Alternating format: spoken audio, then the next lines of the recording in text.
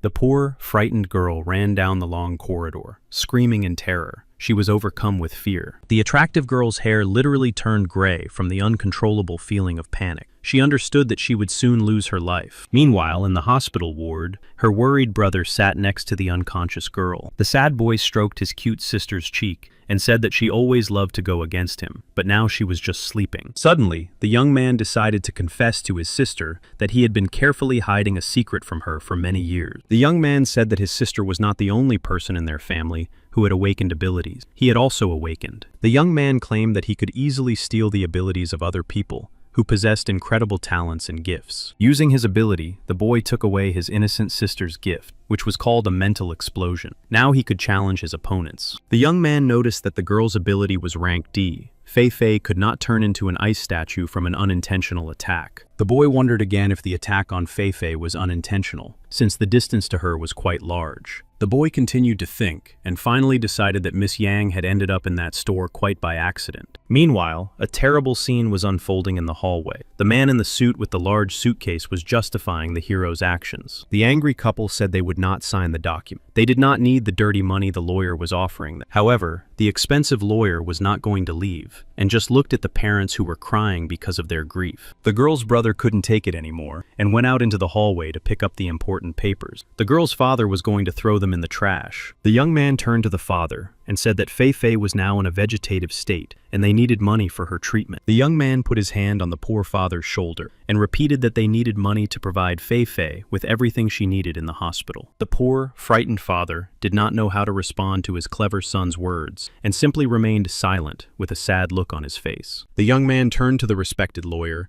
and said that the documents were missing one more important and special condition. The lawyer had calmed down a little and asked the friendly young man to explain what condition he was referring to. The young man replied that the person responsible for his sister being in the hospital would come and apologize in person. The young man continued, saying that Kunlun Company must also offer an official apology to his beloved family. The young man returned to his sister, Fei, and asked her to forgive him for signing the contract. The young man said that some awakened ones should not be real heroes and did not deserve such an honorable title. This young man's name was Yang Shi. He worked as an intern reporter. The poor guy was unlucky because his sister, Yang Fei, had been hurt by a Category A hero. After the tragedy with his sister, Yang Shi decided to move out of his parents' house and move to the prestigious Mingyue district, which was very different from his previous neighborhood. In this unfamiliar territory, Yang Shi decided to stay in an elite building with an incredible number of floors. And so, the modest young man Yang Shi stood in the center of the gigantic hall with a suitcase in his hand and looked at two mysterious strangers. These charming girls, Ding Lan and Xiao Ai, were Yang Shi's new neighbors. The girls said they had a third neighbor. Ding Lan and Xiao Ai began to ask Yang Shi about his past life, but the guy was reluctant to trust strangers right away. Ding Lan suddenly said that it was rare to meet a new normal neighbor these days, so they suggested celebrating the housewarming. Xiao Ai said that she was a freshman and would have to spend the whole day in the library. She couldn't go to the party. Yang Shi silently went to his room, and after a few seconds, replied that he planned to rest from his journey for now. Yang Shi climbed the stairs to his room and fell onto his comfortable bed to gather his strength. The guy was really tired. Yang Shi took out his phone and thought that the video where the heroes fought terrible monsters had already garnered a serious number of views. Yang Shi watched this dizzying video and continued to think that there had been too many videos about heroes on the internet lately. Yang Shi couldn't remember how long ago these events had begun, but suddenly, dark portals appeared all over the world, from which monsters emerged. Only so-called heroes with incredible abilities could stop the invasion of these terrifying monsters. To prevent these hunters from abusing their abilities, they were forced to undergo a certain certification process. As a result, they received certificates. Suddenly, Yang Shi realized that this was the very video in which the so-called hero accidentally injured his little sister, Fei. Yang Shi carefully studied this strange video, and so far found nothing suspicious. Tomorrow, the guy will watch the video again. Yang Shi saw that it was already too late, and he was clearly tired from the boring and unpleasant move. The guy was already getting ready for bed. Before going to bed, Yang Shi decided to wash his face and brush his teeth, as tomorrow would be another difficult and unpredictable day. Yang Shi left his room to go to the bathroom, but suddenly stopped and was very surprised. In front of Yang Shi stood a charming, pretty girl who was clearly drunk. The poor thing couldn't stand and was holding on to the wall. Yang Shi silently looked at the attractive girl and thought that she was the last neighbor who had been out all night. The girl literally had glassy eyes, and at first glance, it seemed that she couldn't see anything around her. Yang Si waited a moment, and soon decided to greet the cute, seductive girl. However, there was no response. After a few seconds, the drunk girl finally spoke and said that she needed to use the restroom. Yang Shi didn't have time to answer the gorgeous girl, and just stood there, waiting for the restroom to become available. A few seconds later, Yang Shi watched as his mysterious, cute neighbor began to vomit violently. The guy didn't know how to help her. The beautiful girl was literally on her knees, trying to get up after she threw up. Her attempts ended in failure. Then the tired, long-legged beauty found no other way out but to stay inside the bathroom. The poor thing even started to fall asleep a little. Yan Shi finally couldn't take it anymore and asked the innocent girl if she needed help. She clearly couldn't stand up on her own. Yang Shi knew perfectly well that a man should not get too close to an unfamiliar girl when she was in such a state.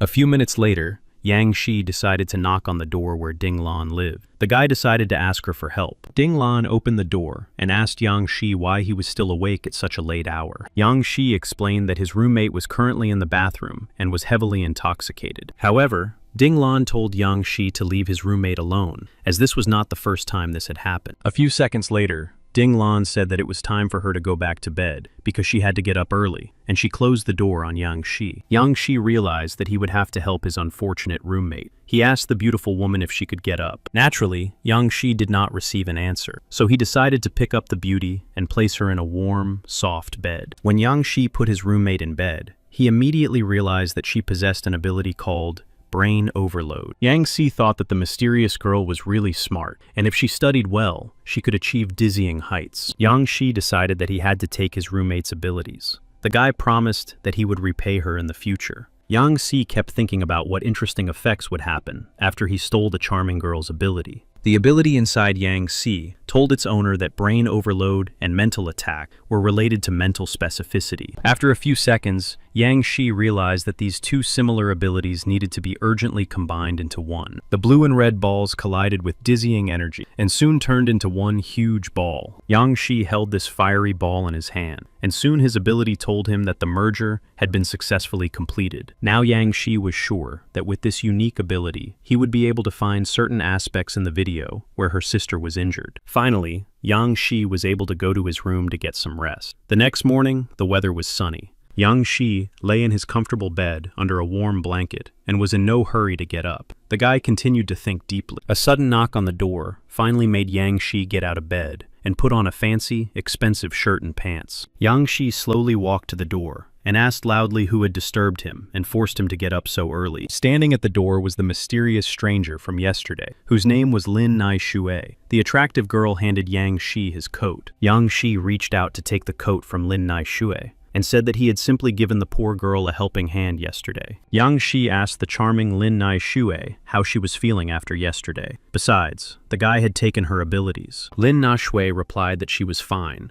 because she had long been accustomed to such a dizzying lifestyle. Yang Shi replied with incredible calmness that he was happy for the charming Lin Nai Shui. The young man continued to look at her. The conversation between the main characters was suddenly interrupted by a cheerful, loud guy who was Yang Shi's best and most loyal friend. Yang Shi and Lin Nai Shui were startled by the surprise and continued to look at each other. The friend began to study the attractive girl. Yang Shi's best friend also fell silent in surprise, as he had no idea that his loyal and devoted friend had been hiding such a girl from him. The cheerful young man suddenly changed his expression and pointed at the charming Lin Nai Shui, asking Yang Shi who she was to him. Yang Shi quickly replied to his loyal friend and asked him not to talk nonsense, as Lin Nai Shui was just his neighbor. Yang Shi suddenly realized that he had been too impulsive, as renting an entire apartment for her alone was not cost-effective. Meanwhile, Yang Shi's best friend grabbed his head to calm down quickly. The young man approached Lin Nai Shui. The happy guy introduced himself as Fan Peng, Yang Shi's best friend and colleague. The young man was really pleased to meet her. Lin Nai Shui responded to Fan Peng's greeting and held out her hand to shake his. Fan Peng said that he had the ability to take photos and videos with his bare hands. The young man asked if the beauty would like to have a couple of pictures taken. Yang Shi decided to join the strange conversation and said that Fan Peng had come to give him a ride to the editorial office. Yang Shi and Fan Peng went to a publishing house called Lugan. This majestic building was truly impressive in size. Back in his office, Yang Shi played the ill-fated video again, in which the hero fought a monster and accidentally wounded his sister. This so-called hero really did have amazing abilities and never showed any cowardice. With his amazing ability, this angry hero dealt with terrifying monsters with incredible ease. Yang Shi watched this video and suddenly decided to activate his new amazing ability, his super brain. Yang Shi literally stared at the monitor screen and watched the plot of the video intently without taking his eyes off it. A few seconds later, Yang Shi suddenly noticed in one fragment how this so-called hero made a strange movement. His attentive viewing of the video ended unexpectedly when Yang Shi heard his loyal friend Fan Peng approaching him loudly. Fan Peng asked his colleague why Yang Shi was not interested in flirting with beautiful girls. Fan Peng repeated his question and added that if Yang Shi didn't take the initiative with Lin Naishu, he would do so in the future. Yang Shi seemed not to listen to the absurd statements of his colleague Fan Peng and replied that they were just neighbors, and there was no need to go too far. The cheeky Fan Peng replied that it was a small step from being roommates to being bedmates. He was ready to teach Yang Shi if he didn't know how to behave. The peaceful conversation between Yang Shi and Fan Peng was interrupted by a dizzying scream coming from the street. Someone was shouting that a monster had appeared. The main characters immediately ran to the window to look at the dark, mystical portal through which the monsters were coming. This time, the city was invaded by a bloodthirsty, terrifying one-eyed monster that planned to take the lives of many people. The frightened people on the street began to scream and run away as soon as they saw the giant tentacles of this one-eyed monster. People were already shouting in the streets that the disaster was classified as Category B and that people needed to take urgent shelter. It was also clear that the real heroes were already on their way and ready to save the innocent victims from the crazy one-eyed monster. A few minutes later, the swift feet that the frightened people had been so eagerly awaiting finally appeared. The brave and courageous hero slowly approached the giant one-eyed monster. It was the superhero of sharp and sour noodles, who declared that he would not let the city of Lugan face the terrible consequences of the monster's presence here. With every passing second, the powerful and courageous superhero got closer and closer to the one-eyed monster. Frightened people whispered among themselves that it was a superhero of spicy and sour noodles of rank B who had come to save them. This spicy and sour noodle superhero was now practically right up against the one-eyed monster with giant tentacles. Meanwhile, Fan Peng reasoned that one-eyed monsters possessed not only unusual defenses, but also psychopathic abilities. Fan Peng said that the spicy and sour noodle superhero might even lose to such a powerful opponent. The cunning Fan Peng, using his unique ability, began to take dizzying shots and thought he would get rich. A fiery C-rank butterfly came to the aid of the spicy and sour noodle superhero. The red-haired girl asked the elder if he needed help. The spicy and sour noodle superhero replied that he would hold off the one-eyed monster while the fire butterfly attacked him. The brave and charming fire butterfly changed her expression to a more serious one and said that she understood the order. Meanwhile, Director Ge and Mao Huang were already preparing to commentate on the upcoming battle live on air. Director Ge began to say that the superhero of spicy and fast noodles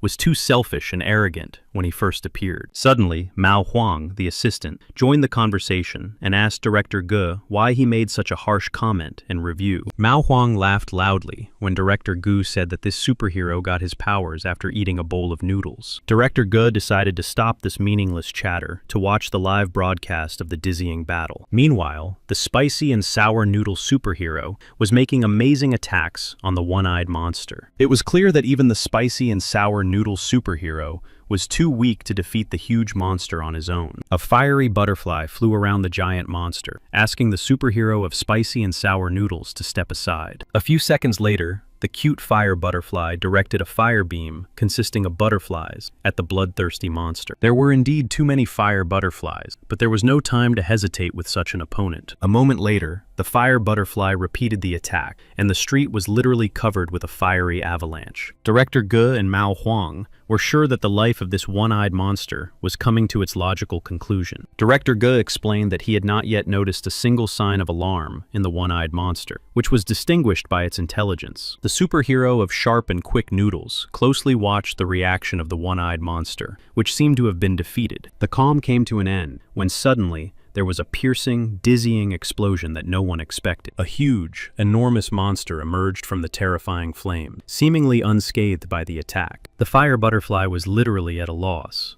The girl began to look at her mentor, who was thinking about the next step. The superhero of spicy and sour noodles declared that the one-eyed monster had evolved and now wore a fireproof shield. The superhero of spicy and sour noodles suddenly plunged into his terrible memories from the recent past. The superhero of spicy and sour noodles remembered how the head of the company said that he could no longer lose. His fame would fade. The spicy and sour noodle superhero realized that he could soon lose his senior position at his beloved company. Yang Si watched the outcome of the unpredictable battle intently from around the corner. The guy seemed to be trying to help, but didn't dare to come out into the open. The fire butterfly and the superhero of spicy and sour noodles seemed to bow their heads and were about to give up. The situation changed dramatically when the superhero of spicy and sour noodles suddenly took a mysterious blue pill out of his pocket. Yang Shi watched the actions of the superhero of spicy and sour noodles closely and thought that he had seen this blue pill before. Events quickly changed when the one-eyed terrifying monster suddenly grabbed the fiery butterfly with its huge tentacles. The fire butterfly literally begged the superhero of spicy and sour noodles to save her and destroy the terrible one-eyed monster. Meanwhile, the live broadcast of the dizzying battle between the one-eyed monster and the superheroes continued. Director Ge said that the superhero of spicy and sour noodles actually had only 15 minutes of real manpower. The spicy and sour noodle superhero could hear the poor fire butterfly screaming and saying that she had no intention of dying. A moment later, the superhero of spicy and sour noodles managed to free the fire butterfly from the tentacles of the one-eyed monster. Mao Huang, dizzy with joy, slammed his fist on the table. The guy was really happy about the fire butterfly's rescue. Mao Huang said that this superhero of spicy and sour noodles was stronger than usual and managed to break through. Mao Huang and Director Ge got up from the table to greet the brave superhero of spicy and sour noodles. Director Ge looked down and said in a quiet voice that the success of the spicy and sour noodle superhero was quite unexpected. The journalists were not quick to rejoice, as they noticed on the screen that the one-eyed monster had no plans to give up yet. A loud, frightening voice was heard saying that it was time to end this dizzying battle. For the first time during the incredible battle, the huge one-eyed monster felt uncontrollable fear and panic. There was a terrible, piercing roar from a crushing blow. Everything around them glowed with bright light. This amazing blow was dealt to the one-eyed monster by the legendary superhero of sharp and sour noodles. The giant one-eyed monster continued to stand on its tentacles, and suddenly a cry rang out from it. Someone shouted the word, "Sharp!" And again, there was a dizzying sound from a terrible blow. The superhero of spicy and sour noodles decided to end this fight. With lightning speed, the superhero of spicy and sour noodles attacked the one-eyed monster, who realized he had lost. The one-eyed monster took its last breath, and the superhero of spicy and sour noodles stood back and watched intently. However, in the next second, the superhero of spicy and sour noodles felt a sharp pain in his chest, causing him to drop to one knee. The pain in the superhero's chest was indeed very strong. The man seemed to be suffocating. The superhero of spicy and sour noodles continued to stand on one knee. His faithful assistant, the fiery butterfly, rushed to help the poor man. The fiery butterfly ran up to her senior mentor. The superhero of spicy and sour noodles turned around and scared the girl. The superhero's eyes literally turned bright blue. The fire butterfly froze in shock. The firefly put her hand on her mentor's shoulder and asked what was happening to him. A few seconds later, the superhero of spicy and sour noodles turned to the girl and said that he had used too much strength. A moment later, the spicy and sour noodle superhero was already listening to the cheers of a huge crowd of ordinary people. Next to the superhero of spicy and sour noodles walked his charming companion, the fiery butterfly, who waved her hand. Yang Shi looked at the giant body of the one-eyed monster and said that he urgently needed to prepare the news when he returned. Yan Shi suddenly remembered again how the superhero of spicy and sour noodles had taken a strange blue pill. Yang Shi felt with all his heart that there was something fishy about this, but he couldn't remember where he had seen this mysterious pill before. Meanwhile, a small clone of the one-eyed monster emerged from its body, looking very alarmed. Yang Shi was a little scared when he noticed that this little clone of the one-eyed monster was moving towards him. Yang Shi thought that the physical and elemental defenses of this little clone were too weak for a mental dizzying attack. Meanwhile, the little clone of the huge monster said that he would take revenge on the superhero with spicy and sour noodles when he found himself a master. Suddenly, the little clone of the one-eyed monster noticed Yang Shi and shouted that the guy would be his new master. Yang Shi said in a quiet, calm voice that the little clone of the one-eyed monster had decided to go to certain danger on its own. Yang Shi quietly said again that the abilities of the little clone of the one-eyed monster would now become his. A few seconds later, Yang Shi used his unique gift and stood peacefully in place, waiting for the little clone of the one-eyed monster. The small clone of the one-eyed monster crept closer and closer to Yang Shi, and already realized that he had chosen the wrong person. In an instant, the little clone of the giant monster lost its life and simply fell to the cold ground. Meanwhile, the fire butterfly sensed that someone nearby was using their unique abilities. Yang Shi thought that the little clone of the one-eyed monster was indeed too weak for him, but he couldn't lose his life so quickly. Yang Shi held the tentacles of the small clone of the one-eyed monster in his right hand, and was already planning to take the beast's abilities. In a moment, Yang Shi was already holding a small blue ball in his hand that glowed with dizzying energy inside. Yang Shi took the ability called Fireproof Shield, which was an invisible protective shell. Yang Shi thought that no matter how powerful an ability was, it always had a weak spot. This phrase was already very popular. Yang Shi's thoughts were interrupted by the loud voice of the fire butterfly, asking who was hiding in the shadows around the corner. Yang Shi carefully hid from the gaze of the fire butterfly, which was watching this place closely. It was not yet time for everyone to know the boy's name. The fire butterfly hovered in the air, and was very surprised that no one responded to her cries and pleas. The firefly continued to think that she had felt a sharp influx of psychic energy here, and even saw someone. Suddenly, a mysterious stranger in a mocking mask with a beak appeared behind the charming firefly. The fire butterfly quickly turned to look at the stranger's face and asked if he had just used his powers. The strange man in the cheerful bird mask approached the fire butterfly with slow but confident steps and replied that it was him. In the reflection of a huge puddle, Yang Shi looked at himself in this clumsy bird mask and even smiled a little. The fire butterfly decided to ask the mysterious stranger in the bird mask if he was also a hero, like her. Yang Shi, who was hiding behind the bird mask, threw a small clone of a one-eyed monster on the ground and said that he was just a passerby. The fire butterfly looked at the body of the small clone of the one-eyed monster and couldn't believe that the stranger had taken its life on his own. The fire butterfly looked at the strange stranger in the bird mask and thought that the little clone of the monster could have easily taken his life. The fire butterfly understood that she was not facing a real hero, and therefore he should not have used his abilities. The fire butterfly had already clenched her fist when suddenly Yang Shi asked the charming beauty for forgiveness. Yang Shi slowly approached the fire butterfly, who unexpectedly ordered the mysterious stranger to stop immediately. The fire butterfly demanded that Yang Shi follow her to the Heroes Association so that he could be thoroughly checked there. Yang Shi, in the guise of a mysterious bird, asked the fire butterfly if she thought she could stop him.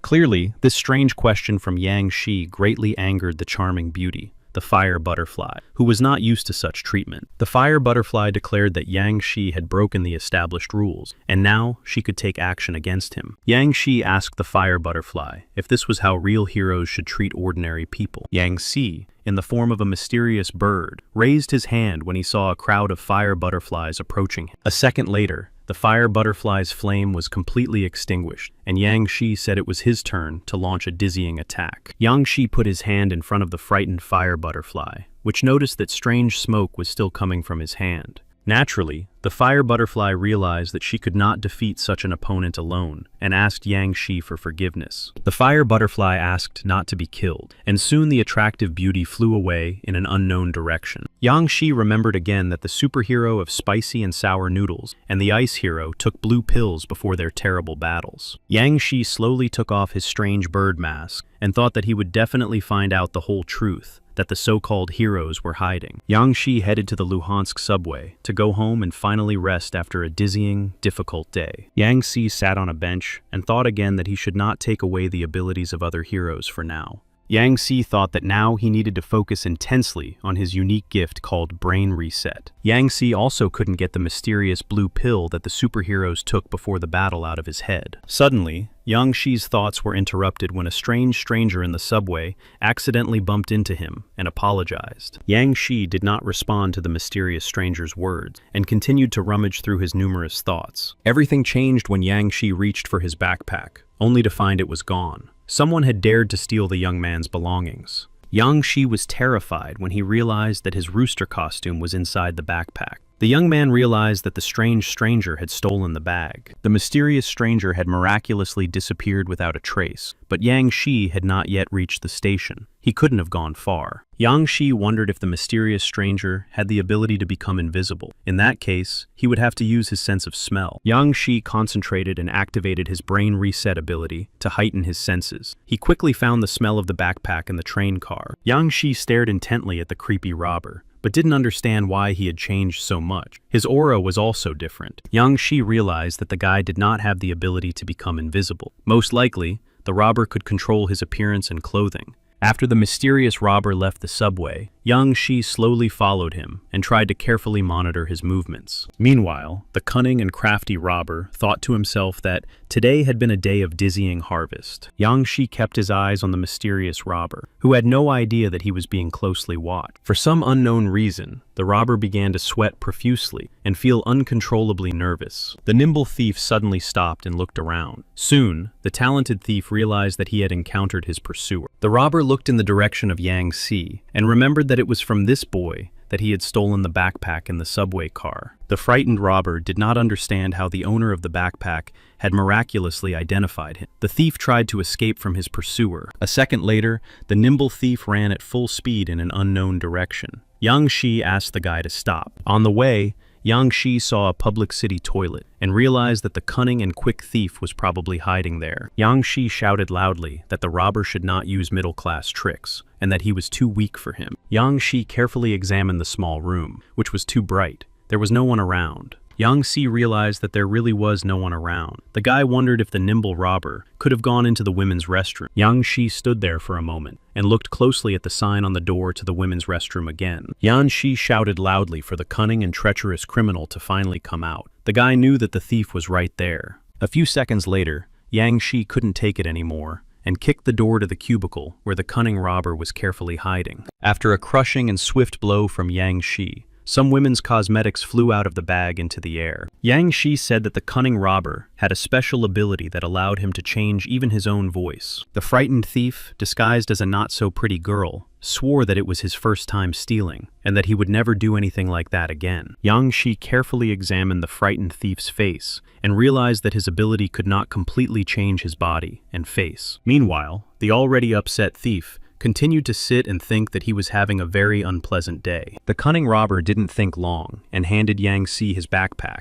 asking him once again to forgive him for all his sins. The cunning thief even began to smile a little, because he had been caught for the first time. The robber began to collect things from the backpack. The frightened criminal said that he hadn't touched anything, and that all of Yang Xi's belongings were still inside the bag. The thief was terrified and thought he was going to be beaten. Yang Xi quickly took the backpack and asked the talented robber if he had looked inside the backpack. The thief swore that he had not taken or touched anything. Yang Xi thought that everything had ended well. The guy told the robber to find a normal job in the near future. The cold-blooded criminal crossed his hands and seemed to beg Yang Xi to spare him for the first time. But Yang Xi unexpectedly replied that he clearly had no intention of sparing the cunning criminal and robber. He deserved a fair punishment. Yang Xi concentrated and activated his unique ability. The guy took away the insolent swindler's dizzying talent. After extracting the abilities from the cunning robber, Yang Xi thought he would no longer take talents, but he couldn't resist such temptation. Yang Xi carefully studied the newly acquired ability and realized that he could now change his clothes and image with a single movement of his hand. A few seconds later,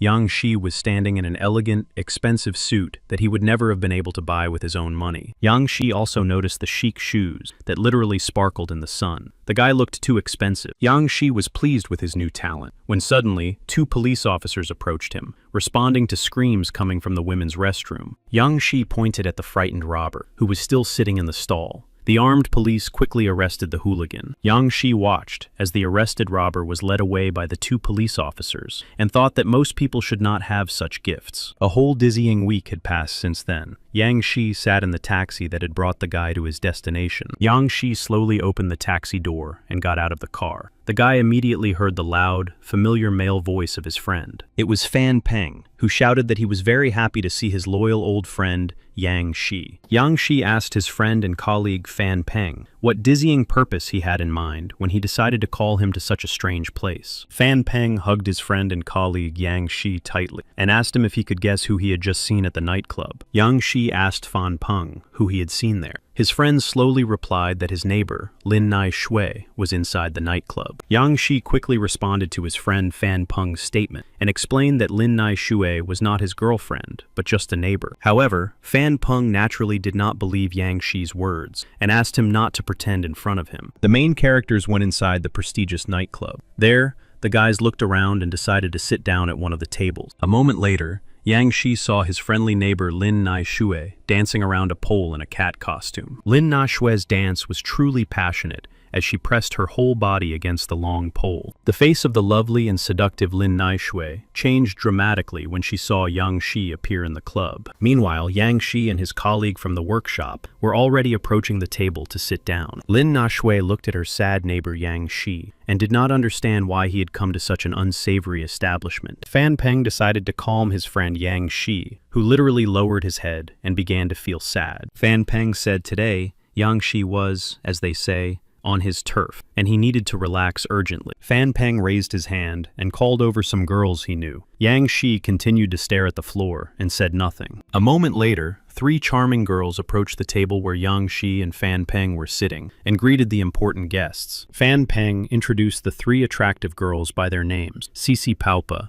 and Tian Tian. According to the young man, they were his younger sisters. The 3 seductive beauties sat down at the table, where Yang Shi was already sitting. One of the girls said that Yang Shi was a real handsome guy. Meanwhile, at the next table, there was also a cheerful group drinking expensive, strong alcohol. At the table sat a group of friends who complained that their older brother had taken their car. The guy would not have lost to Gao Zheng then. The guy's best friend, named Lei Yan, said that his friend had ultimately lost the race to Gao Zheng, and that nothing could be done about it. The cheerful young man in the company of a seductive beauty just laughed loudly, but did not respond to Lei Yan's remarks. It was Liu Yuan who was hugging 2 charming girls. The young man replied to Li Yan that he had become his bodyguard. Liu Yuan continued to humiliate his loyal friend and told him that he did not know how to keep his mouth shut. Liu Yuan's bodyguard asked him why it bothered him so much. Maybe he was just jealous of his high rank. However, Liu Yuan had already stopped listening to his bodyguard's words and quickly stood up to hit the poor waitress hard. That poor waitress turned out to be Lin Nai Shui.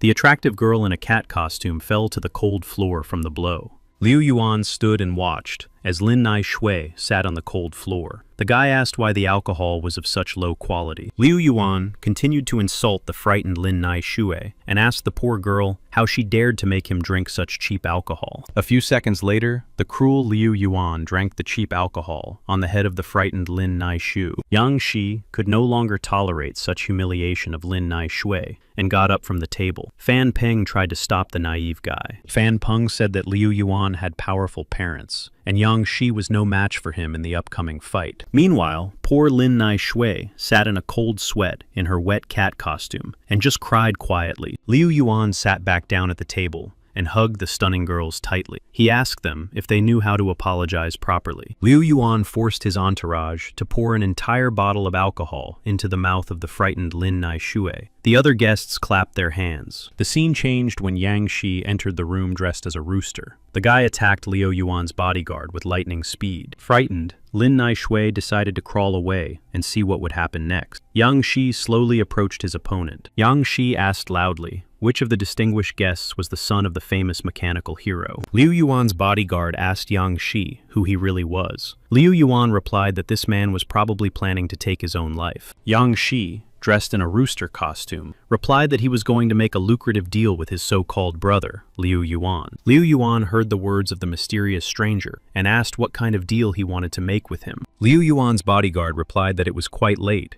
and that they had better leave the nightclub. However, Liu Yuan could not stand such a negative attitude towards himself, and again showed aggression by hitting his bodyguard in the back. This weak blow did not cause any injury to the burly bodyguard, who simply glared at his master. Liu Yuan was already intoxicated, and was showing off his courage in front of the mysterious stranger in the bird costume. Liu Yuan's bodyguard put his hand on the young man's shoulder, and asked him to sit down at the table and rest. Liu Yuan's bodyguard decided to talk to this so-called actor, dressed as a rooster himself. Yang Shi was sitting at the next table, holding a glass of strong alcohol. He asked the bodyguard if he wanted to attack him. Yang Shi slowly put the glass on the table, and said that the bodyguard had interrupted an important conversation with Mr. Liu Yuan. Yang Shi slowly got up from the table and loudly replied to the bodyguard that he would teach him a lesson soon. The brave and courageous bodyguard had already activated his fiery aura and replied that it was still unknown who would teach whom a lesson. The bodyguard wrapped bandages around his fists, which subsequently burst into bright flames. The man was already approaching his opponent. Yang Shi quickly analyzed his opponent and realized that he was using a C-rank fire element attack. Meanwhile, the girls were helping poor Naixu, who was already wiping away her tears. The girls said that this guy was really brave. The frightened girls discussed whether the mysterious stranger in the form of a chicken could defeat the fiery boxer. Meanwhile, the fiery bodyguard ran up to Yang Shi,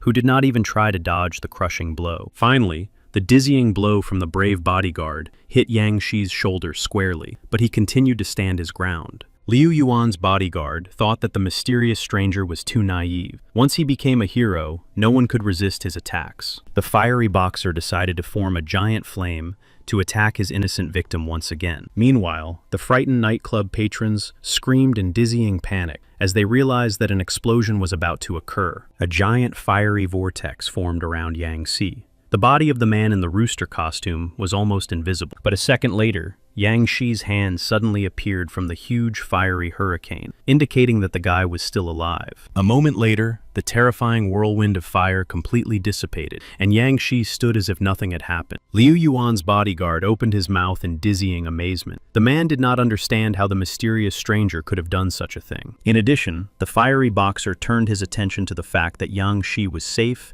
and sound. A moment later, the man in the rooster costume activated his dizzying mental attack ability. Poor bodyguard Liu Yuan froze in utter horror. The man realized that for the first time, he had lost in a fair fight. The fiery boxer fell to one knee from Yang Shi's mental attack. The guy in the rooster costume hit him on the head. Naturally, the frightened bodyguard fell to the cold floor from the surprising blow and showed no signs of life. Liu Yuan couldn't believe that such a strong, fiery boxer had been disarmed with just one crushing blow. Yang Shi had already approached the unconscious bodyguard and activated his ability extraction option. When Yang Shi took his innocent victim's gift, he looked at Liu Yuan, who was experiencing uncontrollable fear. Meanwhile, Liu Yuan still couldn't believe that his brave bodyguard could lose so quickly to some cocky guy. Yang Shi grabbed Liu Yuan by the throat. The frightened young man asked him what deal he was talking about and how much money he needed. Yang Shi did not let go of the frightened Liu Yuan, who asked him if he knew who his father was. The man in the rooster costume remained silent. After a few seconds, Yang Shi replied to Liu Yuan that he knew very well that his father was a legendary mechanical hero. Yang Shi tried to calm the frightened Liu Yuan and said that he did not plan to take his life, but simply wanted to share something. Yang Shi asked Liu Yuan loudly and clearly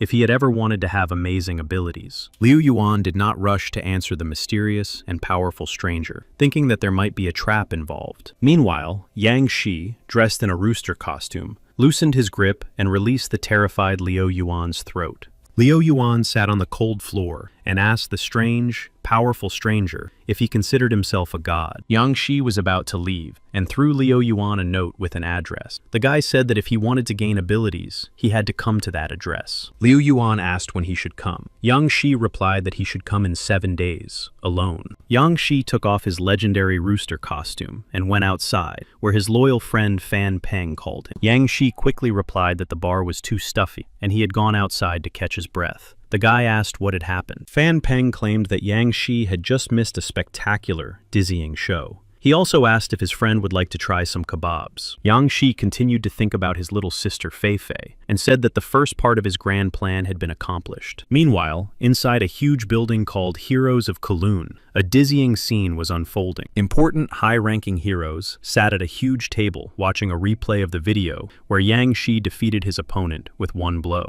At the head of the giant table sat the legendary mechanical hero, who asked his comrades what they thought of what they had seen. The lazy swordsman lowered his eyes to the floor and thought intently about the strange scene he had witnessed. The glacial adventurer decided to speak first and said that the mysterious man in the suit in the video used his hand like a knife. The lazy swordsman wanted to intervene and said that it was clearly not a simple hand that had taken Lei Yan's life. This rooster possessed incredible strength. The lazy swordsman realized that Lei Yan had lost the moment the man in the rooster costume made a move with his hand. A moment later, Luo Mun intervened in the conversation and said that a report had come in from the identification department about Lei Yan's injury. Luo Lun's eyes widened to a dizzying extent as he couldn't believe what he was seeing. Luo Mun said aloud that Lei Yan's abilities were gone forever. The fiery boxer could no longer be considered a full-fledged hero. All the powerful and legendary heroes looked back and simultaneously realized that they were facing a terrifying problem for the first time. The mechanical hero, like a true leader, lowered his head and began to think about how to deal with the new, unknown hero. The lazy swordsman asked the other invited guests where this mysterious man who could erase abilities had come from. Lo Moon quickly replied that only a true S-rank hero was capable of taking away the unique abilities of other heroes. The mechanical hero stood up from the table and asked Lo Moon if he thought a new, powerful hero had appeared on Earth. The glacial adventurer also stood up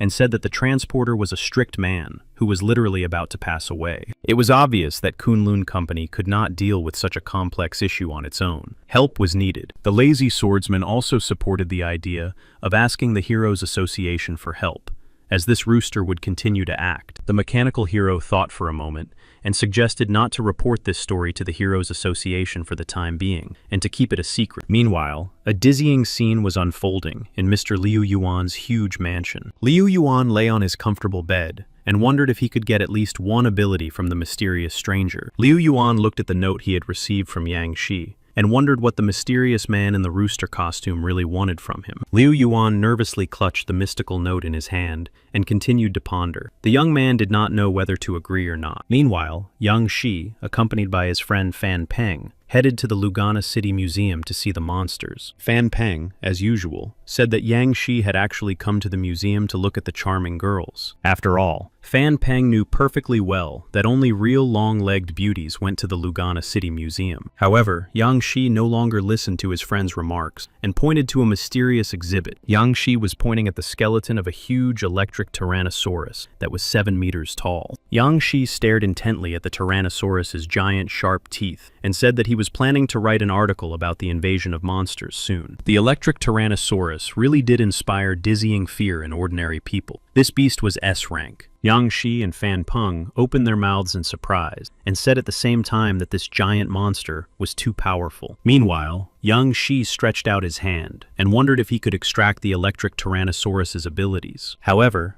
Yang Shi was unable to put his plan into practice because he heard the rough male voice of a museum guard behind him. Yang Shi and Fan Peng slowly approached the brave guard and handed him a business card stating that the young man was a journalist. The policeman carefully examined the documents and said that even journalists were not allowed to touch the exhibits on the museum grounds. Yang Shi suddenly looked at his cunning friend Fan Peng, who stood still and simply grinned. Fan Peng hugged the respected police officer and took him aside to ask a strange and very provocative question. While the guard was distracted, Yang Shi decided to use his unique ability after all, and reached out to the exhibit again. After a few minutes, Yang Shi felt that he could strongly sense the Tyrannosaurus's ability, but extracting it was no easy task. And finally, the process of extracting the abilities from the electric Tyrannosaurus was complete. Yang Shi studied it carefully. Something went wrong when Yang Shi suddenly discovered that the ability he had obtained from the giant Tyrannosaurus had not passed the evaluation. Soon, the evaluation took place, and Yang Shi received only an E-grade gift. The boy did not understand why electricity was rated so low. Yang Shi wondered if the ability of this powerful Tyrannosaurus could have weakened after so many years. Yang Shi recalled the image of when he had easily taken the abilities from a small clone of a one-eyed monster that was still alive. Yang Shi decided to leave when he realized that they would not get anything useful here at the Lugana City Museum. Yang Shi was upset and headed for his home.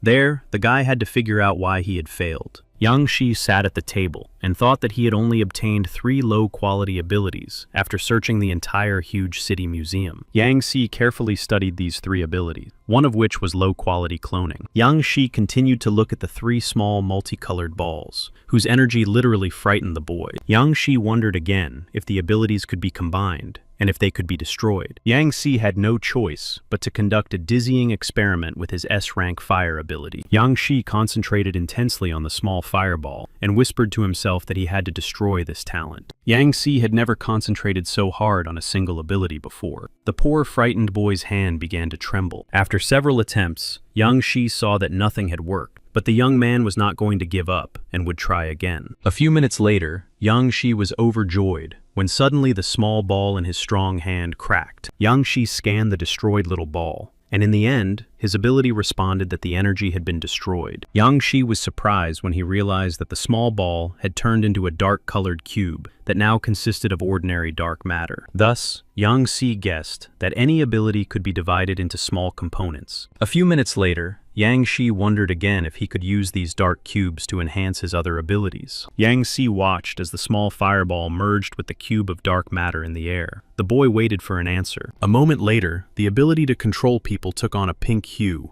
and Yang Shi realized that it had indeed improved. Yang Shi couldn't contain his dizzying joy. And now the boy could use these little cubes to strengthen himself. Yang Shi thought that from now on, he would be able to independently form a new ability that would be rated S. Yang Shi's thoughts were interrupted when someone knocked on his door. The boy asked the uninvited guest to leave and not disturb him. For some reason, Yang Shi thought it might be Liu Yuan, who had come to visit the charming girl, Lin Naishui. Meanwhile, dizzying events were unfolding in Lin Naishui's room. Her father and mother had come to see her. Naishui's father smoked right in the room and said that he and his mother did not try to deliberately deceive the beauty. Yang Shi knocked on Naishui's door several times, but no one answered, so the guy decided to enter without an invitation. Naishui's father said that if they hadn't done so, Lin would clearly not have been willing to send them money. Naishui's strict mother claimed that her brother needed money to buy a house and get married in the near future. However, Lin Naishui was angry because her mother and father had actually said that her father was sick and needed treatment. Lin Naishui asked her relatives through tears if they knew how desperate she would be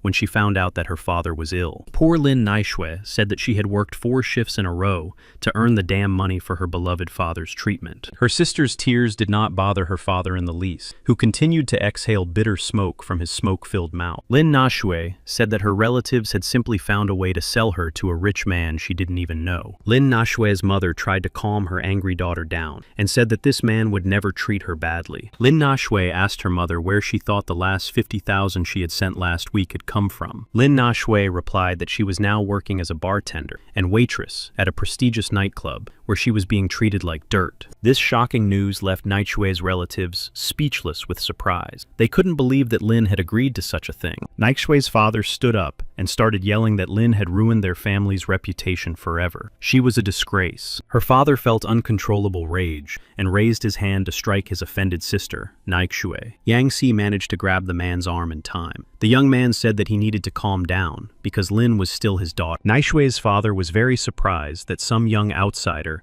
had gotten involved in their family quarrel. Naishui's father asked Yang Shi who he thought he was to interfere in a family conflict between a father and daughter. Yang Shi slowly scanned Naishui's stern father and realized that, unlike her mother, the man did not feel the slightest bit of pity for his own daughter. Yang Shi used his ability to control people to make Naishui's mother deliver a crushing blow to her husband's head. The courageous woman asked her husband if his heart was made of stone. His daughter had become a servant. Naishui's father knelt before the courageous woman and said nothing. The man was truly ashamed of his behavior. Naishui's mother hugged her frightened daughter Lin tightly and said that she had hurt her deeply, but in fact she had always loved her daughter. Naishui's father gathered his courage and raised his head, saying that her brother must now earn his own money. Yang Shi watched closely as his relatives finally found common ground, and for some reason remembered his little sister Fei Fei. Yang Shi asked himself who in this unfair world would not feel sorry for his beloved family. The next morning, Yang Shi and Lin Naishui stood at the train station and saw off the girl's parents. Naishui's mother waved to her daughter from the train window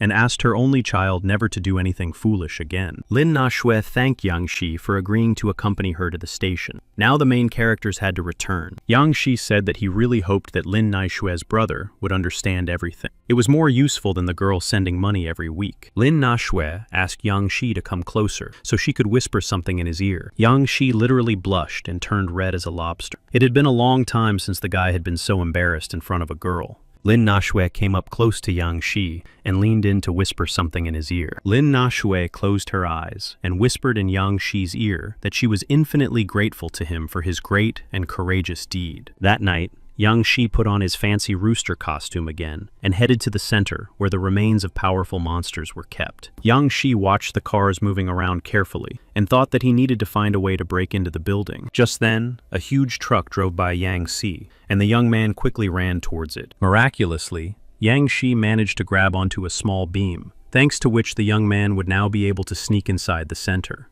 The next moment, Yang Shi, in the form of a rooster, was already on the roof of the truck. The young man felt that half the battle was already won. However, Yang Shi's expectations did not come true, and soon the young man heard a strange rustling sound from the side. Someone was quickly approaching him. A charming, pretty girl with red hair appeared near Yang Shi's head, silencing him. But Yang Shi couldn't let the mysterious girl get the upper hand, so in the next moment, he rebuffed the attractive beauty. Yang Shi realized that the red-haired criminal was also trying to sneak into the center. The guy was embarrassed when he realized that she was female. Yang Shi decided to greet the charming beauty in such difficult times, and said hello to her. It was a coincidence. The red-haired girl became angry, and said that she was very unlucky to encounter the so-called man in a rooster costume at that moment. A few seconds later, the red-haired rogue replied that she was a representative of the Fanhaya Kang Dodo company. Yang Shi asked Qian Dodo to be quiet, as the truck was approaching the unloading area. The girl couldn't get off the vehicle, but Yang Shi was no longer listening to Chang Dodo, and asked the red-haired vixen to hold on tight as they were about to jump out while the truck was still moving. The main characters grouped together, and in the next moment were lying on the cold ground in a very strange position. After a while, Yang Shi asked his new acquaintance, Qian Dodo, how long she was going to hug him on the ground. Cao Dodo literally lost her temper and said that if the situation did not require it, no one would want to hug such a person. Sang Dodo and Yang Shi slowly made their way to the room where the remains of the terrifying monsters were being processed. Chang Dodo asked Yang Shi why he was acting so strangely, as if he were a novice in this criminal business. Yang Shi did not hide anything, and told the charming red-haired beauty that it was his first time doing this. He said he would listen. Cao Dodo believed in Yang Shi's sincerity and ultimately allowed the young man to follow her. And so the main characters approached the table on which lay a real werewolf. The monster looked almost alive. Chang Dodo said that her powerful boss needed hair from the chest of a real werewolf. Suddenly, Chang Dodo used her unique ability, and a mysterious bag appeared in her hand. Chang Dodo began to laugh and told Yang Shi that she could create a storage bag in which many things could be kept. A few minutes later, Qian Dodo turned to Yang Shi again and asked him to follow her to the next room. However, Yang Shi had already activated his ability extraction option and reached out his hand toward the immobilized werewolf's body. Qian Dodo froze in place from the dizzying sound. A loud alarm went off, and the heroes were quickly discovered. A scary man burst into the room and ordered Qian Dodo and Yang Shi to stay where they were and surrender immediately. The angry man told Qian Dodo and Yang Shi that the bloodthirsty monster was not actually dead. In the next moment, terrifying tentacles appeared around the body of the mysterious stranger. The man begged to be saved. Yang Shi was a little scared, but continued to stand still. Qian Dodo leaned on the guy's shoulder because her legs had weakened. The calm of the main characters was disturbed when suddenly those ill-fated tentacles reappeared near Kang Dodo's shoulder. A minute later, Sang Dodo was hanging in the air, begging Yang Shi to help her escape. Naturally, the courageous young man reached out his hand to her. With lightning speed, Yang Shi activated his Fire Strike ability and delivered a crushing blow to the bloodthirsty monster. Soon, Yang Shi realized that he had once again encountered a tentacle that was distinguished by its speed. Yan Shi quickly ran to help Qian Dodo, who continued to scream and call for help. The boy noticed the metal poles. Yang Shi reacted instantly and activated his metal transformation ability to save the innocent victim. Meanwhile, the bloodthirsty tentacle carried Kang Dodo's fragile female body further and further into the darkness. A few seconds later, the tentacles finally released the terrified Kang Dodo, who was already falling onto the icy floor. The red-haired beauty Kang Dodo hit her head hard on the floor. Yang Shi ran over to check on the girl. Sao Dodo was already trying to get to her feet and said that the tentacles had sharp hooks that caused her a lot of pain. The frightened protagonists did not understand why the mysterious monster had survived and was attacking ordinary people again. Soon, Yang Shi and Kang Dodo saw the terrifying, bloodthirsty monster that had captured several people. Yang Shi and Qian Dodo did not rush to help the frightened people because they did not yet have a rescue plan. Poor Qian Dodo was very concerned about the physical condition of the people who were being held captive by the cunning giant monster. Slippery tentacles like those of an octopus protruded from the huge eyes of the terrifying monster. It was truly horrible to look at. Yang Shi and Qian Dodo watched closely as the terrifying monster planned to take the lives of all the captives. Yang Shi had no other plan for rescue, so he once again activated his unique ability to transform metal. The huge beast had already seen the guy's attempts to attack and launched several tentacles at Yang Shi. Meanwhile, Yang Shi was already finishing his preparations for a crushing blow and had prepared metal arrows for the monster. Along with the metal arrows, spears and other metal weapons also flew at the huge monster. When Yang Shi saw that the tentacles were approaching his friend Qian Dodo, he formed a shield around her that gradually shrank. When the metal shield became very small, Qian Dodo grabbed her head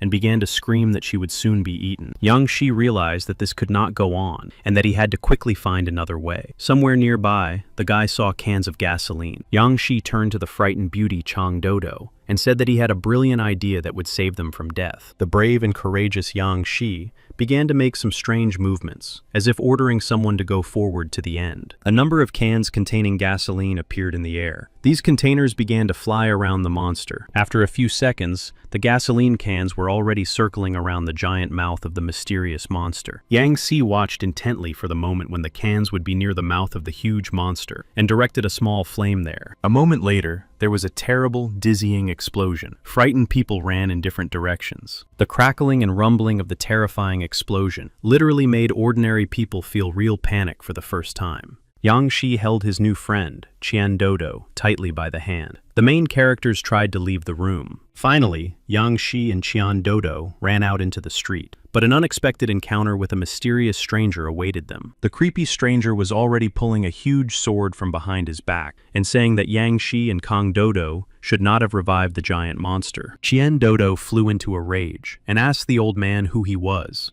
and why he started talking nonsense as soon as he appeared on the horizon. The strange old man declared that Qian Dodo was a disrespectful child. When he was in his prime, this girl was still drinking her mother's milk. Qian Dodo shouted that the old man was being disrespectful, despite the fact that he was considered an elderly person. Memories flashed through Yang Shi's mind. Standing before him was Duan Shulu, the man who had defeated King Kong Berserk 10 years ago. Yang Shi greeted the real hero, who was considered an A-rank. The young man did not understand why the old man was in the center of the remains processing plant. Duan Shuilu stopped listening to the young man's chatter and began attacking the terrifying monster that was still alive. In a dizzying battle with the monster, Duan Shuilu used the greedy wolf attack and the polar star attack. Yang Shi and Qian Dodo were astonished when they saw what Duan Shuilio was capable of. This was to be expected from a true hero. The poor, frightened monster already realized that he was facing a powerful, legendary opponent and that he could not win. Meanwhile, Duan Shuilu launched his second polar star attack and decided to use the Heaven's Hunger style. In an instant, the huge tentacles of the evil monster fell to the ground with a terrifying crash. Duan Shuilu had no intention of stopping and was already finishing off his terrifying opponent. The old man jumped to an incredible height. Duan Shuilu once again amazed the witnesses of this spectacular event with his unique style called Heavenly Water. A dizzying whirlwind of water droplets formed around Duan Shuilu's sharp blade. The bloodthirsty monster didn't stand a chance of surviving. The poor creature prepared to take its last breath. In an instant, the mighty hero Duan Shuilio landed on his feet. The true savior was proud of his work. After Duan Shuiliu dealt with the bloodthirsty monster, he raised his sword toward Yang Xi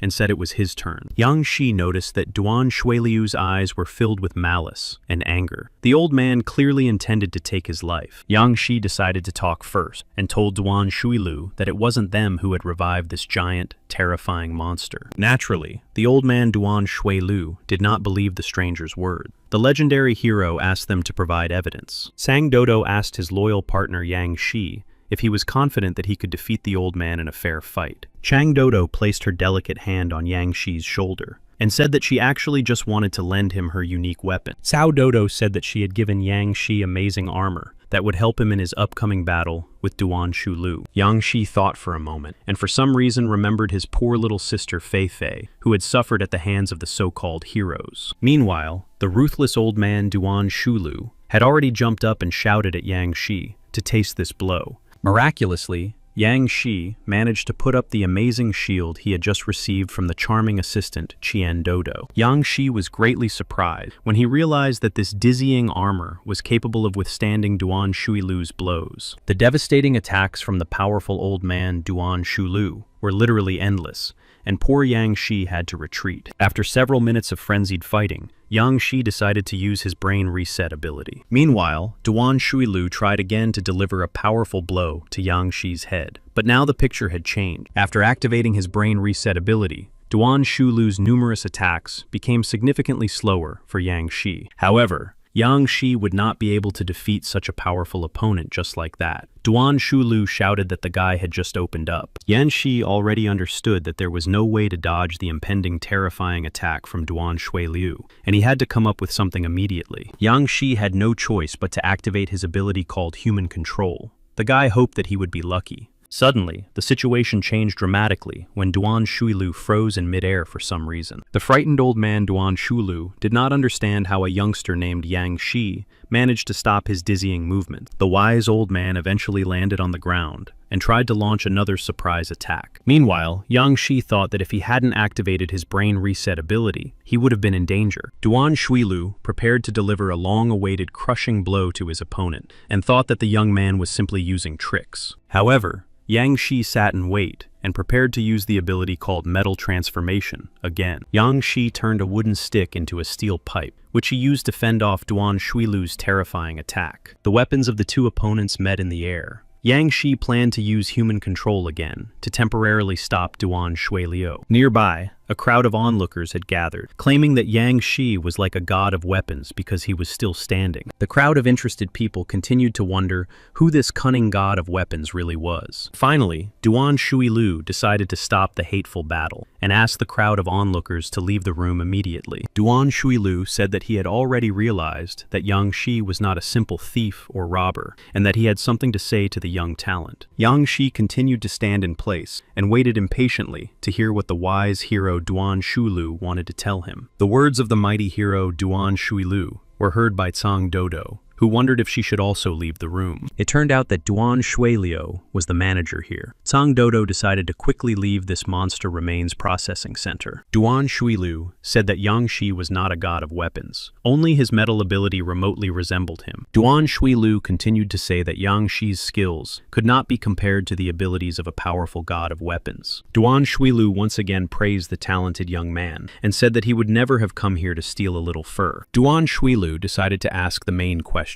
Had Yang Shi come here to find the secret of the world that few people in the world knew about yet? Yang Shi did not understand what exactly the wise hero Duan Shuiliu was saying to him, but he did not interrupt the old man again. Yang Shi thought about what world secret Duan Shuiliu was talking about and tried to ask for details. Yang Shi quickly responded and said that he had come to this center in search of the world's secret. The young man wanted to see the old man's reaction. Duan Shuiliu laughed loudly and called Yang Shi an ambitious and courageous person. The old man thought that such a hero could be entrusted with secrets. Yang Shi still didn't understand anything, but decided not to show it. The young man planned to appear more knowledgeable. Duan Shuiliu said that the real purpose of opening this center was to build a one-way tunnel into the unpredictable world of monsters. Duan Shuiliu called this terrifying tunnel a white hole. Yang Shi grimaced behind his mask in dizzying surprise. Duan Shuilu began to say that 15 years ago, the White Hole of Luhan City was open, and several high-ranking heroes were sent there. Duan Shuilu continued to assert that the heroes had to penetrate the world of monsters at any cost. The old man was a direct participant. Duan Shuilu said that in this difficult mission, only he and 2 other heroes managed to stay alive. Duan Shuilu pointed to a strange figure and said that each center was built on the weakest places on the planet.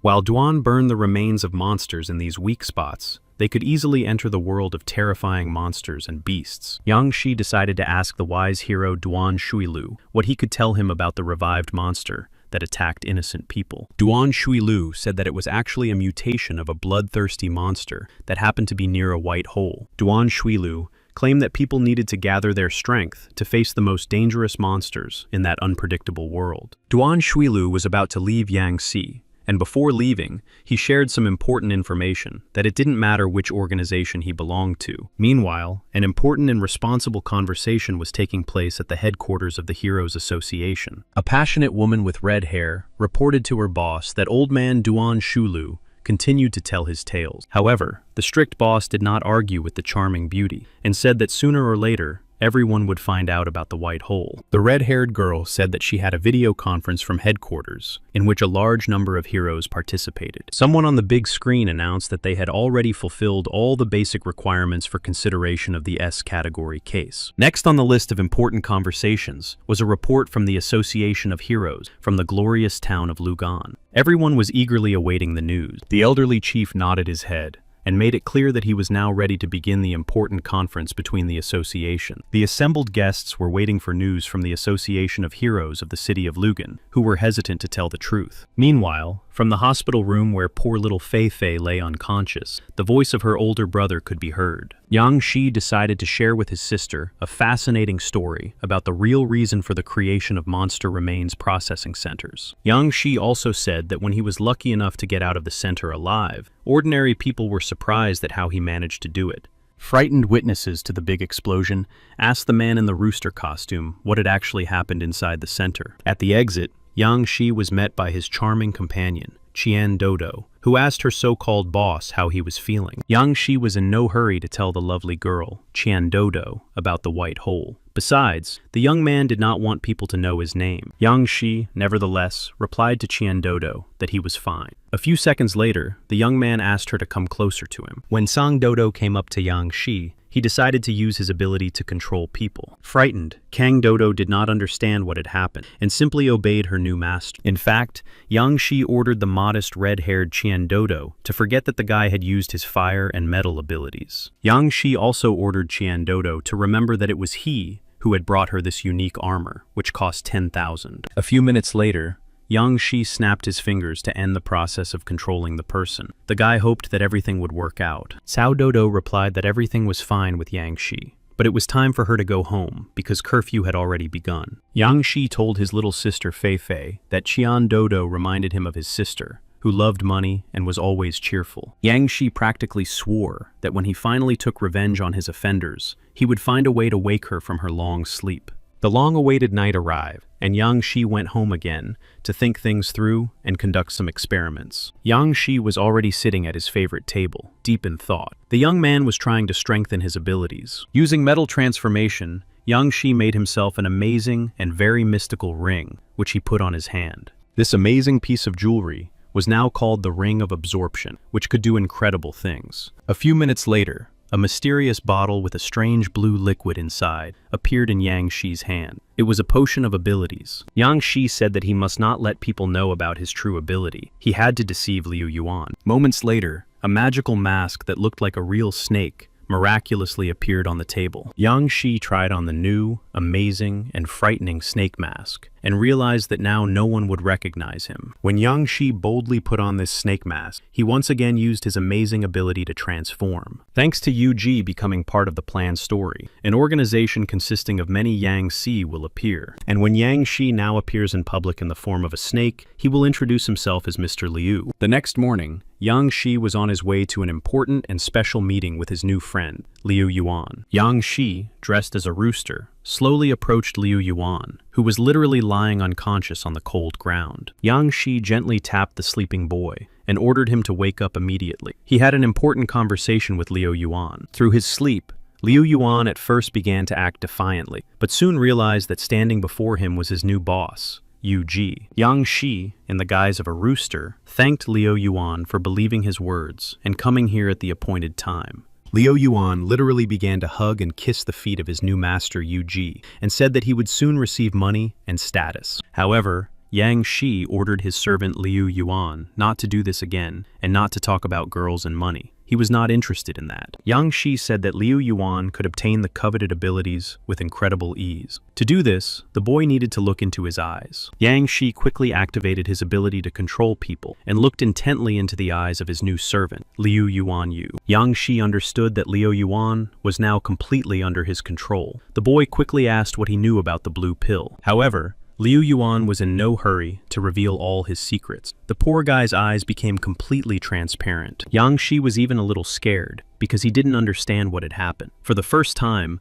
the guy thought that his mind control ability had failed. Yang Shi ordered Liu Yuan to slap himself, but the boy continued to sit in place. He thought that maybe he already had the ability. Yang Shi stretched out his hand and placed it on Liu Yuan's forehead, who continued to sit in place. He used a mental attack. Yang Shi thought that last time, Liu Yuan didn't attack him when there was a fight in the bar. It didn't seem like he had any abilities. In any case, Yang Shi would now try to take Liu Yuan's abilities away. The guy put his hand on the immobilized man again. After a few seconds, Yang Shi realized that his new servant, Liu Yuan, did indeed have some kind of unique talent. The extraction process was almost complete, and soon a small green ball appeared in Yang Shi's hand. Yang Shi closely examined Liu Yuan's gift and realized that the boy had the ability to revive himself one day after his death. Naturally, Yang Shi kept this ability for himself, as this amazing gift could change the course of upcoming events. Soon, Yang Shi decided to insert into Liu Yuan's body the pearl he had stolen the day before from the Monster Remains Processing Center. A few minutes later, Yang Shi decided to kick Liu Yuan again, who was still lying unconscious on the icy ground. Liu Yuan woke up and jumped to his feet, not understanding how he had managed to fall asleep again. The young man asked for the ability again. Yang Shi replied to his faithful companion, Liu Yuan, that he was just very tired. The master handed the boy the ring. Yang Shi said that this amazing ring was created by an organization of heroes and was capable of stealing the abilities of others. Yang Shi also handed Liu Yuan a bottle of blue liquid, and said that this medicine gave ordinary people the opportunity to become heroes. Liu Yuan looked at this miraculous elixir with surprise, and asked Yang Shi if he was deceiving him. Liu Yuan thought that perhaps he was holding real poison in his hands. However, the young man did not think twice, and was about to drink the contents. A few seconds later, the naive Liu Yuan had practically drained the bottle of blue medicine. After taking the last sip, Liu Yuan strangely decided to get rid of the medicine and smashed the bottle into tiny pieces. Liu Yuan's eyes gradually began to fill with red liquid, and soon the boy felt an unexpected dizziness. A moment later, poor naive Liu Yuan found himself kneeling before Yang Shi again, and now he was experiencing incredible pain. Yang Shi, in the form of a powerful rooster, closely watched the effects of taking this mysterious medicine. Liu Yuan screamed in unbearable pain and said that his whole body was literally on fire. Gradually, his face became covered with hair. In fact, Yang Shi did not tell Liu Yuan that what he had just drunk was not medicine at all. It was Yang Shi who was remotely controlling his new gift. Liu Yuan continued to change before Yang Shi's eyes and gradually turned into a vicious monster that resembled a wolf. Frightened, Liu Yuan examined his new hairy body and realized that he had now become a real bloodthirsty monster. A few minutes later, a giant hungry beast with bright red eyes appeared before Yang Shi. Yang Shi replied that from now on, Liu Yuan had become a real werewolf and could now transform into a vicious beast. Liu Yuan couldn't believe his eyes, but he still expected more. The guy said that his brother could turn into a dragon. Yang Shi said that Liu Yuan's brother had a Category A gift, while he only had Category E abilities. He was weaker than his relative. The foolish werewolf Liu Yuan did not understand what Yang Shi was saying, and asked what the difference between these classes was. Yang Shi calmed the werewolf Liu Yuan, and said that now he had joined a powerful organization that would later give him enhanced talent. Yang Shi saw how the werewolf Liu Yuan's face became cute and funny.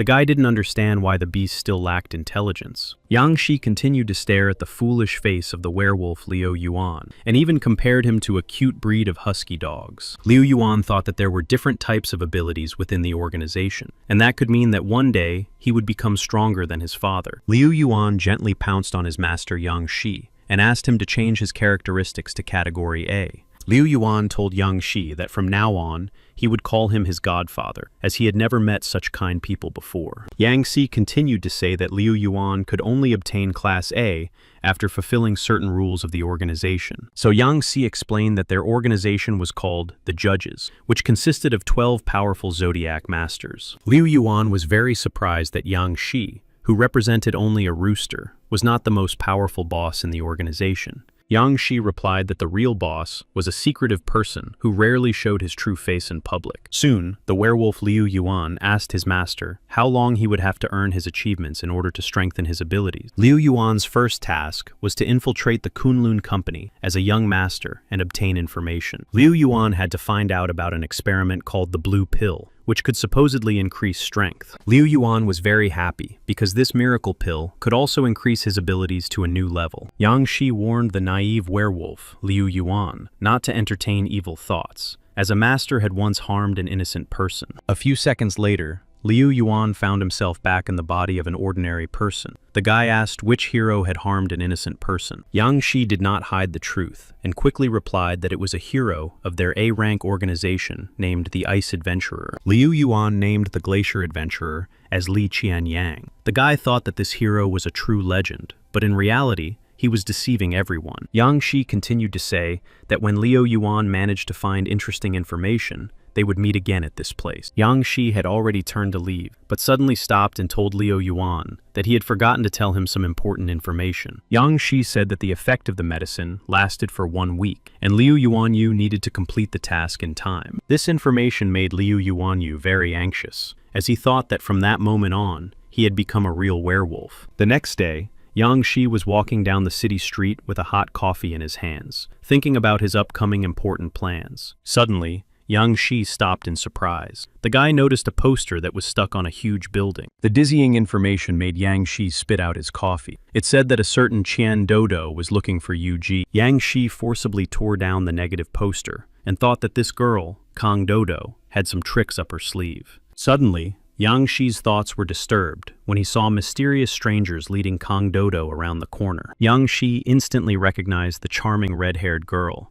and wondered what could have happened to her. Again, the frightened look on Kang Dodo's face indicated that she urgently needed outside help. Naturally, Yang Shi, being a noble savior, decided to follow the mysterious strangers who had taken Qian Dodo around the corner. Cao Dodo stood in front of the 3 strange strangers, who had used force to drag her around the corner. One of the rude strangers began to tell the girl to stop screaming and to hand over the sharp blade to the gentleman immediately. The malicious partner of this insolent gentleman carefully hid his true face behind a black mask. Cao Dodo continued to protest, saying that she had no idea what blade the young master was talking about in their conversation. The evil trio said that Qian Dodo took advantage of their young master's naivety and exchanged the blade for fake jewels. In their conversation, the criminals mentioned a legendary weapon called Muramasa, which was considered an S-rank weapon. Meanwhile, Qian Dodo realized that this Muramasa blade was indeed worth a lot of money and could not give it to the villains. Qian Dodo held tightly to her fragile women's handbag, inside which was the legendary Muramasa blade.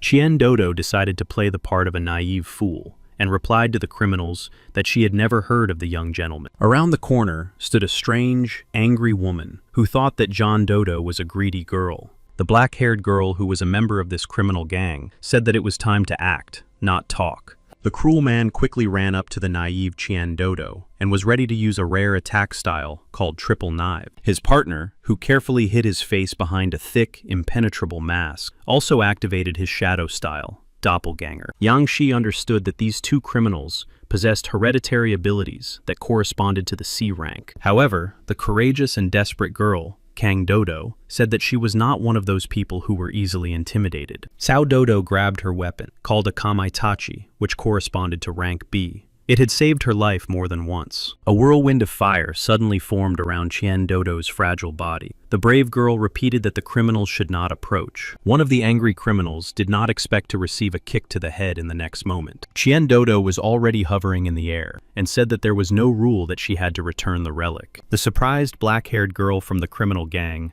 just stood there and watched Sang Dodo. This gorgeous, stunning beauty with dark hair was clearly offended by the insolent Kang Dodo and planned to take revenge. And in the next moment, the lovely hand of this beautiful girl burst into a dizzying blue flame. It turned out that the mysterious stranger possessed an A-rank ability, and soon she turned into a snow woman. Chang Dodo was very frightened when, at one point, real snow began to fall, which clearly was not supposed to happen in summer weather. Yang Shi continued to stand on the corner and watch the negative situation unfold. The guy had to help Tsang Dodo. Using his unique ability to change clothes, Yang Shi instantly transformed himself into the legendary rooster. Meanwhile, the treacherous snow woman was already approaching the frightened beauty Kang Dodo to attack her. Qian Dodo became even more alarmed when she heard her rival summoning a snow typhoon, the outcome of which was unclear. A few seconds later, a dizzying snowstorm formed around the stunning body of the snow woman. Yang Shi was already rushing to her aid, shouting the name of the charming red-haired beauty, Kang Dodo, to himself. Meanwhile, an amazing situation was unfolding on Chongqing Street. Journalists were already broadcasting live and calling on the heroes to engage in battle. The reporters called on the brave heroes to save the innocent Qian Dodo, who begged to be rescued from the cold-blooded snow woman. Poor Chang Dodo was spinning in the air, surrounded by a dizzying snowstorm. Cao Dodo continued to scream at the top of her lungs and beg for her rescue. The red-haired beauty was indeed in great pain. The snow woman decided to take pity on Kang Dodo after all, and asked her if she now wanted to return the thing that did not belong to her. Frightened, Chang Dodo continued to groan in agony and did not rush to answer the provocative question. Qian Dodo finally asked the snow woman if she had lost a silver or a gold blade. The cunning snow woman did not understand what had happened and looked closely at the two sharp blades in Qian Dodo's hands. The cunning and angry snow woman grew tired of listening to Kang Dodo's empty chatter and literally froze her legs. After a few seconds, the snow woman ordered Qian Dodo to be more honest. Otherwise, she would freeze her completely. However, the brave Qian Dodo replied that she had obtained these unique artifacts solely through her own skills. Qian Dodo actually became very bold when she saw that Yu Ji was already standing behind the snow woman. She threw the blade at him. Yan Shi certainly expected to receive such a magnificent gift from his girlfriend. The young man grabbed the sharp blade and held it tightly. Yang Shi was greatly disappointed when he closely examined the mysterious weapon. It turned out that no one needed it. Sang Dodo shouted to her comrade Yu Ji that she would never have thought that people would chase after her for this ancient weapon. The snow woman looked around for her partners and ordered them to grab these allies and take the coveted blade. A few seconds later, several so-called ninjas appeared around Yang Shi, carefully hiding their faces behind dark masks. The cunning criminals first carefully assessed their opponent and did not rush to attack without a plan. And yet, one of the cruel criminals decided to throw his sharp star at Yang Shi and shouted for the guy to taste it. Meanwhile, Yang Shi held this mysterious sharp blade in his hands, which gradually absorbed the mental power of its new owner. After a while, Yang Shi understood the secret meaning of this powerful blade. Now the boy's body moved on its own. Yang Shi's arms and legs deflected the approaching stars from the treacherous ninjas with lightning speed. When Yang Shi realized what he had just done, it was too late. One of the ninjas had already lost his life. Yang Shi was very frightened because he clearly did not want to immediately take the life of this ninja, who had only thrown a few stars at him. Meanwhile, a mysterious attacker was already sneaking up on Yang Shi, holding a sharp knife in his hand. Naturally, Yang Shi's body reacted to the impending attack on its own, and the poor attacker received a fitting rebuff. In addition,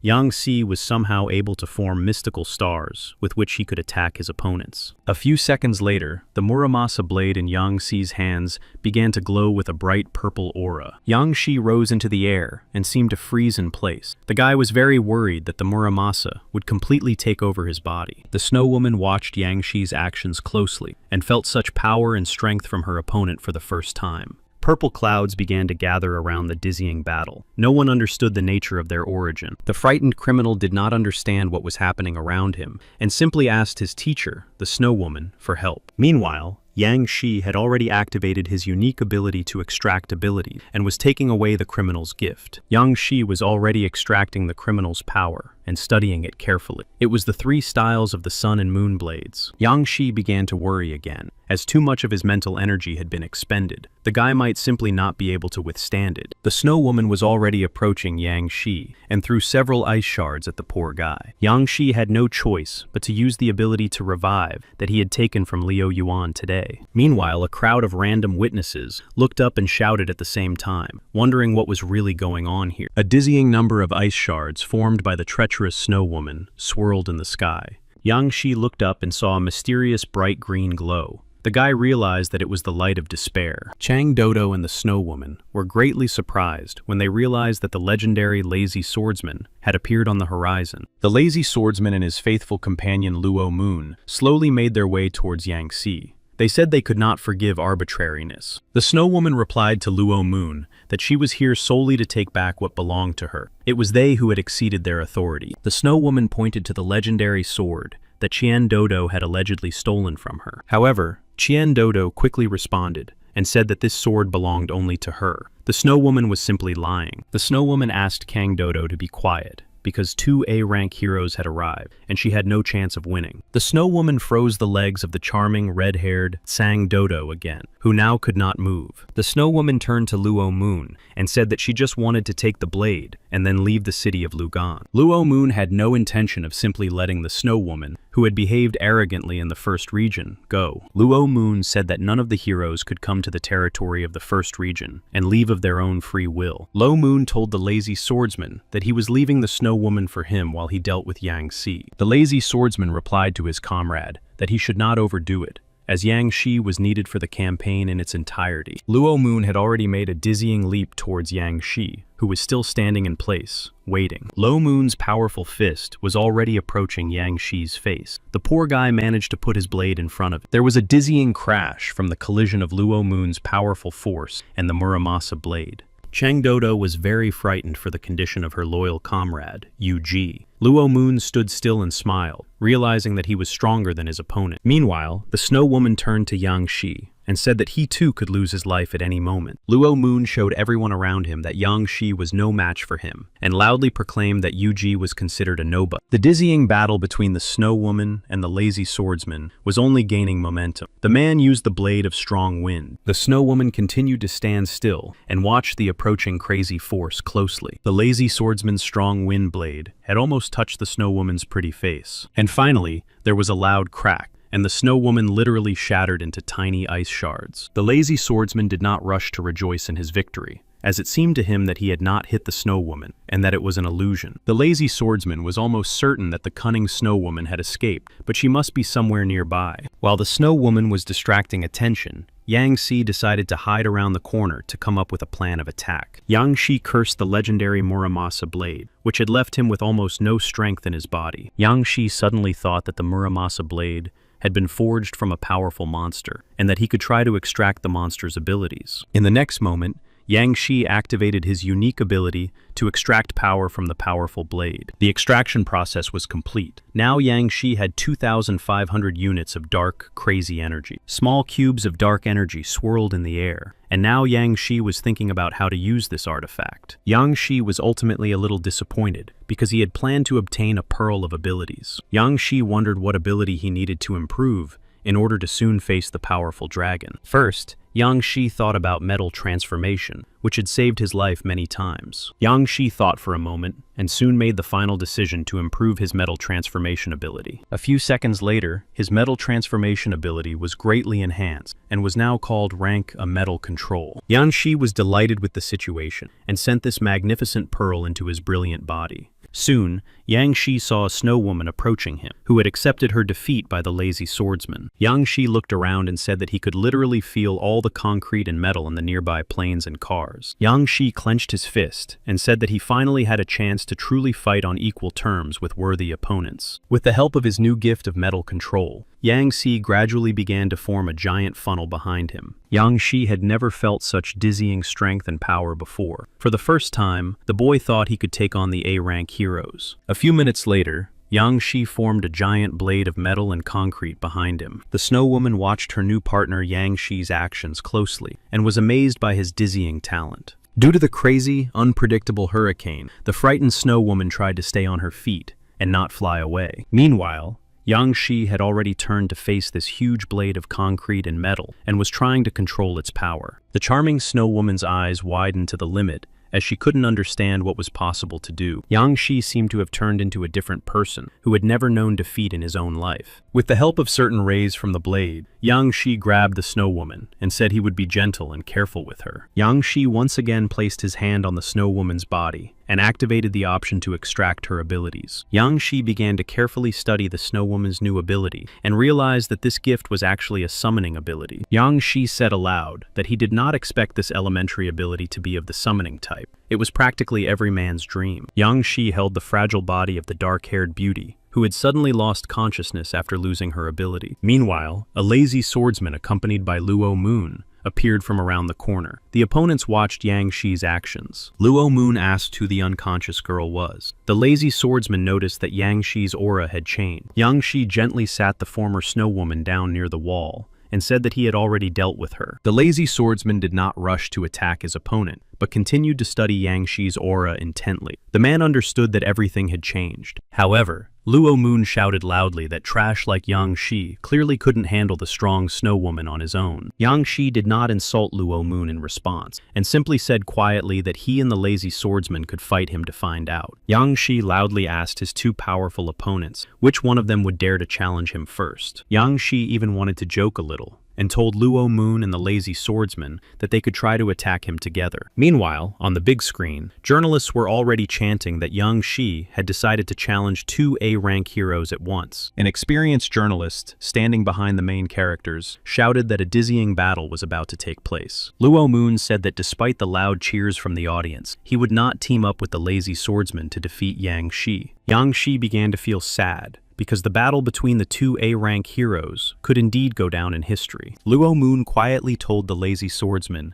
that in order to defeat his opponent, he must first understand him. The lazy swordsman noted that the ring on Yang Shi's hand was too strained, and that thanks to it, his opponent could extract the talents of other heroes. The lazy swordsman stepped forward and asked his comrade Luo Moon not to worry, as he wanted to see how Yang Shi defeated the Snow Woman. The lazy swordsman told Yang Shi that if he ultimately succeeded in winning the battle, he would then have to fight the dragon. Before the dizzying battle, Yang Shi decided to cross his fingers so that luck would ultimately remain with him. And finally, the lazy swordsman made an amazing leap upward to deliver his crushing blow. Yang Shi remained standing still as the blades of the three swords approached him at lightning speed. In an instant, Yang Shi formed a fiery shield to cope with this dizzying attack from the lazy swordsman. Naturally, the terrible collision between Yang Shi's defense and the lazy swordsman's blow produced a piercing, strange crack. A few seconds later, Yang Shi was already behind the lazy swordsman, who had lost sight of his powerful opponent. Yang Shi swung hard to strike the lazy swordsman on the head, but the A-rank hero managed to raise his sharp sword. The moment Yang Shi's fiery hand collided with the lazy swordsman's sword in the air, he carefully observed his opponent's aura. The lazy swordsman guessed that Yang Shi was trying to control his sharp, legendary blade, but that was not to be. Once again, there was a dizzying crack and a crash from the crushing blow. Yang Shi watched his opponent closely. After a few seconds, Yang Shi finally landed on his feet and even crouched down a little from exhaustion. Yang Shi put up a fire shield and thought that the lazy swordsman's sword was made of monster materials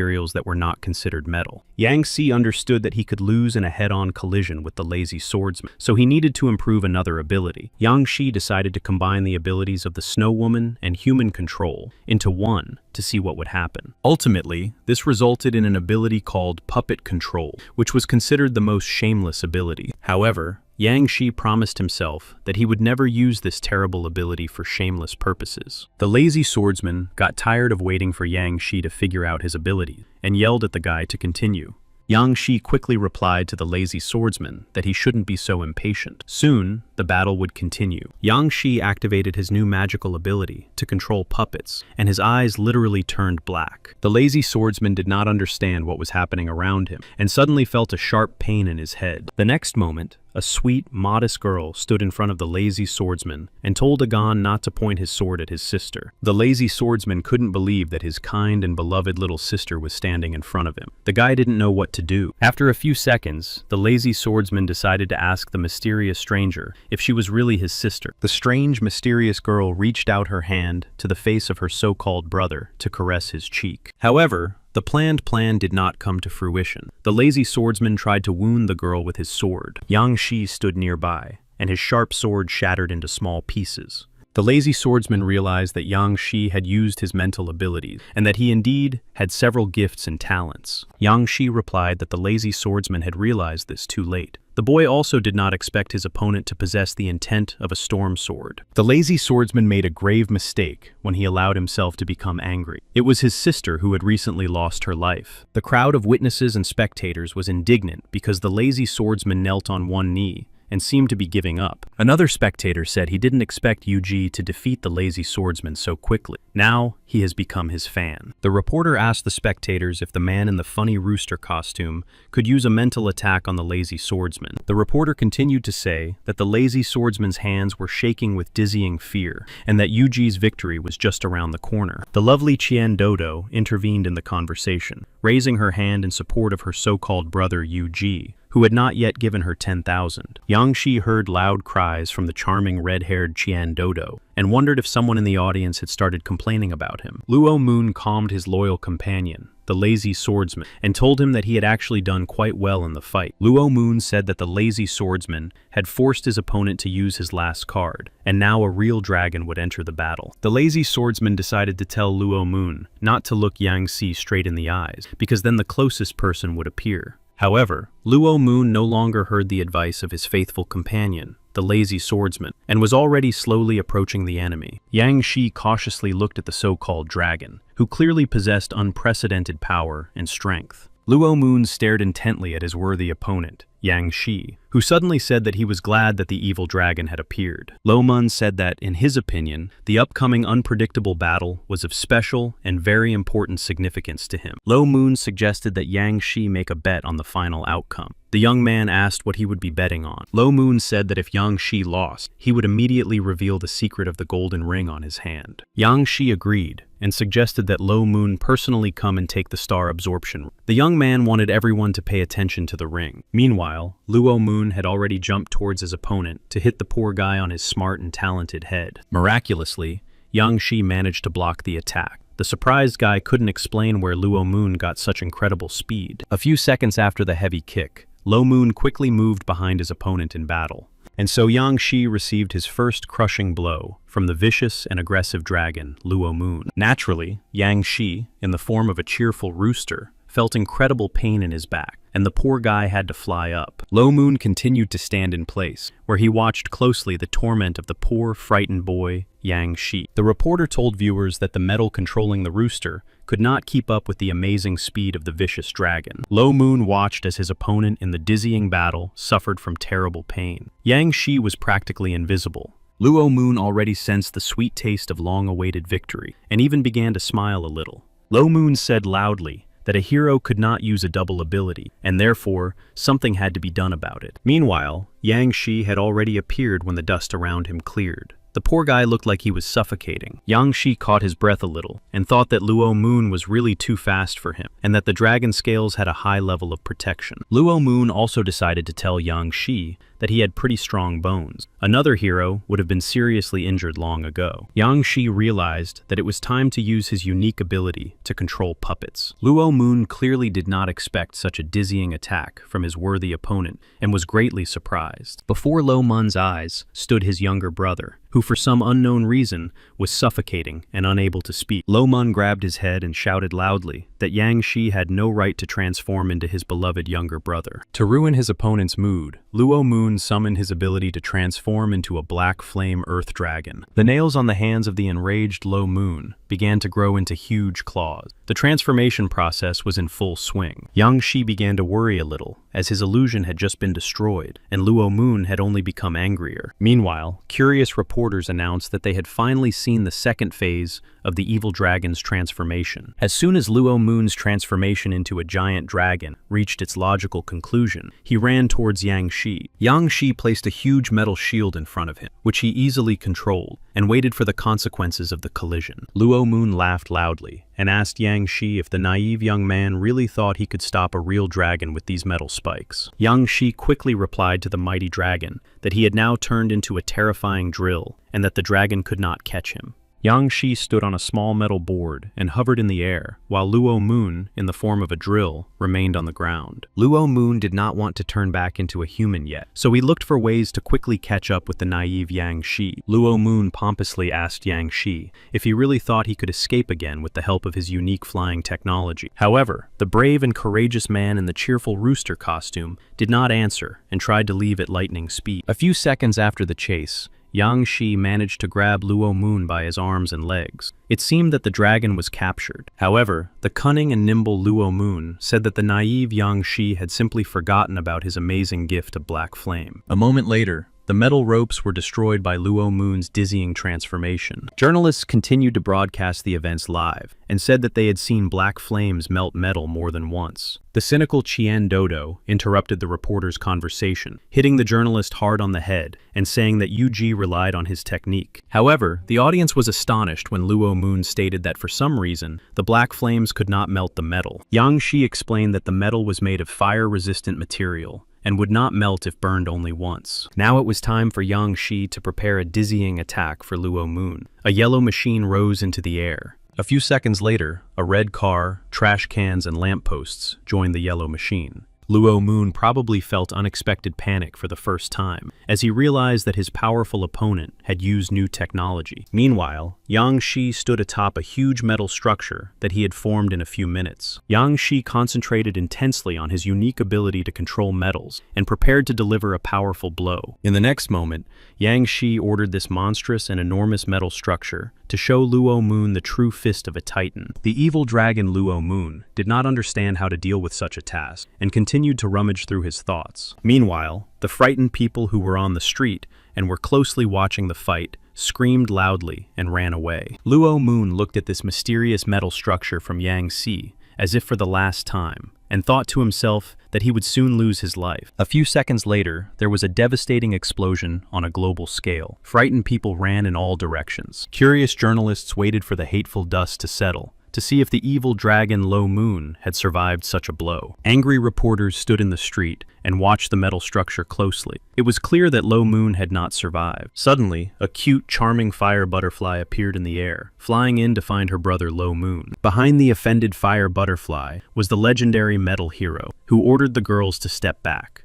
The metal hero approached the edge of this dizzying metal structure to find Luo Moon. Lasers formed from the eyes of the powerful metal hero, which he planned to use to destroy the structure. After a few seconds, the huge metal structure began to crack and make strange noises. The curious people who had gathered again to watch the battle cheered when the metal hero appeared on the horizon. When the dust finally settled, the lazy swordsman appeared in the company of his faithful companion, the evil dragon Luo Moon. The lazy swordsman announced that he had ultimately managed to stay alive, thanks to the power of the Wall of Breath. The metal hero decided to calm his student, the lazy swordsman, and said that everything was fine as long as he was alive. A charming fire butterfly interrupted the conversation and asked the lazy swordsman if he needed help. The lazy swordsman turned his head to Luo Moon, who was lying unconscious on the ground. This hero needed medical attention. After the metal structure fell on the evil dragon, Yang Shi returned home to regain his strength and energy. Yang Shi took a mysterious vial of medicine in his hand to heal his numerous wounds and injuries. Yang Shi felt incredible pain in his left side and thought that Luo Moon had shown no mercy and had struck with all his might.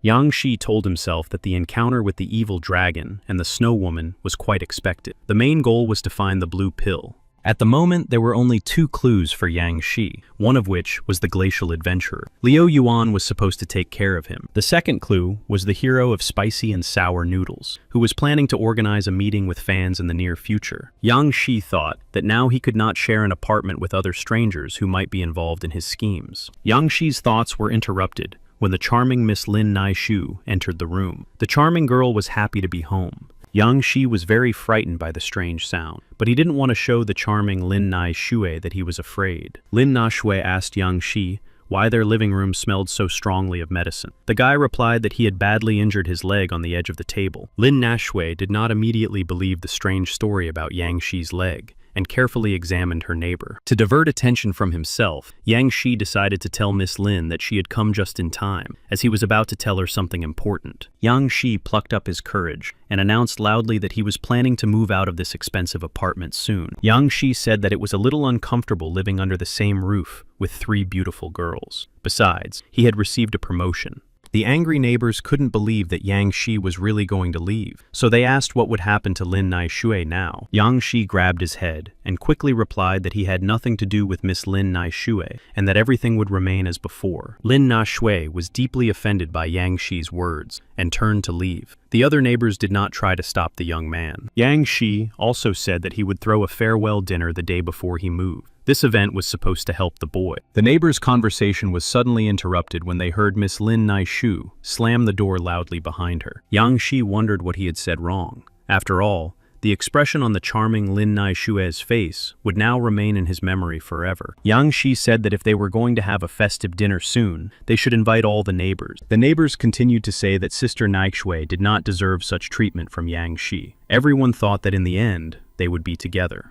The neighbors went to their rooms and said they would come to dinner after Yang Shi had repaired his relationship with Lin Naishui. Yang Shi thought about how he really felt about Lin Naishu. The guy was really in love with the charming beauty. Yang Shi approached Lin Naishue's room and knocked loudly on the door. The guy was very nervous about the important conversation. From the room came the beautiful female voice of Lin Naishu, who said that the door was unlocked and he could come in. With an uncertain movement, Yang Shi opened the door to enter Miss Lin Naishue's room. The young man was searching for words in his head. Meanwhile, the attractive Lin Naishue was lying on the bed, staring at the wall and pretending to be deeply offended. Yang Shi had no choice but to loudly and clearly ask the stunning beauty for forgiveness. An angry Lin Naishue asked the young man why he was apologizing, since he had said that there was nothing between them. Lin Naishue turned to Yang Shi to look him in the face. The beauty asked the guy loudly what he didn't like about her past. Yang Shi continued to look at the attractive Miss Lin Naishue, and again chose the right words so as not to offend the girl.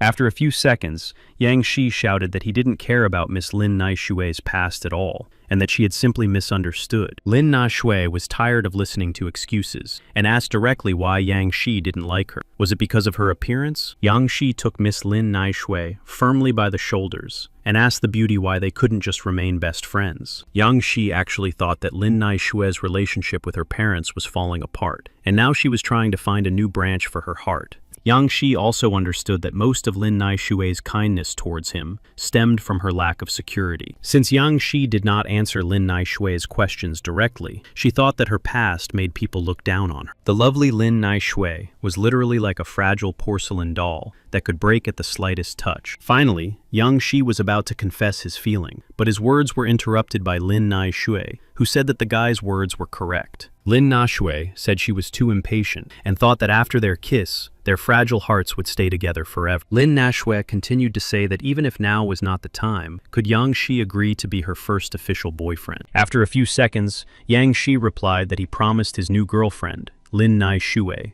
that he would try to make her happy. Meanwhile, a frightening and dizzying scene was unfolding in the ice adventurer's house. After an amazing evening that was literally overflowing with a variety of alcohol, the ice adventurer lay down on the bed. Liu Yuan, who was trying to carry out the task given to him by his godfather Yu Ji, was closely watching the ice adventurer's actions. As soon as the glacial adventurer finally passed out after another bottle, Liu Yuan rushed over to search him. A few seconds later, Liu Yuan discovered a wallet, a communicator, and some strange, unidentified object. The situation got out of control when the ice adventurer suddenly woke up and asked Liu Yuan what was going on. Liu Yuan had to come up with an original excuse so as not to get caught. The poor guy began to rack his brains. After a few seconds, Liu Yuan replied that he was actually searching the ice adventurer's pockets for a lighter. The ice adventurer handed his lighter to his friend Liu Yuan and asked him where the cheerful girls had gone. Liu Yuan replied that the cheerful girls were waiting in the next room. The guy asked the ice adventurer who he liked this time. After several hours of fun, the ice adventurer finally passed out completely, and now Liu Yuan was looking for something specific. Soon, Liu Yuan finally found the mysterious box that the glacial adventurer had carefully hidden from him. Liu Yuan took a small cube out of this mystical box, which emitted a very familiar smell. The guy didn't understand what he was holding in his hands. Liu Yuan barely restrained himself, as he really wanted to eat this strange little blue cube, but he was still afraid of the consequences. Liu Yuan began to ponder, in his not-so-bright mind, what this little cube could be. Soon, an original idea came to Liu Yuan's mind, that inside this blue cube was the very coveted blue pill. Poor Liu Yuan's thoughts were interrupted when a dizzying bang and crash sounded in the next room. Liu Yuan was very frightened and thought that Li Chanyang had gone wild in the company of a cheerful, exotic girl. Liu Yuan saw no other way out but to take one cube out of the precious box and hide it on himself. Liu Yuan thought that his back pocket would be just right for hiding the precious little blue cube. Liu Yuan soon knocked on the door of the room from which a terrible rumbling and banging had just come, to see if everything was all right with Li Chanyang. The ice adventurer did not understand why his loyal comrade, Liu Yuan, was distracting him at such an important moment. Liu Yuan tried to look around the room, to analyze what the glacial adventurer had just been doing there. Liu Yuan paid particular attention to a mysterious object in the middle of the room that was completely wrapped in blue bandages. Liu Yuan gradually realized that inside these blue bandages was one of the cheerful exotic girls. The ice adventurer said in a quiet voice that the attractive girl had accidentally lost her life. Liu Yuan tried to calm his agitated comrade Li Qianyang, who was already about to run away. The people in the company had to figure it out. The ice adventurer was already hastily leaving the room, from which Liu Yuan's head was sticking out, asking him to take care of himself. Liu Yuan was not worried about the poor, lonely girl at all. He thought that the ice adventurer might have noticed the absence of the blue cube. Meanwhile, the ice adventurer was already going down the stairs to the parking lot and approaching his expensive car. The ice adventurer was already holding the mysterious box in his hand, which he was about to throw against the wall. A few seconds later, Li Chanyang threw the mystical box against the wall in the parking lot. Small blue cubes scattered in all directions. The glacial adventurer stared at the malicious box with a furious look and said that after taking them, he had lost control of his power. The frightened glacier adventurer began to worry again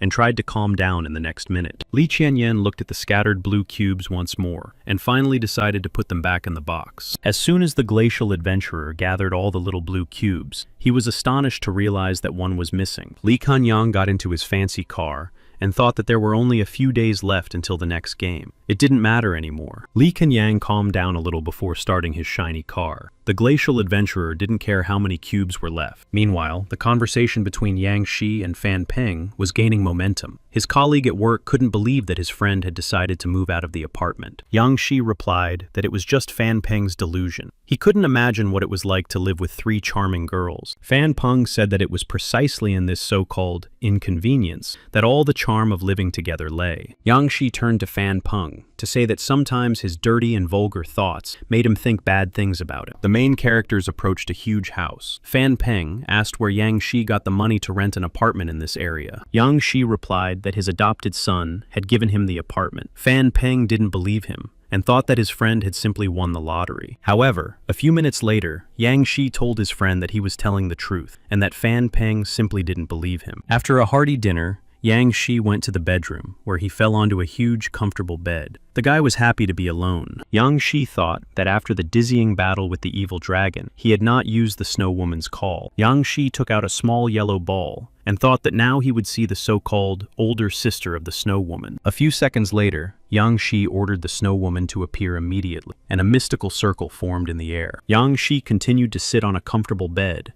and controlled the dizzying process with his powerful hand. A few minutes later, Yang Shi saw the strange, pointed ears of a mysterious stranger who had formed from a bright glow. The eyes of the lovely, modest stranger were bright red, which greatly excited Yang Shi. It was the first time the guy had seen such a girl. Yang Shi's surprise knew no bounds when he finally looked at the result. Standing before Yang Shi's eyes was Loli, who blushed with embarrassment at a certain moment. The girl called him her new master. Yang Shi also noticed the mysterious Loli's peculiar clothing and her cute, modest shoes. A few seconds later, the window in the room where Yang Shi was sitting was completely covered in frost. It became incredibly cold. Yang Shi wrapped his arms around himself as he felt an incredible sensation of cold. The guy didn't understand why the temperature had dropped so quickly. Meanwhile, Snow Loli asked her new master if he was all right. The guy asked her not to come near him. Snow Loli introduced herself as Snow. She said she would never harm her master, and that he didn't need to worry so much. Yang Shi asked Snow why the temperature in the room had dropped so quickly and how to fix the situation. A few seconds later,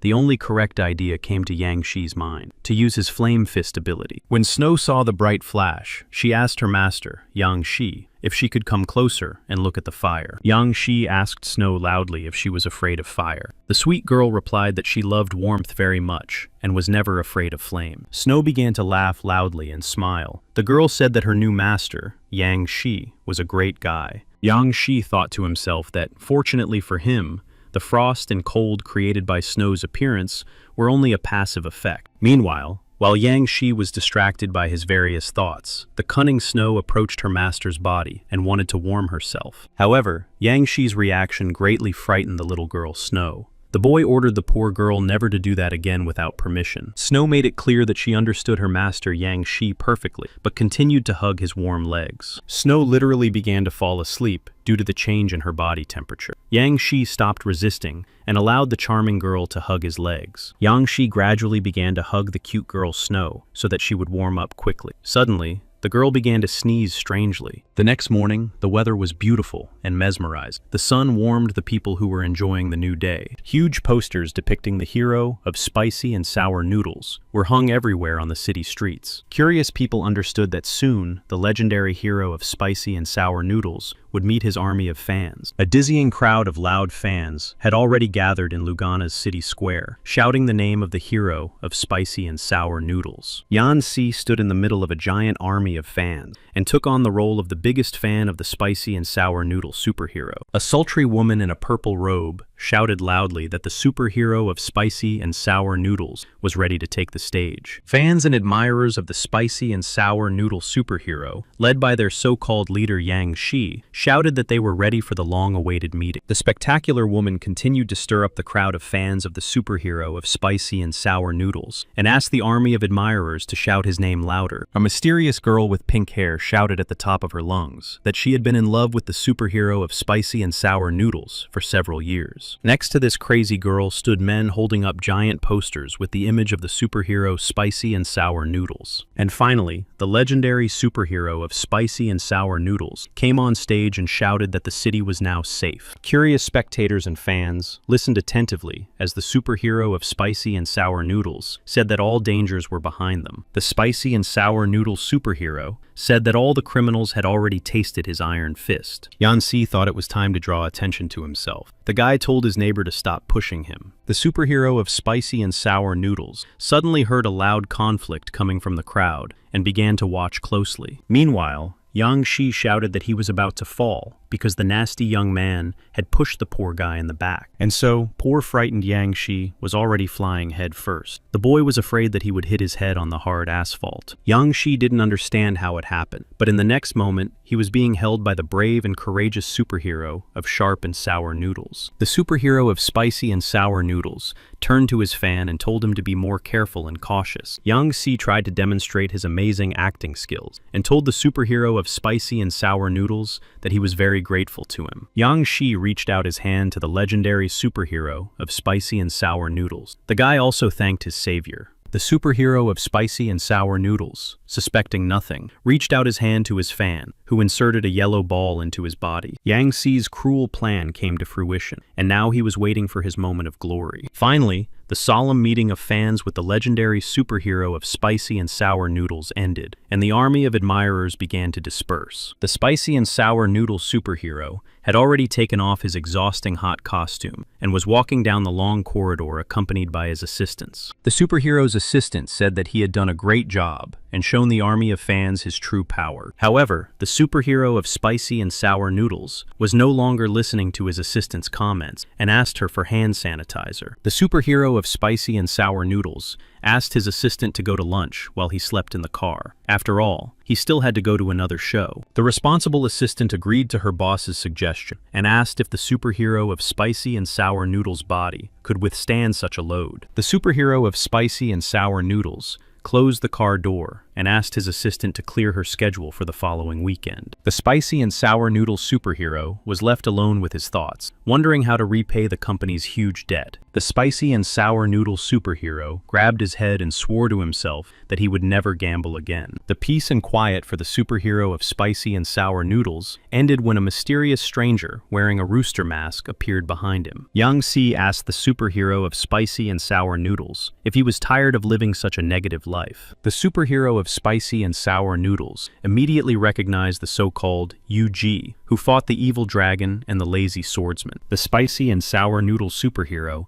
asked UG how he had magically ended up inside his fancy car. Yang Shi told his interlocutor that now there was a pearl with abilities in his body, and he could know his location. Yang Shi decided to calm the excited superhero of spicy and sour noodles, and said that he had come here to ask some important questions. The superhero of spicy and sour noodles replied that he was not afraid, and despite the fact that he was in the same company, he had certain goals. Yang Shi asked the spicy and sour noodle superhero to first look closely into his beautiful eyes. The guy turned on his puppet control. Naturally, the look in the eyes of the spicy and sour noodle superhero immediately changed, and now he was completely under Yang Xi's control. A few seconds later, Yang Shi opened his eyes and found himself in complete darkness, which represented the inner world of the superhero of spicy and sour noodles. After a while, Yang Shi noticed several images with memories from the life of the superhero of spicy and sour noodles. Yang Shi guessed that these were memories from the past, and he needed answers to his questions about the blue pill. And finally,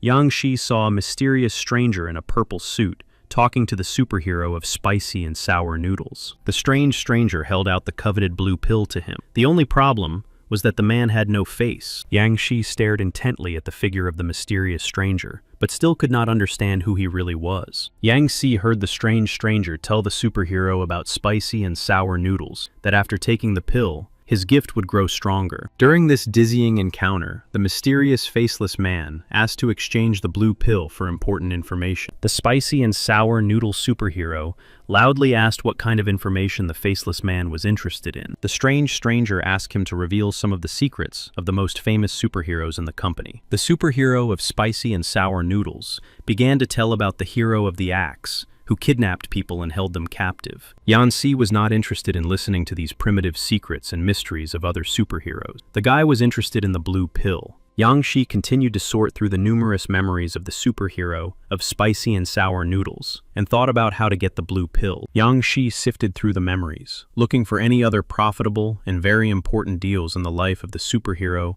of spicy and sour noodles. Yang Shi desperately wanted to find a second or third meeting between these two villains, but his attempts ended in failure. Finally, Yang Shi managed to find an important clue. The faceless man asked the superhero of spicy and sour noodles who this UG was. The superhero of spicy and sour noodles replied that UG not only mocked the chairman's son, but also defeated the evil dragon. The mysterious stranger asked the spicy and sour noodle superhero if he knew anything about his abilities. The long-awaited meeting between the stranger and the spicy and sour noodle superhero took place in a parking lot near an expensive car. The strange, faceless stranger ordered the spicy and sour noodle superhero to tell him everything he knew about the so-called UG.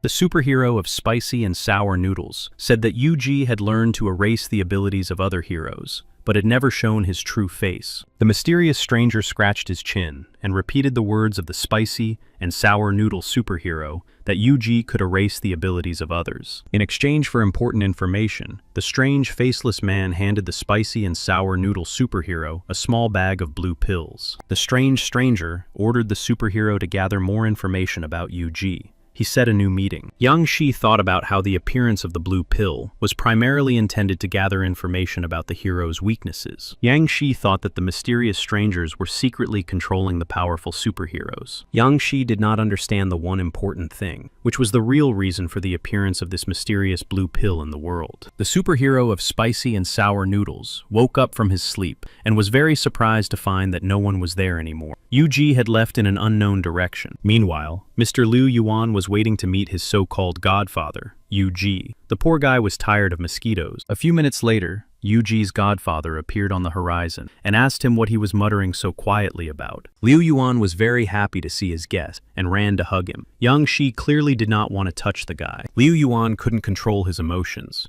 so in the next moment he began to smile and say that he was doing his best. Liu Yuan handed Yang Shi a box containing a small blue cube. The guy said he had taken it from Li Qianyang. Yang Shi broke the cube open to reveal the coveted blue pill. Its size and color resembled that of the sharp and sour noodles. Liu Yuan said that because of this mysterious pill, Li Qianyang had taken the life of an innocent girl. The consequences were nightmarish. Yang Shi said that these cruel superheroes were willing to do anything for power and strength. They were not afraid of side effects. Liu Yuan agreed with his godfather. Yang Shi asked the boy who could truly be called a hero. Liu Yuan did not rush to answer this very difficult question, as Yang Shi was probably just testing him to show the results to his immediate superior. Liu Yuan put his hand on his chest and said that the more power a person has, the more responsibility they must bear to the masses. Yang Shi thought he had acted very foolishly, because now Liu Yuan had simply copied a phrase from some action movie. Yang Shi handed Mr. Liu Yuan a mysterious flask with red serum that would change his abilities to category D. However, this joyful news did not make Liu Yuan happy at all, as he had hoped for a completely different outcome to the situation. Yang Shi said that Liu Yuan should improve his skills slowly. You can't get the desired result instantly.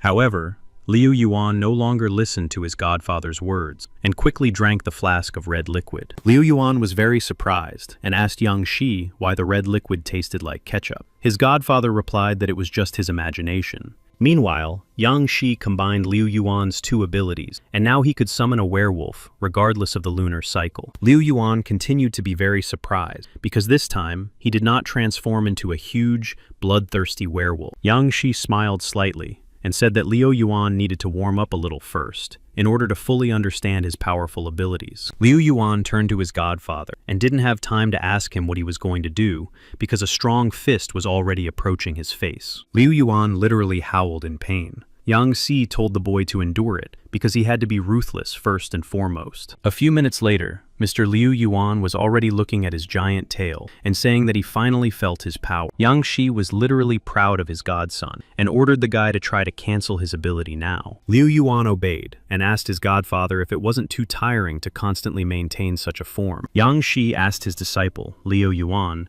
to continue gathering important information about the blue pill. Meanwhile, Liu Yuan had already transformed into an ordinary person. The young man knew that those who took these pills were unstable. Yang Shi said that in the second task, Liu Yuan also needed to gather information about heroes who were involved in very bad deeds. Liu Yuan took himself by the shoulder and swore that he would complete his godfather's next task. The boy was truly grateful for the care. Yang Shi said that after they found these heroes, they would turn them into raw materials. Liu Yuan didn't understand why some heroes weren't important. Yang Shi was about to leave Liu Yuan and said that he was going to absorb every ability of the unjust heroes. Yang Shi flew away on a metal board and said that his disciple had worked hard to improve his skills to rank C. Yang Shi flew over the calm, quiet sea. The view of the crystal clear water from above was breathtaking. Yang Shi continued to fly on the metal board, which now resembled a surfboard. Yang Shi took off his rooster mask and thought that the empty, deserted beach was the perfect place for the snow woman to practice. A moment later, Yang Shi raised his hand and activated the snow woman's call. A mysterious orange hole formed in the sky, and then the cheerful, sweet girl Snow ran at lightning speed toward her master, whom she missed dearly. Yang Shi asked Snow to stop showing her affection and forced the innocent victim to engage in a training fight with him so that he could study her. Snow said she didn't want to hurt her beloved master. Yang Shi said that she was unlikely to succeed. In that case, Snow replied that she was ready to launch a dizzying attack. Yang Shi had to prepare seriously. Yang Shi smiled slightly, so as not to show Snow that he actually considered her too weak for his abilities. A giant snow whirlwind gradually began to form around the pretty girl, which would eventually bring her victory. A few seconds later, a mysterious, mystical black hole appeared in the night sky, from which small snowflakes slowly fell. Yang Shi thought for a moment and tried to study the dark hole closely. Soon, the boy realized that he could be seriously injured. The fact was that a strange paw of a huge beast of unknown origin began to emerge from this mysterious black hole. And then, a few seconds later, a huge, angry toad was staring at Yang Shi, clearly wanting to kill him. Yang Shi examined the terrifying beast and realized that it was an overpowered frog. It was a D-rank monster invasion, But the surprises didn't end there, as a predatory unicorn that could run on water soon appeared on the horizon. The danger was that these two powerful monsters were quickly approaching the sweet, modest girl Snow, who was still unaware of anything. A few seconds later, the frightened girl Snow turned her head and saw these terrifying, merciless monsters. The face of the modest girl Snow changed beyond recognition as the poor thing saw such huge predators from another world for the first time. The brave girl Snow did not wait for the bloodthirsty predators to attack her, and quickly flew into the air. Meanwhile, Yang Shi was already rushing to the aid of the frightened, sweet girl Snow on his metal board. Yang Shi was approaching the frightened girl on his flying metal board when suddenly a bright light illuminated him. Yang Shi was very surprised because he did not understand what had lit up the night sky near the sea so brightly. The boy tried to peer into the glow. Finally, the glow faded and a kind of snow shield formed through which nothing could be seen. In front of Yang Shi, a charming, bright beauty hung in the air, who just a few minutes ago had called herself the cute girl Snow. The brave Snow Woman turned to the two predators who were trying to attack her and asked them if they were going home. The moon in the night sky illuminated everything around them perfectly, so the main characters could clearly see where the terrifying monsters were. The pumped-up frog looked up at the sky and tried to answer the Snow Woman in human language, but the beast couldn't do it. The brave Snow Woman continued to hover in the air and watched the actions of the pumped-up frog closely. Meanwhile, the pumped-up frog also looked at the Snow Woman and croaked in its language, which no one understood. The Snow Woman grew tired of listening to the incessant croaking of the bloodthirsty predator and tried to figure out what to do next. Suddenly, Yang Shi flew up to Snow on his metal board and noted that the girl had grown noticeably. Snow turned to her master and quickly replied that this appearance was actually her combat uniform. Yang Shi did not hide his embarrassment, as he clearly liked this female combat uniform as a man. A moment later, the Snow Woman Snow fired several ice shards at the nasty pumped-up frog. Upon reaching their target, the ice arrows turned the huge, pumped-up frog into a solid giant piece of ice. Yang Shi asked the Snow Woman Snow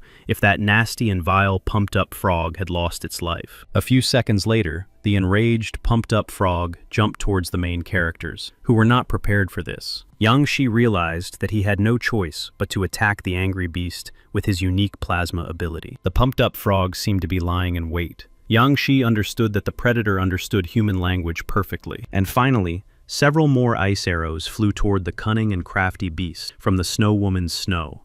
The pumped-up frog quickly noticed the ice arrows approaching and started to run. Snow received the order to stop the beast. Finally, the ice arrows from the Snow Woman's Snow hit their target, and the overpowered frog was seriously wounded. Yang Shi noticed how Snow, the Snow Woman, had stopped such a bloodthirsty D-rank predator too quickly. Yang Shi had no intention of showing mercy to the overpowered frog, so he directed plasma beams at the beast. Once again, the attacks from the main characters hit their target. It was obvious that the pumped-up frog would soon lose its life. Yang Shi slowly and confidently approached the overpowered frog, lying on the cold ground to take its abilities. Yang Shi started the process of extracting the ability from the immobilized monster and began to study it closely. It was an amazing D-rank ability called physical training. The Snow Woman Snow turned to the master. Yang Shi interrupted Snow and said that he understood perfectly well that they had lost someone because of the pumped-up frog. Yang Shi, accompanied by the stunningly beautiful Snow Woman, asked in unison where the legendary horse had gone. Yang Shi clearly did not like Snow's answer. The gorgeous girl replied that the unicorn had most likely headed for the city. Yang Shi ordered Snow to quickly follow the predatory unicorn. The guy noticed that something was wrong with the charming girl. Snow said she had left her body for a short time, and now her master, Yang Shi, was trying to regain control. Snow Woman Snow said that it was unfair. She said her name was Lin Nai, and that she did not identify herself with the Snow Girl. Yang Shi was a little shocked by Lin Nai's dizzying statement. Now the guy didn't know how to treat her. Lin Nai grabbed poor, confused Yang Shi by the neck and said that he would not be able to control her body. She had to be first. Yang Shi didn't understand anything, so in the next moment, the seductive beauty Lin Nai approached him to kiss him. Lin Nai was unable to kiss Yang Shi, because a second later, the long-legged beauty turned back into the cute girl Snow. Yang Shi knelt down to look into the frightened eyes of the girl Snow and asked her what her complaint was. The naive, poor girl Snow stood before her lord and master and said nothing. The poor thing didn't even hear the question. Yang Shi rested his hand on the frightened Snow's icy cheek and asked if she remembered what had happened a few minutes ago. Little Snow quickly replied that she didn't remember anything and asked Yang Shi if they hadn't been training hard. Yang Shi instantly realized that the cute girl Snow had two personalities that were not connected by a common memory. In the next few minutes, Snow asked her master Yang Shi to hug her tightly. The girl called herself Xiao Yue for the first time. Yang Shi blushed again with dizzying shame, and thought that both Snow White beauties liked him at the same time. A few seconds later, Xiao Yue said she felt very sleepy. Yang Shi told his student to hurry back and get some rest. Xiao Yue quickly agreed to her master Yang Shi's suggestion, and said she would miss him very much before leaving. Suddenly, a bright light shone around the pretty girl Xiao Yue's body, and in the next moment, the poor girl disappeared. Yang Shi was already looking at the city, located near the sea.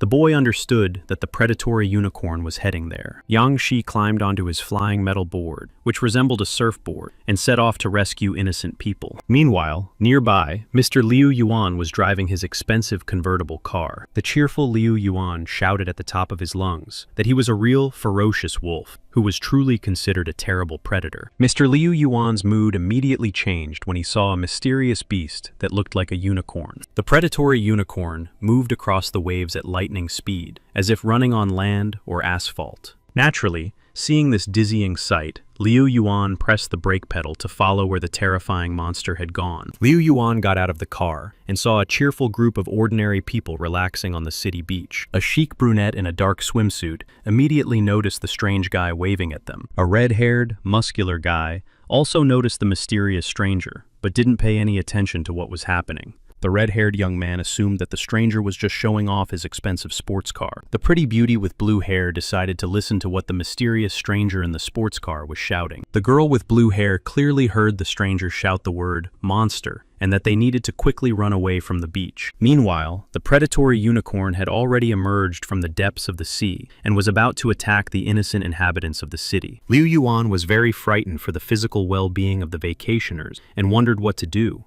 Maybe he could save them after all. Liu Yuan ultimately ran quickly to help the frightened people and said that he had clearly not been so responsive before. The girl with blue hair was already in the sea and was screaming for her boyfriend Hua Hua to come to her rescue. A few seconds later, her old friend, nicknamed Chubby, came to the rescue of the frightened girl with blue hair. The courageous Chubby was the only one of the group of vacationing tourists who was not afraid to help the girl. He brought the poor girl a log. This beautiful girl with blue hair was named Lulu. Chubby was glad that his friend was okay. Lulu asked her friend to grab the log as well. Chubby said that for Lulu's sake, he was ready to literally fight this monster in a fair fight, just so she would stay alive. In the next moment, Pooh's promise came true. The predatory unicorn grabbed the poor girl by the arm. Lulu held onto the log and tried to call for help, hoping to save Pooh from the unicorn's clutches. Lulu kept screaming at the top of her lungs so that someone would eventually hear her cries. The girl tried to save Puchliash. Only a few seconds later, Puchliash and the bloodthirsty predatory unicorn disappeared under the water of the sea abyss. The next moment,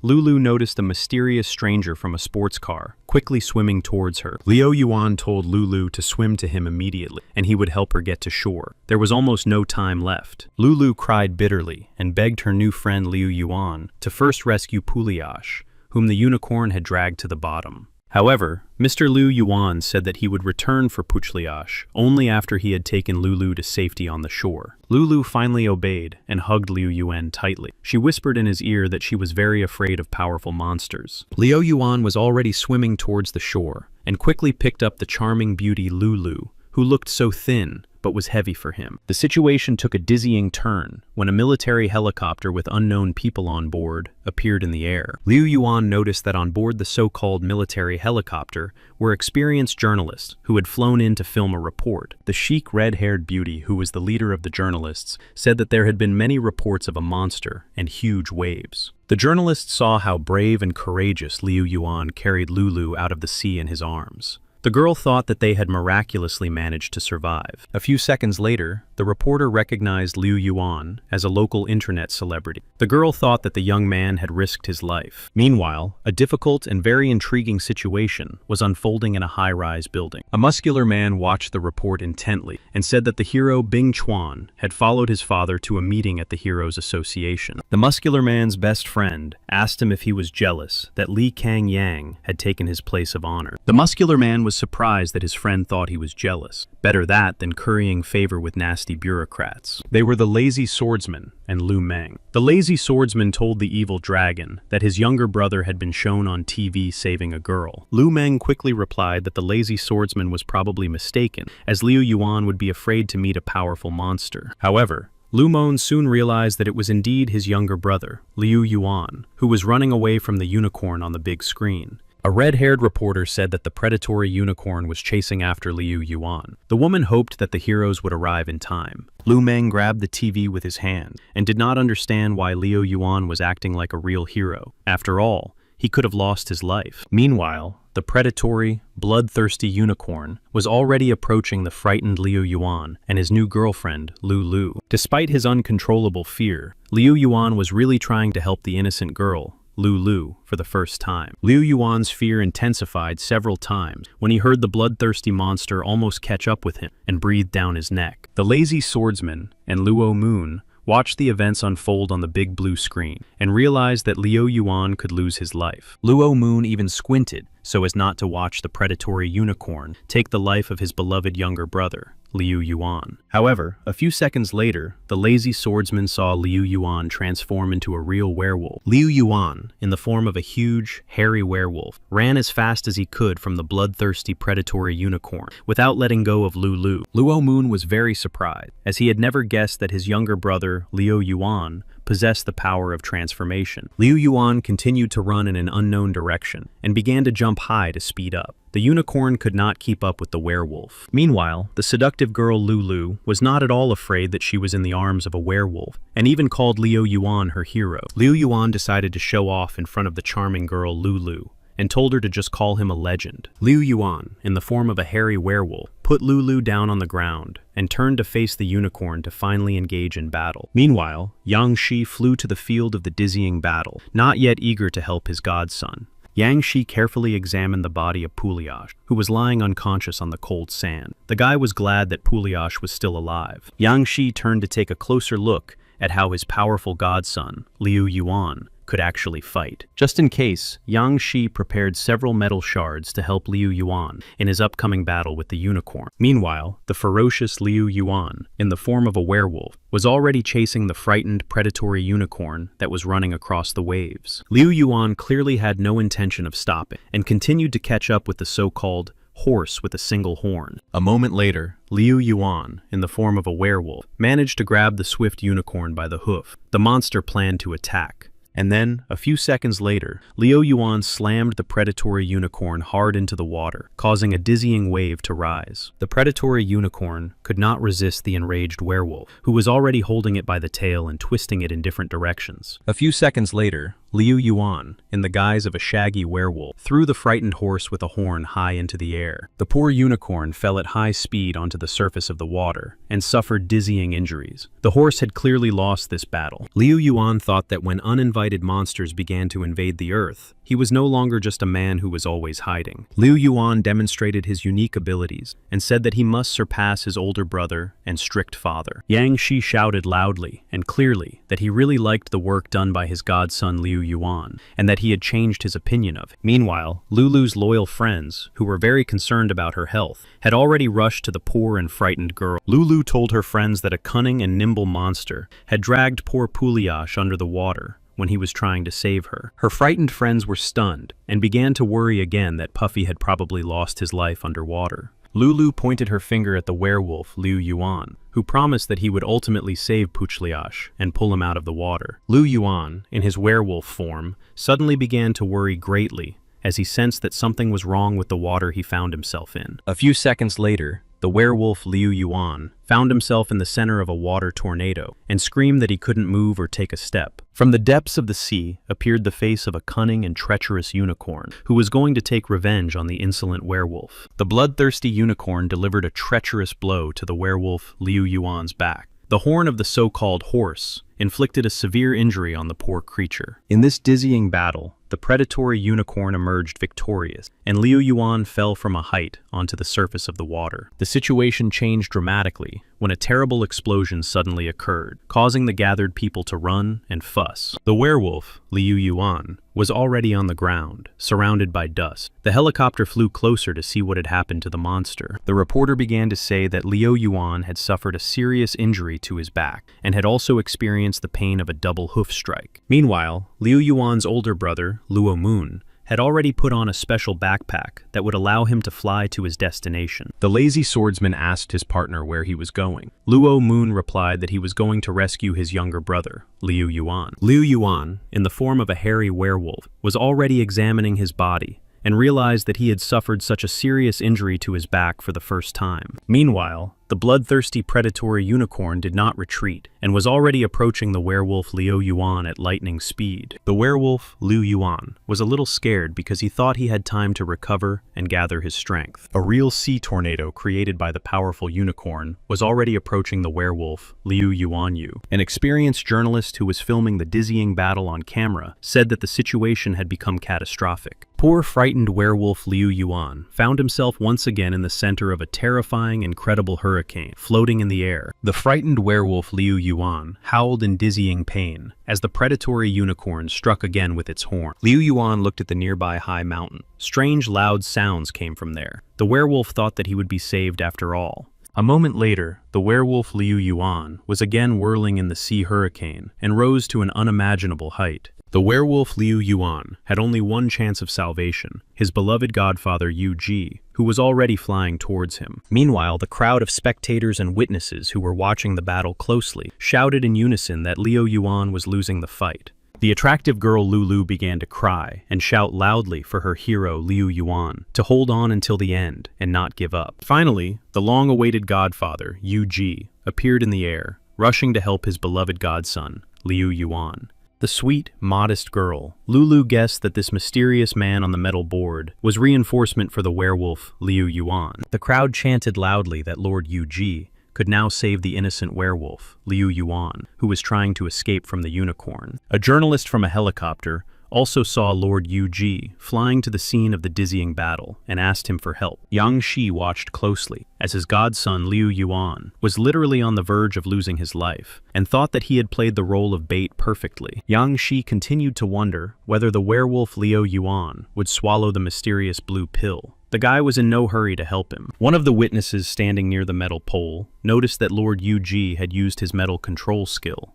A few seconds later, several metal fragments formed around Yang Shi and his metal board, which he directed towards the unicorn. Naturally, the extraneous noise and the clanging of metal fragments caught the attention of the predatory unicorn, which was already looking in the direction of Yu Ji. Lord Yu Ji did not wait any longer and shouted loudly for the predatory unicorn to taste the rusty metal fragments. In the next moment, a huge army of metal arrows flew towards the predatory, insolent unicorn. The metal arrows hit their target, and the poor, crazy unicorn howled in dizzying, excruciating pain. The frightened werewolf Liu Yuan had almost resigned himself to the fact that he would lose his life forever and was simply waiting for his fate. The surprised journalist said that Lord Yu Ji had knocked out the monster with just one unique ability. Yang Shi flew on his metal board to the falling wounded werewolf, Liu Yuan, and managed to catch him before he fell to the ground. The werewolf Liu Yuan lay unconscious on the metal board and slowly transformed back into human form. Meanwhile, Yang Shi was already looking at the motionless body of the predatory unicorn and saying that no one had given him the right to do such stupid things. For his numerous sins, Yang Shi now had to permanently strip the unicorn of its unique abilities. A few seconds later,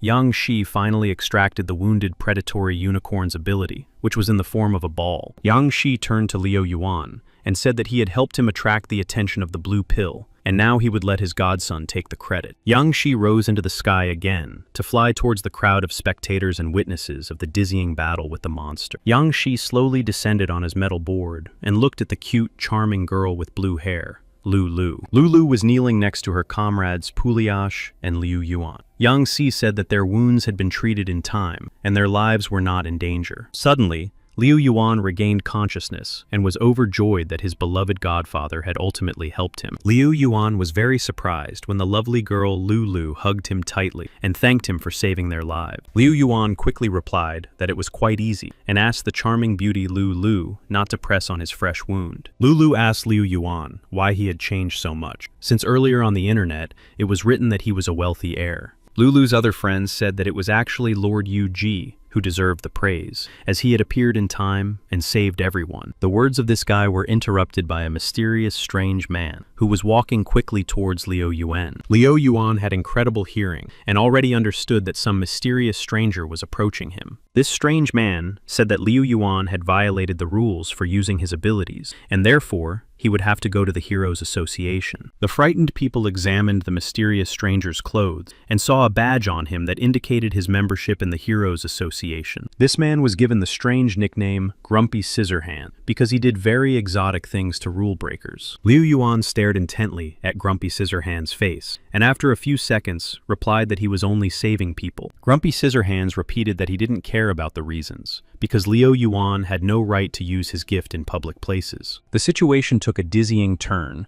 when a man's angry voice was heard behind Grumpy Scissorhands. Luo Moon, or as everyone called him, the evil dragon demon, said that Liu Yuan would only answer to the bosses of the Kunlun campaign. Liu Yuan was very frightened when he saw that his older brother Luo Moon was here on the city beach. Luo Moon examined the wounds of his younger brother Liu Yuan and said that the Wolfman had a good ability to regenerate. Luo Moon continued to say that next time, Liu Yuan should not cause trouble for his family. His younger brother nodded his head. Grumpy Scissorhands was already leaving and said that he really hoped that the Kunlun company would be able to provide some explanations in the near future. Luo Moon wondered why his younger brother Liu Yuan had never shown any signs of abilities before and why they had awakened now. Meanwhile, Liu Yuan began to laugh loudly and rejoice, showing that he could now become a real hero. Yang Shi returned to his new apartment, where he tried to be alone with his thoughts and take a break from the constant fighting. Yang Shi had just taken a hot shower and had calmed down a bit after the dizzying battle with the predatory unicorn. Yang Shi carefully examined his newly acquired water ability. The guy thought he had quite a few talents related to the elements. Several multicolored balls appeared in the air, among which were plasma,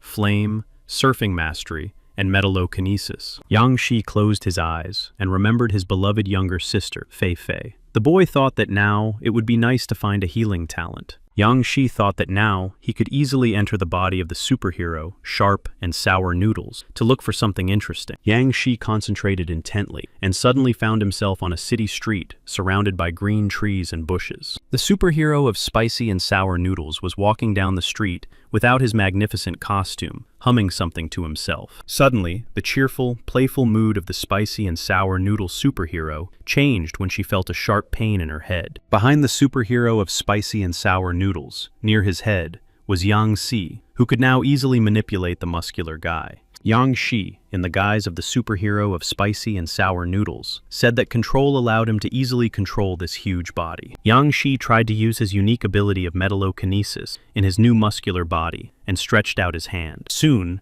Yang Shi realized that his metallokinesis ability had remained in his body and had not moved with his soul into the Spicy and Sour Noodles. Suddenly, Yang Shi, in the body of the Spicy and Sour Noodle superhero, heard a strange conversation between two mysterious strangers standing nearby. An attractive girl was talking to a man and saying that she did not plan to accompany him in the near future. Yang Shi, in the muscular body of Spicy and Sour Noodles, hid behind a tall tree and listened carefully to this mysterious conversation. The strange guy grabbed the poor girl by the arm and said that she had to follow the rules of their heroic association. In addition, this strange, nasty stranger was actually thinking about how to get the charming beauty into bed as quickly as possible. During the conversation, this cunning guy mentioned some kind of healing ability, and Yang Shi, in the body of Spicy and Sour Noodles, thought that someone was helping him. Meanwhile, a loud conflict was already brewing between the guy and the charming girl. The insolent man raised his hand to hit her. The poor frightened girl grimaced and screamed for the insolent man to leave her alone and go away immediately. Surprised, the lovely girl sat down on the cold ground, while her companion flew into the nearest bushes. The poor man hit his head very hard on the ground, somewhere in the green bushes, and fell silent. The girl began to worry greatly. A few seconds later, the head of the rude attacker appeared from behind the bushes. The guy asked who had just kicked him. Yan Si, in the body of spicy and sour noodles, was already standing next to the guy and said that he was his karma and now he would bring retribution upon him. The attacker hid in the bushes and simply waited for the muscular stranger to approach him with clenched fists. The angry attacker realized that it was the hero of spicy and sour noodles and asked him why he was meddling in his business. Yang Si, in the body of spicy and sour noodles, hugged the frightened beauty and asked the attacker how he would feel if he had a daughter or sister. The frightened guy said that he had never harassed this sweet, modest young lady, and that she had voluntarily undergone training at his company. The poor girl wiped her tears and cried out that she had never voluntarily agreed to participate in these dirty deeds. Yang Shi, in the body of spicy and sour noodles, told the girl that if she wanted to become a real heroine, she needed to focus on her goal. The grateful girl looked at the hero of spicy and sour noodles with loving eyes and said that now she understood everything. A few seconds later, the sweet, modest girl turned to face the insolent attacker and stuck her tongue out at him, calling him trash. The proud girl ultimately left the two men alone and disappeared in an unknown direction. The guys were left alone. The attacker thought that this superhero of spicy and sour noodles must eat some kind of food to manifest his abilities. The cunning attacker showed that he was in pain after the blow, and now the superhero of spicy and sour noodles would learn the consequences. Yan Si, in the guise of the spicy and sour noodle superhero, folded his arms across his chest and asked the attacker what the consequences would be. The cunning green-haired boy had already jumped up to attack the spicy and sour noodle superhero. In midair, the naive young man declared that he would turn the muscular superhero of spicy and sour noodles into a cripple. Yang Shi stood still. A moment later, Yang Si, in the body of the spicy and sour noodle superhero, quickly found a small orange pill in his pocket. And now, standing before the insolent attacker, was the brave and unshakable superhero of spicy and sour noodles in his dazzling costume. The poor boy opened his mouth in surprise, not understanding where the spicy and sour noodle superhero had found the right product. The frightened boy was no longer thinking about anything when, in one beautiful moment, the superhero of spicy and sour noodles struck him in the stomach. Unfortunately, the nasty, angry boy fell back to the ground, into the bushes from whence he had just emerged. For a second, Yang Shi, in the body of the muscular superhero of spicy and sour noodles, was afraid that this nasty young man had lost his life. Yan Shi knew perfectly well that the effect of this mysterious pill lasted only 15 minutes, so he had to teach the lesson in time. Yang Shi, in the guise of a superhero of spicy and sour noodles, thought he would beat his innocent victim for 15 minutes until she begged for mercy. Yang Shi suddenly realized that after gathering a bunch of abilities, his inner strength had become a little scary. The poor superhero of spicy and sour noodles completely exhausted his resources and energy within 15 minutes. Yang Shi also knew that if he used the octopus's magic amulet, he would almost immediately use up all of the spicy and sour noodles' energy. In the end, Yang Shi realized that the transformation of the spicy and sour noodle hero could last a little longer than usual. Meanwhile, the frightened attacker tried to hide in the bushes and literally did not stick his green head out. With the help of the octopus amulet, the spicy and sour noodle superhero immediately found the naive intruder. Yang Shi, with the body of a muscular spicy and sour noodle hero, grabbed the frightened guy by the throat and told him that only cowards hide. The surprised guy asked the superhero of spicy and sour noodles how he managed to find him so quickly among the bushes and trees. Yang Shi, in the guise of the spicy and sour noodle superhero, admitted that he had actually been hiding his true power for a long time. The frightened boy asked the spicy and sour noodle hero to let him go, and he would call the Divine Dragon Company. Yang Shi, in the body of spicy and sour noodles, agreed that he would let the cowardly attacker go if he did not seek revenge. Yang Shi thought that this cowardly attacker actually reminded him of someone from his dark past. The cowardly boy asked the spicy and sour noodle superhero what he was going to do with him and why he hadn't let him go yet. The frightened young man, for some strange reason, hid his hands behind his back and loudly asked the superhero of spicy and sour noodles about his orientation. A few seconds later,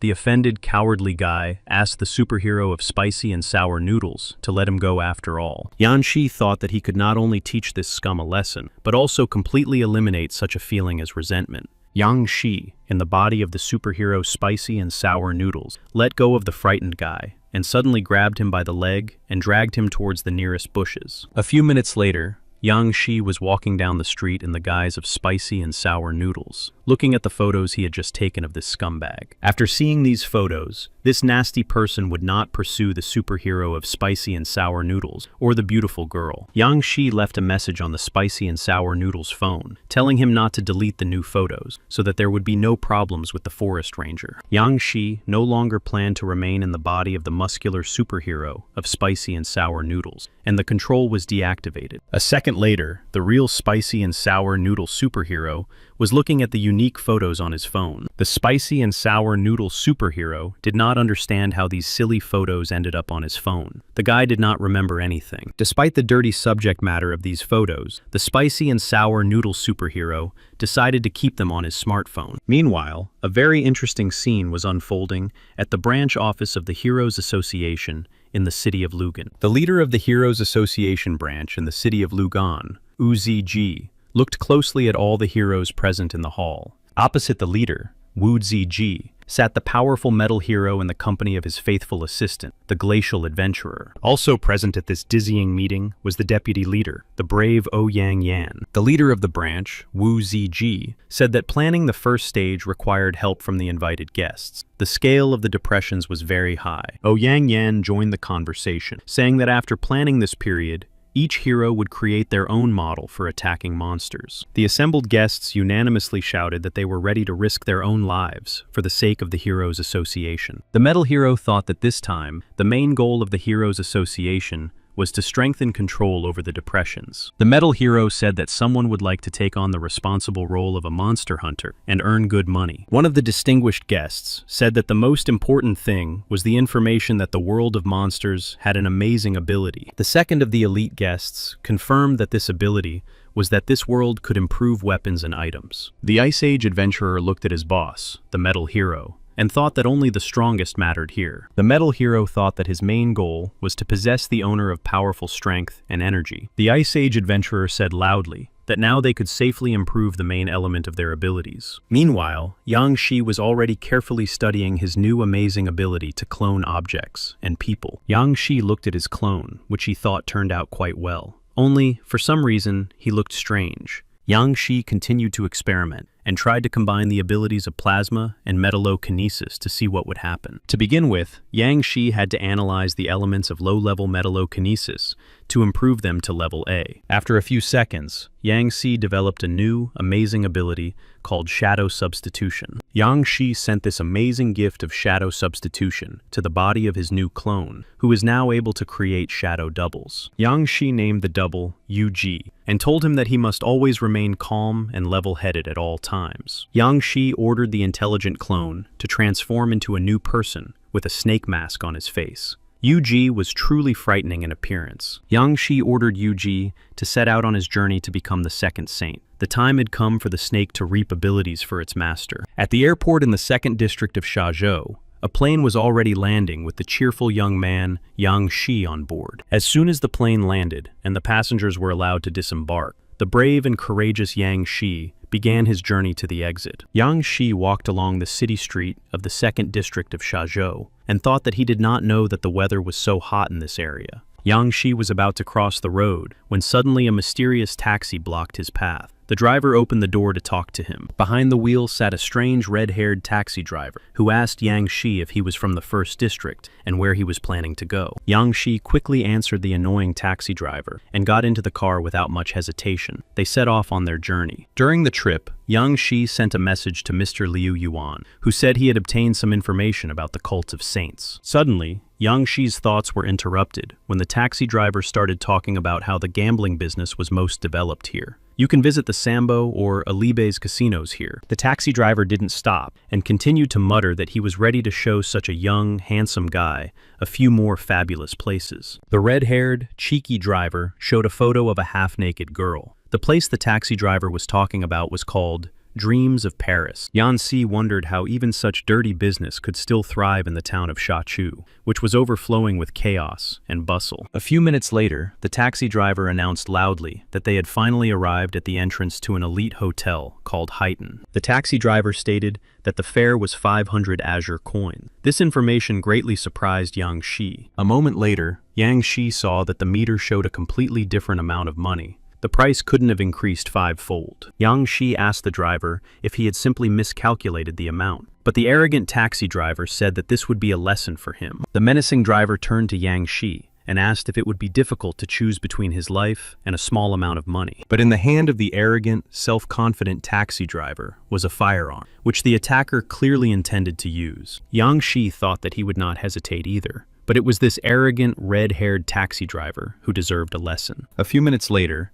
Yang Shi was standing in the huge hall of the Heaton Hotel in the company of his loyal friend, the red-haired taxi driver. Using his puppet control, Yang Shi forced the arrogant driver to take his suitcase directly to his luxurious room. The hotel staff were very surprised that Yang Shi had managed to get the taxi driver to take his things to his room. One of the charming girls began to apply lipstick, thinking that Yang Shi would want to invite the beauty to a festive dinner. As soon as Yang Shi approached his room, he turned around to let the cunning taxi driver go. He told him that one must always be polite. Yang Shi got into the elevator and went up to the 37th floor. The guy had a card in his hand with a photo of a huge, muscular guy. Yang Shi was looking for the so-called B-rank masked hero. A second later, the guy activated the transformation option and turned into a snake. And so the snake approached room 441. According to his information, this was where the masked hero lived. The snake slowly but surely approached the door, and his shadow was visible even from the other side of the room. The snake carefully approached and pricked up his ears to hear the voices coming from the hotel room. He needed to know how many people were there. Soon, Zmei could make out female and male voices. The mysterious man asked the girl to come closer to him. The huge masked hero was in the cheerful company of charming young girls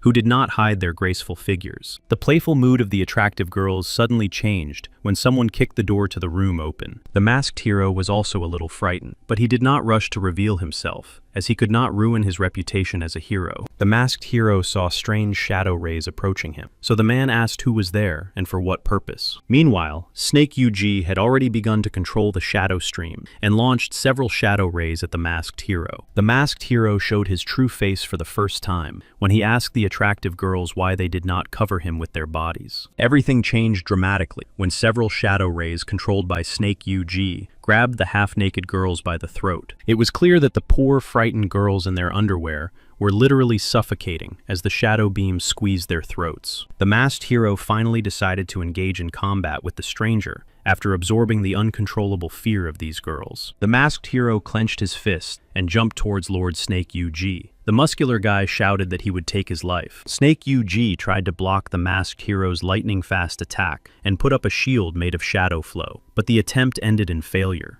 The masked hero finally realized that the mysterious stranger in front of him knew how to control shadows, which he had used to secretly sneak into the room. Snake Yuji stood still and said nothing. The poor girls lay on the icy floor, suffocating. Jo Yuji thought that it was too difficult for him to remain cold and ruthless all the time. The guy was not used to such behavior. Meanwhile, the masked hero thought that if these girls had not given him their fear, he would not have had a single chance against such an opponent. The masked hero asked Yuji loudly if he didn't belong to the organization of saints. The man planned to report the attack to his boss. Snake Yuji continued to remain quiet and calm, and did not respond to his manly opponent, who was already thinking about how to defeat him. The masked hero grew tired of constantly asking questions, and thought that his opponent was simply deaf or mute. The masked hero finally decided on a crushing straight punch to the face of Snake Yuji, who did not even try to dodge. The masked hero shouted that Yuji clearly would not have time to dodge such a devastating blow, which meant that the man would emerge victorious. The masked hero was astonished when, at one point, Yuji's face disappeared and a shadow hole appeared in its place. A few seconds later, the shadow hole completely enveloped the arm of the muscular masked hero, who did not understand how to repel the attack. Gradually, the fear in the masked hero's body subsided, and he no longer felt superior to his powerful opponent, the snake Yuji. Yuji the snake stretched out his hand. The frightened masked hero begged to be spared. Otherwise, the priest would not let it go. The masked hero shouted that he surrendered, and asked the snake Yuji to spare him. However, the enemy stood calmly and called him trash. A moment later, Yuji finally touched the masked hero's face with his hand, and the poor guy began to moan loudly from the dizzying pain. In fact, Yuji had no intention of killing the masked hero, and simply activated the ability extraction option. This was a rank S ability, called the Mask of Fear. This unique gift allowed the user to absorb other people's fears and increase their own power. The frightened masked hero began to scream and ask where his incredible ability had gone. The man begged for it to be returned. Yang Shi thought that with the help of puppet control, he would finally be able to see the face of this priest he kept talking about. A moment later, Yuji activated the puppet control option, and now the former masked hero was completely under his control. A few seconds later, Yang Shi plunged into the inner world of the muscular masked hero. It was too dark and cold here. The masked hero's memories told him that long ago, he had taken part in a battle for abilities and had been wounded. A mysterious man promised to heal his serious wounds in exchange for loyalty and devotion. The masked hero agreed. Using his puppet control, Yang Shi sent the masked hero to the port, where huge containers stood. The man suddenly stopped. Yang Shi paid special attention to a giant red container that came to mind for the masked hero. Yang Shi thought it necessary to see what was inside this mysterious red container that had caught his interest. Inside the huge room sat some strange and very suspicious people who were talking about unimportant topics. The masked hero noticed a charming young lady in a red dress who stood out from the other guests. It was the bloodthirsty Rose. The attractive girl asked the masked hero if it was true that a swordswoman had infiltrated his secret zone. The masked hero knelt on one knee in front of the bloodthirsty Rosa and said that the swordswoman would not cause any serious problems. The commander of the Deep Sea Army intervened in the conversation and said that the swordswoman was an A-rank hero and that the masked hero would not be able to defeat her. The great magician of the earth joined the conversation, saying that the disciples of the holy organization were not afraid of some A-rank hero. The holy priestess put an end to the meaningless chatter and ordered her subordinates to bring the swordswoman here immediately. The great earth mage, the commander of the Deep Sea Army, and the bloodthirsty Rose bowed their heads and made it clear that they understood their boss's order. The masked hero said loudly and clearly that this swordswoman was in for a dizzying lifetime vacation in the afterlife. The commander of the Deep Sea Army called the masked boxer to him. The muscular man asked his boss what his orders were. The commander of the Deep Sea Army said that soon a shipment would arrive at the port of the first district, which would be inside a red container. The commander of the Deep Sea Army told the masked boxer to go to the port tomorrow morning and find out about this insolent girl. The commander of the Deep Sea Army repeated that the boxer in the mask should not miss the chance he had been given and should not disappoint his boss. And so, Yang Shi, in the body of the boxer in a mask, stood in front of the red container, which was opened with a fingerprint lock. Right on the door of the red container, Yang Shi saw a lock that opened with a fingerprint. Yang Shi had already approached this mysterious red container and tried to place the masked boxer's finger on it to open it. However, his first attempt to open the strange lock ended in a spectacular failure, and Yang Shi had to use plasma. A few seconds later, Yang Shi, in the body of the boxer in the mask, stood in front of a tall staircase that led down in an unknown direction. Yang Shi did not think that the container would turn out to be just an illusion, and that the real goods were hidden somewhere deep underground. A few minutes later, Yang Shi, in the body of the boxer in a mask, saw a so-called security guard sitting in the room. The frightened guard at first did not believe that someone had actually gotten in, but then he recognized his immediate superior. The guard quickly stood in front of his boss, the masked hero, and began to report that no problems or difficulties had occurred in his absence. The guard continued to say that valuable goods had recently arrived, which the masked hero should already know about. Yang Shi, in the body of a muscular boxer in a mask, ordered the poor guard to take him to the designated place and show him the valuable goods. Tears of despair began to appear in Yang Xi's eyes as he observed prisoners in this frightening place along the way. The insolent guard shouted loudly at one of the children to stop crying. If the child angered the masked lord, the guard would punish him. The poor boy quickly stopped crying and simply fell silent. The child did not even try to look at Yang Xi. Next to the boy stood a second friendly boy with blue hair who did not make a sound so as not to deserve punishment. Yang Xi, in the body of the boxer in the mask, thought that these so-called saints were clearly real sinners because they kept children in cages. Yang Xi noticed that the older boy was no more than 15 years old. They had been kidnapped from different parts of the planet. A brilliant plan to rescue these innocent children, who had forgotten what sunlight was like, was forming in Yang Xi's mind. Yang Xi, in the body of the boxer in the mask, began to shout that he was ready to punish anyone involved in this unjust event. The voice of the muscular masked hero made everyone present feel uncontrollable fear and panic. Loud, nasty voices could be heard from one of the many cells. A man was beating a harmless boy who was chained up. The yellow-haired guard yelled at the boy, whose whole body was covered in bruises and abrasion. The man said that the prisoner had dared to bite him. The guard with yellow hair was indeed experiencing dizzying pain because the prisoner had bitten off a piece of his ear. The enraged guard had already tried to deliver a crushing blow to the boy's head, but the masked boxer stopped him. Yan-si, in the body of the masked hero, asked the guard why it was so loud here and what trouble the poor man had caused. The poor boy with green eyes, who was chained to the wall, looked up at the masked boxer. The masked hero approached the sweet-looking captive boy and asked him why he had attacked the guard. The green-eyed boy said nothing and continued to stare into the eyes of his enemy, the masked boxer. The guard with yellow hair explained to the masked boxer that the boy just wanted to escape, and that was why he had attacked him. Suddenly, a preacher from the holy organization Bogomol approached the boxer in a mask with a two-handed sword and said that it was time to teach the captive's sister a lesson. Surprised, the masked hero even jumped up and asked Bogomol, with the two-handed sword, what sister he was talking about. The praying mantis with a two-handed sword pointed to a quiet, sweet girl who was sitting in the corner and saying nothing. The mantis with the two-handed sword said that the girl had been practically deprived of her life by ordinary fear. The mantis soon turned to the masked boxer and asked why he had come here, since it was time for his long-awaited vacation. The masked hero replied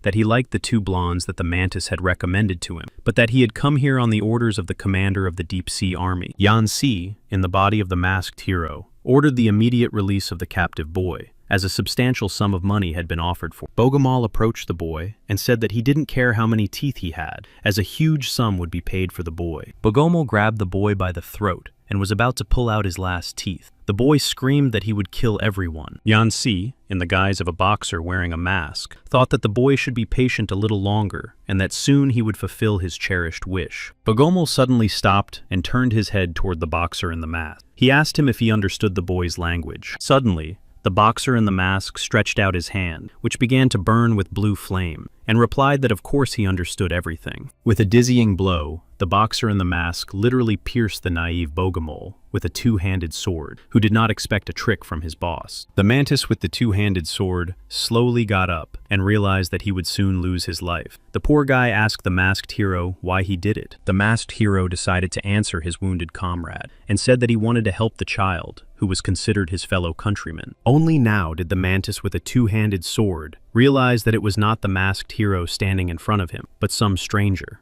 A second later, Yang-si, in the guise of the boxer in a mask, delivered a dizzying blow, after which Bogomol with the two-handed sword said nothing more. Meanwhile, the other guards looked at their boss, the man in the mask, in bewilderment, unable to understand what had happened. Yang-si activated his shadow control ability and said loudly that the guards would lose their lives today. The guard with yellow hair soon realized everything and jumped up to deliver a crushing blow to the boxer in the mask. However, the blow from the guard with yellow hair did not reach its final destination. He was enveloped in shadow. Soon, the shadow stream created by Yang-si spread throughout the room and began to attack the other guards. The yellow-haired guard screamed loudly in unbearable pain and asked his second partner to save him. However, the second guard, who had recently saluted the masked boxer, could not bring himself to strike his boss. And now it was the second guard's turn. A shadow stream from Yang-si chased after him. Naturally, the guy tried to flee the battlefield. Meanwhile, the green-eyed captive boy looked at the masked boxer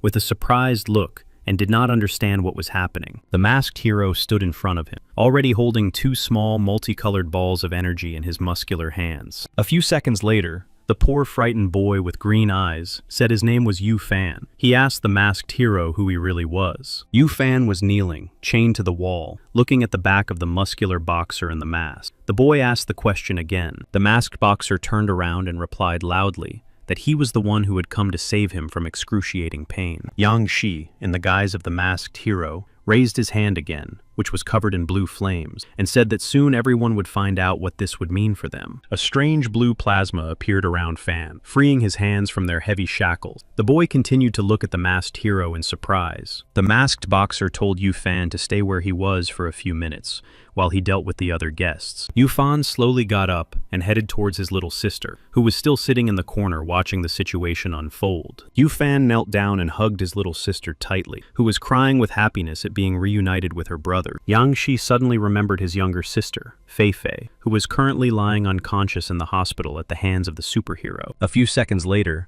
several more armed guards ran towards the masked hero, shouting for him to surrender. Yang Shi, in the body of a muscular masked hero, had no intention of surrendering and shouted that they would all soon lose their lives. Suddenly, Yang Shi felt a mysterious stranger approaching him from behind, who had a very feminine, pleasant voice. The lovely, beautiful girl was the mistress of sounds. The charming young lady greeted the spearman and said that they needed to surround him. The spearman clearly heard the words of the attractive girl, Wu Yu, who was the mistress of sounds, and agreed to prepare for the attack. The spearman said decisively that the mistress of sounds should attack first. Then they would have a chance. The charming young lady Wu Yu, the mistress of sounds, looked closely at Yang Shi in the guise of masked heroes. The cool-headed Wu Yu, the mistress of sounds, said loudly and clearly that the dizzying music that could not be stopped was about to begin. Meanwhile, the other guards who had managed to stay alive covered their ears with their hands from the piercing sound of Wu Yu. Yang Shi, in the guise of a masked hero, also clutched his ears and realized that this music was causing him to have a nervous breakdown. The mistress of sounds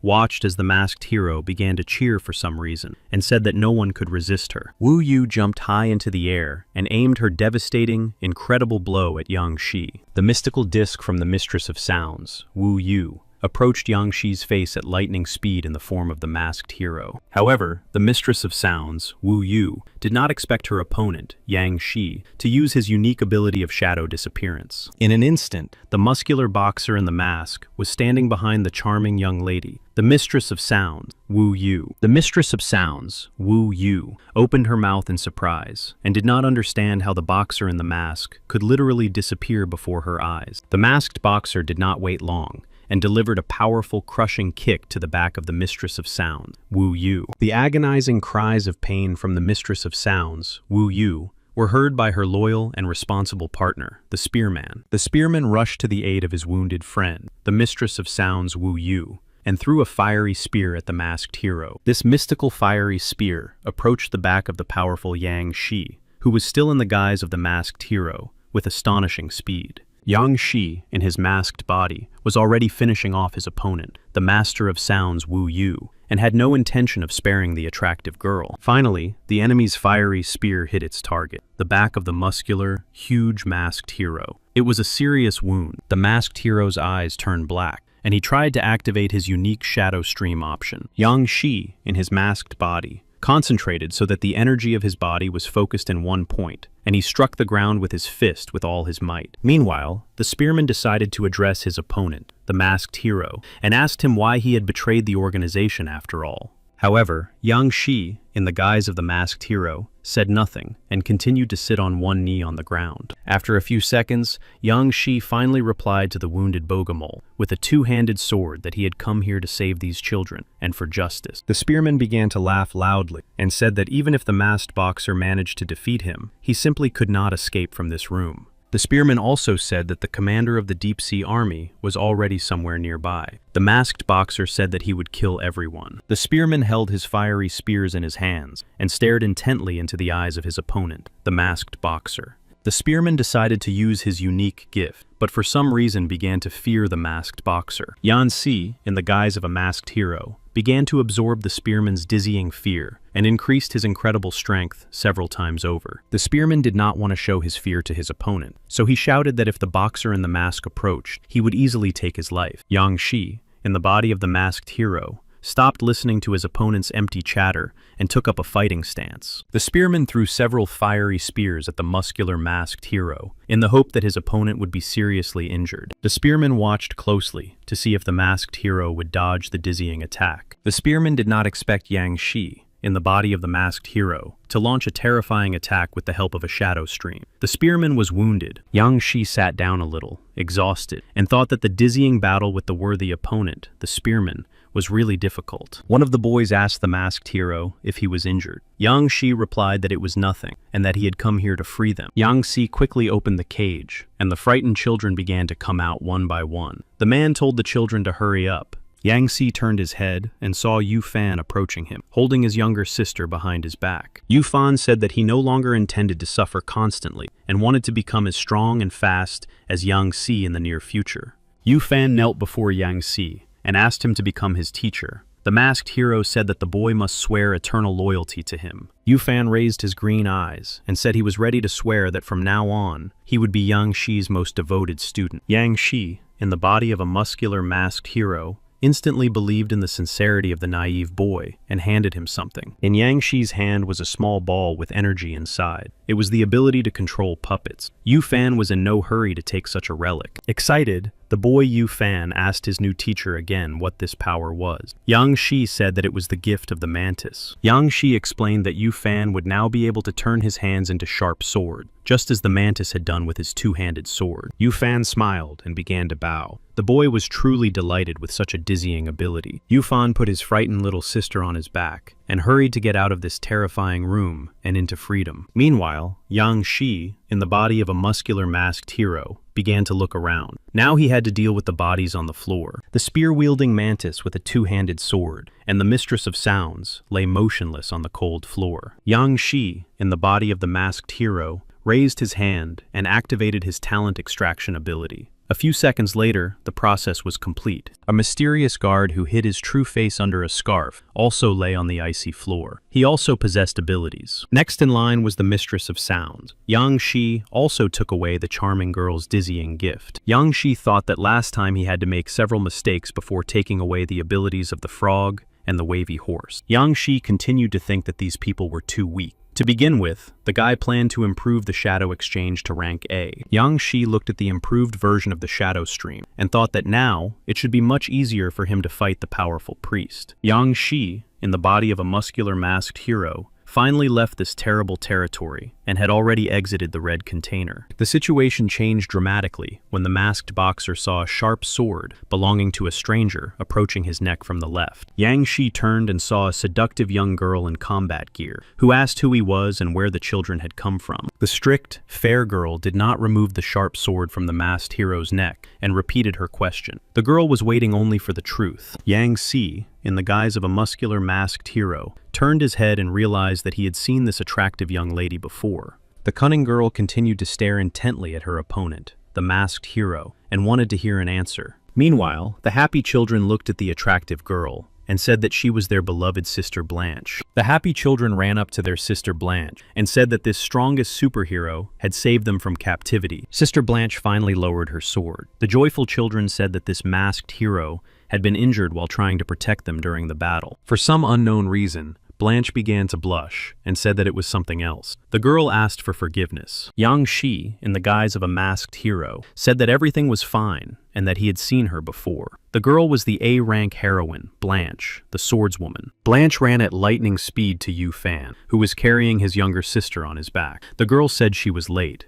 Meanwhile, one of the rescued boys showed signs of fear and panic. The poor thing didn't understand what was going on. Yang Shi, in the body of a muscular boxer wearing a mask, also sensed something strange and understood what was happening. Suddenly, some huge green bushes appeared and grabbed the poor boy by the legs. He begged his sister Blanche to save him. These thick green bushes literally enveloped all the containers in the port. The well-fed boy began to cry and scream for one of the powerful heroes to save him. The second poor child also shed crystal-clear tears and cried out to the gathered crowd for someone to save him. Yang Shi, in the body of a huge masked hero, asked the other children to stay away while he rescued the rest of the kids. And finally, Yang Shi saw where these thickets were growing from. It was a cruel trio, led by a holy priestess sitting on a large red rose. In the guise of a muscular masked hero, Yang Shi stared intently at the commander of the deep-sea army, the bloodthirsty Rose, and the great mage of the earth. The bloodthirsty Rose spoke and said that the masked hero made her laugh. The girl thought that he imagined himself to be a real hero. The commander of the deep-sea army stared intently at his opponent, the masked boxer, and continued to stand still. The great mage of the earth also stood still and watched closely for Yang Shi's reaction in the body of the muscular boxer in the mask. The holy priestess, sitting on a huge red rose, ordered her 3 subordinates to show this bug the true power of the saints. The bloodthirsty Rose was to be the first to engage in a dizzying battle with the masked hero. The attractive girl froze for a second in surprise. The bloodthirsty Rose stated that using abilities with such a wide range was undoubtedly very tiring for her. Meanwhile, the holy priestess turned to the swordswoman Blanche and said that she was not allowed to touch the valuable property of the organization of saints. The holy priestess told the swordswoman Blanche to surrender, and then she would spare her life. The woman looked at the masked hero. Swordswoman Blanche thought that if the bloodthirsty Rosa was a V rank, she could easily deal with her, but the other priests could be a problem. Swordswoman Blanche shouted at the holy priestess to order them to lower their weapons, as they would lose their lives if they disobeyed. The holy priestess smiled slightly, thinking that the swordswoman Blanche was just joking. The woman never gave up. The holy priestess pointed to her trinity of saints and ordered them to deal with the insolent Blanche before the arrival of the Association of Heroes. The swordswoman Blanche was already prepared to repel the attacks of the powerful trinity of the holy organization and activated the power of the seal. Yan Shi, in the guise of a masked hero, thought that the swordswoman Blanche knew how to unleash such a dangerous ability. This was to be expected from an A-rank heroine. Swordswoman Blanche ran at lightning speed toward the holy organization's trinity to attack them. Meanwhile, the great mage of Earth used his unique ability called the Sand Magic Circle. Despite the negative situation, the swordswoman Blanche continued her lightning-fast movement towards her opponents. With a single swing of her fiery sword, Blanche cut through a huge rock that was flying towards her. The swordswoman Blanche was already running towards the commander of the Deep Sea Army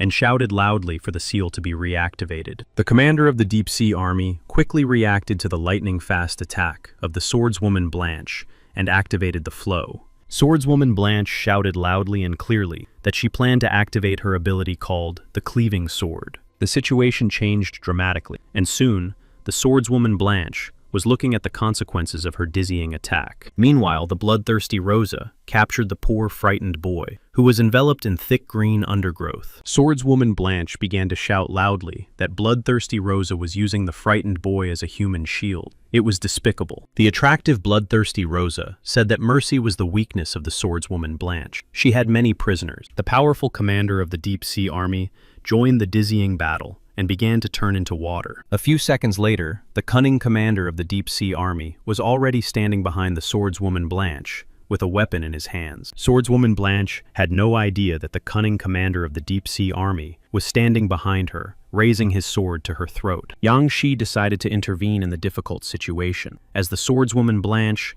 could lose her life in the next moment. The commander of the Deep Sea Army delivered a crushing blow to the mask of the Snake Lord Yu-Ji. The mask fell to the floor. The cunning Snake Lord Yu-Ji loudly proclaimed that the commander of the Deep Sea Army had just broken his second mask, which was a great pity. The Snake Lord Yu-Ji prepared to deliver a dizzying blow to the head of the nimble commander of the Deep Sea Army. The commander of the Deep Sea Army doubled over in agony as Yu-Ji's blow landed squarely on his frail neck. The Lord of Snakes, Yu-Ji, watched intently as his opponent, the commander of the Deep Sea Army, lay on the cold floor. The Snake Lord Yu-Ji stopped the brave and courageous beautiful swordswoman Blanche with his hand. The guy asked her not to come near for the time being. Meanwhile, the holy priestess raised her hand and activated her unique healing ability. The commander of the Deep Sea Army was greatly surprised when he noticed that his serious injury had miraculously healed. The commander of the Deep Sea Army laughed loudly and said that together with the high priest, they were immortal. The holy priestess continued to whisper something under her breath, and it later became clear that the cunning woman had used an enhancement. The rays of improvement from the holy priestess were directed at her powerful trinity,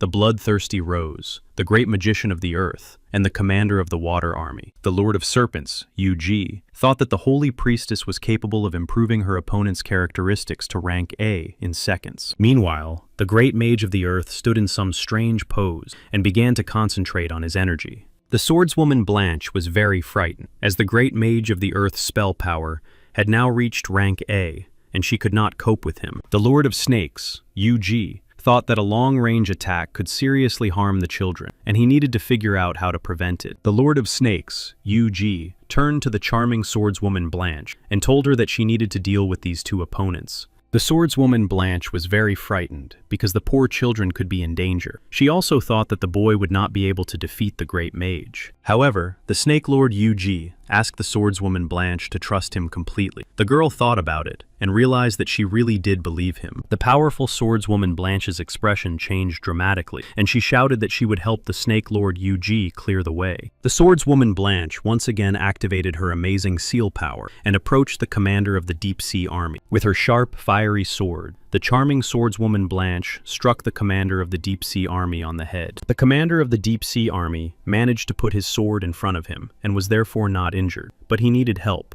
Bloodthirsty Rose was already prepared to come to the aid of her partner, the commander of the Deep Sea Army. Cunning Rose asked the commander of the Deep Sea Army to stop insulting her. Otherwise, she would no longer help him. Bloodthirsty Rose was preparing to put her amazing spell, called the Rose Spell, into practice. Swordswoman Blanche was frightened again, as she felt her powerful strength begin to weaken for the first time. Bloodthirsty Rose said that her body needed strong love, and could awaken this desire in the swordswoman Blanche. It became really hot. At that moment, the cunning commander of the Deep Sea Army used an illegal cloning technique in the battle. In the end, the bloodthirsty Rose and the commander of the Deep Sea Army managed to capture the poor swordswoman Blanche, who was trying to break free. The swordswoman Blanche was not going to give up, as she had another clever trick up her sleeve. The girl activated the Seal of the Mind. The commander of the Deep Sea Army was a little surprised, as he had never seen an A-rank hero possess a mind seal before. A few seconds later, the swordswoman Blanche literally disappeared in an unknown direction before the eyes of her powerful opponents. Swordswoman Blanche loudly declared that she had recently received this devastating gift of the Seal of the Mind, which gave her the right to be reborn. With a single blow of her sharp sword, the swordswoman Blanche dealt a crushing blow to the bloodthirsty Rose,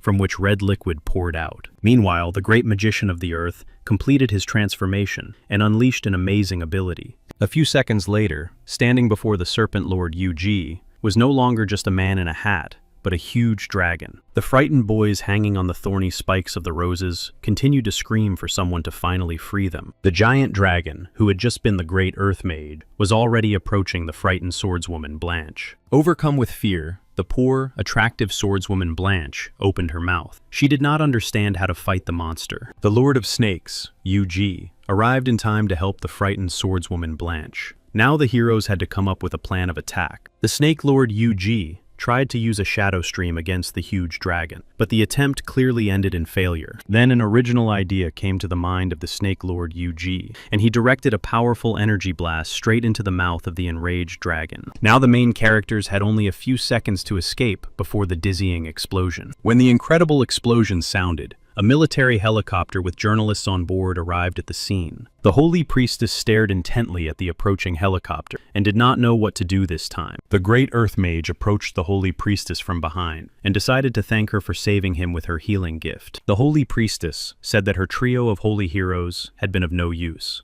They would have easily dealt with the swordswoman Blanche if it weren't for the serpent, Yuji. The great earth mage bowed his head and said that even though the holy organization's trio had been defeated, the holy priestess was still alive. The holy priestess turned away and said that the great magician of the earth was right. As long as she was alive, the position of the holy organization in Shocho would remain the same. Meanwhile, the Snake Lord Yuji carried the wounded swordswoman Blanche away from the battlefield. The girl understood perfectly well that the snake was stronger than her. The swordswoman Blanche continued to think that the best option for her now was to retreat. However, the holy priestess was already standing in her way. The Lord of Snakes, Yuji, thought that the holy priestess and the great magician of the earth had actually decided to flee. Let them rejoice a little. The Snake Lord Yuji approached the commander of the Deep Sea Army and said that his ability no longer belonged to him. The Lord of Serpents, Yuji, stretched out his hand to finally take away the Deep Sea Army commander's dizzying gift. The Lord of Serpents, Yuji,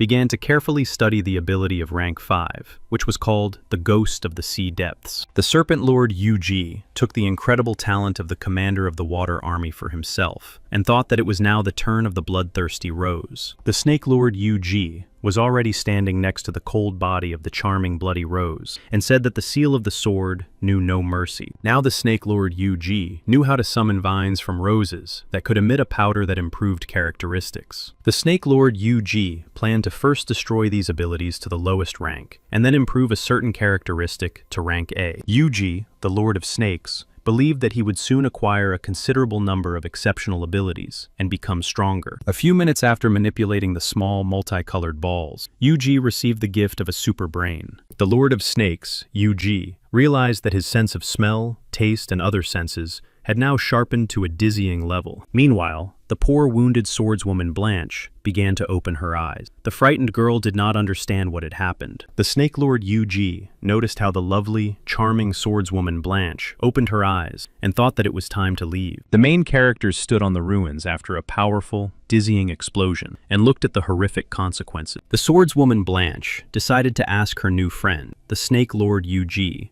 what rank his abilities actually were. The Snake Lord Yu-Ji introduced himself and said that he represented an organization of judges. The swordswoman Blanche thought about it, as she had never heard this name before. Swordswoman Blanche noticed the numerous rose vines on which the children had once been hanging, but now the boys were nowhere to be found. Lord Yu-Ji decided to calm the angry swordswoman Blanche and replied that the boys were behind her. Swordswoman Blanche was a little confused and continued to look at the Lord of Snakes, Yu-Ji. Soon she realized that the guy was not lying. Blanche turned her head and saw the happy children running towards her. The girl was surprised and did not understand how they had managed to escape. The joyful boy told Sister Blanche that the shadow of Lord Snake Yu-Ji had saved them from certain death. Lord Yu-Ji ordered his obedient shadow to cut down all the existing rose vines and take the boys to a safe place. Then, when a dizzying explosion occurred, the powerful shadow of Lord Snake Yu-Ji formed a protective shield to save the children. Swordswoman Blanche still did not understand which master the cheerful,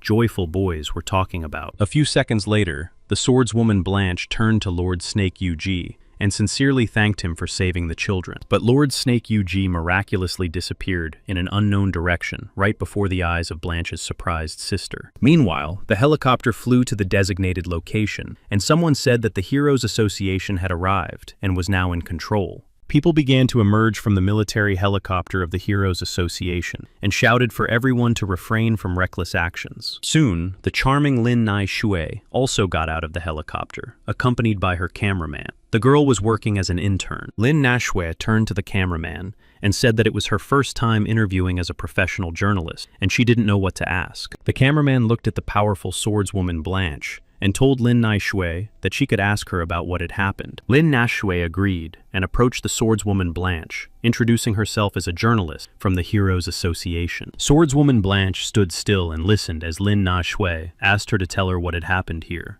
The swordswoman Blanche happily greeted the inexperienced journalist Lin Nai Shui and said that she was an A-rank hero. Lin Nai Shui held the microphone to the mouth of the great swordswoman Blanche and said that the Heroes Association had received her message. Swordswoman Blanche began to tell about the organization of saints who kidnapped children from different parts of the world and held them captive. Swordswoman Blanche continued, saying that she had finally managed to sneak into the building and rescue the innocent children from captivity. A few seconds later, the swordswoman Blanche admitted that if she had fought the holy priestess alone, she would have failed. Swordswoman Blanche said that at the most crucial moment, a man wearing a snake mask appeared and saved her from a painful death. Swordswoman Blanche admitted that Lord Yu-Ji was stronger than her because he destroyed the enhancement effect with just one blow. Swordswoman Blanc also drew the audience's attention to a scorched area nearby. This was also done by Lord Yu-Ji. Swordswoman Blanc said that Yu-Ji represented the organization of judges. Lin Natsu tried to find this mysterious man in a mask. Swordswoman Blanc pointed her finger and said that the high priest had fled in that direction, and Yu-Ji chased after him to catch the criminal. Meanwhile, on the lower floor in the parking lot,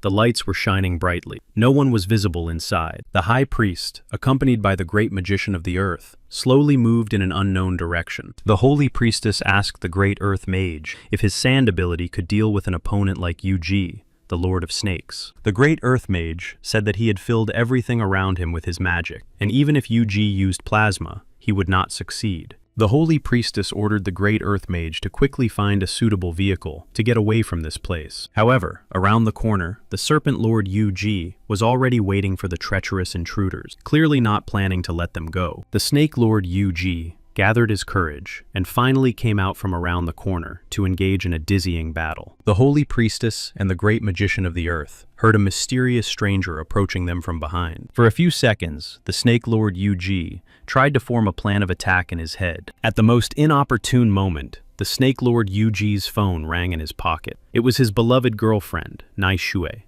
The Holy Priestess and the Great Earth Mage listened, and also heard the strange vibration from the phone. The cunning Snake Lord Yuji had no choice but to use his ability to change clothes. The Great Earth Mage was already approaching the corner where the Snake Lord Yuji was hiding, but suddenly Yang Shi came out from around the corner, talking on the phone. The Holy Priestess watched the so-called civilian closely, trying to find a catch. The Great Earth Mage also stared intently at the face of the calm young man, Yang Shi, who was explaining himself to his alarmed girlfriend, Nai Shui. Lin Na Shui told Yang Shi to guess where she was right now. The poor guy began to worry because he thought she was at home. Lin Na Shui said that she had actually just flown to Shazhou in a huge helicopter and was now filming a report. A happy Lin Na Shui said that she had just seen the powerful dreamer Blanche, who had saved some small children. Yang Shi continued to listen to his beloved Lin Na Shui and couldn't believe that he was actually so close to her. Yang Shi tried not to show his excitement and asked the beautiful Nai Shui what the weather was like in the Shazhou area. The Holy Priestess and the Great Magician of the Earth listened attentively to this empty conversation, in which the girl boasted to the guy that she had found a job. Yang Shi was very surprised that Lin Na Shui hadn't told him earlier that she had found a decent job.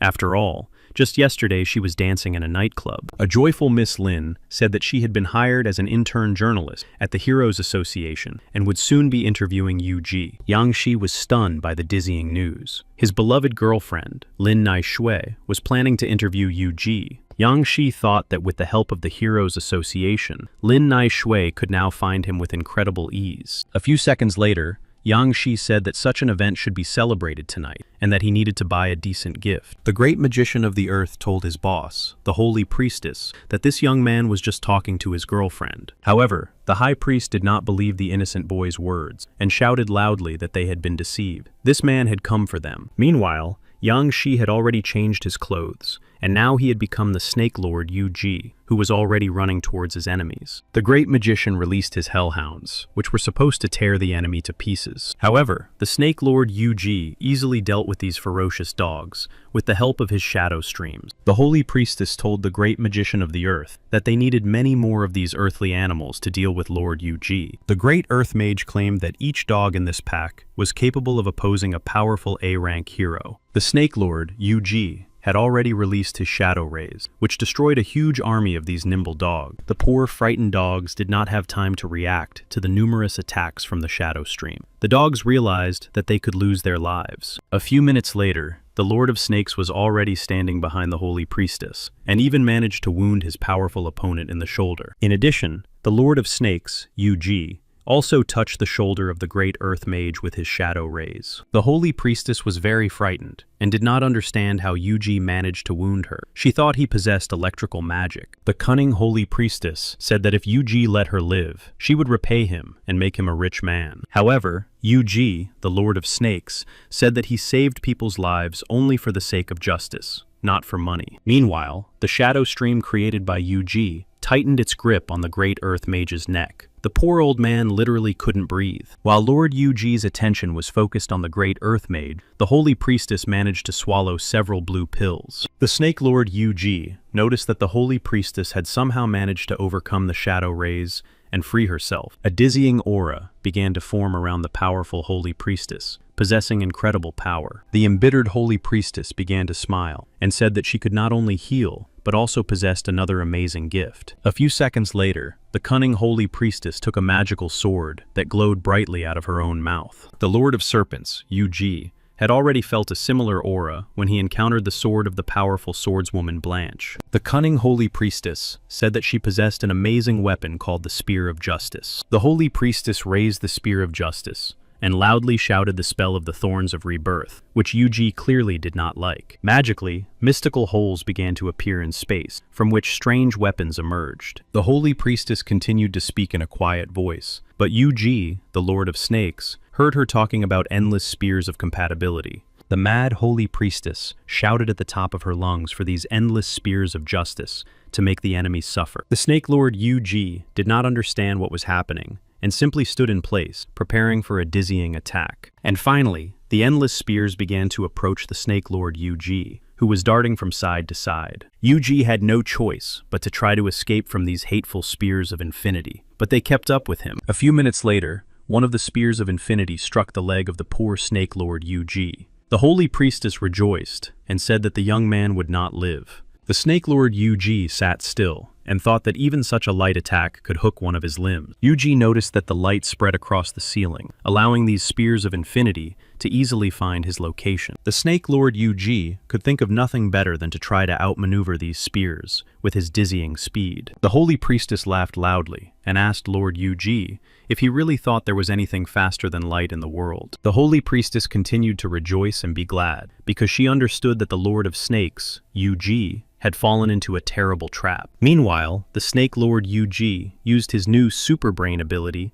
and began to sort through various ideas in his head. Lord Yu-Ji had less and less time, as the spears of infinity were already approaching his head. The holy priestess froze in place and waited for these powerful and fast spears to finally do their job. But in the next moment, the snake lord Yu-Ji managed to activate his dizzying ability of instantaneous movement. The snake lord Yu-Ji literally began to move around the room faster than the speed of light. The guy seemed to surround the holy priestess. Soon, the snake lord Yu-Ji came up with a new and original idea and resorted to the help of fast shadow blades. Finally, the holy priestess began to sense that something was wrong. She did not think that any shadow blades could harm her. In an instant, the snake lord Yu-Ji was already behind the holy priestess, whose spears were still searching for the enemy in the light. The lord of snakes, Yu-Ji, turned to face his powerful opponent and shouted loudly that it was time for her to surrender. However, the holy priestess had never known defeat before, and therefore continued to believe that the spears of infinity would take Yu-Ji's life. The holy priestess was astonished when she realized that numerous shadow blades were flying towards her. The holy priestess screamed in agony and said loudly that Yu-Ji, the lord of snakes, could not simply repel such attacks. The holy priestess suggested that the snake lord Yu-Ji possessed 3 abilities and began to heal herself spontaneously. The snake lord Yu-Ji began to approach his opponent and declared that there was no point in healing herself, as she would have to lose her life again afterwards. The holy priestess's blue eyes began to fill with tears. She understood that she could not defeat such a powerful opponent. The snake lord Yu-Ji stood behind the holy priestess and raised his hand to activate the option to steal the abilities of the great hero. Yu-Ji carefully examined the new A-rank ability, which could heal not only himself, but also other people with the gift. Yu-Ji took this ability for himself and began to heal his leg, which had been wounded during a dizzying battle with the priestess. Yu-Ji thought that he had not planned for the holy priestess to swallow the blue pills. The guy really almost lost his life. A few minutes later, Yu-Ji approached the body of the great magician and activated the ability theft option. He took the magic of sand. Suddenly, Yu-Ji, the lord of snakes, turned around when he heard loud noises. This meant that the Heroes Association had arrived. The Heroes Association in the helicopter shouted loudly that the entire area was now under their complete control. People began to disembark from the Heroes Association's military helicopter, saying that the sound they heard had broken the windows here. The charming Miss Lin Naishui also got out of the helicopter and told the live audience that a terrible battle had taken place here. Lin Naishui entered the building and was shocked when she saw the holy priestess lying on the cold floor. The cameraman also ran up to Lin Naishui to survey the area. The man saw the body of an old man who was a great magician of the earth. The pretty young lady Lin Naishui clearly didn't like what she saw, covering her mouth with her hand and saying, "I'm sorry." The cameraman saw that his partner Lin Naishui was uncomfortable and said that such an attractive beauty needed a rest. However, Lin Naishui was no longer listening to what the cameraman was saying, as all the food she had eaten that day was coming back up. The poor girl's head began to spin. Everything changed when a familiar hand reached out to Lin Naishui's face, holding a bottle of water. It was Yang Shi, who said he was actually nearby when the girl called him. The guy saw the helicopter and realized that Lin would be here. Lin Naishui was a little embarrassed because Yang Shi always appeared at the most awkward moments for her. Lin Naishui pressed herself against her beloved Yang Shi's chest and said that she didn't like making mistakes during her first interview. The cameraman decided to ask the charming journalist Lin Naishui if she felt better with her lover there. The cameraman said that the association had found the girl who had been kidnapped by the holy organization. Now the girl needed to be interviewed. Lin Naishui was a little confused because she didn't want to appear on camera in front of viewers in such a terrible state. Meanwhile, people from the Heroes Association were pulling crying children who had forgotten what sunlight was like out of some kind of pit. Lin Naishui finally decided to return to her important work and asked her beloved Yang Shi to wait for her after the broadcast. Meanwhile, Lin's cameraman and assistant turned to Yang Shi and thought that he actually had no chance of getting the beauty. The pretty Miss Lin Naishui had already run up to the frightened girl and whispered in a sweet voice that she was okay now. Yang Shi stood in the corner behind the camera and enjoyed watching his beloved Lin Naishui talk to the little girl. Yang Shi also looked at the new, unique healing ability and remembered his little sister Fei Fei, who could now be saved. Yang Shi thought to himself that he had now gathered the elements of water, sand, wind, and water into one whole. It was amazing. Yang Shi also understood perfectly well that soon a third person from the holy organization would appear on the horizon. Interesting images popped into Yang Shi's head of what this powerful hero from the holy organization might look like, and he named him the Dragon. Finally, Yang Shi could calmly go to the Shazhou City Hospital to visit his beloved younger sister, Fei Fei. The experienced doctors here treated their patients with respect and provided all the necessary assistance. Yu Fang and his little sister sat in the hallway and waited for their turn to see the doctor. The boy thought about his teacher. The situation changed dramatically when Yu Fan suddenly heard loud footsteps approaching from a mysterious stranger. Yu Fan saw his mentor and teacher, Lord Yu Ji, who asked him not to make any noise. Yu Fan listened with particular attention to the words of his teacher and mentor, Yu Ji. The little girl also covered her mouth. Using his unique ability, Yu Ji ordered the experienced doctor to temporarily leave the office to talk to Yu Fan. Yu Ji asked the boy how his little sister was doing. The boy said that she had most likely lost her life. However, the Snake Lord Yu Ji said that it seemed to him that the girl was still alive, just very weak. Yu Fang was very surprised and looked his mentor, the Snake Lord Yu Ji, straight in the eye. Was he telling the truth? The Snake Lord Yu Ji took the poor girl by the hand and tried to use his new healing ability. This pretty girl was named Yu Xian. She opened her eyes and looked at her brother Yu Fan. The Snake Lord Yu Ji said that he would take them out of this hospital later. For now, the girl should not be shown to experienced doctors. Yu Fan looked at his mentor slyly and made it clear that he had heard the order loud and clear. Nothing could stop the boy. The Snake Lord Yu Ji handed the boy a suitcase with money and asked him to infiltrate the class of heroes at Yanjing University as soon as possible. However, Yu Fan was a little scared because only people with enormous power were admitted to this prestigious university. The Lord of Snakes Yu Ji told the boy Yu Fan not to worry about it and took the ball with the ability to imitate. Yu Fan also needed to combine the abilities of imitation and the mantis in order to subsequently enter the prestigious Yanjing University. The Snake Lord Yu Ji was already leaving when the boy Yu Fan said that he would do everything possible not to let his teacher down. The Snake Lord Yu Ji replied that Yu Fan should not look for him in the near future. He would find him himself if necessary. The boy went out into the street. Once outside, the Snake Lord Yu Ji used his ability to change clothes and turned into an ordinary boy named Yang Shi. Yang Shi's calm was shattered when he suddenly turned around and saw his beloved Lin Naishui. Angry and hurt, Lin Naishui shouted loudly and asked where Yang Shi had gone after her live broadcast. She had to search for a long time. Yang Shi quickly replied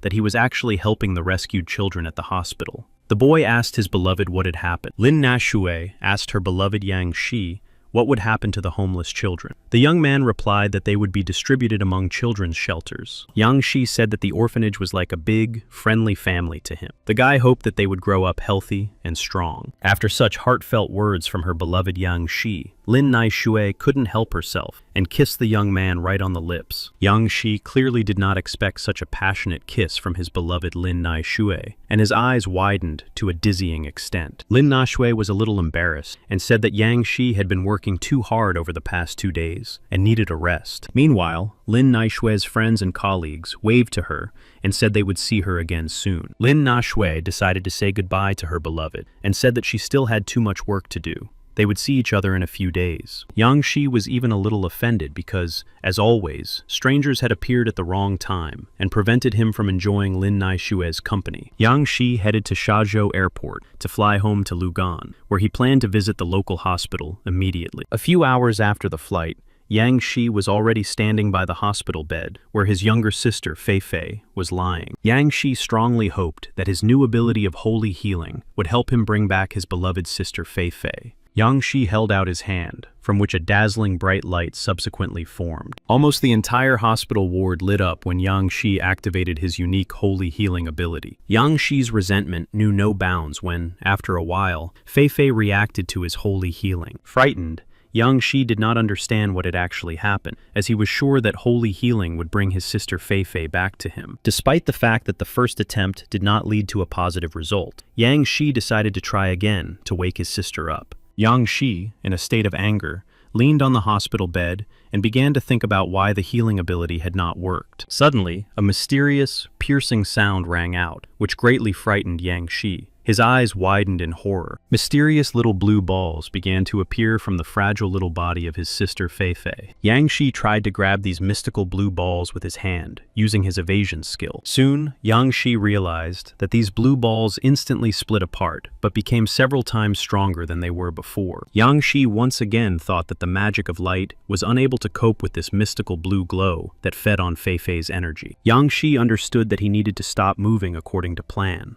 It was too slow and uncertain. He needed a source of pills. Before his dizzying encounter with the mysterious source of the blue pills, Yang Shi needed to improve 3 of his abilities. Among the improved abilities were cloning, metal control, and transformation. Yang Shi began the important process. The first ability in Yang Shi's strong hand was the C-rank ability called transformation. Yang Shi also took the second ability, called cloning, into his hand, and prepared to combine these 2 talents. Yang Shi even began to sweat a little, as he concentrated intensely on one point. The young man could not afford to make a mistake. Yang Shi thought that now, with all his accumulated abilities, he should easily advance to S rank. Due to his intense excitement and anxiety, Yang Shi even fell to his knees because he couldn't control such a powerful action in his hands. After a few seconds, Yang Shi finally succeeded. An S-rank metal control ball hung in the air in front of him. Now the powerful young man Yang Shi waited to meet the mysterious source of the blue pills with even greater desire. With the help of puppet control, Yang Shi immersed himself in the muscular body of the superhero of Spicy and Sour Noodles, who was standing on the roof. The superhero of Spicy and Sour Noodles stood alone on the roof, looking at the starry sky, waiting for the arrival of his invited guest. A few minutes later, a so-called purple hole appeared in the sky, from which the leg of a mysterious, faceless man emerged. The faceless man turned to the superhero of Spicy and Sour Noodles and told him that they hadn't seen each other in a long time. The mystical faceless man asked the superhero of Spicy and Sour Noodles if he had obtained any important information. The hero of Spicy and Sour Noodles crossed his arms over his chest and said that he could tell him something interesting about Lord Yu-Ji. The faceless man replied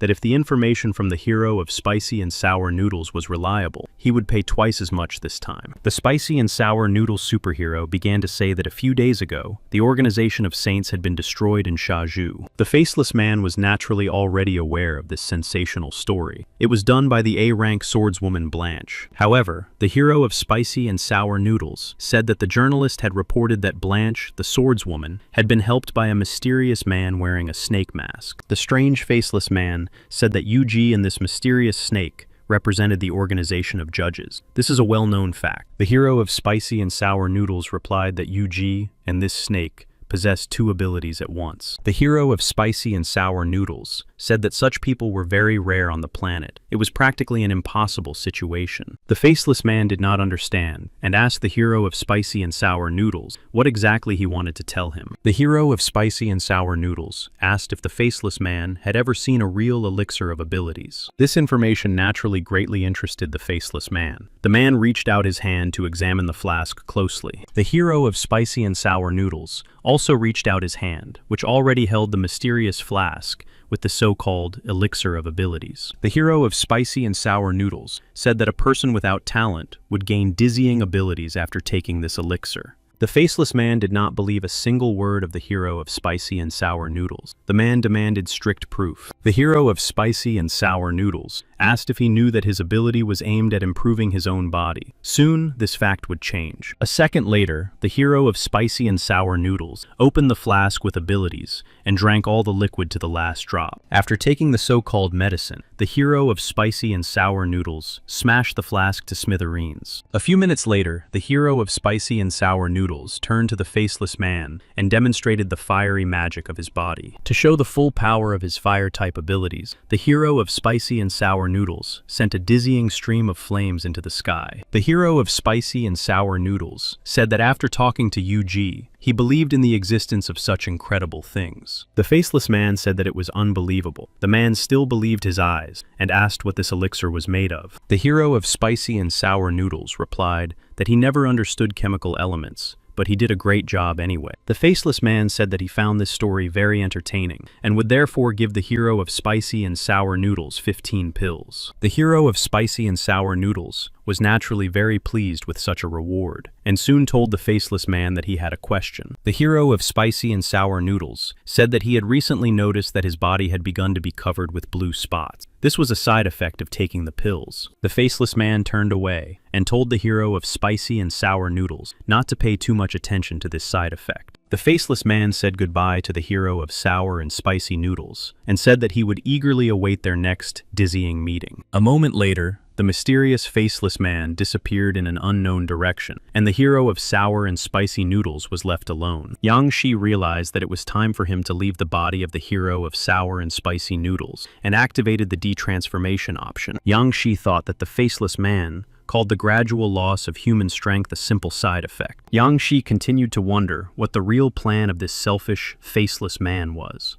and where did he get the blue pills? Yang Shi was about to leave the roof of the apartment building when he suddenly noticed the hero of spicy and sour noodles muttering something. The hero of spicy and sour noodles leaned against the wall and sat down on the cold floor. The poor man lowered his head and continued to whisper something under his breath. Yang Shi decided to talk to the hero of spicy and sour noodles and told the man that if he stopped taking those pills, his daughter would forgive him. Meanwhile, a cute, cheerful girl peeked around the corner and watched what her beloved daddy was doing on the roof. The cheerful mood of the pretty girl changed when she saw her beloved father just sleeping on the roof. The girl's name was Tian Tian. She was very upset with her dad because he had promised to keep her company on her birthday. Tian Tian suddenly fell silent when she accidentally saw a bottle with mysterious blue pills lying on the floor. The hero of spicy and sour noodles quickly took the strange bottle of pills from Tian Tian and told his daughter that it was not a toy. Tian Tian hugged her beloved father's legs and looked at him with loving eyes. Her father could no longer be angry. The hero of spicy and sour noodles thought that he had actually come to the roof to meet the faceless man and get the pills. However, the hero of spicy and sour noodles couldn't remember anything. Despite all the strangeness, his father called Tian Tian back to the party to taste the cake. Meanwhile, a dizzying scene was unfolding in Mr. Liu Yuan's house. It was already night outside. Mr. Liu Yuan was walking down the hallway, shouting that he was tired of the hateful treatment. He was literally forbidden from doing anything. Liu Yuan suddenly fell silent and stopped when he saw that the light in the old man's office was still on. Liu Yuan opened the door slightly and shouted to the old man to go to bed, because tomorrow would be a difficult day. When no one answered,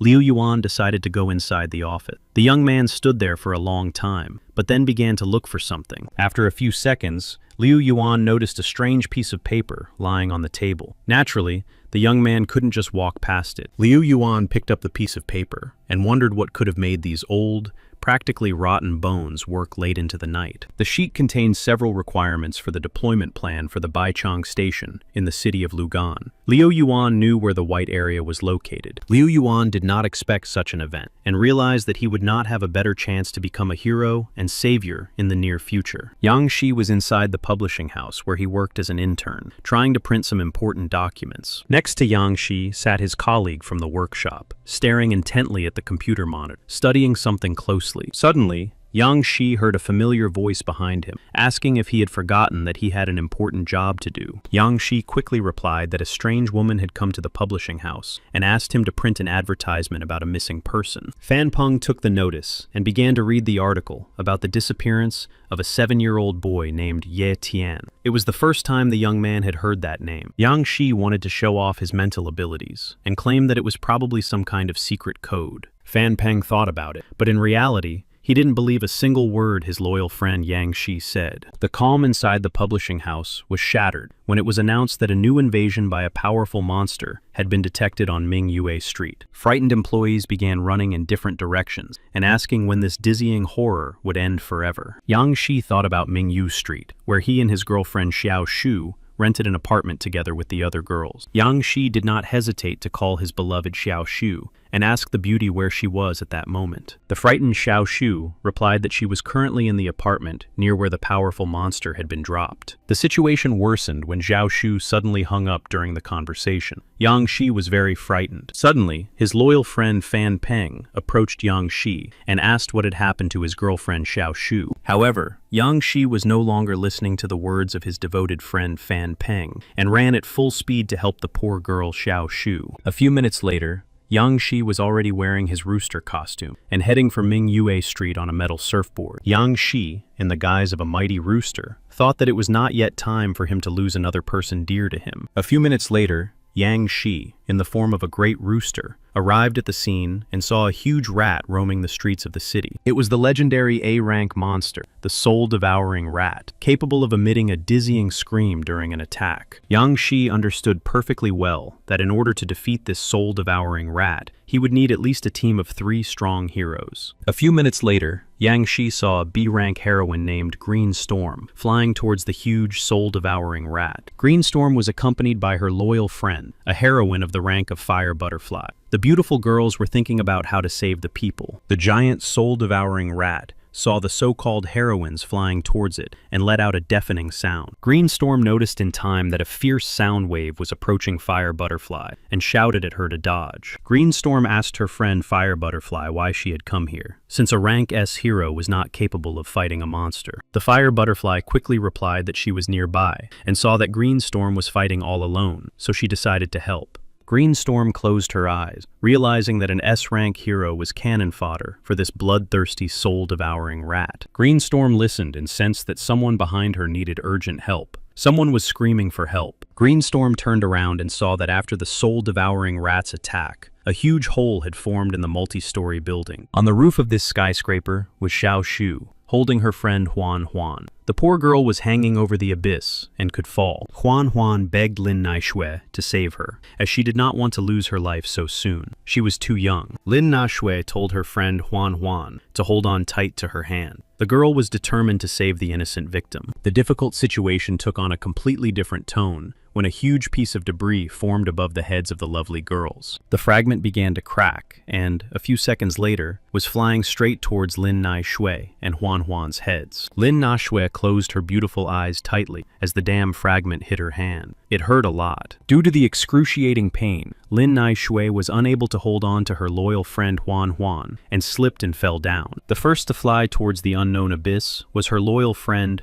Xiao Shu Huan Huan, who continued to scream loudly. Huan Huan continued to fall and begged one of the mighty heroes to save her from death. A few seconds later, Huan Huan opened her eyes and saw that she was in the arms of the courageous Fire Butterfly. Huan Huan couldn't believe that she had somehow managed to stay alive. The Fire Butterfly said that she was always happy to help ordinary people. Meanwhile, curious journalists filmed how the Fire Butterfly managed to save the first innocent victim after the invasion. But the happy journalists were in no hurry to rejoice, as they couldn't see where the second charming girl had gone from the roof. A few seconds later, the journalists saw Lin Naishui falling from a great height and screaming in fear. The journalist looked closely and told viewers that something flew across the sky at lightning speed and saved the girl. Meanwhile, Green Storm continued to fight the giant soul-devouring rat and shouted loudly at the journalists to leave. The naive journalists on board the helicopter did not hear Green Storm's cry. The rat had already attacked. Green Storm used her unique ability called the Blinding Gift. The girl planned to save the helicopter with the people inside. There was a loud, dizzying explosion. Green Storm fell right into the mouth of this huge, soul-devouring rat. However, the military helicopter with journalists on board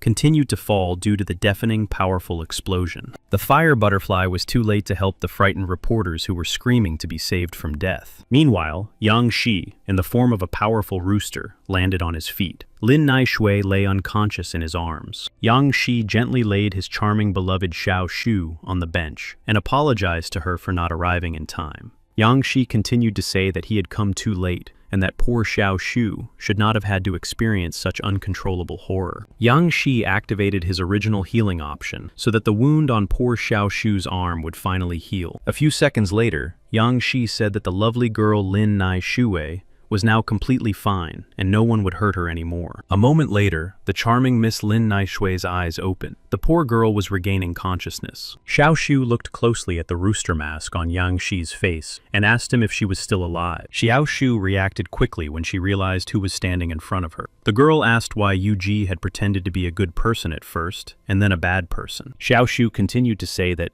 now she knew for sure that Yu Ji was a real hero, because he had saved the girl from death. Yang Shi looked intently into the charming eyes of his beloved Xiao Shu and thought that he could not reveal his true identity to her. Yang Shi said loudly that Lin Naishui needed to rest a little and then go to the nearest shelter. Evacuation was necessary. Yang Shi already had one foot on his metal surfboard and rose into the sky to fight the soul-devouring rat. Meanwhile, Miss Lin Naishui waved to her mysterious hero Yu Ji and wanted to talk to him some more. Xiao Shu thought she was experiencing some strange feeling. It seemed like she was seeing Yu Ji for the first time, but he seemed so familiar to her. Yang Shi flew on his metal surfboard and activated a new cloning option. It was quite unexpected. Yang Shi told his double Yu Ji that his power would now be the Heart of Light and the power of the Snow Queen. Suddenly, an original idea came to the clever Yang Shi's mind. Yu Ji should temporarily appear in public in the guise of a mysterious girl. A moment later, Yang Shi's double really did transform into a mysterious fairy tale girl. Yang Shi looked closely at the figure of the mysterious girl and thought that finally, the third member of the organization of judges had appeared. Yang Shi decided that the girl would be called Mao Rabbit. Now she needed to go and help the rest of the people. Yang Shi continued to watch as the huge soul-devouring rat moved through the city streets and destroyed houses. Yang Shi suddenly switched his attention to the neighboring roof, where the mysterious girl was standing, preparing to attack the rat. Journalists also noticed that there was some kind of brave and courageous heroine standing on the roof of a skyscraper, but they couldn't see her face yet. It was the heroine Explosive Fist, who said she never thought she would have to save Lugan in the middle of her vacation. The journalists soon gasped in amazement as she recognized the heroine Explosive Fist. The heroine of Explosive Fist, A-Rank, looked into the camera and thought to herself that the last time she was filmed here was several years ago. The heroine of Explosive Fist began to smile and wave at the camera and asked her viewers if anyone else remembered her. Yan Shi was very happy because a hero had appeared on the horizon who would take responsibility for saving innocent people. Yan Shi decided that for now, he would just watch. The soul-devouring rat had already spotted the heroine of Explosive Fist. The heroine Explosive Fist assessed the size of the giant soul-devouring rat and thought that this monster could become her punching bag. A few seconds later, the enraged soul-eating rat attacked the heroine of Explosive Fist with its signature scream. Greenstorm tried to warn the heroine Explosive Fist and said that the power of the rat's sound wave was too great. The heroine Explosive Fist prepared to repel the dizzying blow from her opponent and thought that if she didn't try, she would never know her strength. On the roof of the skyscraper, where the heroine Explosive Fist had just been standing, there was a loud, piercing explosion. The journalist opened her mouth in surprise again, as the heroine Explosive Fist could easily dodge the rat's blow but remained in place. Meanwhile, the skyscraper that the soul-devouring rat had just attacked began to literally crack before their eyes. The soul-devouring rat monster began to rejoice at its premature victory and continued to walk through the city streets. The soul-devouring rat's joy ended when the powerful heroine Explosive Fist suddenly appeared in the air.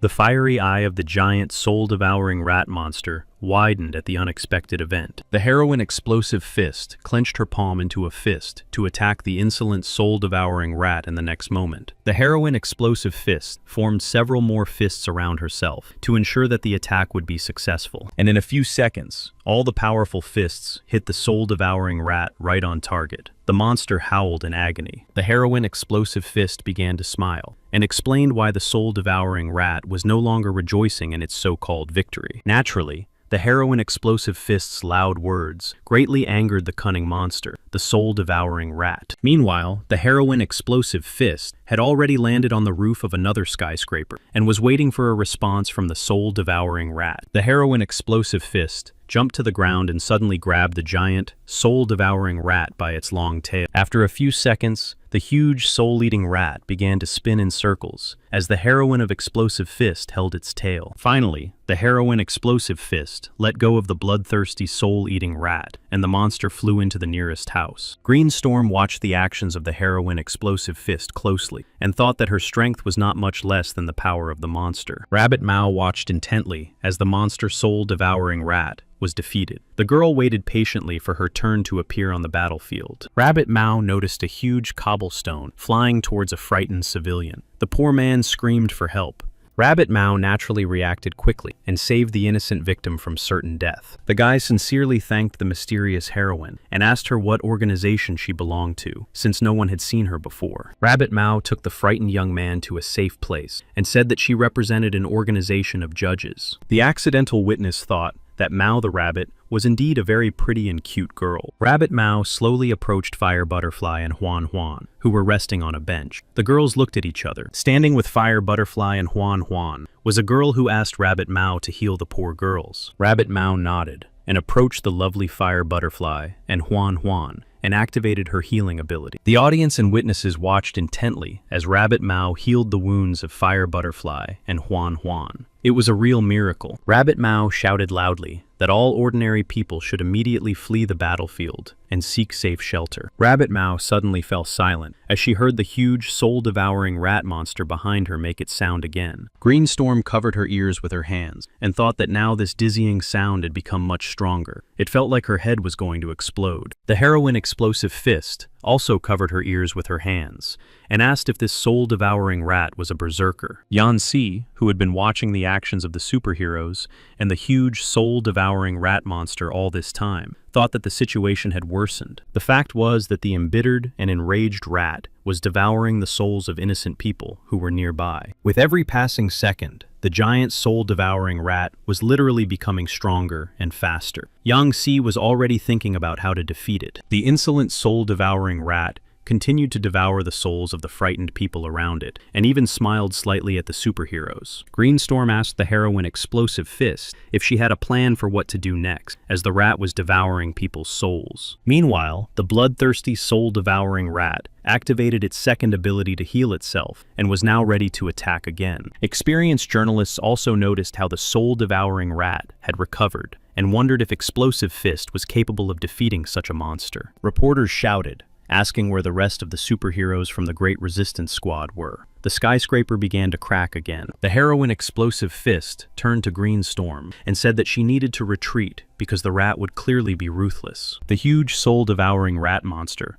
once again emitted its signature sound, which destroyed everything around it. The heroine Explosive Fist jumped up again to deliver a crushing blow to the head of the nasty soul-devouring rat. The heroine Explosive Fist's dizzying blow hit its target. The soul-devouring rat monster fell onto a neighboring house. It was clear that the heroine Explosive Fist was already tired. The girl thought that this time it should have worked, and the rat would not get up again. A few minutes later, the heroine Explosive Fist felt pain in her right side. The treacherous soul-devouring rat pierced the poor girl. The heroine of Explosive Fist tried not to show that she was in pain. She just said that it was a very dirty trick. And then, after a while, the evil monster soul-devouring rat attacked the frightened heroine Explosive Fist again. The heroine Explosive Fist hit the ground with incredible force and howled in dizzying pain. The heroine Explosive Fist raised her head with her last ounce of strength and thought that she couldn't lose her life here. She had to get rid of the rat. Green Storm came to the aid of the wounded heroine Explosive Fist, who was very concerned about her mistress's physical condition. The heroine Explosive Fist was very surprised and even angry at Green Storm. The girl had to hide in a shelter. Green Storm shouted loudly that it was her duty as a true hero to protect people. She couldn't just run away and hide from the monster. Meanwhile, the heroine Explosive Fist was already losing consciousness and could not respond to her student Green Storm. Despite the fact that the heroine Explosive Fist was seriously injured, the journalist said that the audience could clearly see how she fought with dignity. The enraged monster, the soul-devouring rat, was already approaching Green Storm and the heroine Explosive Fist, who was still lying on the ground. The soul-devouring rat planned to launch another dizzying attack, so the heroine Explosive Fist shielded Green Storm with her body. The situation changed dramatically when spectators and random witnesses noticed a stranger approaching the rat. A loud and clear question was heard to the monster soul-devouring rat, asking how it dared to attack such a heroine as Explosive Fist. A huge, sharp spear flew towards the bloodthirsty rat and soon hit its target. It was Yang Shi and his faithful assistant, Rabbit Mao. The main characters watched the monster's dizzying reaction closely. The reporter rejoiced again and said that at the most opportune moment, when they so desperately needed help, the A-rank hero, Yuji, appeared. The reporter noticed the charming girl Rabbit Mao standing next to her master Yuji. The heroine's Explosive Fist and Green Storm did not understand what Yuji and Rabbit Mao were actually doing. They came to rescue them. Yuji, accompanied by his faithful assistant Rabbit Mao, threw several metal spears at the bloodthirsty soul-devouring rat. A few seconds later, the numerous spears finally hit their target. The poor monster-eating rat howled from so many wounds. Everything became clear to the heroine Explosive Fist when the soul-devouring rat began to heal itself by absorbing people's souls. The heroine Explosive Fist thought about how to block this unique ability of the terrible soul-devouring rat. Green Storm suggested simply closing the mouth of this bloodthirsty soul-devouring rat. The heroine Explosive Fist lightly hit her partner. Meanwhile, Lord Yuji had already lifted the soul-devouring rat, which had numerous metal spears in it, into the air. The frightened, soul-devouring rat tried to resist, but soon realized that Yuji was too strong for her. The heroine Explosive Fist watched closely as the rat rose into the air and thought that it would not be easy for her after the dizzying fall. As soon as the cunning and nimble soul-eating rat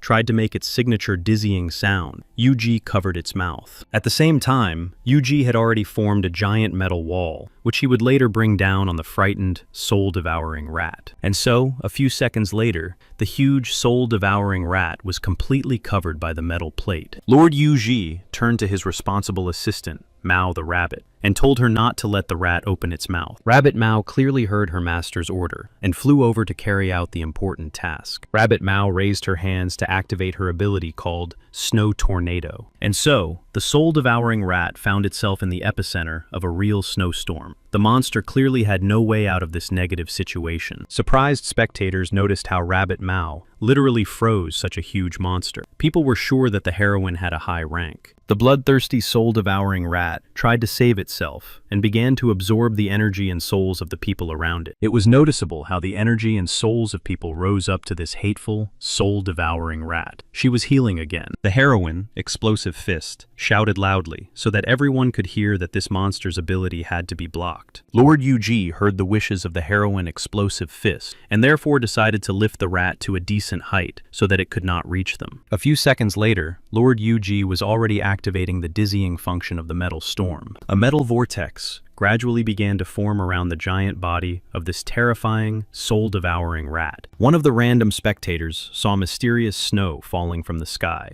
People understood that Yuji had cut a piece of ice. Meanwhile, Lord Yuji had already activated his power-stealing ability and was staring intently at the small green ball. Yuji understood that the new soul-devouring ability was slightly different from the power of the Holy Heart, although they were similar in their healing properties. A military helicopter with journalists on board flew over the city. People shouted for everyone to remain calm and not give in to panic and fear. A journalist said that as soon as the clouds cleared, the camera would finally be able to show the condition of Lord Yuji. A few minutes later, the clouds finally dispersed, and Bishop Yuji appeared to the public. The hero stood on his metal board. The happy journalist raised her hand so that Lord Yuji would notice her. The girl asked to interview the real hero. The audience watched closely for Lord Yuji's reaction, but he simply remained silent. People understood that the rat would not return. The heroine Explosive Fist looked at Lord Yuji with a loving gaze and realized that he was most likely an S rank. The heroine Explosive Fist and Green Storm suddenly heard someone quietly sneaking up behind them. The heroine Explosive Fist and Green Storm turned around and saw Rabbit Mao. The girls asked the stranger what she wanted. A few seconds later, Green Storm stood up to defend the heroine Explosive Fist and told the lady to dodge the attack. Meanwhile, Mao Rabbit threw several snowballs at the innocent victims. The girls did not understand why the enemy was attacking. Green Storm stood still and watched closely as Mao Rabbit's snowballs approached. Green Storm couldn't handle the glare and covered her eyes with her hand as the light literally pierced through them. However, after a few seconds, the heroine Explosive Fist and Green Storm discovered that their serious injuries had begun to disappear. The heroine Explosive Fist asked Mao Rabbit who she really was and what organization she represented. Rabbit Mao replied that the new heroine who had come with Lord Yu represented the judges' organization. The audience watched Rabbit Mao's charming figure intently, and someone even wrote a comment saying they planned to marry her. Then the viewers' attention focused on Lord Yu.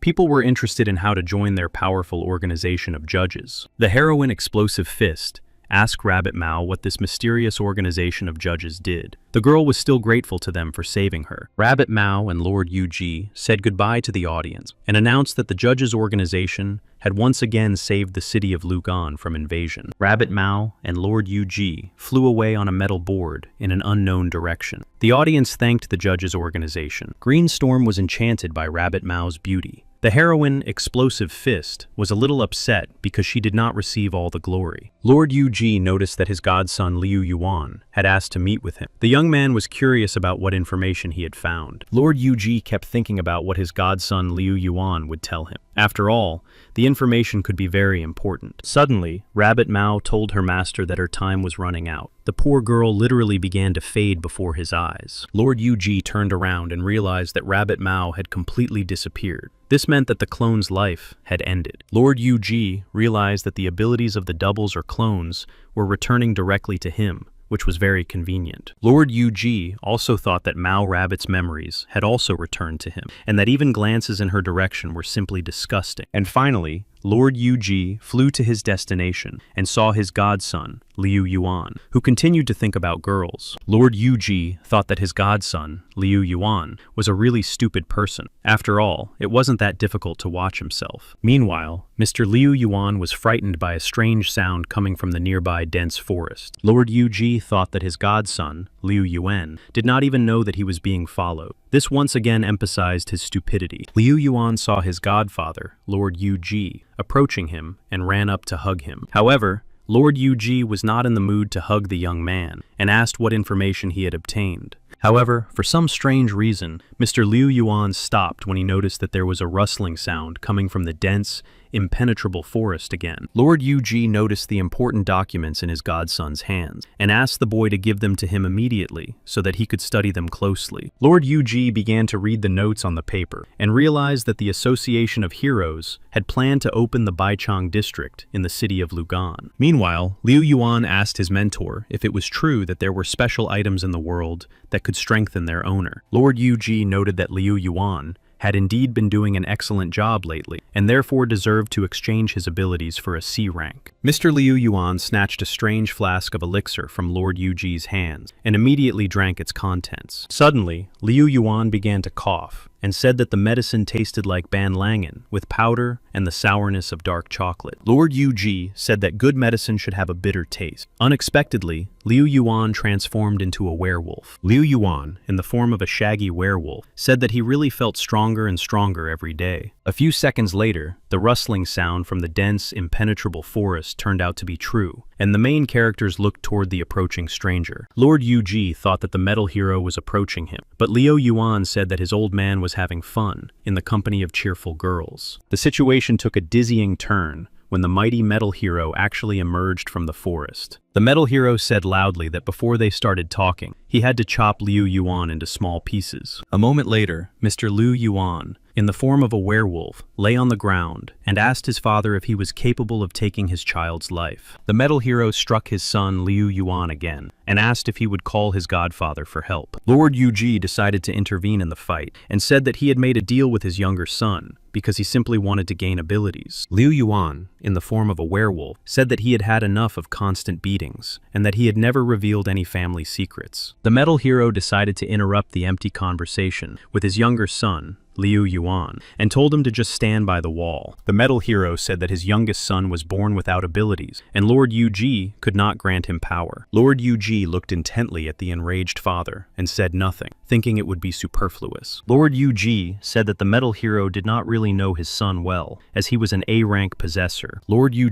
continued, saying that granting the werewolf Liu Yuan a few abilities was not particularly difficult for him. The metal hero was very surprised and asked Lord Yu-ji if he could improve the qualities of A-rank heroes such as himself. Lord Yu-ji thought that he was dealing with a real trickster and deceiver who couldn't enjoy what he already had. Lord Yu-ji quickly replied that he could indeed improve the abilities of an A-rank hero, but the price of such an action would be too high. The metal hero stood still and thought deeply. After all, the man had never heard of such possibilities before this moment. The metal hero finally spoke up, asking Lord Yu-ji to share more details about this important information. Lord Yu-ji nodded and held out his hand, which contained something very important. Lord Yu-ji opened his hand, which actually held the legendary blue pill. The guy asked the metal hero if he knew anything about it. The metal hero caught the mysterious blue pill and began to study it closely. The man replied that he had never seen anything like it before. Lord Yu-ji laughed loudly and asked the metal hero if he really didn't know that someone in his company was using blue pills. Lord Yu-ji said that if someone ate this mystical blue pill,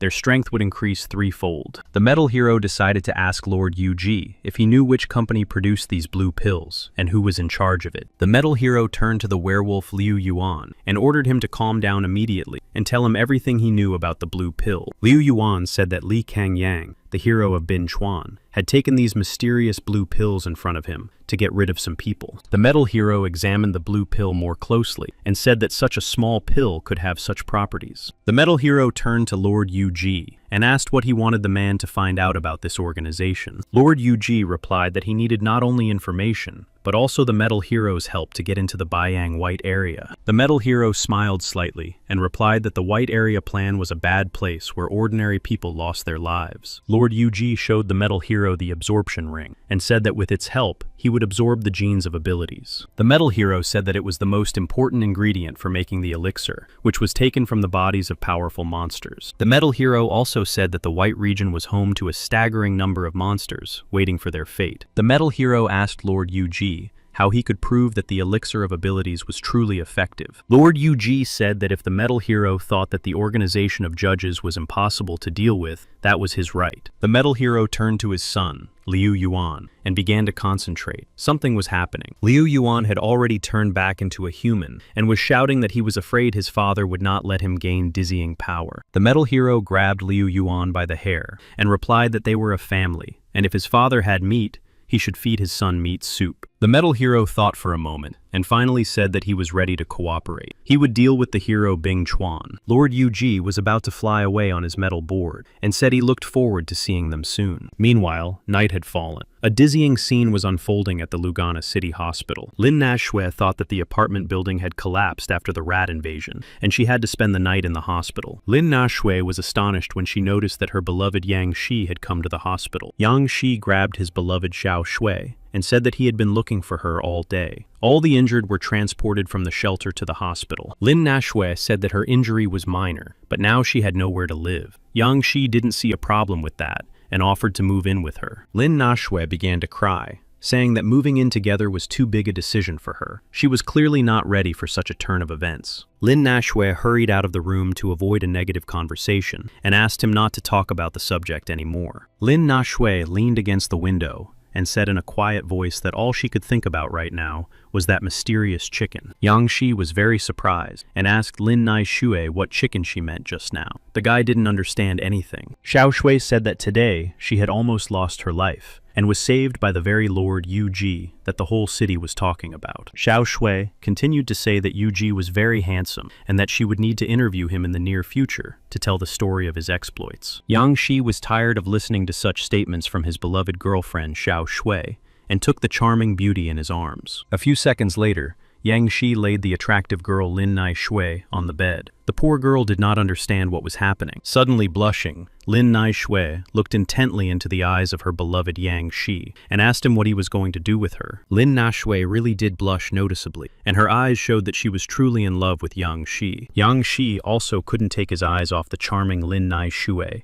and whispered her beautiful name in a soft voice. Yang Shi moved closer to touch his beloved beauty, Lin Nashue, who said that such things should not be done in a hospital. A few minutes later, the main characters were already under a warm, comfortable blanket on a hospital bed. Several minutes passed, and the main characters still did not show their heads from under the warm, silky blanket. And finally, the head of the attractive girl, Lin Nashue, appeared from under the blanket. The lovely girl looked at her beloved boyfriend lying next to her. It seemed that tears were about to flow from Miss Lin Naishue's beautiful eyes, but the charming beauty held on with all her might. Yang Shi also looked into the eyes of his beloved Lin Naishue through his uncomfortable glasses and simply remained silent. The guy admired her beauty. Finally, the main characters hugged each other tightly. Yang Shi told his beloved Xiao Shui to go to sleep now, and that he would help her move tomorrow. The next morning, Yang Shi was already at the airport near a huge plane. Passengers were slowly making their way to the stairs. Yang Shi was talking on the phone with his beloved girlfriend, who asked where the frying pan was in his apartment. The guy thought it was in the kitchen cabinet. Yang Shi realized that Lin Naishui would never find the frying pan, so he told her to use the map he had given her. Yang Shi had already taken his seat on the plane, and said he would call his charming girlfriend Xiao Shui when he landed. Yang Shi's seatmate started laughing loudly when he heard the guy start meowing in a strange voice.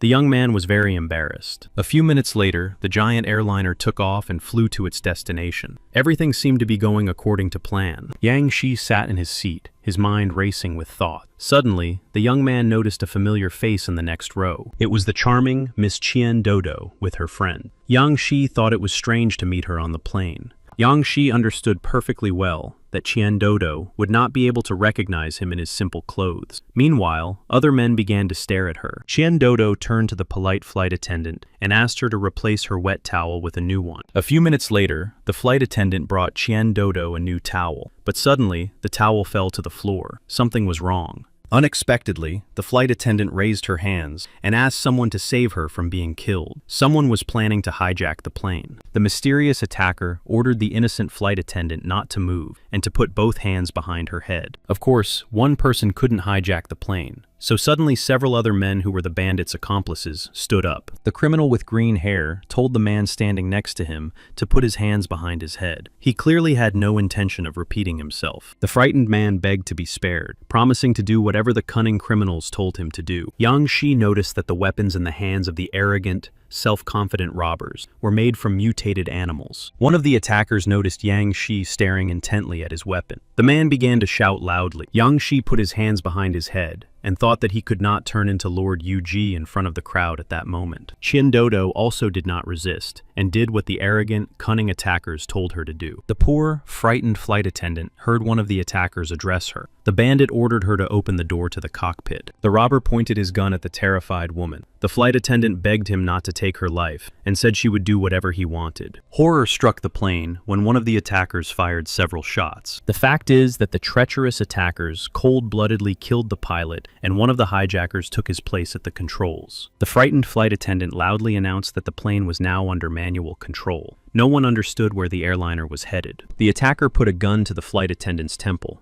and replied that they were heading for the tallest tower in Shaju, called Juba. Meanwhile, the other hijackers heard their leader kill the lovely flight attendant, who was not guilty of anything. Neighbor Yang Shi looked very calm, but in reality, he thought to himself that this was his last flight in his life. Yang Shi decided to say his thoughts out loud, and said that this last flight was worth it to see the charming Qian Dodo. Yang Shi did not listen to his neighbor's remarks, and was lost in his own thoughts. The guy wondered where these insidious criminals could have come from. Qian Dodo also thought to herself that the criminals actually hated the 2nd District and were ready to get rid of the Great Juba Tower forever. The fact was that when Azura Star was formed in the peaceful 50th District, which was known for its friendliness, people from the 2nd District suddenly invaded. After defending itself, the important 35th District demanded that the 50th District publicly apologize for the terrible damage it had caused. However, the chairman of the 50th District rejected this request. Yang Shi thought that the terrible times were long gone. The bald robber suddenly started yelling at Yang Shi and Qian Dodo and ordered the frightened people to shut their unpleasant mouths. Qian Dodo called this bald robber boss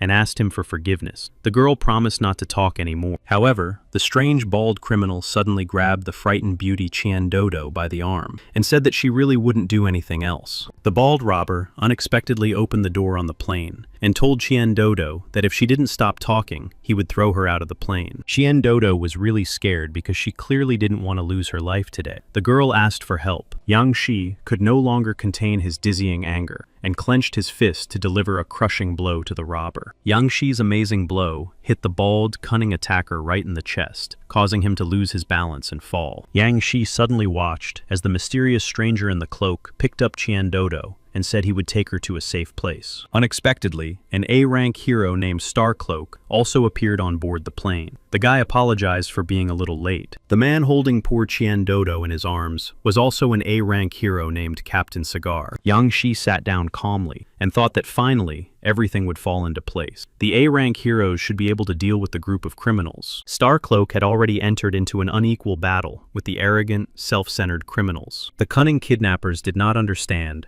that they were facing an unequal opponent who could easily deal with an entire army. Yanxi had already guessed that this superhero's plasma was a spiritual creature with the strongest self-awareness. The leader of the criminal gang realized that he was facing the famous Starcloak and began to applaud him, thinking that he could defeat him. Starcloak said loudly that there were only 2 attackers left. The guy asked if they would like to lay down their weapons and run away. The evil leader of the criminal gang replied that all the people of the 2nd District were stupid and unworthy. He had a backup plan. It turned out that the cunning and arrogant leader of the criminal gang possessed a special ability, a fruit and meat bomb. The hero Starcloak clearly did not expect such petty criminals to possess such dizzying power. Captain Cigar also opened his mouth in incredible surprise. Now the heroes had to come up with an original plan to save the people. A few seconds later, there was a terrible explosion, and it became clear that the plane would soon crash. After a certain amount of time, the giant airliner continued to lose altitude and fall. The frightened people on board had already resigned themselves to their fate. The passengers were truly experiencing uncontrollable fear and were holding on to any heavy objects so as not to fall. Captain Cigar ordered the innocent victims to immediately put on oxygen masks so they wouldn't suffocate. The poor passengers heard the order from the powerful A-rank hero, Captain Cigar, and tried to reach for the oxygen masks. Captain Cigar asked Starcloak if he had amazing abilities to lift the plane and save them from death. Starcloak said that at best, he could lift only a few people into the air with his cloak. One of the influential business class passengers asked Starcloak to take him with him, and he would pay him any price he asked. A second passenger also begged Starcloak to save him from the horror of death. No one was going to give up. Yanxi looked at the panicking crowd of passengers and realized that these people also planned to pay Starcloak a substantial amount of money. Someone from the angry crowd ordered everyone to disperse,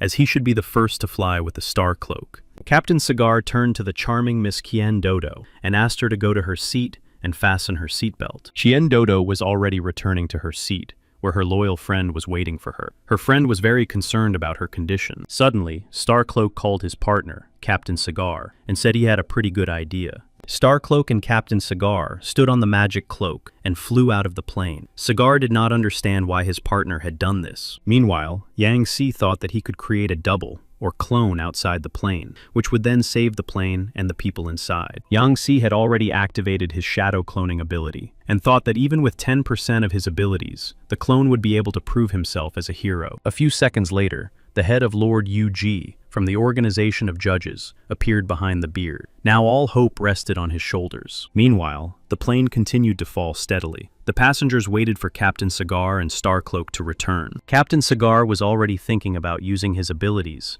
to form a huge parachute that would slow down the fall. Starcloak urged his partner to hurry up. Otherwise, the number of victims could seriously damage their reputation. Captain Cigar activated his unique ability, called Cigar Smoke, and began to suck in the air around him. After a few seconds, Captain Cigar began to blow the accumulated air out of his magical lungs. In this way, Captain Cigar managed to form several parachutes that clearly slowed down the speed of the fall. Captain Cigar knelt on one knee and said that these abilities had really exhausted him. He was left with almost no strength. Suddenly, Starcloak began to do suspicious things behind Captain Cigar's back and said that he was grateful that his partner was a good person. Captain Cigar looked into the face of his partner, Starcloak, and said that it was his duty as the bearer of such power. Starcloak whispered something to his mystical cloak, which possessed its own consciousness and mind. Lord Yu-Ji watched the falling plane closely and realized that the A-rank heroes had done something to slow its fall. Starcloak made his self-developing cloak attack Captain Cigar. The villain said that the hero's words made him sick.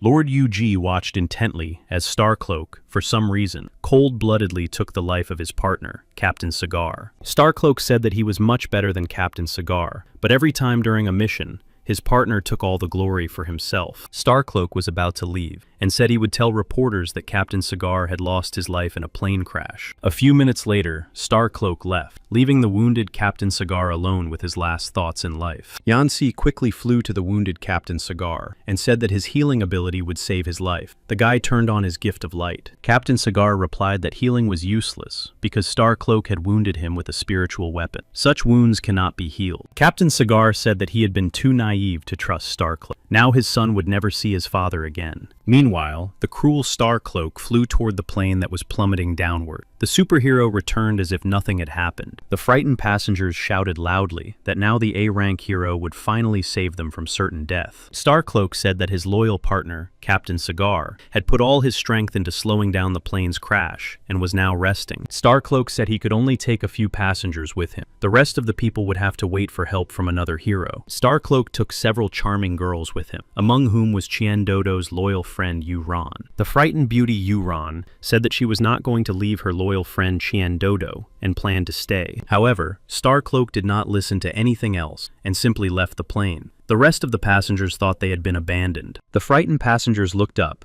and began to pray loudly. Some still hoped that some kind of hero would come to their rescue. Meanwhile, Yang Shi stood over the body of the wounded Captain Cigar and activated his talent theft ability. Yang Shi took Captain Cigar's cigarette smoke ability and said that the time would come when he would take revenge for him. The poor, agitated passengers suddenly noticed a mysterious stranger approaching them, whom they recognized as Lord Yu-Ji. Lord Yu-Ji immediately activated his unique ability, Metal Control, and tried to save the innocent people from losing their lives. Lord Yu-Ji began to worry a little when his first attempt to stop the plane in midair failed. He had to try again. Meanwhile, the ground was rapidly approaching, and at any moment the plane could collide with the earth. The consequences would clearly not be to the public's liking. And then the plane finally hit the ground, or more precisely, the sand. The passengers were very happy because the impact was insignificant. The happy, joyful people quickly realized that they had landed in some mysterious desert. The passengers gradually began to exit the plane and asked each other where Lord Yu-Ji and Captain Cigar had gone. The charming Miss Chien Dodo stood on the sand, thinking that she would lose her life and never see her family again. Chien Dodo wondered if the great Lord Yu-Ji had saved the plane and all the passengers. Why hadn't she seen him yet? Suddenly, from the other side of the desert,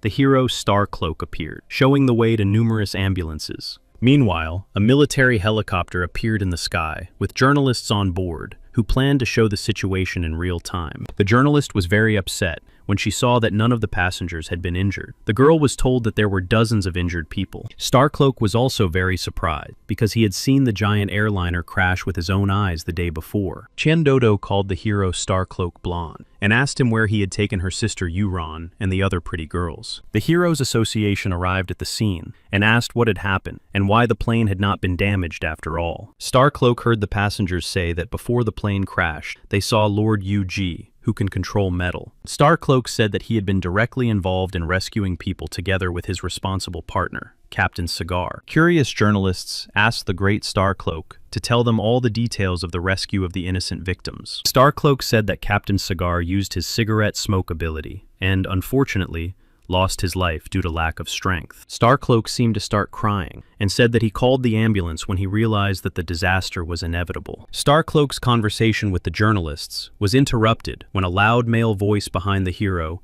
claimed that it was all a lie. Lord Yu-Ji was holding Captain Cigar in his arms, who sadly was no longer breathing. Starcloak was very surprised by the appearance of the uninvited guest, but then showed that he was very sorry for his beloved partner and friend. The charming Miss Chien Dodo immediately ran up to Lord Yu-Ji and asked him if it was true that he had saved the plane and its passengers. Lord Yu-Ji said that he had only helped to slow down the fall a little, but that the real hero was the legendary Captain Cigar. Chien Dodo asked Lord Yu-Ji if Captain Cigar had really lost his life due to exhaustion after using his abilities. Only the passengers who were staring intently at Captain Cigar's body understood that the man had been stabbed with something sharp, like a knife. The passengers began whispering among themselves, but then Lord Yu-Ji suddenly pointed his finger at Captain Cigar's partner. In front of the journalists, Lord Yu-Ji asked Starcloak what had really happened to the outstanding hero, Captain Cigar. Lord Yu-Ji decided to tell the truth and told viewers that Starcloak had tricked Captain Cigar and taken his life. Lord Yu-Ji also said that he had evidence,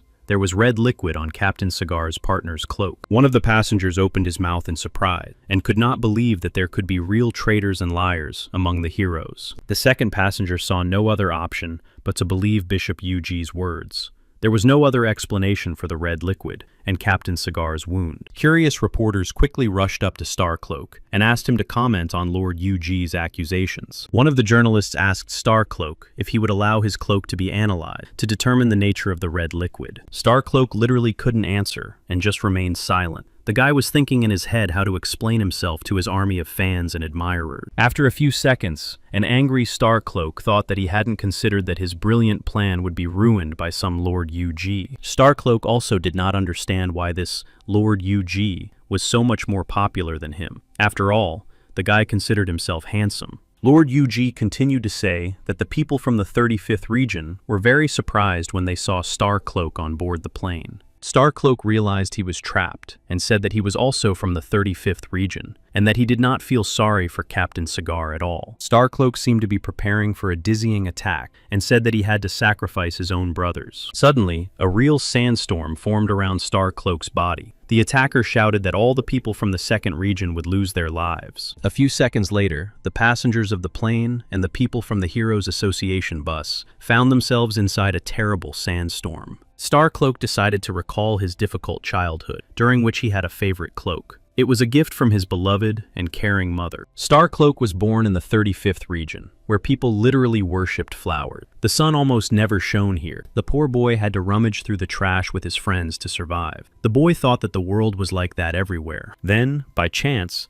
the boy found himself in the second region, where he realized for the first time that water could be delicious and the sky could be blue. However, the locals were terrible people. As soon as they found out that the boy was from the 35th region, they literally beat the poor thing with their feet. The little boy understood that it wasn't him, but these usurpers who were to blame. And then the Starcloak awakened incredible spiritual powers within him. The Starcloak provoked his former friends from the 35th region into committing crimes, and then appeared and saved innocent people. Gradually, Starcloak earned a Category A rating, and everyone around him treated him with respect and love. Everything was going great until one fine day when the legendary Captain Cigar appeared on the horizon. All attention immediately shifted to Captain Cigar. The Starcloak tried to deliberately set up his partner, but nothing worked. Meanwhile, the frightened former passengers of the plane that had crashed in the desert continued to spin around inside the sandstorm. The force of the sandstorm was so strong that it lifted helicopters and buses into the air. People screamed in panic. Starcloak stood in front of Lord Yuji and Dodo and said that every person from the second region deserved fair punishment.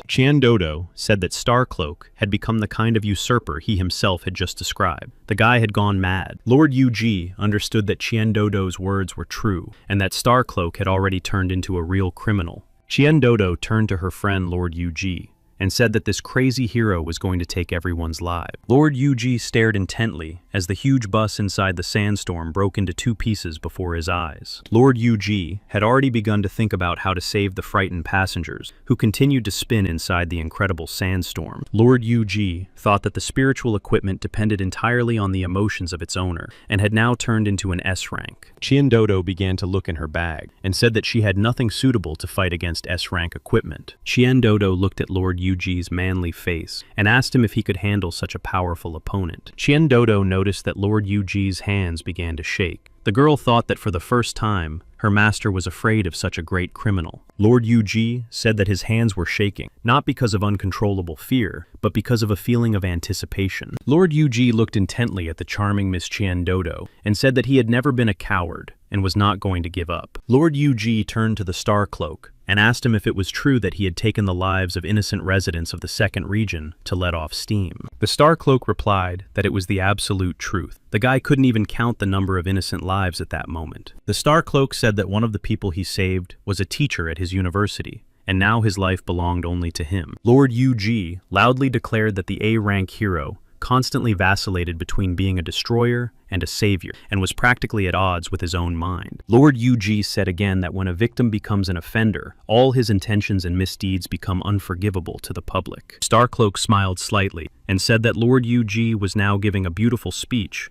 just like his former partner, Captain Cigar. Starcloak shouted loudly that as a reward, he would give Lord Yuji a head start of 100 seconds to escape from this cursed place. Meanwhile, Lord Yuji had already used his original signature ability, Metal Control. A few seconds later, a strange metal object resembling a sharp weapon appeared among the sandy stream. Gradually, several more metal objects, resembling spears, appeared around the body of the powerful Lord Yuji. The Starcloak closed his eyes, as if playing hide-and-seek. But then he opened them and said to the impatient ones. A few seconds later, Starcloak found himself completely alone in the middle of a giant desert. After a while, Starcloak finally saw a mysterious mystical hole that had formed right inside the sandstorm. There was a dizzying explosion, which frightened the people even more, and made them think that Lord Yuji would not save them after all. However, after the unexpected explosion, the sand gradually began to disperse. The Starcloak did not understand what was happening. The poor, frightened passengers of the plane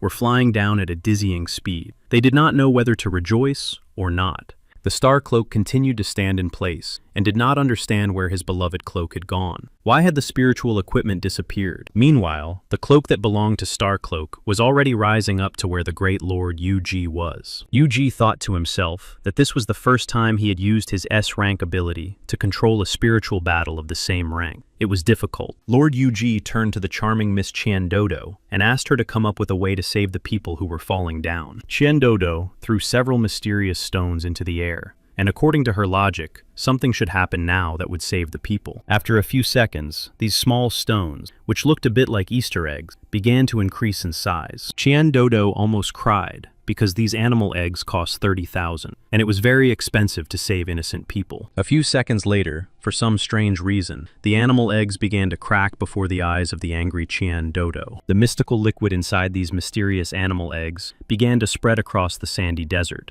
Meanwhile, the poor frightened people had already begun to approach the ground, and now they plunged headlong into this mystical, disgusting liquid. Starcloak was greatly distressed when he saw how the people had survived the fall. The guy ordered Lord Yuji to return the cloak to him. In the hands of the treacherous Starcloak, there was a weapon with which he began to shoot at Lord Yuji. Naturally, Lord Yuji's reflexes were sharp, and he began to dodge the numerous bullets with lightning speed. But the shots did not stop, and Lord Yuji was tired of constantly dodging the approaching bullets. Soon, Lord Yuji realized that these bullets from the mysterious weapon were actually homing bullets. Lord Yuji saw no other way out but to cut these homing bullets in half. The great hero's patience began to wear thin. Meanwhile, the magic cloak had already returned to the hands of Starcloak, who said that he was too careless for allowing his relic to suffer. A second later, the cloak was back on the shoulders of the treacherous villain, Starcloak. The criminal regained his power. Now the arrogant, self-loving Starcloak was already running towards the enemy of Lord Yuji, who was trying to deal with the bullet. After a while, Starcloak finally found himself near Lord Yuji and was ready to deliver a crushing blow. A few seconds later, Lord Yuji felt a slight pain in his arm, as the cunning Starcloak had managed to wound him. Yuji quickly activated his holy healing magic and tried to heal his minor wound. Lord Yuji remembered the words of Captain Cigar, who said that a wound inflicted by spiritual equipment could not be healed. Despite the words of the legendary hero Captain Cigar, Lord Yuji tried again to heal himself. Starcloak laughed loudly and asked Lord Yuji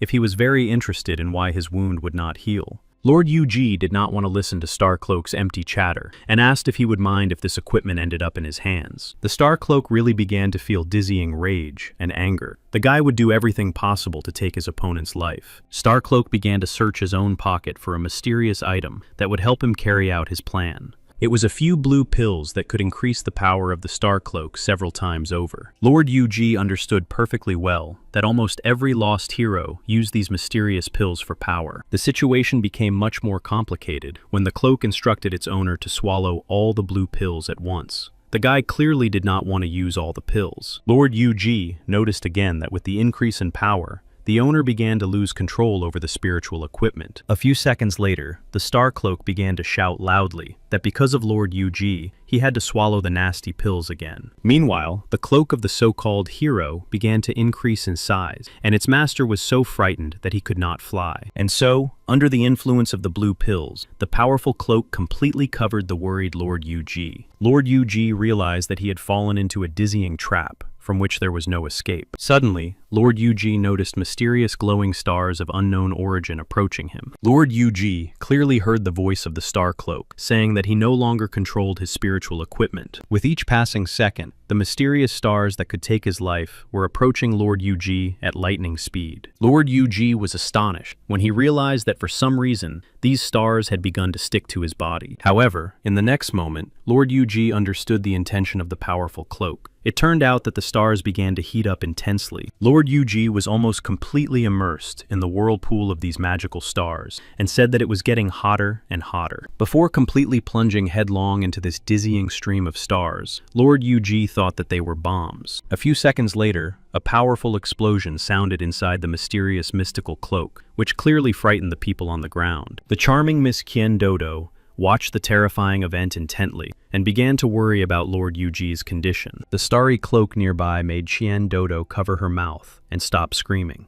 The guy was enjoying his victory. Soon, the mystical cloak opened, and thick smoke poured out of it. The star cloak said that Yuji had turned to ashes. The attractive Miss Kien Dodo covered her mouth in surprise. She couldn't believe that her master Yuji had lost his life. A few seconds later, Chien Dodo saw a mysterious metal cocoon appear in the smoke. It was in this metal cocoon that Lord Yuji hid, thinking that for a moment he had lost his vigilance and nearly lost his life. The people who had been watching the dizzying battle raised their hands and shouted that Lord Yuji was magnificent. Lord Yuji stood opposite his powerful opponent, Starcloak, and said that he had received something from Captain Cigar. Starcloak did not understand anything and wondered how Lord Yuji had managed to survive such a terrible explosion. Meanwhile, Lord Yuji lit a cigar and looked into the face of his sworn enemy. The guy was planning something. A second later, Starcloak saw a huge image of the legendary hero, Captain Cigar, behind Lord Yuji. Starcloak became very angry and began to run towards the so-called Captain Cigar to take his life again. Starcloak practically stretched out his hand to reach Captain Cigar's head. Lord Yuji also stretched out his hand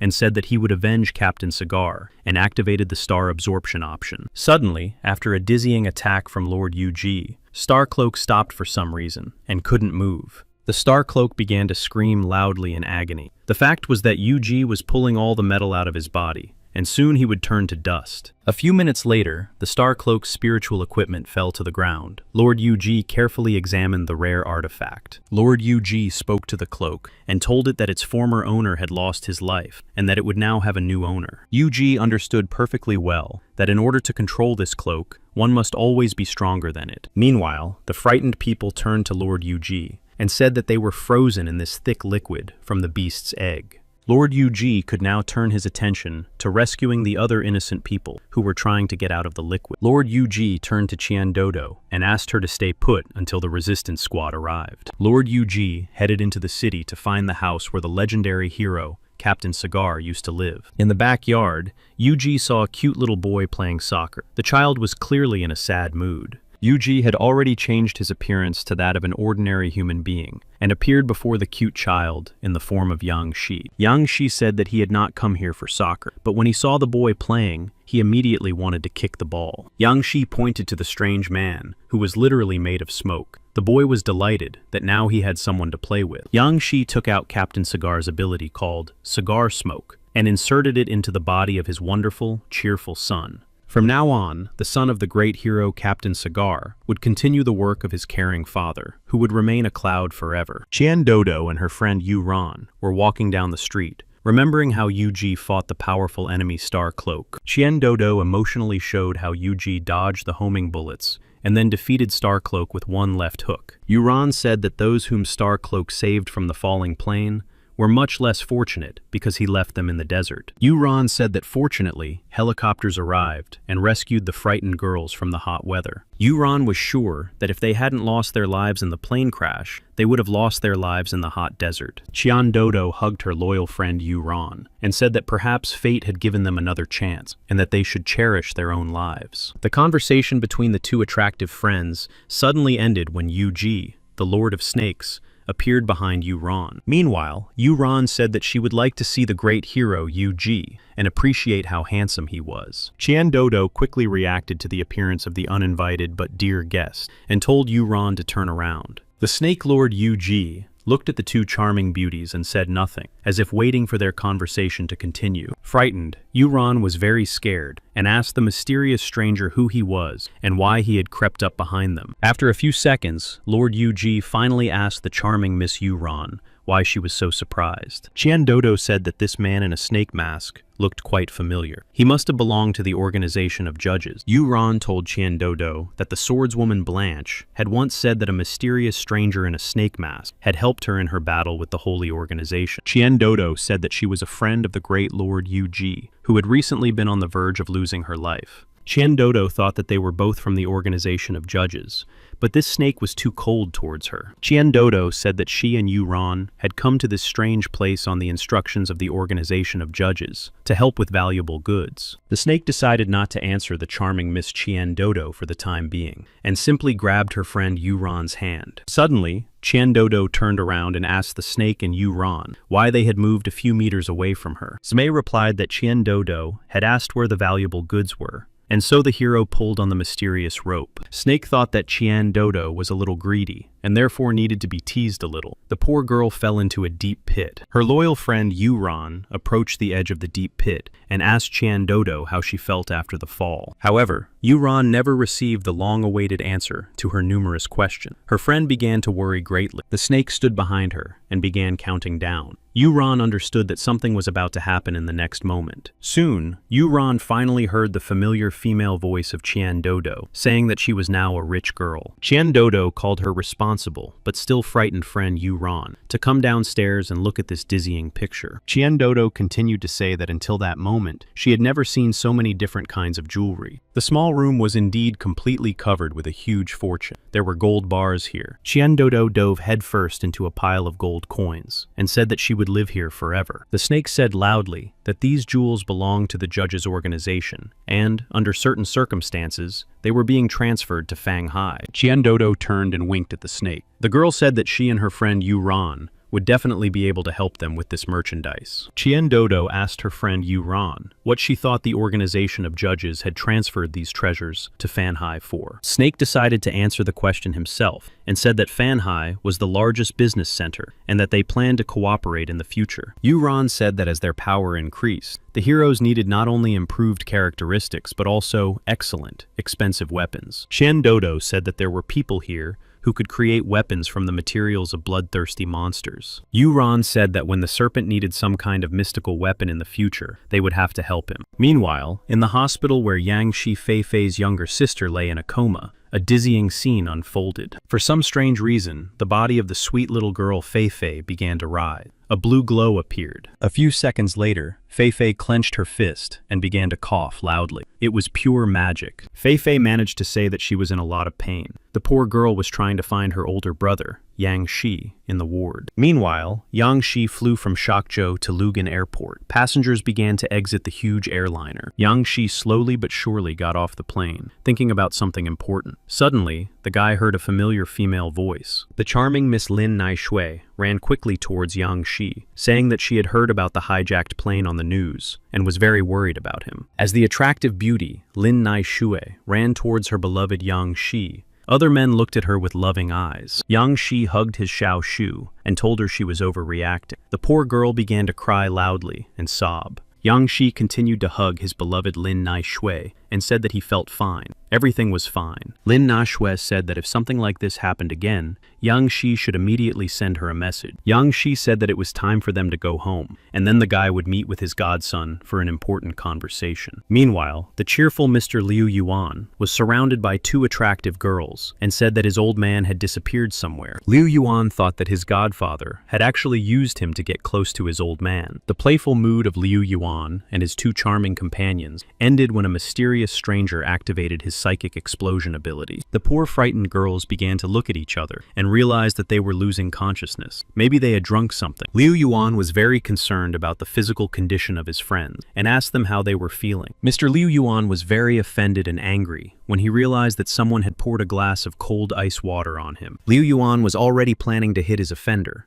but soon realized that his godfather, Yang Si, was standing next to him. Liu Yuan was very embarrassed and said that he would never lay a finger on his beloved godfather, Yu Ji. Yang Si grabbed his student Liu Yuan firmly by the head and asked him if he had just told the girls that his godfather had used him. Liu Yuan was very happy and said that he had never before managed to earn the recognition of the surrounding community. To dispel Liu Yuan's doubts, Yang Si decided to form a mysterious expedition on which he would give his godson a special task. Yang Si activated his ability called Spiritual Contact. The guy approached Liu Yuan to hit him on the forehead. The space around them was covered in a mysterious darkness, and now Liu Yuan could constantly see Lord Yuji's finger before his eyes. A few seconds later, Mr. Liu Yuan lost his balance due to the weak blow of the finger and fell to the cold ground. After a while, Mr. Liu Yuan opened his eyes and saw that he was in some kind of darkness near a large magic circle. Frightened, Mr. Liu Yuan still could not understand where he was, but he decided to reach out his hand to find out. Liu Yuan dared to lie down in the center of this mystical magic circle, and a voice in his head said that the contact was connected. A few seconds later, Mr. Liu Yuan closed his eyes again as he felt a strange, dizzying pain. Then Liu Yuan opened his eyes again and realized that he had a strange feeling that he had been transported somewhere very far from home. Suddenly, a mysterious voice told him that Liu Yuan had made spiritual contact with Yu Ji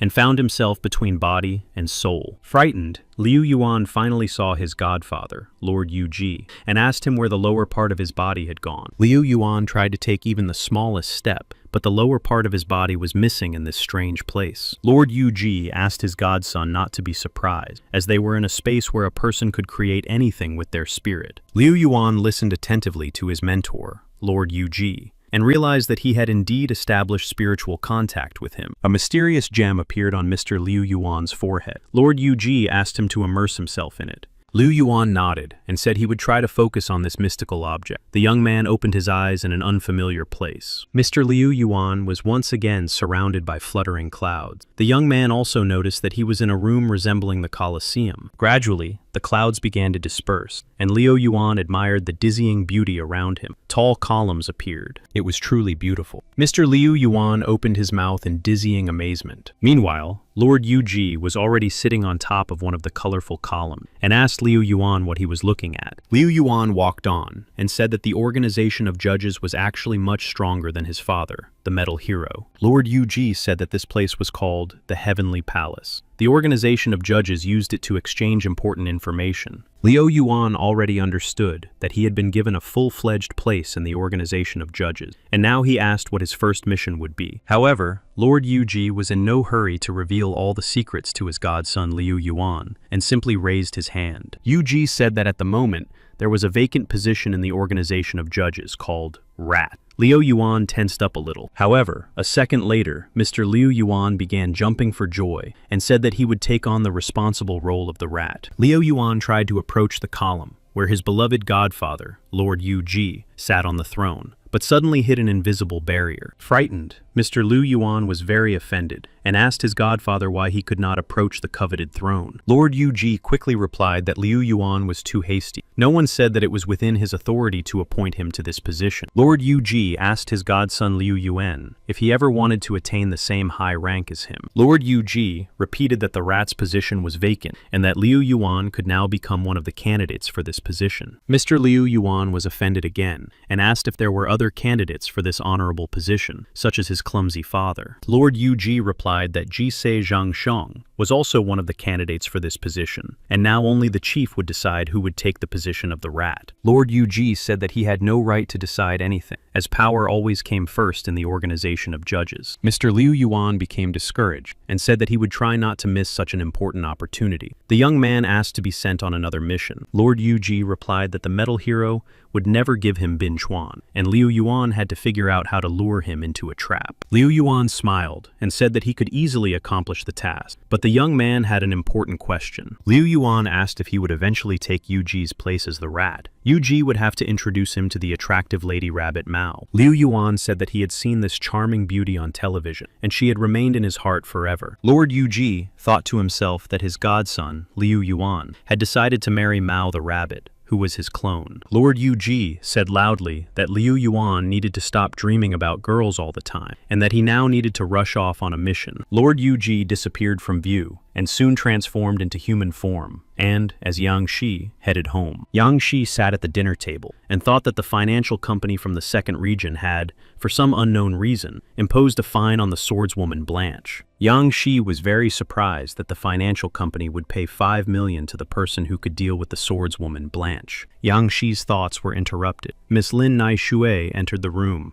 and told her lover that the barbecue chicken was ready. Miss Lin Nai Shui carried the mouth-watering dish to the table, but it was clear from her eyes that she was upset. Yang Shi looked at this amazing dish and showed his mood to impress Lin's amazing culinary skills. Xiao Shu asked her beloved Yang Shi why he reacted so strongly. The girl thought she looked bad. Xiao Shu said that she had planned to give her beloved boyfriend, Yang Shi, a dizzying surprise. Yang Shi asked what the point of this amazing surprise was. However, Xiao Shu simply stuffed a piece of chicken into his mouth. Lin Nashue asked Yang Shi if he had seen the news on TV about the dreamer Blanche. The girl was upset. Yang Shi was impressed by the taste of the dizzying barbecue chicken and asked Xiao Shu why she was so upset about it. Xiao Shu began to say that she had recently heard from other experienced reporters that the swordswoman Blanche was in cahoots with some secret organization. After that, Blanche the swordswoman was spotted during an invasion in the second region. Later, the cunning villain disappeared in an unknown direction. Xiao Shu said she couldn't believe that the swordswoman Blanche was a criminal because she considered her to be a noble heroine of rank A. For some reason, Xiao Shu asked her lover, Yang Shi, why he was so worried about the future of the swordswoman Blanche. Yang Shi said that he was actually personally acquainted with the brave swordswoman Blanche, and that she was not the type of person capable of committing crimes. Yang Shi said that a person with such an appearance and reputation as the swordswoman Blanche could still have her own secrets. Lin Nashue was greatly surprised that her beloved young man personally knew such a courageous heroine as the swordswoman Blanche. Yang Shi decided to change the subject and said that every day he simply admired the culinary skills of his beloved Xiao Shu. However, Lin Nai Shui suddenly slammed her Japanese chopsticks on the table and stood up to make an important announcement. Xiao Shu said that if she also helped others, perhaps Yang Shi would pay more attention to her. Yang Shi did not understand why his beloved Xiao Shu was showing signs of jealousy, so he took her by the shoulders. Yang Shi gently kissed his beloved Lin Nai Shui and said that he was just investigating the case and not what the jealous beauty thought. After a passionate kiss, Xiao Shu still did not let go, but on the contrary, began to distance herself from her beloved Yang Shi. Yang Shi noticed that his girlfriend, Xiao Shu's cheeks were flushed, which meant that she was very embarrassed again. Yang Shi said that for him, Xiao Shu was the perfect girl, and that the swordswoman Blanche was not even in the same league as her. Xiao Shu repeated her boyfriend's words, that she had misunderstood. Yang Shi nodded and asked her not to be jealous anymore. Yang Shi said that he had been working as a reporter for several years, and it was important for him to know all the details of this high-profile case. The lovely Xiao Shu looked at Yang Shi with loving eyes and asked if it was really true. Yang Shi asked Xiao Shu if all journalists were like him. The guy replied that he only liked Lin and no one else. And finally, Lin Nai Shui melted and hugged her beloved boyfriend Yang Shi tightly. The girl told him that he was the best. Yang Shi thought that he needed to ask his beloved for forgiveness for stealing her abilities from her. Yang Shi went to his room and sat down at the computer. A few minutes later, the guy shouted loudly and said he didn't believe it would happen so quickly. The fact was that Yang Shi saw that he had received an email from someone important to him. The message was from the charming Miss Qian Dodo, who was surprised that the great Lord Yu Ji himself had contacted her. Qian Dodo had found important information on the darknet about the Fanhai organization. Yang Shi thought that you could find anything on the underground internet. Yang Shi was very surprised that the darknet also already knew how the hero of spicy and sour noodles had taught the forest ranger a very important lesson. Yang Shi was surprised again when darknet users learned that the hero of spicy and sour noodles possessed a new unique ability. Yang Shi also tried to find information about Bin Chuan here, but unfortunately found nothing. Then the guy tried to find news about the swordswoman Blanche. Soon, Yang Shi stumbled upon the dizzying information that the masked boxer was considered one of the Knights of the Round Table. Yang Shi wondered if the organization of the Knights of the Round Table did not understand that the masked hero was actually connected to the organization of saints. Yang Shi thought that in fact, the organization of the Knights of the Round Table had something to hide from the public. Yang Shi was upset again when he saw that darknet users were saying that Yu Ji was related to the swordswoman, Blanche. Yang Shi jumped up in shock when he learned that information about him was worth 30 million. Yang Shi thought that at the moment, the swordswoman Blanche was being pursued by hunters, and the main reason was Lord Yu. Meanwhile, Luo Moon, the dragon demon, argued with his father, the metal hero, about why he had allowed Bin Chuang to participate in the White Realm. However, Luo Moon's courageous father, the metal hero, asked his son if he doubted the fairness of his decision. Luo Moon said that his father had promised to give this place to him. He planned to go to the White region with the heroine, Explosive Fist. Metal Hero stood up from the table and started yelling at Lo Moon. The man said that he had changed his mind, and now the boy was not suitable. Lo Moon became angry again, and asked why his father had suddenly changed his mind. The angry dragon thought it was because he had lost to Lord Yu.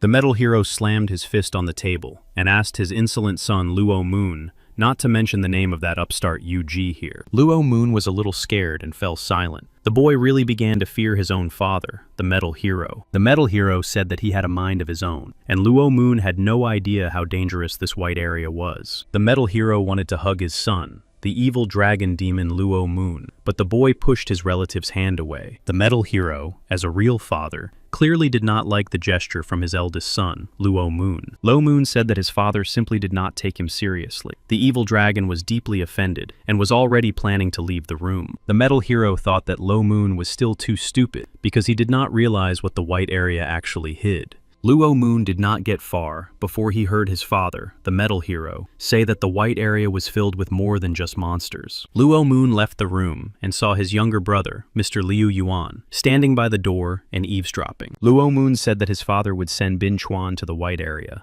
not him. Now the eldest son was angry and felt uncontrollable rage. Mr. Liu Yuan said that didn't their old man know that the white area was actually a territory of immense value? Liu Yuan decided to hurry to the heavenly palace to tell his godfather, Yu what he had learned. Liu Yuan concentrated on the precious stone on his forehead, and in the next second fell to the cold ground. Liu Yuan was transported to the heavenly palace, where Lord Yu was already waiting for him. His godfather asked what had brought the young man there. Liu Yuan said that he had important information. The metal hero was sending Bing Chuan on a mission to the White region. Lord Yu was very surprised and asked Liu Yuan what the great metal hero was really up to. Liu Yuan replied that he did not understand and did not know. Even his older brother Luo Moon began to argue with his strict father. Lord Yu thought that it would not be easy for him to deal with Bin Chuan. If he disappeared, people would start asking questions. Lord Yu turned to his godson Liu Yuan and asked why they shouldn't take part in the upcoming operation in the white area together. Liu Yuan was surprised again and did not understand what Lord Yu was really thinking. The young man also wanted to understand what was on his father's mind. Lord Yu replied that the main task for Liu Yuan was for him and Bin Chuan to take part in the operation in the white area. Mr. Liu Yuan raised his hand to his head and said that he clearly understood the order of his godfather Yu.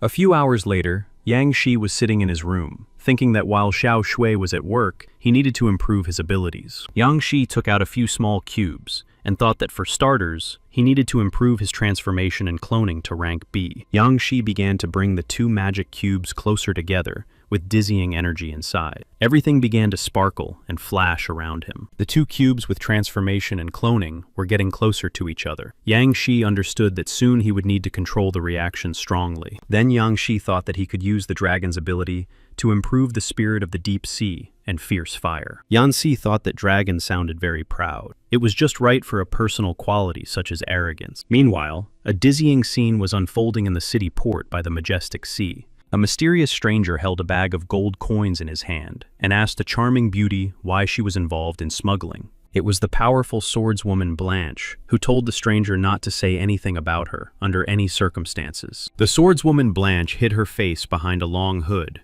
and repeated once more to the mysterious stranger that he should not get involved with her. The cunning stranger nodded and realized that it would be better to keep his many questions to himself. Swordswoman Blanche was already walking down the city street, thinking that the masked boxer was just a minor servant of the Organization of Saints. Poor Blanche continued to wonder why the company was not interested in her motives, but simply chased her around the world. Swordswoman Blanche thought that the serpent was using the body of the boxer in the mask for his own purposes. He failed to track down the other criminals. The charming swordswoman Blanche's thoughts were suddenly interrupted when she heard loud cries from strangers behind her. Frightened, Blanche ran away, realizing that armed hunters from the company were following her. A few minutes later, Blanche saw the cold body of the mysterious stranger who had helped her cross over on the ship. Swordswoman Blanche turned to her armed pursuers and asked why they were taking the lives of innocent people. Swordswoman Blanche was tired of running and stopped. The girl demanded that her opponents come out of the shadows and fight her. The mysterious stranger said that he did not care what the swordswoman Blanche thought of him. He must take her life by any means necessary. A few seconds later, Blanche felt a sharp pain in her chest as the cunning attacker threw sharp knives at her. The swordswoman Blanche called her mysterious opponent a coward, threw on her cloak, and ran off in an unknown direction. The situation changed dramatically when the charming Lin Nai Shui suddenly appeared on the street. The girl ran up to the wounded swordswoman Blanche. Lin Na Shui saw that poor Blanche had been wounded in the chest. The brave beauty said that she needed to be taken to the hospital immediately. Lin Na Shui looked up and saw several sharp knives flying towards her. She could have lost her life. In a dizzying state of horror and panic, Miss Lin Nai Shui screamed at the top of her lungs and begged to be saved. Mysterious lightning bolts appeared in the sky, also approaching the frightened beauty Lin Nai Shui. The sharp knives continued to fly rapidly toward the terrified beauty Lin Nai Shui, who was looking for help with her eyes. A few seconds later, the legendary serpent appeared and grabbed the swordswoman Blanche and Lin Nai Shui by the arm. The serpent noticed that a mysterious attacker was hiding behind a tree and asked him about the elimination of the Organization of Saints in Shazhou. The snake replied that if they were already acquainted, why didn't the cunning attacker hiding behind the tree run away? The insolent criminal shouted loudly for the serpent to taste his dizzying technique called chrysanthemum explosion chi. Zmei directed a metal shield toward the approaching attack to protect himself. However, the attempt to defend himself against the terrible move called chrysanthemum explosion chi ended in failure. Zmei was very surprised that his metal shield, for some reason, did not work against such a move from the cunning attacker. There was a dizzying explosion, causing the swordswoman Blanche and Lin Nai Shui to cover their faces to protect themselves from the bright light. Swordswoman Blanche instantly realized that the only person who possessed the chrysanthemum explosion chi was Wang Shuxian. Wang Shuxian decided to come out of the shadows after all, and asked the swordswoman Blanche how she still remembered his real name. Swordswoman Blanche said that 2 years ago, she had already caught Wang Shuxian. He was facing life imprisonment. Wang Shuxian said that, of course, he had been helped to escape from custody, and now possessed an S-rank ability. Swordswoman Blanche had already drawn her sword, and said that even if it cost her her life, she had to get Wang Shuxian re-imprisoned. The serpent thought that Wang Shuxian was much stronger than the swordswoman Blanche, and if they started fighting, Lin Nai Shu could get hurt. Snake replied to Wang Shuxian that he was indeed strong, but soon, Lord Yu Ji from the Organization of Judges would arrive. Wang Shuxian began to smile and said that he was capable of taking Snake's life before the so-called Lord Yu Ji arrived. The snake had already begun to demonstrate his unique abilities, and loudly declared that Wang Shuxian could try to defeat him. Meanwhile, the swordswoman Blanche turned to the frightened Miss Lin Nai Shui and told her to run away because she couldn't stop Wang Shuxian. Wang Shuxian said that he did not care that his opponents had a numerical advantage. He would achieve his goal. Wang Shuxian thought deeply and looked at a nearby lantern. The cunning villain decided to flee, but promised to return. The snake turned to the charming Miss Lin Nai Shui and asked her if she had called the Heroes Association. The girl said no. Swordswoman Blanche turned to the snake and said she had an important question for him about the Organization of Judges. However, the snake was in no hurry to answer Blanche's questions and said that she needed to get better first. A second later, Snake disappeared in an unknown direction. Lin Nai Shui said that these powerful heroes were constantly disappearing without a trace. Swordswoman Blanche was already almost losing consciousness from her injuries. Lin Nai Shui asked if she could take the poor woman to the hospital after all. Lin Nai Shui said that the swordswoman Blanche could go with her to her apartment, where she could rest and regain her strength. Suddenly, Yang Shi ran up to the two charming girls, greatly frightened for the condition of his beloved Xiao Shu. Yang Shi was speechless and asked if the powerful heroine Blanche was really standing in front of him. The swordswoman Blanche turned her head to Miss Lin Nai Shui and asked who this strange boy was. Lin Nai Shui said that he was her boyfriend, Yang Shi. They had gone out for a run, but suddenly the boy needed to use the toilet. Xiao Shu said that on the way, she saw a mysterious stranger attack the swordswoman Blanche and decided to intervene. Yang Shi agreed to let the swordswoman Blanche stay in their apartment for a while so she could recover her strength and energy. Yang Shi also offered to carry the charming swordswoman Blanche in his arms, to carry the poor wounded girl who was almost unconscious. The main characters approached the house where Lin Nai Shui and Yang Shi lived and asked the swordswoman Blanche, who had actually attacked her. The swordswoman Blanche said that a mysterious attacker had been following her since she was in the city of Lugan. The girl asked how the heroes had ended up at the port. Miss Lin Nai Shui said that they had just gone for a walk and were trying to spend some time together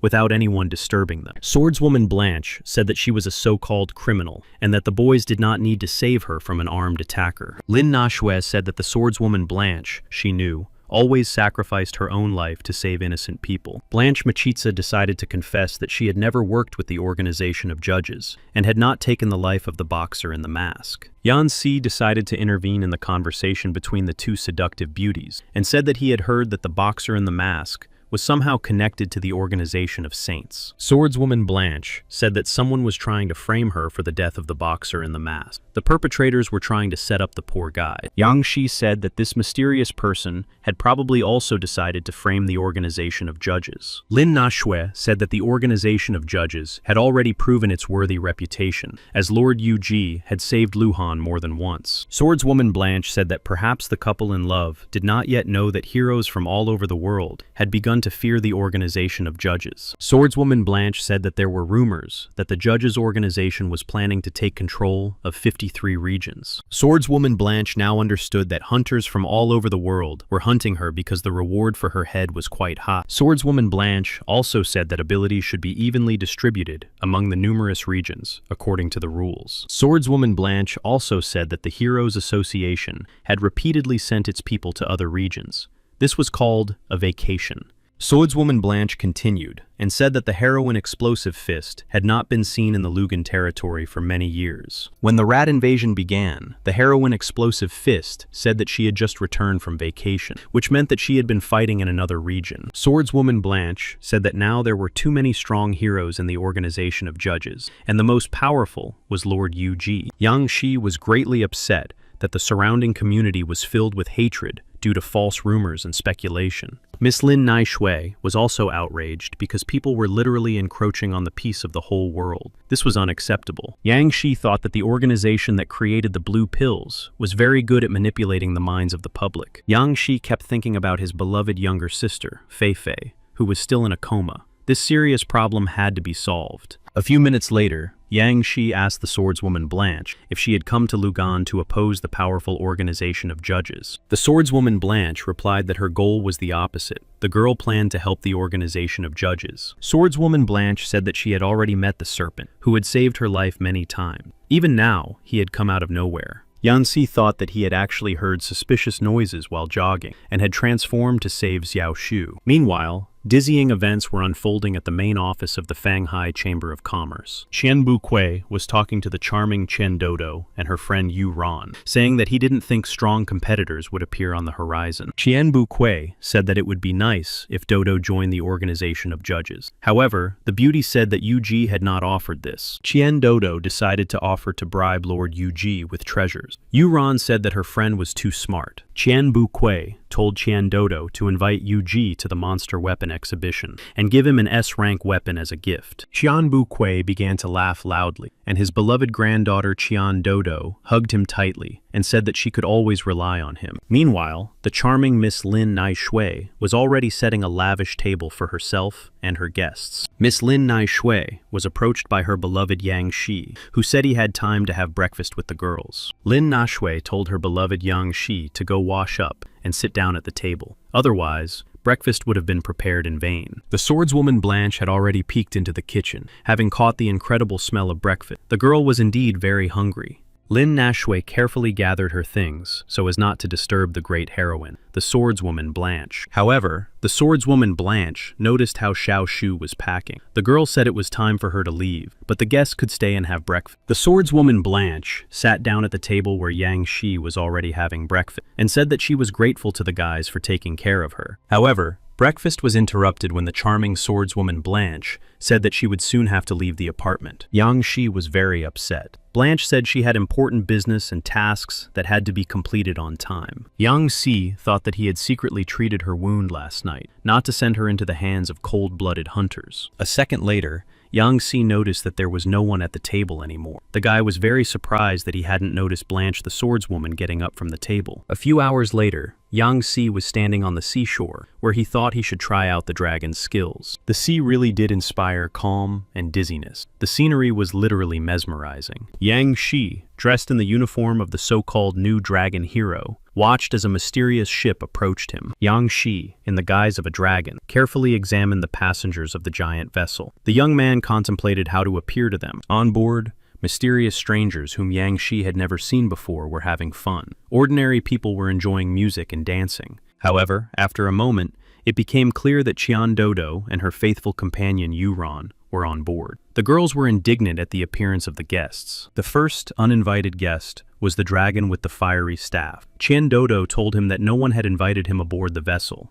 The leader of this gang was the so-called Dark Sword Master, who said that he was not going to miss the chance to see an S-rank weapon. Next to the Dark Sword Master stood a seductive, dark-haired beauty named Jill. Qian Dodo told the criminal trio that even after so many years, they had not stopped chasing her. The Dark Sword Master declared that he truly hated her entire family because of their constant impulsive decisions. The Dark Sword Master agreed that Qian Dodo called him a dog, but the guy was sure he could handle the insolent girl. The Dark Sword Master ordered his subordinates to immediately tear apart the clothes Yuran was wearing. The dragon with the fiery staff and Jill were already approaching the frightened beauty Yuran, who was hiding behind her friend, Qian Dodo. The tension quickly dissipated when a mysterious stranger emerged from the water and asked which way the city of Lugan was. Qian Dodo was delighted by the appearance of a new hero named Dragon, who already resembled Lord Yuji in appearance. Dragon smiled and told Qian Dodo to stop comparing him to Yuji. He introduced himself as a member of the judges' organization. The people on board the ship began to take pictures of the new superhero Dragon from the organization of judges and wondered what he was capable of. Qian Dodo and Yuran greeted Dragon from the judges' organization and said that they were friends of the great Yuji. Qian Dodo and Yuran asked their new friend to take them with him, but Dragon said he couldn't grant their request. The Dragon from the judges' organization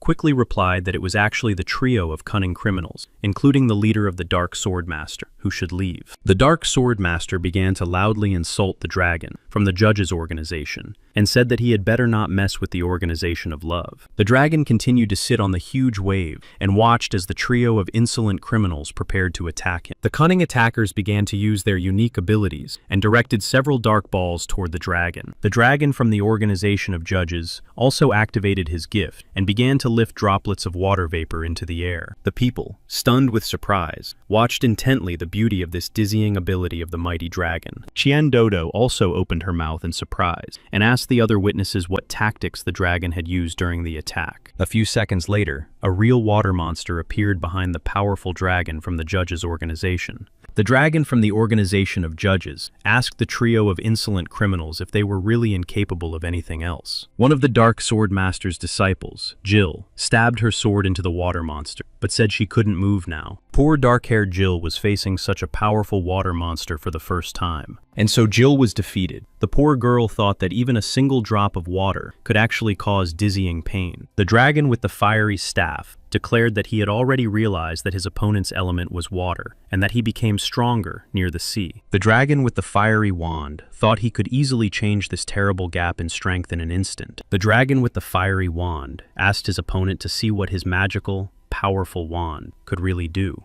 Meanwhile, the Dragon from the organization of judges told his rival that he was too weak and that no one said he could only use water. The Dragon from the judges' organization thought that with the help of the Lord of Fire, he could easily control lower quality fire. The Dragon from the judges' organization declared that he would now show what a person who was truly hunted by a fire dragon felt. The Dragon with the fire wand realized that his opponent possessed two magical abilities at once, and that he needed to get out of there quickly. Witnesses began filming the Dragon from the judges' organization again, and said that he possessed two elements at once. Yuran admired the amazing and powerful hero, the Dragon from the judges' organization. The girl must have fallen in love. Dragon from the judges' organization noticed that his opponent had simply fled the battlefield, even though he had promised to beat him up. Yuran tried to touch the Dragon from the judges' organization to sincerely thank him for saving her. Qian Dodo asked the Dragon from the judges' organization if he could help them find Lord Yu-ji, as they wanted to invite him to the exhibition. The dragon from the judges' organization said that he did indeed have a way to contact Lord Yu-ji. Qian Dodo pricked up her cute little ears and asked the dragon from the judges' organization what that method was. The dragon from the judges' organization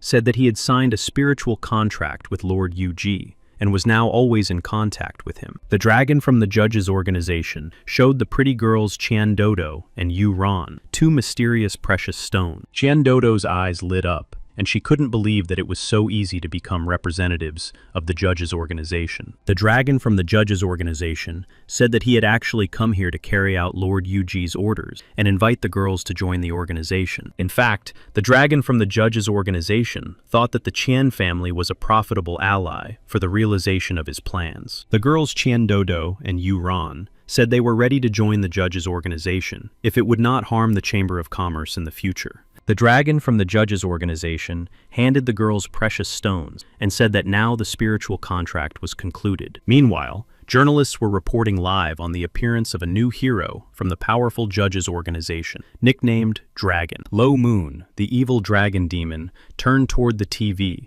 and was distracted from his dizzying physical training. Luo Moon was clearly angry and threw the barbell on the floor. The guy left the gym and was overwhelmed with anger. Meanwhile, the solemn auction of weapons by the Fanhai Chamber of Commerce had already begun. The honored guests were surprised when they saw the next visitor. It was the powerful Lord Yu-ji. The frightened guests said they had heard that he was cooperating with an organization that had an S-rank hero. Qian Bukui welcomed the great Lord Yu-ji with open arms and said that he had heard many good things about him. Lord Yu-ji even bowed before such an honorable person as Qian Bukui. Pere truly respected the head of the Qian family. Qian Bukui asked Lord Yu-ji to take a seat as the dizzying auction was about to begin. However, suddenly, the Dark Sword Master, whom everyone already knew, entered the room and asked everyone around him to stop. The Dark Sword Master stated that the most important guests had not yet arrived and that there was no need to rush. Lord Yu-ji thought that his opponent and sworn enemy, the Dark Sword Master, had apparently prepared seriously for this meeting. The Dark Sword Master was very surprised that the guests were not happy to see him. The guy said he had an invitation. Qian Dodo had already met the unpleasant guest and said that you couldn't bring your own weapons to the auction. The Dark Sword Master said that the Qian family's situation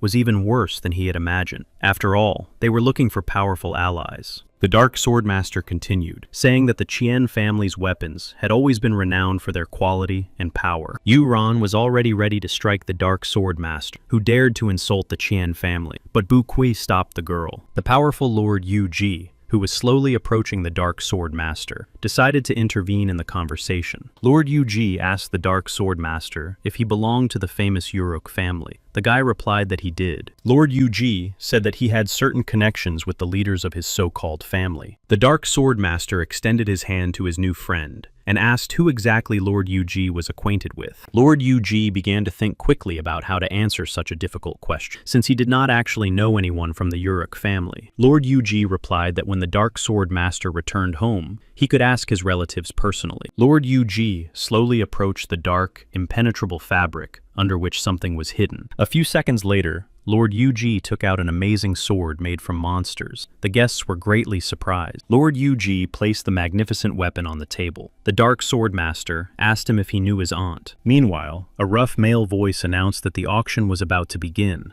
and everyone should take their seats. Lord Yu-ji no longer heard what the Dark Sword Master was saying to him, and sat down next to the head of the great Qian family. Meanwhile, the solemn auction began, and a man came on stage to welcome everyone to the Fengsha Chamber auction. The host of the dizzying event started the bidding and said that the starting price for the monster weapon was 3 million.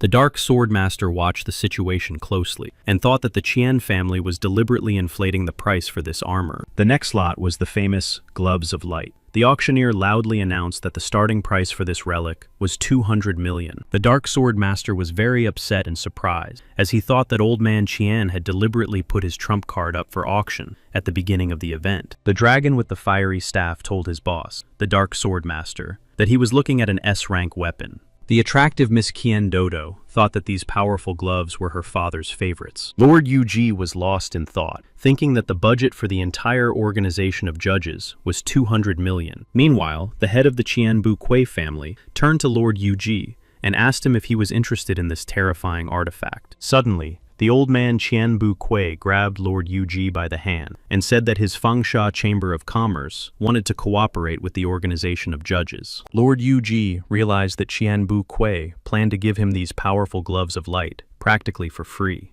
However, unexpectedly, at the end of the hall, a dark sword master raised his hand and said that he was raising the price to 310 million. The host of the ceremony heard the price and the dark sword master and began to count down loudly before the sale. Naturally, Lord Yuji could not allow the gloves of light to fall into the hands of the cunning dark sword master. Lord Yuji said that he would also raise the price to 315 million. The dark sword master decided to give in. The auctioneer raised his hand and loudly announced that he congratulated Lord Yuji on the purchase of the gloves of light. The third lot at this solemn event was a single-star jade shield of rank A. The auctioneer was about to say something when the cunning dark sword master suddenly approached him with his weapon in hand. The dark sword master jumped up and said that if the Qian family was selling something, the buyer should first test the power of the lot. Lord Yuji stood up from his seat and shouted loudly that he had already expected that the dark sword master would not be able to control his emotions. Yuran suddenly stood up and said that the jade sword was made of S-grade materials, similar to a patterned black bee. Qiandodo ran up to Lord Yuji and asked him to lend her the gloves of light to destroy this powerful shield. However, Lord Yuji did not respond to the charming beauty Qiandodo and simply stroked the cutie's head. Lord Yuji told Qiandodo not to worry too much and to be patient. She just needed to wait. Meanwhile, the dark sword master struck the one-star jade sword with all his might with his powerful sword. The dark sword master froze in place and shouted loudly that this couldn't be. The guy didn't take his eyes off the shield. It turned out that with the first strike, the dark sword master couldn't even scratch the great one-star jade sword. The dark sword master had no choice but to deliver one dizzying blow to the jade shield, but the sword broke. Meanwhile, the gathered spectators began to laugh and smile, thinking that the member of the Uruk family was using a fake weapon. Surprised, Qiandodo asked the great Lord Yuji if he knew in advance that the dark sword master's sword would not be able to destroy the jade shield. Lord Yuji stood still and smiled because he had activated his unique ability to steal, and now he had a real sword in his hand. The dark sword master grabbed his head and continued to think about how his great sword had broken. The dragon with the fiery staff told his immediate superior that Lord Yuji had touched all the weapons, and now they had lost their power. Qiandodo sharply objected that the dark sword master's weapon was S-rank and could not be broken by a single touch. The dragon with the fiery staff said that perhaps Lord Yuji was capable of changing the internal organs of objects. The assembled guests realized that Lord Yuji had indeed touched the Dark Sword Master's weapons before the auction began. The Dark Sword Master grew tired of listening to the guests' chatter and said that they should try out some other powerful weapon. Lord Yuji crossed his arms over his stomach and said that the Dark Sword Master could do whatever he wanted. The Dark Sword Master put on a mysterious mask and picked up an ancient horn that could produce amazing sounds. The Dark Sword Master began to blow hard into this powerful horn, and the assembled guests clutched their heads in agony.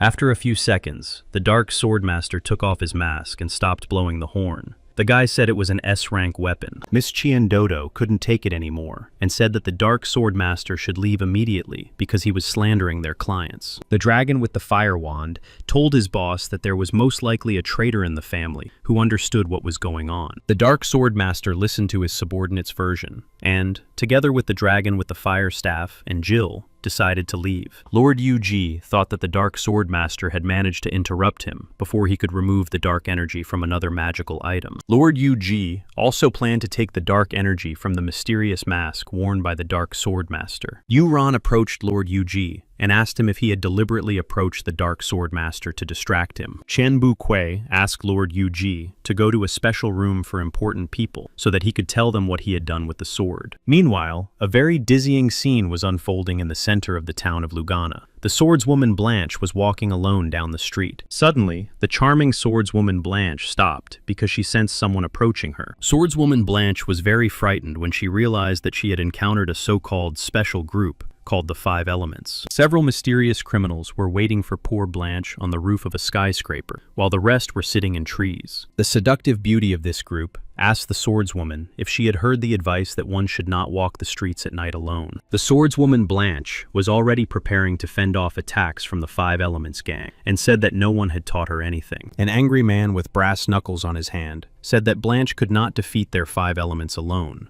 Meanwhile, in the reception room of the Chien family, Lord Yuji was already standing in front of Bu Kuei and Chien Dodo to discuss an important matter. Chien Bu Kuei told Lord Yuji that there were no outside guests here, and now they could talk without prying eyes and ears. Lord Yuji said that he had once noticed that weapons made from monsters contained genes of abilities that could be taken. Yu Ran asked Lord Yuji if these ability genes were something similar to the energy from the great science of alchemy. However, Chien Bu Kuei said that masters like him could only use these ability genes, but not extract them. Lord Yuji showed his guests his unique absorption ring, and said that this weapon was capable of absorbing these so-called ability genes. Miss Chien Dodo wanted to take a closer look at this magical ring on Lord Yuji's finger, as she couldn't believe that such a thing was possible. Chien Bu Kuei continued to say that he had made some achievements in alchemy, but he had never been able to extract them from weapons. Chien Bu Kuei handed Lord Yuji a wolf's paw that could prolong healing. The old man wanted to see how Yuji would extract the genes. However, Lord Yuji said that inside this wolf's paw,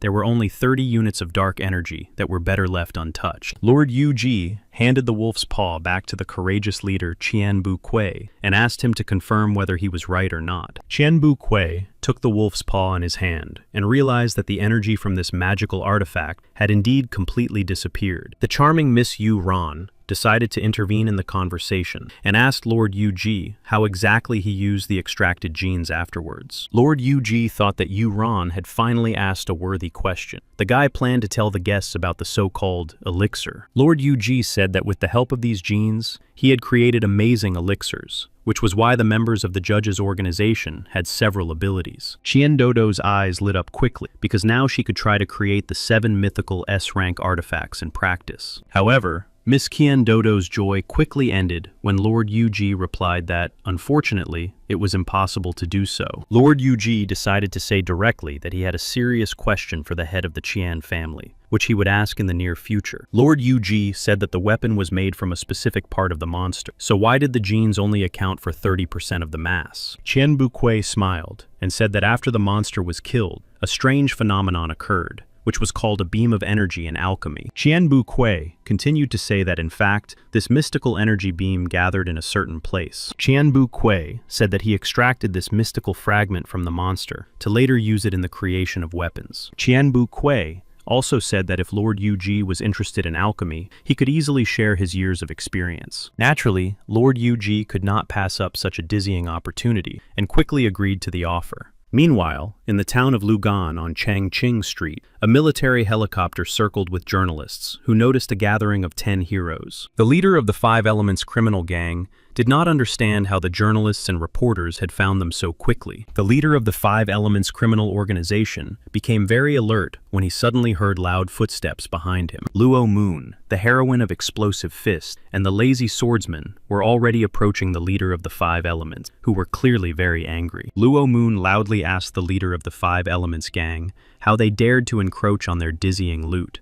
The leader of the Five Elements gang pointed out that they were the first to find the sword maiden Blanche, and now it was their turn to capture her. Luo Moon said that the swordswoman Blanche was a traitor, and that the Five Elements organization was also associated with the heroes. Luo Moon quietly said that he would not let anyone leave, and suddenly, using his ability, he simply disappeared. The golden-clawed tiger was greatly surprised when Luo Moon delivered a crushing blow to his head. Meanwhile, the journalist said that the patron of dragons could easily take the life of the tiger with golden claws. The mysterious Ice Fang, who had planned to surround Luo Moon, was the first to rush to the aid of his leader, the tiger with golden claws. On the right side, a second member of the Five Elements organization, Earth Bear, was also approaching Lo Moon.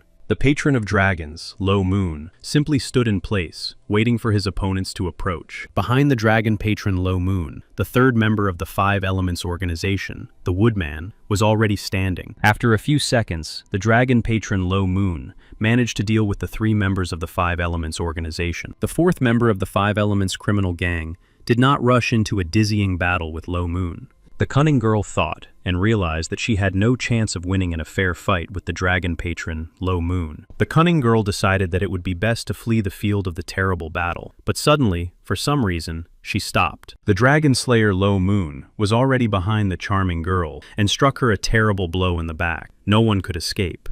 Lo Moon was about to take the poor attractive girl's life, and quietly said that she would not be able to escape from him. The swordswoman Blanche stood still and simply watched the actions of the dragon slayer, Lo Moon. The girl clearly had no intention of running away. The dragon patron Luo Mun had already turned to the charming swordswoman Blanche and said that it was her turn. Meanwhile, Lo Moon's younger brother, Liu Yuan, watched the dizzying battle intently on television in the company of the fire butterfly. The fire butterfly said that the swordswoman Blanche was not in the best shape at the moment and would not be able to defeat Lo Moon. However, Mr. Liu Yuan thought that the most important thing for him was whether the swordswoman Blanche was a member of the judges' organization. The fire butterfly began to smile and said that Liu Yuan's expression gave him away, and that he was really worried about his brother Luo Moon. Mr. Liu Yuan asked the fire butterfly to continue watching TV without him, as he urgently needed to use the restroom. Mr. Liu Yuan actually planned to immediately contact his godfather, Lord Yuji. Lord Yuji was already waiting for his godson, Liu Yuan, to arrive at the heavenly palace. Liu Yuan was very excited and said that his older brother, the dragon patron Lu Meng, was already preparing to attack the swordswoman Blanche. Liu Yuan also asked if it was true that the swordswoman Blanche was in a relationship with the serpent. Lord Yuji was no longer listening to him. Lord Yuji said that these were all rumors, as the serpent was too old for such a young and charming lady as Blanche. Despite this strange answer, Liu Yuan still wondered if the swordswoman Blanche could be the snake's illegitimate daughter. After a few seconds, Lord Yuji finally said that he would immediately send reinforcements to the swordswoman Blanche. Mr. Liu Yuan replied that he would closely follow the live broadcast and report if anything went wrong. Lord Yuji watched intently as his beloved godson, Liu Yuan,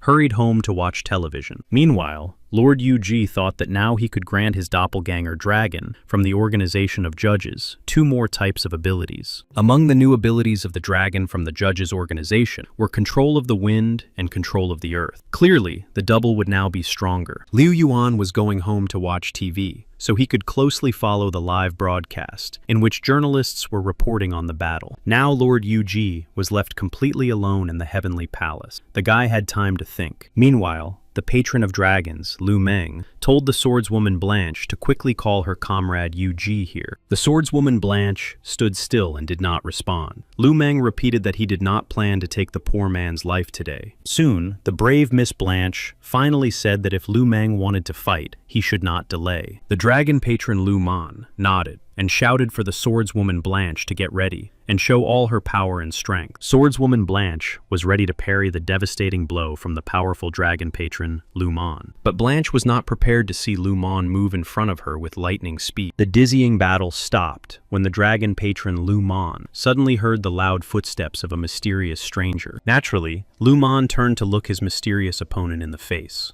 At first, the dragon patron expected to see Yuji. However, the dragon patron Lu Man did not expect a sharp greatsword to fly towards him from his opponent. In the next moment, the evil demon Lu Man felt intense pain in his chest as the sharp sword pierced the poor man. The swordswoman Blanche realized that the dragon patron Lu Man had been wounded and now activated her powerful abilities. Miss Blanche tried to deal with Lu Man using her signature seal power technique. The evil demon managed to put up a shield. Swordswoman Blanche landed on her feet after her dizzying move and looked toward the military helicopter. The frightened reporter said that unfortunately their equipment had been slightly damaged, but the image would soon reappear. Lu Man, the patron of dragons, had almost healed and approached Blanche again. Lu Man repeated that the beautiful Blanche should immediately call her comrade Yuji for help, but the swordswoman did not respond. The dragon patron Lu Man jumped up again to deliver a crushing blow and said that it was just a warm-up. However, the brave and courageous swordswoman Blanche was not frightened by Lu Man's beastly roar and managed to put up a protective dome.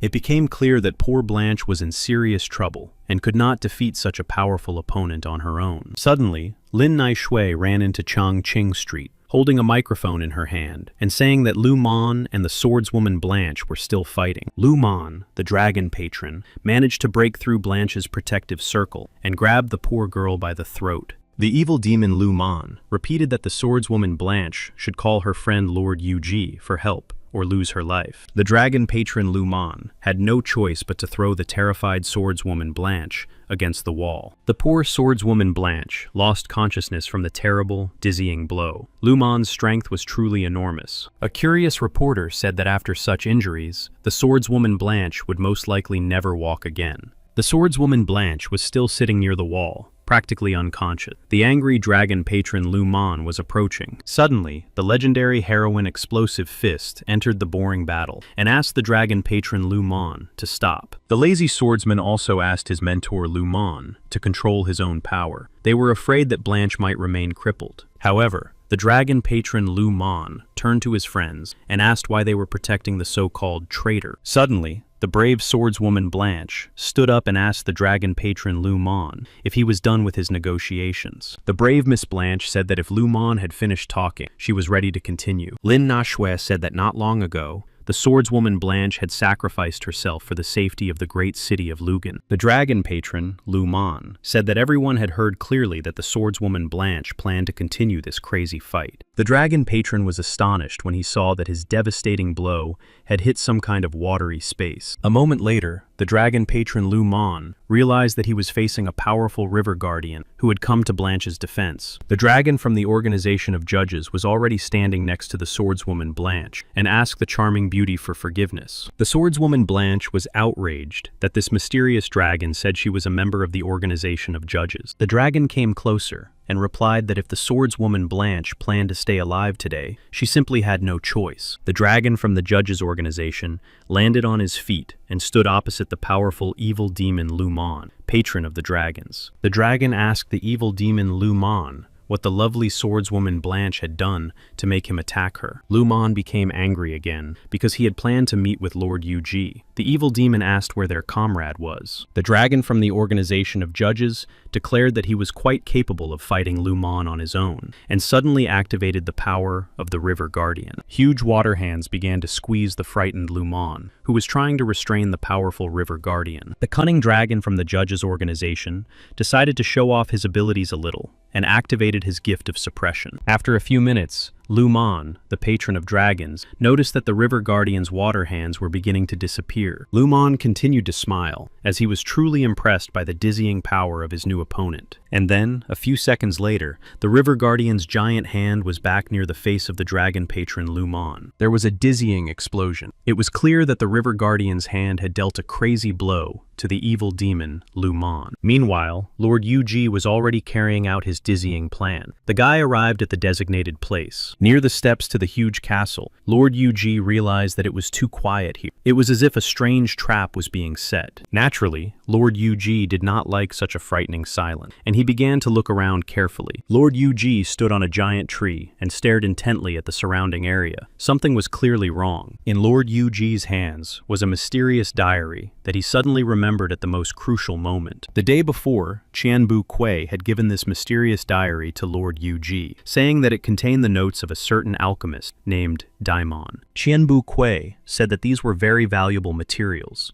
and it was desirable that they not fall into the wrong hands. Even then, at Qian's estate, Lord Yu noticed that the pages of this wonderful diary glowed miraculously. Mr. Qianbu Kui said that he would gladly lend this mysterious diary to Lord Yu for a while. Lord Yu became a little carried away with reading, and then apologized for taking such a keen interest in the mysterious writings. Lord Yu reread these strange entries, and noticed that there were inscriptions that could be read by people with spiritual power. Lord Yu understood that Mr. Qian had most likely never seen this mystical inscription that only he could read. The alchemist Daimon said that he had come here from the distant planet Odysseus, and was a member of the powerful Alfonso family. Daimon also said that he landed on a plane, where he later discovered a mysterious hero stone. Before leaving, Daimon said that he had taught some people to open a door to another world of monsters, which he called the White Area. Daimon suggested that the lucky person reading this should immediately go in search of this legendary hero stone. Daimon also said that he gave this stone to humans because humanity may soon find itself in slavery. Suddenly, the diary began to emit a mysterious mystical light of unknown origin again. Yang Si thought that this light might somehow tell him where to look for the legendary hero stone. Lord Yu thought that the civilization of the planet Odysseus was probably much older than human civilization.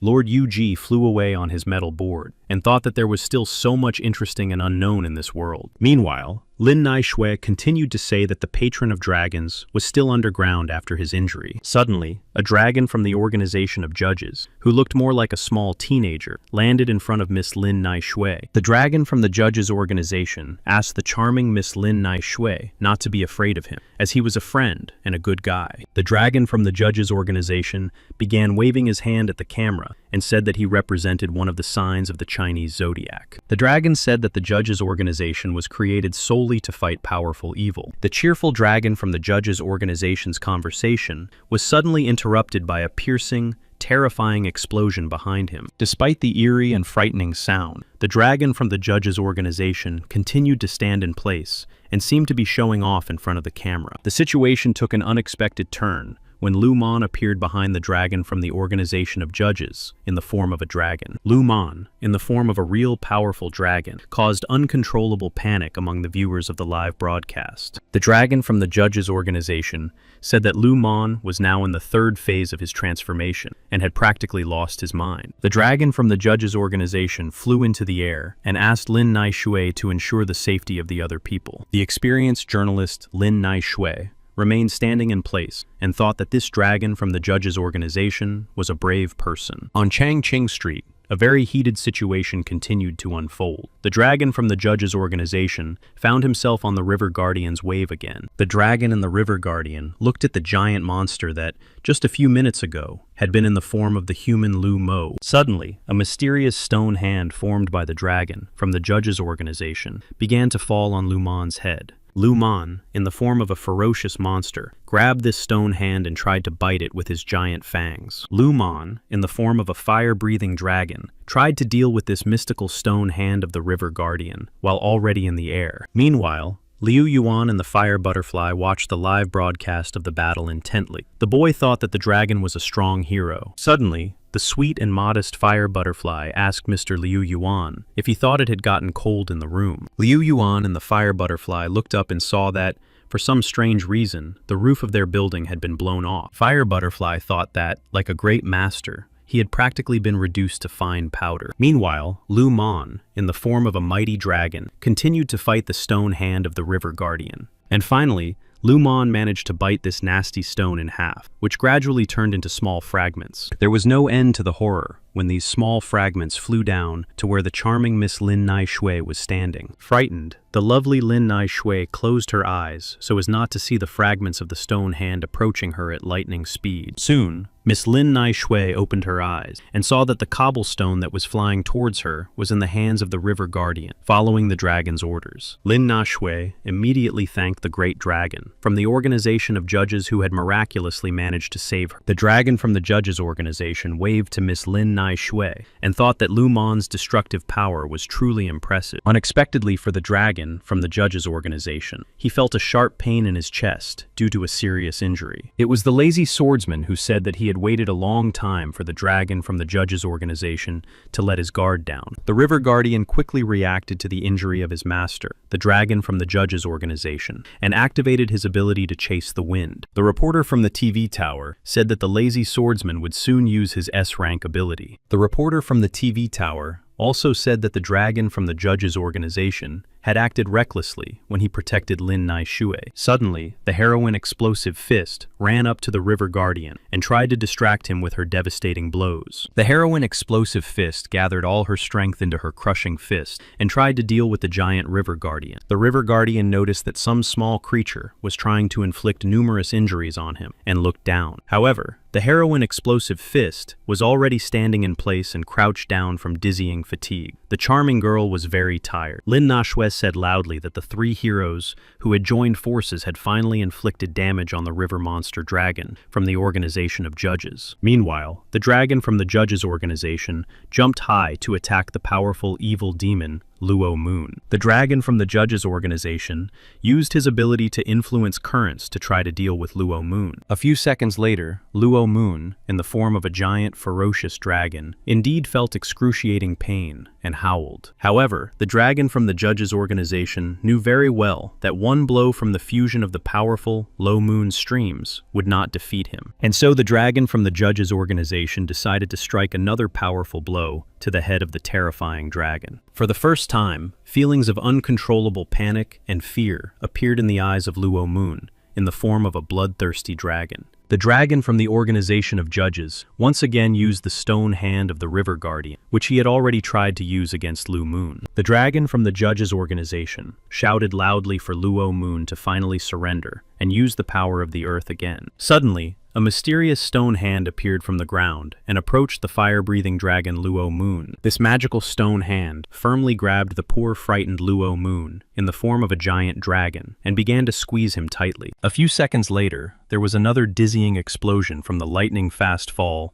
of the evil demon Luo Moon. When the dust cleared, it was clear that Luo Moon was lying on the cold ground in human form. The dragon from the organization of judges celebrated his long-awaited victory and asked the lazy swordsman if he knew what he was doing. Meanwhile, in the Kunlun Company's conference room, the metal hero was furious when he saw that the dragon had won the battle. The metal hero clenched a glass of water tightly in his hand, and soon the glass shattered into tiny pieces. Journalist Lin Nai Shui did not understand the dragon's question from the judging organization about the choice made by the lazy swordsman. The situation changed dramatically when Lin Nai Shui looked up and saw that Jisei Zhangxiong was already flying towards the battlefield. In the hands of the metal hero was the ice adventurer, who for some reason was unconscious. The metal hero began to recall how he had talked to Lord Yu about starting to investigate the case of the blue pills. At that time, Lord Yu also asked the metal hero for help in traveling to the White region. The metal hero landed in front of the dragon from the judges' organization and asked that the situation proceed according to their plan. The ice adventurer did not understand what had happened and asked his leader, the metal hero, when he had managed to make the deal. The metal hero said that for the sake of a bright future, he was willing to sacrifice one of his A-rank heroes.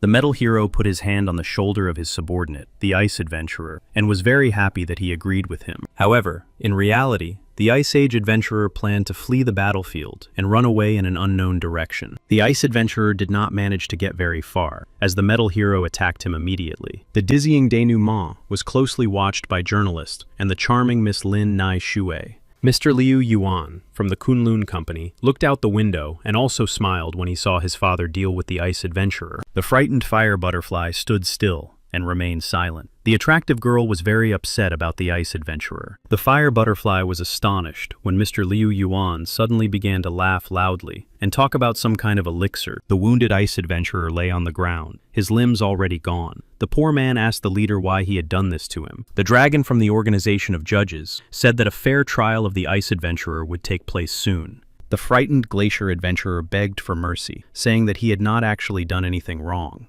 The metal hero turned to the dragon from the judges' organization and said that he had already expelled the glacial adventurer from his organization. The tension reached its peak when the ice adventurer began to make strange noises and a blue liquid flowed from his mouth. Another dizzying explosion sounded, forcing the metal hero and the dragon to flee the scene. A moment later, the angry adventurer was standing on the ground, shouting that he would take severe revenge on his offenders. The offended Ice Age adventurer shouted that everyone gathered here was destined to lose their lives forever. The dragon from the organization of judges watched his opponent's actions closely and did not understand how he managed to grow his limbs. The metal hero turned to the dragon from the organization of judges and said that they needed to join forces to deal with the Ice Age adventurer. The dragon from the organization of judges nodded and activated a new ability called Phoenix Bird. The dragon from the judges' organization hung in the air, and behind him rose a giant firebird that resembled a phoenix. The ice adventurer just laughed and said that his ice powers would be enough to turn the fire phoenix into his servant. A few seconds later,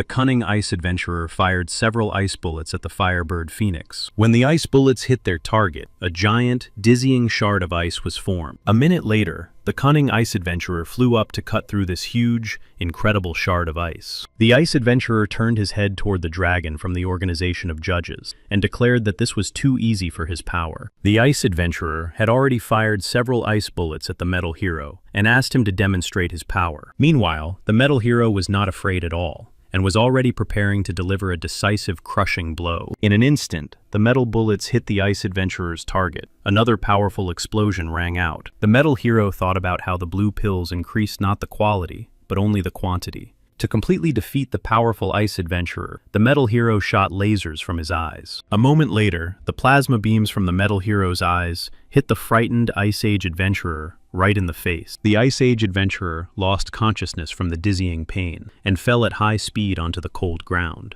The dragon from the organization of judges watched closely as the metal hero dealt with his opponent and thought it was too quick. The metal hero landed on his feet and said that he had already figured everything out and did not need help from the dragon from the organization of judges. However, the dragon from the organization of judges noticed that a strange blue liquid was beginning to flow out of the glacial adventurer's body. A few seconds later, the dragon from the organization of judges realized that he needed to quickly run away from the cold body of the ice adventurer. And then the glacial adventurer turned into a mysterious monster with many tentacles and sharp fangs. These numerous tentacles twisted the limbs of the frightened metal hero, who did not understand what had happened. The dragon from the judges' organization also did not understand anything, and asked the metal hero to try to blow them up. Meanwhile, the ice adventurer was already back on his feet, and strange mystical blue tentacles were coming out of his body. The ice adventurer began to laugh loudly, and said that it seemed to him that the rumors about these pills were not lies. The metal hero looked closely at the mysterious monster, and couldn't believe that this was his former comrade, the ice adventurer. The dragon from the organization of judges thought that this was probably the very secret of Bin Chuan that no one was supposed to know about. The source of the blue pills, known as the Faceless Man, was closely watching the terrifying situation on the neighboring street. The Faceless Man said that he was very upset, but now number 52 had definitely failed. The Faceless Man thought that the more he studied magical power and the inner workings of humans, the stronger he became. The Faceless Man continued to think that he would have to wait until these two heroes fought the glacial adventurer. Meanwhile, behind the Faceless Man stood Lord Yu Ji, who thought that he was not the only one waiting for his prey here. Miss Lin Nai Shui told her viewers that they had to leave the scene of the superhero battle because the helicopter couldn't get close. Lin Na Shui noticed that Bing Chuan's transformation was becoming more like some kind of mysterious infection. The dragon from the organization of judges did not stand still and used his ability to merge stream. Sharp arrows flew at the monster. The dragon from the judges' organization noticed that most of these blue tentacles were tangled up, as if they had no consciousness. The ice adventurer asked the metal hero why he was acting so strangely, as if he didn't want him to join his organization. The metal hero was still hanging in the air, and the ice adventurer's blue tentacles were developing around his body. The ice adventurer suddenly began to say very crazy things, that their dark blue race used humans as food. Suddenly, Bin Chuan began to scream loudly, and then grabbed his head. The monster did not understand why his head had started to hurt. Bin Chuan said that it was the metal hero's fault for setting his head on fire the day before. It was he who made him feel excruciating pain. Unexpectedly for the audience, the tentacles dug into the head of the Ice Age adventurer, who later said that he felt much better. The dragon from the organization of judges understood that the body of the real Bin Chuan was still lying somewhere on the cold ground. The metal hero shouted to his partner, the dragon, that he could try using the magic egg to blow up the monster. The dragon from the judges' organization nodded and was already ready to hide under the wings of the Firebird Phoenix. The dragon from the judges' organization ordered the fiery phoenix to immediately set fire to several tentacles of this vile monster. The metal hero got ready and finally nodded toward the monster with his mystical egg, which possessed incredible power. A few seconds later, the egg actually hit its target, and now everyone gathered was preparing for a dizzying explosion. The metal hero hung in the air and stared intently at the dragon from the organization of judges. The man had concealed something. The fact was that the metal hero had not mentioned that the radius of the explosion would be 500 meters, and the dragon would not be able to escape. The metal hero continued to watch the incredible situation unfold, and eagerly awaited the consequences. The dragon from the organization of judges heard what the metal hero said, and began to worry greatly about the impending explosion. The egg from the metal hero began to spin at an astonishing speed, which meant that an explosion would occur shortly. And then there was another piercing sound from a terrible, powerful explosion. Everything around was covered in dust. When the thick dust began to settle, several drops of this mysterious blue liquid were visible on the ground. The dragon from the organization of judges sat in this blue liquid and thought that the metal hero was cunning but did not understand much. The audience gathered around the screens and waited to see what would happen next. Everyone was very upset when they noticed that the dragon had no legs. However, the viewers' sadness quickly evaporated when they saw a mysterious character approaching the scene. It was the legendary hero of spicy and sour noodles, who said he couldn't stand aside when such a monster was ruling the roost. The hero of spicy and sour noodles was not surprised when the powerful heroine, Explosive Fist, appeared behind him. The legendary superheroes were shocked when other people began to approach them, saying that they could also help in the situation. Meanwhile, the brave Miss Lin Nai Shui told viewers that this would be the longest night in the city of Lugan since the invasion had taken place. Despite the difficult situation, journalist Lin Nai Shui said that there was no reason to lose hope, as heroes had joined the fight. Journalist director Guy from the television tower also said that they should not lose heart and that they would wait for dawn. The dragon from the judges' organization looked at the gathered crowd and said, "Did they really plan to become food for a powerful monster?" The heroine Explosive Fist loudly replied to the arrogant dragon from the judges' organization that they simply had no choice. The dragon from the judges' organization asked all the guests and heroes present to step back because he didn't want to hurt anyone. The dragon from the judges' organization activated his ability called Wind Blast. In fact, he thought his body was a clone. The heroine Explosive Fist stood on the ground and watched the actions of the powerful dragon from the judges' organization closely. The heroine Explosive Fist asked her partner, the hero Sharp and Sour Noodles, what the dragon from the judges' organization was really up to. The hero of Spicy and Sour Noodles noticed that the monster's skeleton was hidden somewhere deep inside, and that someone had to get closer to deliver the final blow. Meanwhile, the brave and courageous dragon from the organization of judges had already headed towards the powerful monster using a wind blast. Due to the lightning speed, the mask on the face of the dragon from the judges' organization began to tear in the wind. And once again, there was a dizzying explosion, which raised a huge cloud of dust. Naturally, this situation forced the heroine Explosive Fist to cover her seductive face with her hand. The hero of Spicy and Sour Noodles also covered himself from the approaching fragments and small stones, so as not to get injured. Soon, the dust began to gradually dissipate, and it became clear that the monster's huge blue tentacles had completely disappeared. Meanwhile, Director Ge from the television tower stood up from his desk and prepared to tell viewers about the consequences. Director Ge began to shout that no one really believed that the organization of judges was capable of resisting such a powerful monster. Poor Miss Lin Nai Shui began to cry as she realized that the dragon from the judges' organization had most likely lost his life for the sake of the city of Lugan. The sad Miss Lin Nai Shui could not hold back her tears and said that they now wanted to thank the dragon from the judges' organization. A tear fell from the eyes of the charming Miss Lin Nai Shui and fell to the ground, but suddenly the hand of a mysterious stranger appeared. Meanwhile, Lord Yuji stood on the roof of a skyscraper and watched the situation closely. Lord Yuji turned around and quickly formed a new clone of the dragon from the organization of judges and told him that he had now become a new hero. Lord Yuji, accompanied by the new dragon from the organization of judges, watched the dizzying sunrise on the roof of the skyscraper. Meanwhile, at the scene of the incident, the metal hero landed on his feet to see what had happened to the monster. The metal hero stared intently at the huge dark hole from which strange sounds suddenly came. The metal hero was even a little scared because he thought that all the key characters had lost their lives and asked who was there. After a while, the metal hero noticed a mysterious blue artifact floating in the air. The curious metal hero decided to touch the magical relic to understand what he was dealing with. He was astonished when a rough voice behind the metal hero said that he was not worthy of touching the relic. The metal hero was greatly surprised because the mysterious attacker was unable to pierce his armor, but he suffered serious damage. It was the same faceless man who pierced the metal hero with his blue glowing sword. Journalist Director Guy stood up from the table and began to shout. Could it be that this faceless man was fighting on the side of the powerful monster? The frightened metal hero asked the stranger who he really was and why he had not sensed the impending attack. The faceless man said that the metal hero was simply too weak, and that was why he had not sensed anything. The faceless man tried to take the mysterious blue stone for himself, but suddenly sensed that someone was quickly approaching. It was Lord Yuji, who already held the blue stone in his hand, and said that from now on, it belonged to the organization of judges. Journalist director Ge was excited, and said that the legendary Lord Yu-ji had appeared, who was capable of bringing peace to the city of Lugan. The faceless man said that the Yuan Chu organization had no intention of fighting the judges, and therefore, Yu-ji only needed to return the stone to its owner. Meanwhile, the cameraman who was filming everything said that for some reason his camera had broken, and the equipment was no longer working. Miss Lin Naishui replied that the equipment had been affected by some kind of spiritual ability, and that this faceless person possessed a mysterious power. Yang Shi thought that the group that created the so-called blue pills called themselves the Yuan Chu organization. Lord Yu-ji loudly asked the faceless man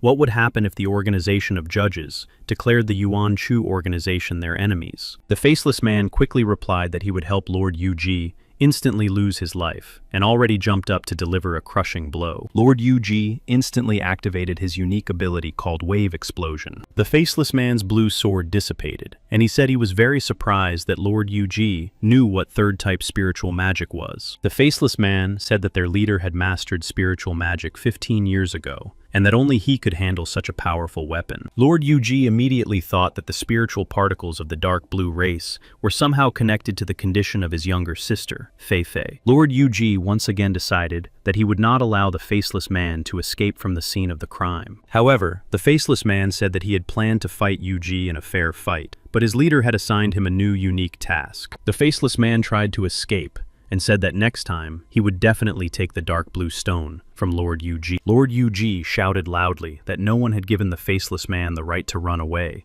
and that he had to stand his ground until the end. For some reason, the faceless man suddenly stopped and turned to face Lord Yu-ji to say something. However, Lord Yu-ji had already launched his amazing attack, called the Wave Explosion, at the faceless man. The faceless man said loudly that the power of this wave explosion was indeed too strong. The faceless man thought that his powerful shield might not be able to withstand a few more blows from Lord Yu-ji. The faceless man tried to give a worthy rebuff to the powerful Lord Yu-ji, but suddenly realized that his defense had been destroyed. The poor faceless man fell to the cold ground at lightning speed, suffering devastating injuries. Lord Yu-ji said that now the faceless man was a prisoner of the organization of judges and would do whatever he said. The faceless man replied that he admitted defeat and was ready to lose his life in the next moment. Lord Yu-ji leaned over the wounded faceless man and said that if he answered his many questions honestly, he would spare him. Lord Yu-ji asked how the hero Bing Chuan was connected to the so-called blue filth and these mysterious pills. The faceless man said that nothing would change if he told Lord Yu-ji about the elementary particles. The faceless man said that a large number of these elementary particles were concentrated in the bodies of the dark blue race. Their sprouts tracked the location of areas of light so that they could then brazenly obtain the soul of a representative of the dark blue race. The more stable these sprouts were, the more particles of power a person could absorb, thereby unlocking secret combat skills. The Yuan Chu organization actively trades dark blue pills to find the perfect body for its upcoming reincarnation. The faceless man said that, naturally, not every ordinary person was able to withstand the interaction of the dark blue particle. This also happened to Bin Chuan, who once failed during a dizzying battle and lost his stable rank. Lord Yu-ji asked the faceless man if a person who had already been infected with these dark blue particles could be cured in the future. The faceless man was surprised that Lord Yu-ji was interested in such a question. Could it be that among the numerous test subjects, there was someone dear to him? Lord Yu-ji became very angry and used an ability called the Blades of Power to make the faceless man speak again. However, the faceless man began to laugh loudly and said that he had actually been waiting for this crushing blow. In an instant, the faceless man disappeared before Lord Yu-ji's eyes, heading in an unknown direction. Frightened, Lord Yu-ji stood still and thought that he had made a terrible mistake and let his enemy escape. However, the body of the mysterious faceless man continued to lie in place, and Lord Yu-ji was soon able to see his true face. Lord Yu-ji watched with bated breath as the magical effect dissipated around the cold body of the faceless man. The legendary metal hero also watched the amazing situation closely, as he also wanted to see the enemy's face. And after a few seconds, it became clear that the person lying on the ground was director Oh Yang, who was considered the head of the Luhan City Heroes Association. Lord Yu-ji thought that Yuan Chu's organization had already infiltrated the management of the Luhan City Heroes Association. The metal hero said that he could be a witness if Yu-ji began to accuse director Oh Yang of a crime. Lord Yu-ji became very angry and asked the metal hero if he knew how difficult it was to raise a hero with 4 abilities. The metal hero did not understand why Lord Yu had started shouting angrily, and asked him what he really wanted. Yu replied that Mr. Liu Yuan would soon become his successor and be reincarnated as the dragon of the judges' organization. Yu also said that Liu Yuan would soon become an A-rank hero and be transferred to the Kunlun company. The metal hero nodded, and now thought about how to present this dizzying fact to the other members of the Kunlun company. Lord Yu stood on his flying metal board and set off in an unknown direction. During the flight, Lord Yu used his transformation and called his doppelganger, the snake from the judges' organization. Lord Yu ordered the snake from the organization of judges to immediately deal with the swordswoman Blanche. Meanwhile, Lord Yu planned to go to the city hospital to visit his younger sister, Fei Fei. Lord Yu thought that after Bin Chuan lost his life, he felt a strange wave, so he needed to check on his sister. Lord Yu rushed to the city hospital at breakneck speed to meet his beloved sister Fei Fei. Meanwhile, the metal hero held an emergency meeting of the Kunlun company and said that Principal O Yang had been infected. The metal hero went on to say that Director Wu Yang was connected to some kind of secret organization. Now, every member of the Kunlun company had to answer honestly the questions from the Heroes Association, which would arrive shortly. The spicy and sour noodle hero and the explosive fist heroine nodded and hurried out of the huge office. Mr. Liu Yuan also planned to leave with the superheroes, but suddenly stopped when his father called his name. Mr. Liu Yuan was very surprised that his so-called father wanted to talk to him about something. The metal hero stated that he had actually made a lucrative deal with Lord Yu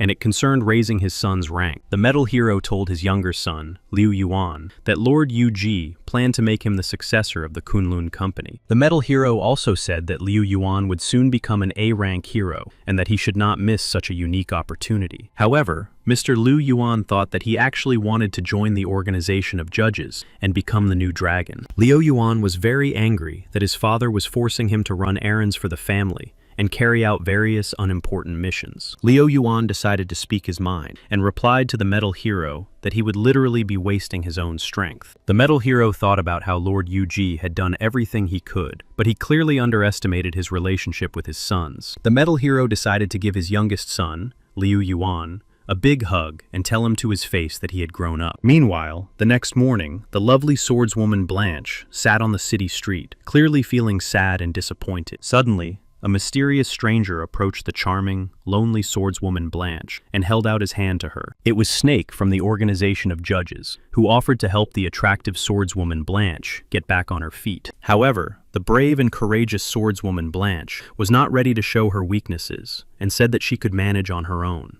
The swordswoman Blanche tried to get back on her feet, but unexpectedly fell back onto the cold ground. The poor girl was exhausted. Swordswoman Blanche began to cry loudly and said that she was very sorry that the dragon from the organization of judges had lost his life because of her. The serpent from the organization of judges replied that the swordswoman Blanche should not feel guilty and said that Yu had sent him to help her cope with her difficulties. Poor Blanche thought for a moment and ultimately decided to accept the help of the powerful serpent from the organization of judges. The next morning, Lord Yu was already standing on the roof of a skyscraper located opposite the city hospital. Lord Yu noticed that there was some strange energy in the hospital. The entrance to the building was blocked by a dark blue barrier. Soon, Lord Yu managed to get inside and found himself in a long corridor where there was no one. Naturally, Lord Yu understood that he could be trapped and tried not to rush, acting carefully and cautiously. Suddenly, a mysterious dark blue monster that the guy had clearly never seen before began to walk toward Lord Yu. Lord Yu thought that the energy had transformed all the victims in the supermarket into dark blue forms. Unexpectedly, a terrifying mutating hand appeared behind Lord Yu and grabbed him by the shoulder. This mysterious monster in a dark blue uniform shouted loudly that he planned to eat Lord Yu, who was trying to figure out what to do. Gradually, several more mysterious monsters in dark blue uniforms began to appear inside the small but long corridor. One of the angry, hungry monsters in dark blue uniforms grabbed Lord Yu by the shoulder and tried to bite him. Naturally, Lord Yu could not allow the monster to attack him, so the guy swung hard and knocked the monster to the floor. When the monster in the dark blue uniform hit his head on the floor, Lord Yu was already standing over him, clenching his palm into a fist. Lord Yu struck the treacherous, hungry monster in the dark blue uniform in the stomach with all his might, and the poor creature squealed in pain. A moment later, Lord Yuji decided to use his sword to deal with the crowd of ferocious monsters in dark blue uniform. As soon as Lord Yuji finished with the last monster in a dark blue uniform, he thought that fortunately, Fei Fei was not among them. Lord Yuji continued down the corridor and thought that most likely his younger sister Fei Fei had not yet turned into a monster. And then, Lord Yuji approached the door to the hospital room where his younger sister Fei Fei lay unconscious. Lord Yuji was astonished to see that his sister Fei Fei was literally floating in the air, surrounded by blue particles. Lord Yuji decided to get closer to the body of his charming, innocent sister Fei Fei to help her. Lord Yuji understood that his poor little sister Fei Fei had already begun to turn into a terrifying monster and had mutated. Lord Yuji also noticed that his sister Fei Fei was trying to fight these hateful dark blue elements and particles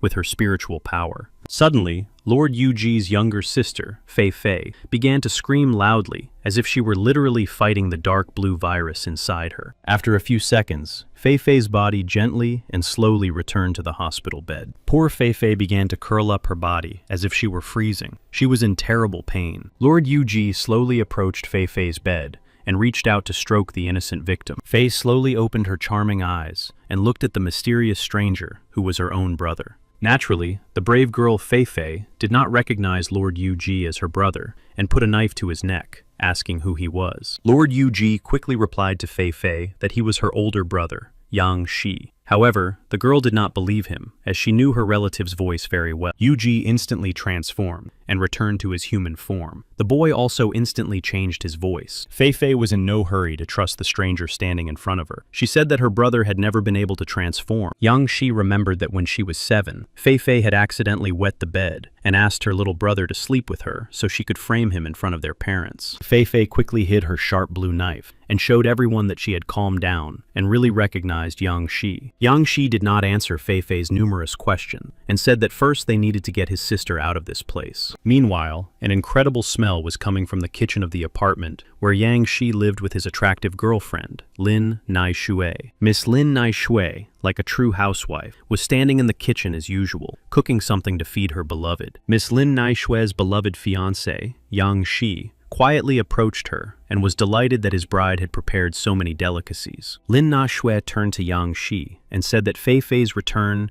had to be celebrated urgently. Poor Lin Naishui said that recently, for the first time, she had felt how powerless an ordinary person could be in the face of unknown forces. Miss Lin Naishui recalled how the dragon from the organization of judges had saved her from death, but then sacrificed himself to save the city of Lugan. Lin Naishui hugged her beloved Yang Shi tightly and said that now she had begun to appreciate her love even more. Miss Lin Naishui truly loved her handsome fiancé Yang Shi and looked at him with loving eyes. Yang Shi understood perfectly well that at that moment he needed to gently kiss his beloved Lin Naishui to show his love. Yang Shi was already slowly approaching the luscious lips of his beloved Lin Naishui when he suddenly heard his sister's voice from the bathroom. Lin Naishui was very embarrassed by her sister Fei Fei and decided to push her fiancé Yang Shi away. Her sister was already asking if dinner was ready. Miss Lin Naishui replied loudly to Fei Fei that the table had been set long ago and she and Yang Shi were waiting for her to take a shower. Cheerful Fei Fei was already coming out of the bathroom in a great mood and said that her favorite dishes were on the table. Fei Fei turned to Miss Lin Naishui and said that she really admired her for her cooking skills. Fei Fei began to taste the delicious dishes, while Yang Shi and Lin Naishui watched their hungry little sister closely. Yang Shi thought that he was willing to give up everything in the world so that his loved ones could live in peace and health for many years to come. After a while, Fei Fei asked her brother Yang Shi why they didn't need to tell their parents about her awakening. Yang Shi replied that the Heroes Association was currently investigating the causes of the infection of innocent people in the hospital. Yang Shi said that the more their parents knew, the more dizzying danger could befall them. Fei Fei agreed and said that now Yang Shi couldn't take all the difficulties upon himself, as she could help him. Yang Shi said that he was largely to blame for Fei Fei ending up in the hospital. The guy failed to protect his little sister. Fei Fei said that she had already learned a lot, and that her blade directly attacked the mental spirit of her opponent. Fei Fei asked her responsible brother Yang Shi to try using puppet control on her. His sister was very worried that the dark blue race could control her from within. Although she seemed to be a perfectly healthy person, Yang Shi hugged his cheerful sister Fei Fei and said he would try, but her body was special, and he needed to improve his abilities first. Yang Shi continued to say that for the puppet control ability to work, it needed to be strengthened to at least S rank. After a while, Yang Shi tried to activate his unique control ability to then immerse himself in her inner world. From the very first moment, Yang Shi realized that these feelings were very different from his previous sensations. A dizzying voice rang out in Yang Shi's head, asking him what the secret of the world was and what its peculiarity was. The frightening voice continued to ask, but Yang Shi wondered if he could believe that what he was about to see was true. Yang Shi also tried to understand how he could overcome this, being bound by numerous and very diverse limitations. Yang Shi, once again, felt intense pain and thought that this was a very small and insignificant discovery on the path to truth. Poor Yang Shi clutched his heart, which was suffering from tachycardia at that moment. The young man did not understand how to act. Yang Shi finally realized that the dark blue race was trying to break his spiritual power. The monsters almost succeeded. When Fei Fei noticed that something was wrong with her older brother Yang Shi, she decided to wake him up to find out how he was doing. Yang Shi said in a quiet voice that the control had finally been completed and carried out. Now he had a special task for Fei Fei. Meanwhile, the charming Miss Lin Naishu entered the room and asked who wanted to taste some fresh fruit. Yang Shi turned to face his beloved fiancée, Lin Naishu, and nodded his head to let her know that he would soon be eating the fruit. Yang Shi and Lin Naishui sat down at the dining table. The girl was engrossed in her laptop, and the guy asked her what she was so interested in. Miss Lin Naishui said that she actually wanted to share some good news, as she had been given a new important position. However, Yang Shi was not quick to rejoice, and asked if the new position would be as dangerous as the previous one. The guy was very worried. Miss Lin Naishui was happy because now she would be broadcasting live from a special television booth. Yang Shi was delighted and was already getting up from the table. Before leaving, the guy decided to reach out and touch his beloved girlfriend's hair. In fact, Yang Shi planned to give his charming beauty, Lin Naishui, a special snake-shaped ornament. This ornament was called a green snake chain. Miss Lin Naishui was very happy and thanked her fiancé, Yang Shi. Meanwhile, a dizzying situation was unfolding on the grounds of the Qian family's giant estate. The brave and courageous swordswoman Blanche was in a hot spring wearing only a swimsuit, watching her friends intently. Next to the charming and beautiful swordswoman Blanche sat Qian Dodo and Yu Ran, who were also enjoying the hot spring. Yu Ran decided to start the conversation first and said that this hot spring was actually good for the body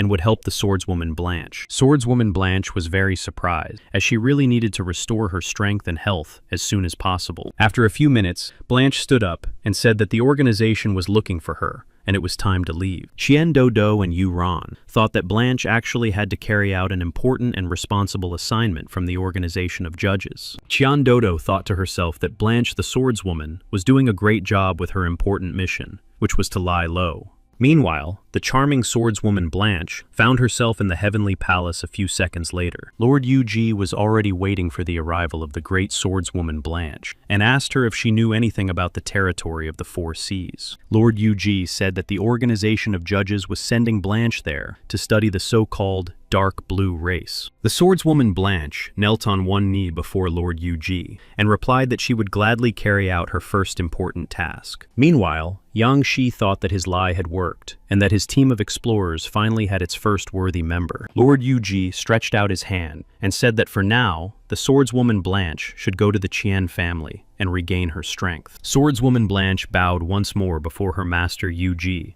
and said that she understood everything, then headed back. Yuji's assistant, Mao the rabbit, watched Blanche's behavior closely and turned to face her master. Rabbit Mao said that she actually adored the swordswoman Blanche and would like to get her autograph next time. Lord Yuji began to smile and said that Mao the rabbit had met her true idol for the first time. Master Yuji hid from the public that from now on, his younger sister Fei Fei would be hiding behind Mao Rabbit's mask. Fei Fei, in the guise of Mao the rabbit, said that she was looking forward to working with Blanche the swordswoman in the future. Fei Fei also thought that she still had a unique chance to get an autograph from the charming swordswoman Blanche. Lord Yuji laughed again and said that the autograph didn't really mean anything. Now it was time to think about a bright future. Fei, wearing Mao the rabbit mask, turned to her brother and asked him what he planned to do in the near future. Lord Yuji said that he had long suspected that the Knights of the Round Table were somehow connected to the dark blue race. Lord Yuji planned to give the hero of spicy and sour noodles, and Liu Yuanyu, the task of gathering information about the dark blue race. Meanwhile, the brave swordswoman Blanche was to go on a reconnaissance mission to the Four Seas territory and gather information. Yu Fang was also supposed to infiltrate the Heroes Association and gradually rise to dizzying heights there.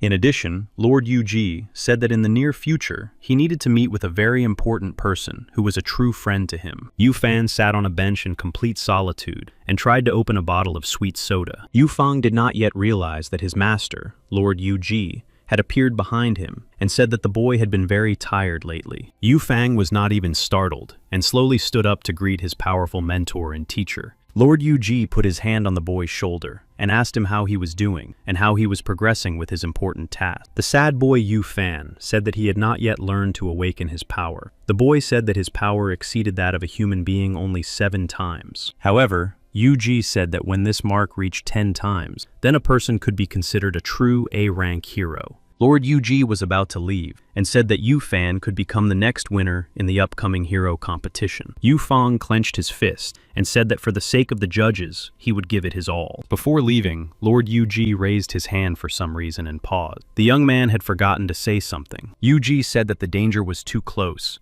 and that he needed to use his control to control Yu Fan's body. The boy Yu Fan did not object and leaned against the wall so as not to fall when Lord Yuji would enter his head. Lord Yuji had already activated his unique control function, and the boy Yu Fan seemed to sink into prostration. Meanwhile, the mysterious little girl in the pink baseball cap was running away from her angry pursuers. They were members of the powerful Fire Cloud Club, who said that the girl had interfered in their business and ruined it. The brave girl said that their organization was actually getting rich by imitating the criminal code of the region. The tension between the girl and the fierce members of the secret organization reached its peak when a black cloud swept by. Miraculously, the brave girl managed to dodge the approaching dark cloud, which then headed towards the criminals. The brave girl jumped up and tried to deliver a crushing blow to the head of one of the insolent criminals. One of the cunning attackers was very upset when he saw that his horn was seriously damaged. The girl landed on the ground and waited for the consequences of her action. The attacker guessed that she had used poison. A few seconds later, there was a dizzying explosion that clearly frightened the entire surrounding crowd and the public. The second member of the criminal gang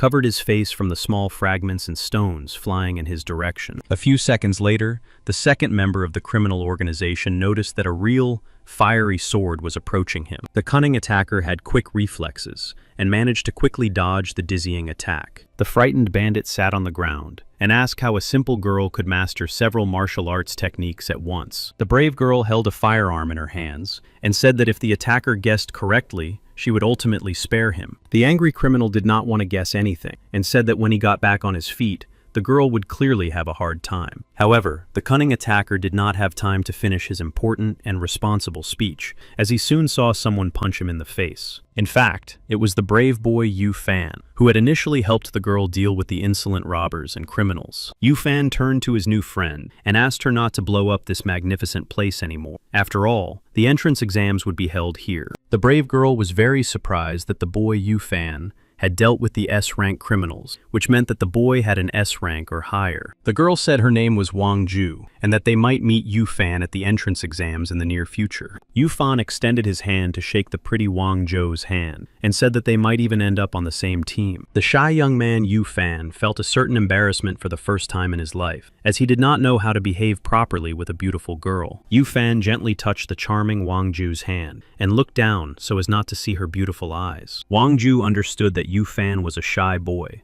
and decided to take the initiative, and suggested going out for dinner that evening. However, Yu Fan coughed slightly, and replied that he had some important business to attend to that evening, and that it was time for him to leave. Yu Fang took his hand away from the delicate hand of the attractive girl Wang Zhou, and hurried away immediately. Wang Zhou was left completely alone, and did not understand why the boy who had saved her had refused her date. Wang Zhou was really hurt, and watched as the friendly boy Yu Fan, who was already sorting out his thoughts, walked away. In fact, Yu Fan had imagined Lord Yuji telling him that he should not be distracted by other girls right now.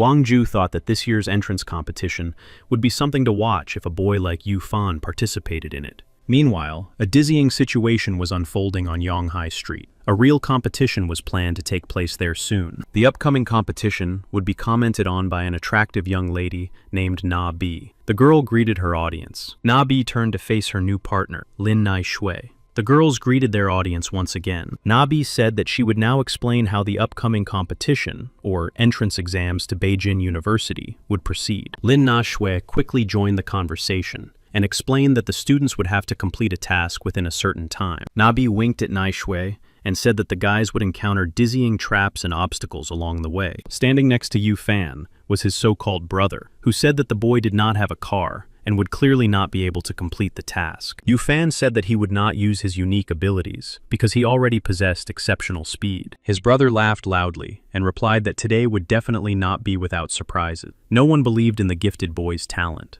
The brother asked Yu Fan if he had heard that the organizers had invited 2 A-rank Purple Panthers named Luo Quan and Xiong Zi. The conversation between the two brothers stopped abruptly when a mysterious stranger behind them called Yu Fan by name. It was the charming Miss Wang Ju, who said that they had finally met and would be participating on the same team. Wang Ju approached Yu Fan, leaned over, and said that they had agreed to work together. The boy could not help but keep his word and promise. The two young people's conversation was interrupted by a cheeky brother who said he had super speed. However, the cunning Wang Zhou said that there were millions like him, and he had no right to flirt with a beauty like her. The brother and the boy Yu Fang were very surprised by the response of the arrogant but attractive girl Wang Zhou, who was already walking away. Meanwhile, the organizers of the ceremony shouted loudly for all participants to get ready for the start. Yu Fan threw all dirty thoughts out of his head to focus completely on the upcoming competition. The judges and organizers began the countdown, and suddenly a gunshot sounded, signaling the start of the competition. And then several participants who had the ability to levitate took to the air. The audience gasped at the sight.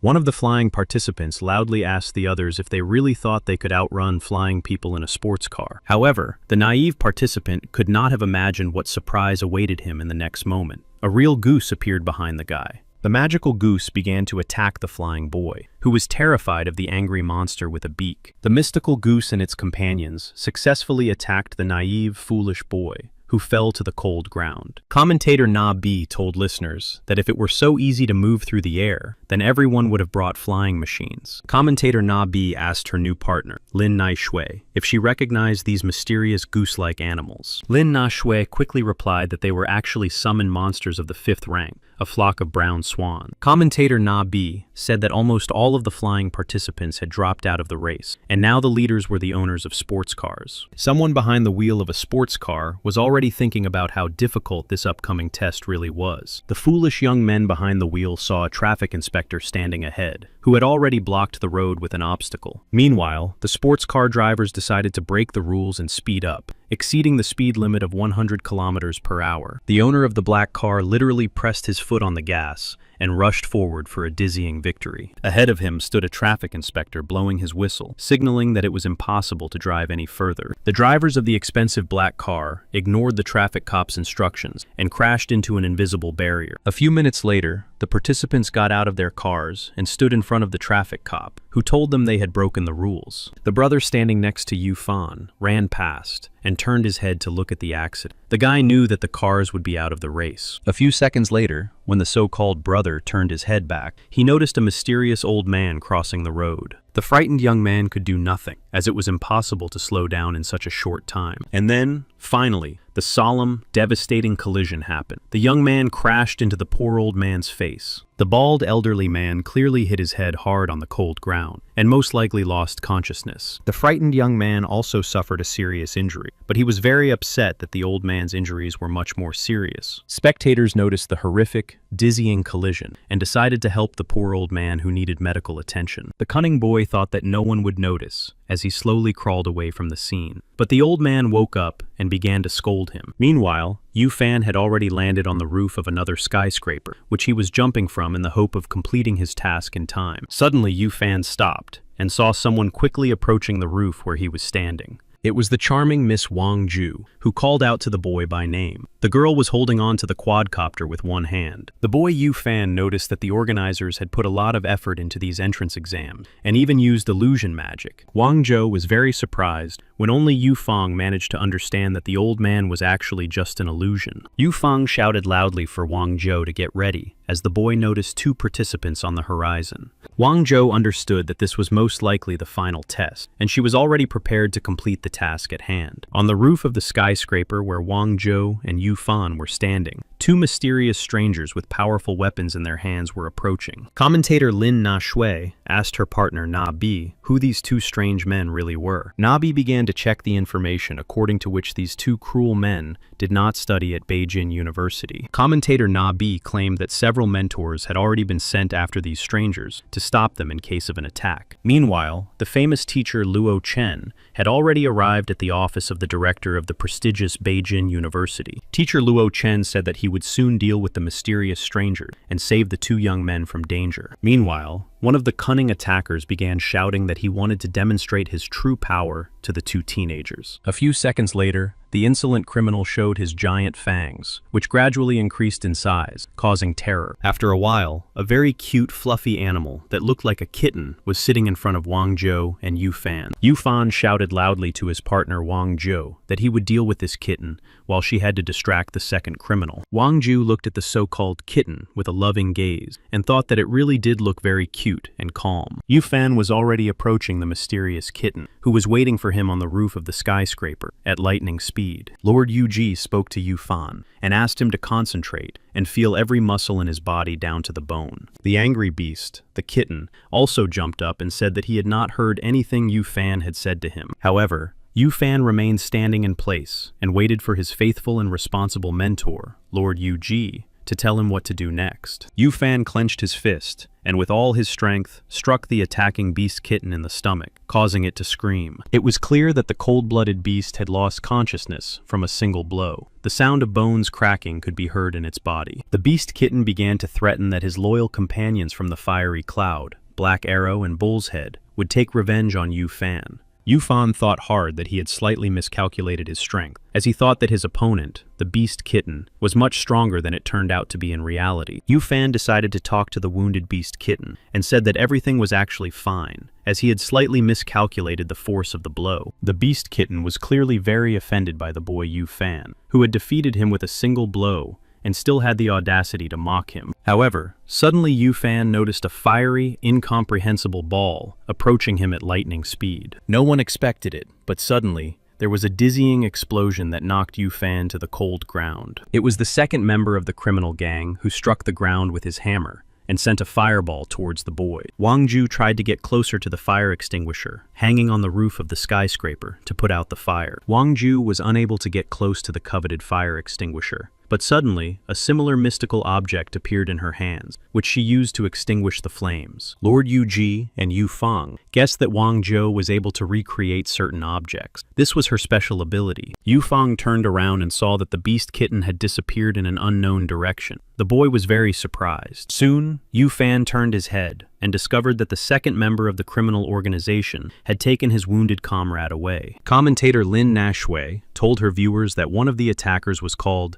the Flying Beast from the Fire Cloud organization. Lin Na Shui also noted the boy Yu Fan, who managed to defeat a rank 5 hero with a single blow, which was surprising. Commentator Na Bi raised her hands and said that now it was time to send gifts, and who knows, maybe Yu Fan would become a superhero in the future. Meanwhile, the wounded fighters from the Fire Cloud clan landed somewhere nearby and tried to heal their devastating wounds. The Flying Beast and his faithful assistant slowly moved down the street in search of shelter. However, the criminals were clearly unlucky. On their way, the members of the Fire Cloud organization were stopped by teacher Luo Chen from Beijing University, who said that it was wrong to attack students. In his hands, teacher Luo Chen held a mysterious map with which he could easily deal with the heroes of rank 5. Meanwhile, Wang Ju and Yu Fang continued on their way to their long-awaited victory. The kids sincerely hoped that they would pass this exam. Wang Ju became very concerned when she looked at the tournament table, where the boys were in last place. Meanwhile, in Yu Fan's head, he heard the voice of Mr. Yu Ji saying that it was time for him to go. The boy nodded his head. Meanwhile, somewhere on a remote island that almost no one knew about, terrible events were unfolding. A dark blue monster, with giant tentacles instead of limbs, flew into the cave at lightning speed. These huge tentacles approached a mysterious stranger, who was hiding his face under a dark hood.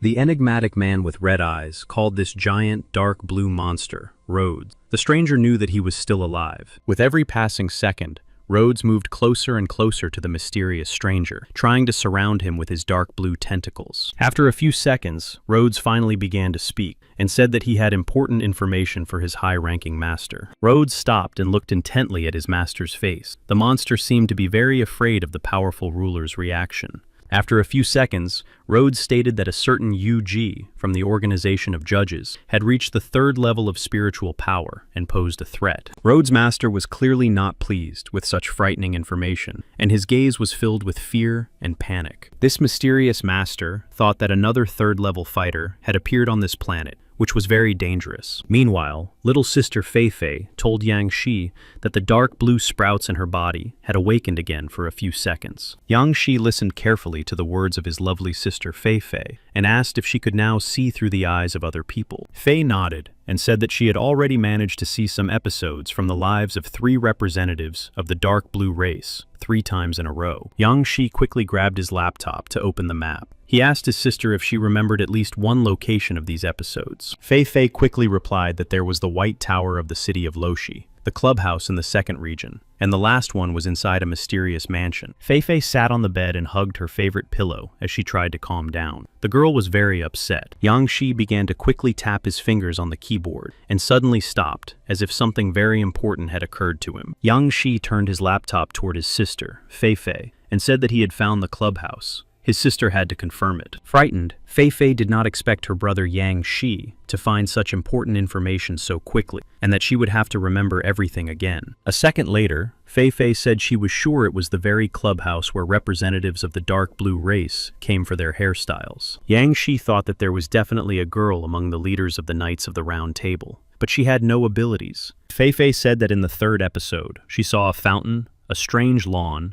and a mysterious artifact. A moment later, Fei Fei fell onto a soft bed and told Yang Shi that she was very tired and couldn't remember the small details anymore. Fei Fei asked her brother Yang Shi to download her memory into his head and check the information himself. Meanwhile, at a meeting of the Kunlun Company, the metal hero was talking to his sons, Luo Moon and Liu Yuan. The metal hero crossed his arms in front of him and tried to find the right words so as not to offend anyone present. Metal hero turned to his eldest son, Luo Mu, and said that he had called him for a reason, to share some news. Metal Hero announced that Liu Yuan would now be in charge of the company, and Luo Moon would take his place in the heroic alliance. Liu Yuan's younger brother did not want to look directly into the eyes of his powerful brother, Luo Moon, who was very upset. Suddenly, Luo Moon said that their father had finally seen the true talent in his younger son, Liu Yuan. Luo Moon said that Liu Yuan was more suited to this responsible role, while he simply dreamed of becoming the strongest hero in the world. The metal hero said that he understood perfectly well that Luo Moon harbored resentment toward the Organization of Judges because of his failure in battle. The metal hero asked Luo Moon's eldest son if he knew the real reason why all the members of the Judges organization were so strong. Luo Moon couldn't hold back and showed his emotions, saying that the members of the Judges organization clearly worked harder and trained more than the other heroes. The metal hero replied to Luo Moon's eldest son that he was greatly mistaken about the Judges organization. The metal hero said that the Organization of Judges had a special elixir that gave people abilities. The metal hero did not stop there, and said that members of the Judges organization had long been helped by representatives of another race. Meanwhile, Yang Shi persistently searched through his sister Fei Fei's numerous memories for information that was important to him. After a few minutes, Yang Shi began to smile and said to himself that he had finally found something important. The boy almost jumped up. Yang Shi saw the very lawn that Fei Fei had mentioned the day before. A mysterious rabbit with red eyes was sitting near the lawn. Lord Yu Ji, accompanied by Rabbit Mao, had already flown on metal boards to the House of Firearms. Fei, in the guise of Mao the Rabbit, was very offended because Yuji asked her to stand aside temporarily and do nothing. Lord Yuji patted Mao the Rabbit on the head and said that he actually cherished her very much. Fei nodded her head and understood everything. A moment later, Lord Yuji transformed into a snake from the organization of judges and asked Mao the Rabbit what had happened. Fei, in the guise of Mao the Rabbit, said that she had actually recognized him, not by his appearance, but by his brilliant acting skills. On the open terrace of the firearms house, a mysterious man sat at the dining table, drinking hot tea. The mysterious guy saw Snake from the judges' organization quickly approaching him and asked why he had come without an invitation. However, Snake from the judges' organization said nothing and used his shadow flow ability to take the stranger's life. A few seconds later, the table where the calm gentleman was sitting was completely destroyed, but the stranger showed no fear or panic. Zmei from the judges' organization watched intently as the mysterious gentleman rose from his chair and prepared to speak on an important topic. The brave young man asked whether the organization of judges had collaborated with the great Bernadotte family. Zmei from the judges' organization was very surprised and did not understand where this dizzying rumor came from and why it spread so quickly. The calm gentleman repeated once again that it was true that the organization of judges could return the soul to the body of a person who had already lost their life. Zmei replied that the dark blue race had long since reached dizzying heights in this direction, and he did not understand why he was being asked this question. The polite gentleman said that it seemed to him that there was only one answer. The guy invited Snake from the organization of judges to sit in a comfortable chair. However, this was actually a diversionary tactic, and the cunning and crafty guy pulled a firearm from behind his back and pointed it at Mr. Snake. Naturally, Mr. Snake from the judges' organization did not wait and activated the shadow cloning function. The first bullet hit one of Mr. Snake's shadow clones from the judges' organization right in the stomach and then spun around. The other shadow clones remained standing in place and simply waited for the mystical bullet from the powerful weapon to hit their bodies. Zmei, from the judges' organization, quickly realized that his opponent's weapon had a homing function, but its speed was not the highest. The angry gentleman asked what would happen if he attacked all the doubles at once. It would be impossible to dodge. Meanwhile, behind the mysterious owner of the House of Firearms, the real Mr. Snake from the organization of judges appeared. Zmei from the judges' organization tried to strike the treacherous, embittered gentleman in the back with his sword. No one expected the mysterious guy to start a countdown, and soon there would be a powerful, unplanned explosion. The shadow clones of Mr. Snake from the judges' organization stood still, watching the aftermath of the dizzying explosion. The mysterious owner of the House of Firearms also tried to see who was left alive after the terrible nightmare explosion. Suddenly,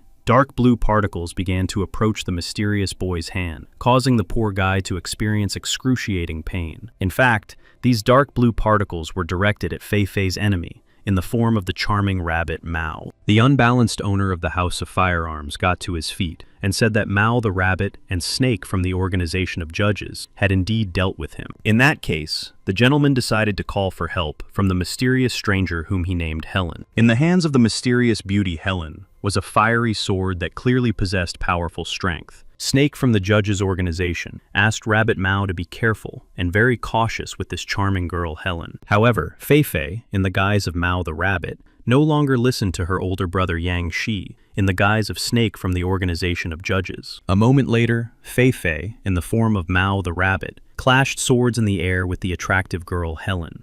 The brave and very courageous girl Helen, after several blows from the powerful rabbit Mao, asked her if she was a representative of the dark blue race. However, Fei, in the guise of Mao the Rabbit, did not rush to answer her opponent's questions and simply laughed loudly. The mysterious owner of the House of Firearms turned to the Snake from the organization of judges and told him that if he approached, he would lose his life. Meanwhile, Snake thought that Mao the Rabbit was safe, and now he had to figure out how to deal with the homing bullets. The Snake from the judges' organization was deep in thought and began to rummage through his head, sorting through various ideas. The naive Snake from the judges' organization did not realize that at that moment a shot would be fired, and a homing bullet would fly in his direction. A few seconds later, Zmei from the judges' organization noticed that the homing bullet had hit his left leg. Despite the minor injury, Snake from the judges' organization continued to come up with original ideas. Soon, Snake from the judges' organization shouted to himself that he had finally figured out how to deal with firearms. But then the next shot rang out,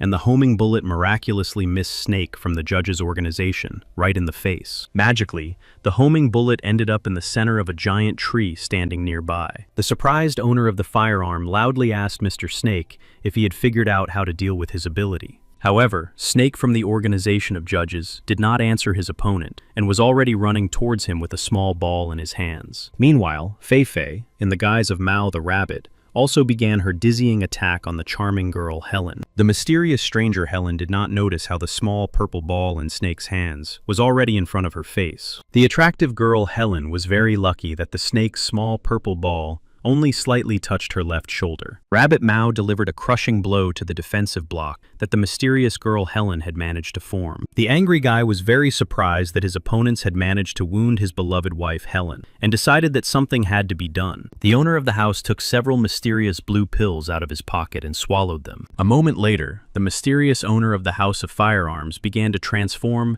into a truly powerful monster. Helen, who turned out to be his lawful wife, turned to her husband and asked him not to do this. For some reason, Helen called her husband teacher and slowly approached him to touch his forehead. In the hands of the attractive girl Helen was a mysterious blue knife. The girl said that her husband could not cope with such a large number of blue particles. Helen moved even closer to her so-called teacher and kissed him on the lips to absorb some of those terrible blue particles. Meanwhile, Snake from the organization of judges was already behind his opponents and was preparing to throw another purple bomb at them. The owner of the House of Firearms saw that a purple bomb was approaching the head of his charming wife Helen. Like a real man, the husband of the attractive girl Helen shielded her with his body, and the purple bomb hit him right in the back. The wounded owner of the House of Firearms fell to the ground. The frightened girl Helen begged the man to wake up and not leave her. Helen's husband asked the girl if the day had finally come when he would lose his life. The young man began to thank the snake and Mao the rabbit. The wounded man said that when his real wife lost her life, his fate underwent dizzying changes. The owner of the house with the firearm turned to the girl and asked her to change her hairstyle so that he could remember Helen's real name. The wounded man stroked the face of his wife Helen and said that representatives of the dark blue race had promised to bring her back to life. In exchange for his wife's return, the man promised that he would literally betray humanity. Poor Helen began to cry bitterly. The owner of the House of Firearms asked Snake to exchange information in exchange for saving Helen's life, whose real name was actually Will. The wounded gentleman said that representatives of the dark blue race were somehow closely connected with the Posey Chamber of Commerce. The wounded gentleman did not have time to say anything else and lost consciousness. A crying Vil asked her teacher to return to him. Fei Fei, dressed as Mao the rabbit, asked Snake from the judge's organization what would be the best way to get rid of this girl, Vil. However, Snake from the judge's organization said that Vil, who was a representative of the dark blue race, should be left alive for now. Vil said that when she joined the dark blue race, she was already prepared to give up everything in the world for the future of her beloved teacher. Meanwhile, the man's soul was already leaving his body. Vil continued to cry and hugged her beloved one last time. A few seconds later, a mysterious blue stone fell out of the wounded man's body, which was similar to the stone from Bin Chuan's body. The snake from the organization of judges immediately picked up this mysterious stone, which held many secrets. Fei Fei, in the form of Mao the rabbit, watched closely for the reaction of the offended girl Vil and asked her brother if she would meet her love. The snake from the judges' organization said nothing to his younger sister Fei Fei and simply watched Vil and her teacher. The snake from the judges' organization did not answer his younger sister Fei Fei. After a few minutes, he turned to the metal board. The snake from the judges' organization called Mao the rabbit and said it was time for them to fly home to think things over. Fei Fei, in the guise of Mao the rabbit, asked her brother where they were going now. The girl was impressed by Vil's reaction. Meanwhile, Snake from the judges' organization had already transformed into Lord Yu Jie and remained silent. Fei Fei, in the guise of Mao the rabbit, noted that her older brother Yang Shi was truly a master of transformation. Meanwhile, a huge crowd gathered at the stadium of Beijing University to welcome all the participants of the competition. Among the award-winning participants of the dizzying competition were Yu Fang and his now loyal friend Wang Ju. Lord Yu Ji closely watched the reaction of the modest boy Yu Fan, who had already managed to make friends. Lord Yu Ji met with the boy Yu Fan in the living room of his house and was already holding a mysterious magic ball in his hand. Lord Yuji placed this magic ball in Yufan's body and told him that he was now considered an A-rank hero. Lord Yuji said that Yufan had done an excellent job with the task at hand, but now he needed to pass the entrance exams. Lord Yuji also noted that he would have to leave for a while.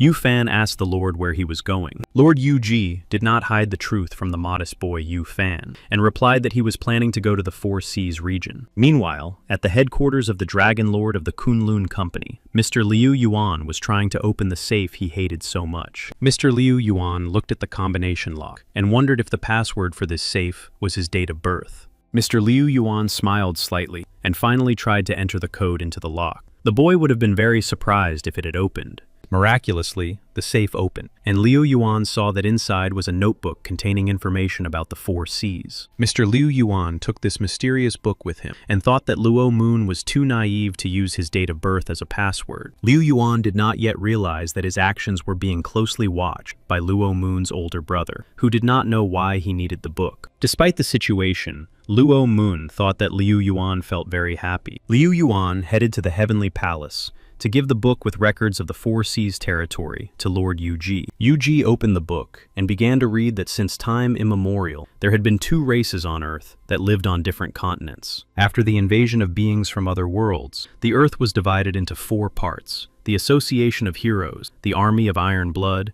and the Union of Trading Companies. All of the above forces existed in the mixed land. Defense was carried out through agreements between organizations. Whatever relationship the Dark Blue race had with the Bo Si organization and the Stone of Wisdom, it all boiled down to free maritime territory. Lord Yuji closed the mysterious book and said that now he understood that he needed to get to the free sea territory. Lord Yuji approached his godson Liu Yuan and said that he had done an excellent job this time. Mr. Liu Yuan was already rubbing his delicate hands and saying that he clearly deserved a dizzying reward. Lord Yuji told Liu Yuan not to worry, as he clearly deserved the mystical elixir for his work. Liu Yuan was no longer listening to his godfather Yuji and drank the mysterious elixir. The young man asked what rank he now had access to. Mr. Liu Yuan was very upset when Lord Yuji quickly replied that the boy had only drunk a rank B elixir. However, Lord Yuji hastened to cheer up Mr. Liu Yuan and said that he now had two types of B-rank abilities. Lord Yuji said that now Mr. Liu Yuan had not only the ability of a werewolf, but also the mask of terror. Meanwhile, a dizzying romantic story was unfolding in Yang Shi's apartment. The clinking of glasses could be heard at the dinner table. Miss Lin Nai Shui and her beloved Yang Shi decided to have a romantic candlelit dinner. Miss Lin Nai Shui said that she was very happy to have gotten a prestigious job abroad for a whole year. Yang Shi looked sadly at his beloved fiancée, Lin Nai Shui, and said that he could easily keep her company. However, Lin Nai Shui said that she could take care of herself, while Yang Shi worked on their bright future together. Yang Shi had no choice but to agree. The guy was actually very worried that he would not be with Xiao Shu for so long. Yang Shi thought that as soon as the dizzying situation in the world calmed down, he would definitely be with his beloved. Yang Shi took his beloved girlfriend, Xiao Shu, by the hand and asked her to dance. He asked the beauty to bring him some souvenirs. Miss Lin Nai Shui smiled sweetly and simply nodded her head. The attractive girl even blushed a little. A few minutes later, the romantic dance ended, and Miss Lin Nai Shui's expensive, chic dress ended up on the floor. The couple in love found themselves in bed, under a warm blanket, touching each other and whispering sweet nothings. Yang Shi gently kissed his beloved girlfriend, Miss Lin Nai Shui, and said that he would miss her very much. Meanwhile, light romantic music began to play on the gramophone. The couple gave themselves over to passion in bed. The next morning, mysterious strangers knocked on the door of the great Qian family estate. The door was opened by a very friendly, handsome man with a large mustache, who asked the guests if they were members of the judge's organization. It was Yang Shi, accompanied by his younger sister, Fei Fei. The young people replied that the man with the mustache was right, and he asked them to come inside. Yang Shi and Fei Fei went into the office of the head of the Qian family, and immediately noticed the charming Qian Dodo. Qian Bu Kui told the honored guests that he had already communicated with representatives of the judge's organization. Qian Dodo looked closely at Yang Shi's face and said that they had been on the same flight when the Star Cloak incident occurred. Yang Shi seemed a little embarrassed and said that he felt awkward that Lord Yuji had seen him in such a state of panic. Yang Shi loudly proclaimed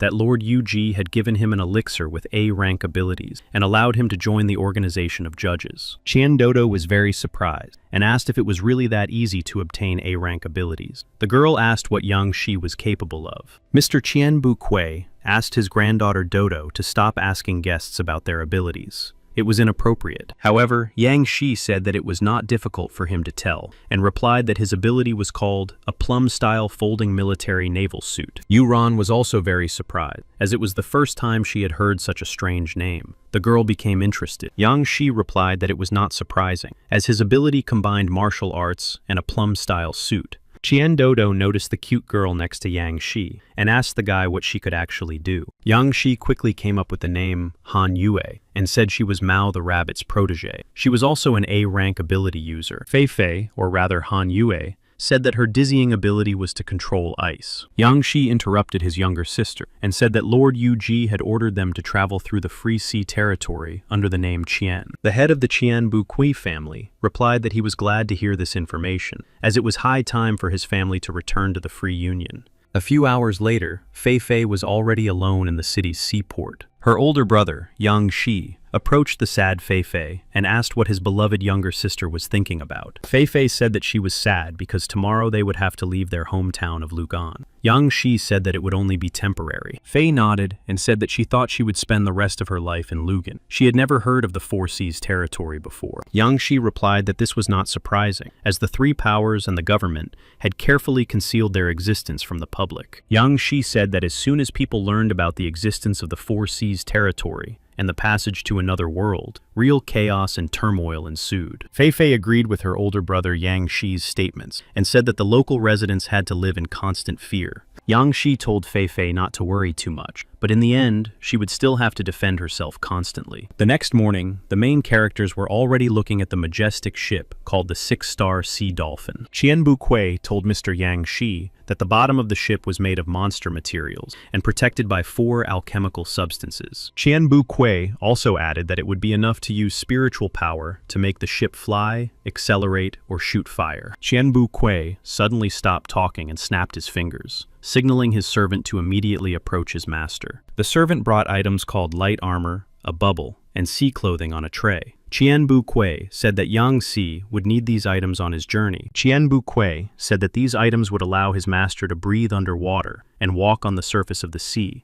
and that their appearance would depend on the specific person. Yang Xi looked at these mystical items with great interest and asked Qianbu where the rest of the crew was now. Meanwhile, Fei was delighted with Mr. Qianbu gifts and said that they were really great. Dodo was already approaching the ship from behind and raised her hand. The attractive girl was in the company of the dreamer Blanche. The charming beauty Yu Ran seemed very shy about appearing before the honored guest and stood somewhere behind the others. Mr. Qianbu turned to his faithful servant and asked what had caused the loud noise. The loyal servant with a large mustache said that there was a group of Bo Si, a young master from the Guilin A Se family, as well as Guilin himself. Yang Shi was very surprised when he heard Mr. Qianbu loyal servant mention these mysterious names. Yang Xi thought that this mystical group of Bo Si had decided to come here on their own, right into his hands. That was their mistake. Mr. Qianbu asked his loyal servant and comrade why the Bo Si group had started making so much noise again. The mustachioed man said that the Bo Si group had originally planned to travel on a 4-star ship, but then heard about the Qian family. The servant also noted that the young Master Se, for some reason, wanted to occupy the platinum room where Mr. Yang was already staying. Meanwhile, on the deck, young Master Se was already flirting with the shy beauty Yu Ran and saying that she was irresistible. Young Master Se also said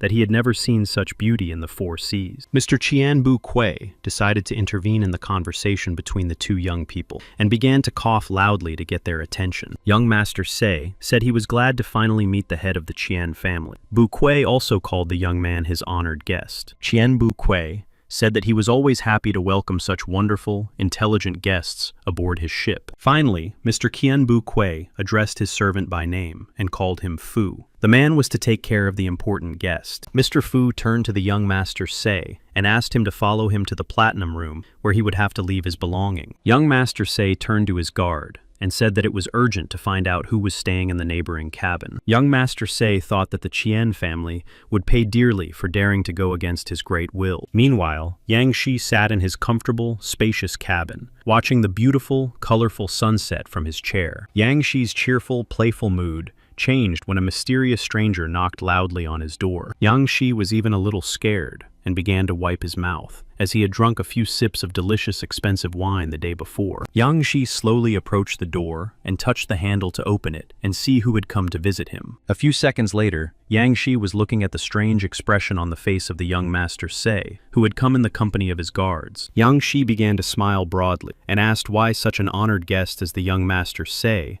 had come to his cabin. However, the young Master Se became angry and asked Yang Shi if he would pack his things and vacate the room himself, or if he needed help. Yang Shi ignored the angry young Master Se's loud remarks and asked in a quiet voice if he would like an album with Miss Yu Ran. Young Master Se's expression immediately changed, and he asked his interlocutor where he had gotten the photo album with Miss Yu Ran's personal photos. Yang Shi quickly replied that he would never lie to the second heir of the powerful Gelin family. Young Master Se nodded and asked Yang Shi what the price was for this unique photo album with pictures of Yu Ran. Yang Shi also quickly replied that first, young Master Se should look at the amazing colorful photos, and then he would announce the price. Young Master Se's bodyguards stood in place and waited for orders from their powerful master. Young Master Se turned to face the guards and ordered them to stay outside while he enjoyed the photos of Miss Yu Ran. Young Master Se closed the door in front of the muscular guard and followed Yang Shi. The young man was really eager to see the photos, but just a few seconds later, Yang Shi had already activated his control ability, and poor young Master Se found himself completely under his power. Yang Shi plunged headlong into the inner world of the young Master Se and tried to find information that was important to him. Yang Shi immediately noticed Master Se's memories of a mysterious man with a mustache who was holding a glass in his hand. Yang Shi recognized this man. It was Bai Ran, the son of Gi Lin, who played a minor role in the family hierarchy. Despite Bai Ran's caution, for some reason he opened up to his nephew, the young Master Se. Young Master Se stood quietly before his master, Yang Shi, and listened attentively to his words and orders. Yang Shi ordered Master Se to behave properly and communicate more with Bai Ran, as he might be part of some organization. Young Master Se bowed before Master Yang Shi and said he would find out more information about the Gelin family and Bai Ran. Young Master Se understood his master Yang Shi's order and hurried to leave his comfortable, luxurious room. The bodyguards asked young Master Se if they should start taking out Mr. Yang Shi's belongings, who had occupied this luxurious cabin. But young Master Se punched the bodyguard in the stomach and said that this room was not suitable for him and that he planned to stay in Mr. Qian's cabin. The poor guard endured excruciating pain, but a moment later he nodded his head and said that he understood young Master Se's order. And so, young Master Se and his muscular bodyguards left Mr. Yang Shi's room, thinking that their lives would soon change. Soon, a 6-star ship called the Sea Dolphin was already approaching a huge arch. Fei Fei was on the deck and asked her older brother Yang Shi where they had arrived. The boy replied that it was a free customs area. Yang Shi looked closely at the mysterious giant arch and thought that some important secrets might be kept here. Mr. Yang Shi's thoughts were interrupted when he heard the voice of a strange man behind him. It was a soul hunter. The soul hunter said that he was in charge of this place. Yang Shi thought that the man was really strong. Qianbu Kui greeted the soul hunter, the new guest of honor, and said he was glad to see him again. The soul hunter extended his hand to Mr. Qianbu Kui and said that he had no doubt that they would meet again someday. The soul hunter said that Qianbu Kui had once visited the free customs territory. This time, the gentleman had brought young people with him. The soul hunter pointed to the customs office and asked the guests to follow him, as dinner was ready. A few minutes later, all the crew members of the ship found themselves in the mysterious room of the free, independent customs area. Here, Mr. Yang Shi met some lovely, charming girls who asked the young man to exchange phone numbers. However, Yang Shi was in no hurry to talk to the attractive young ladies, as he was primarily looking at the giant table laden with delicacies. One of the pretty beauties said that Yang Shi was her type of man and asked him to be friends with her. Qian Dodo thought that these so-called beauties dared to approach Mr. Yang Shi when a lady like Yu Ran was nearby. Yu Ran turned to her friend Qian Dodo and,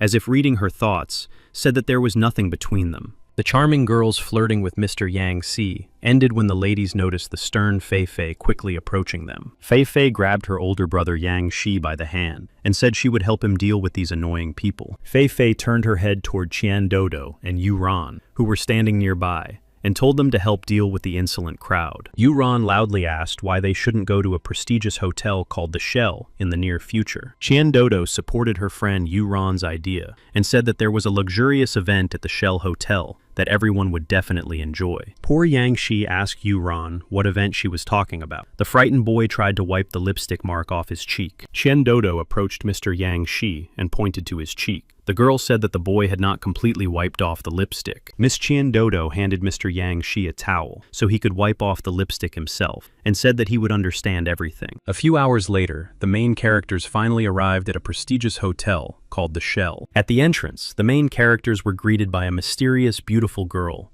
who said that today they were having a mermaid party. Yang Si looked closely at the mermaid's tail and thought that these people had the ability to transform themselves. Miss Yu Ran came closer to Mr. Yang Shi's face and said that she would soon find out everything herself. Meanwhile, Miss Qian Dodo told Yang Shi to stay where he was while she went to change her clothes. The assembled guests watched intently as an incredible number of different fish swam around in the huge aquarium. The guests also noticed how this giant tank began to fill with water from steel pipes. The pressure of the water really impressed the audience. The surprised guests were amazed by the dizzying situation and looked forward to the festive party. But Mr. Yang Si did not understand why all the guests were so happy. The guy started shouting and asking what was going on. The host of the celebration shouted loudly that the mermaid party had already begun. Everyone was ready to become a free mermaid. Mr. Yang Si was already underwater, trying to hold his breath. The young man was very frightened and thought he was going to lose his life. Mr. Yang Si held his breath underwater and suddenly noticed someone swimming quickly towards him from the left. It was the charming beauty Qian Dodo, who asked Yang Su why he hadn't turned into a mermaid.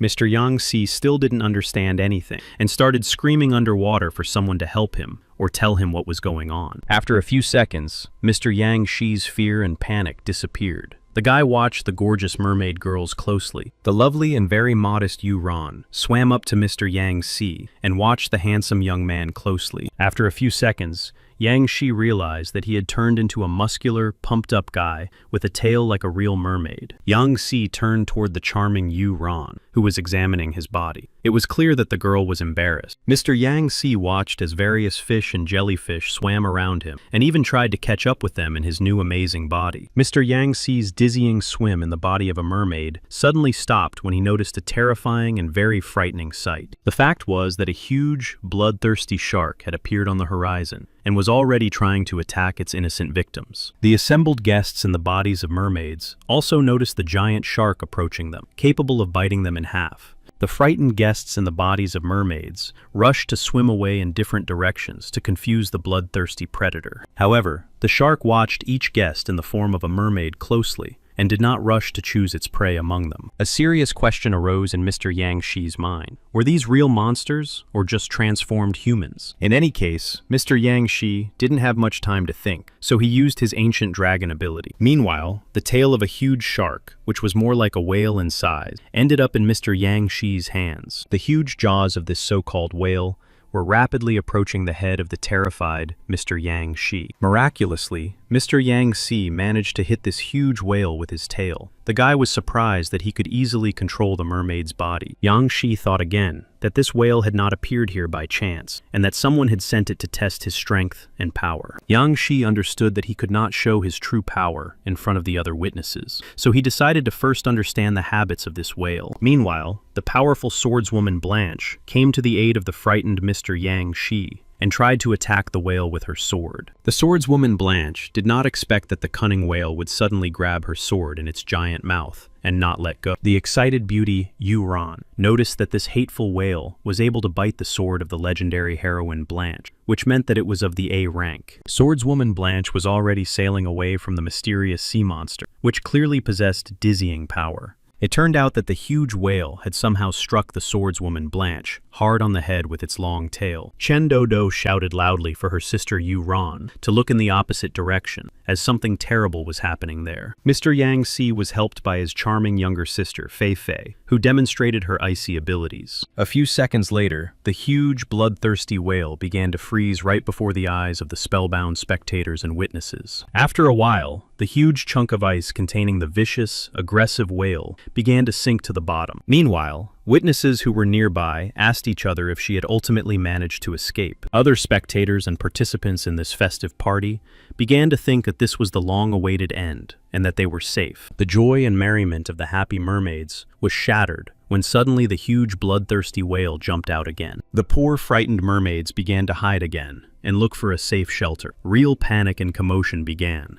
The giant whale was quickly approaching the area where Mr. Yang Shi was located. The frightened young man decided to temporarily swim away from the scene of the battle. Yang Shi turned around and activated his plum-style function. The guy began to think that with his A-rank ability, he would not be able to destroy its defense. Mr. Yang Shi quickly swam away and put on the famous light glove that Qianbu Kui had given him the day before. And then a huge bloodthirsty whale approached Mr. Yang Shi, and there was a crack from a dizzying blow. Mr. Yang Shi managed to strike the giant whale in the belly with all his might. The guy stood still and watched the consequences. Yang Shi watched closely for the reaction of the bloodthirsty whale, which did not swim away and was writhing in terrible pain. Mr. Yang Shi was very frightened because he thought the whale had lost its life. Witnesses can reveal his true strength. Yang Shi decided to deliver a few more blows, while the other mermaids watched the dizzying battle. Mr. Yang Shi delivered about 10 blows, and thought he needed to use his acting skills a little more. The attractive girls Qian Dodo and Yu Ran watched Mr. Yang Shi's actions closely. They were worried about their friend's condition. Qian Dodo said that for a second, it seemed to her that brother Yang Shi had defeated the terrible whale. Blanche the swordswoman did not believe it. A few minutes later, the charming trio of girls saw the tired and exhausted Mr. Yang Shi fall to the bottom. In fact,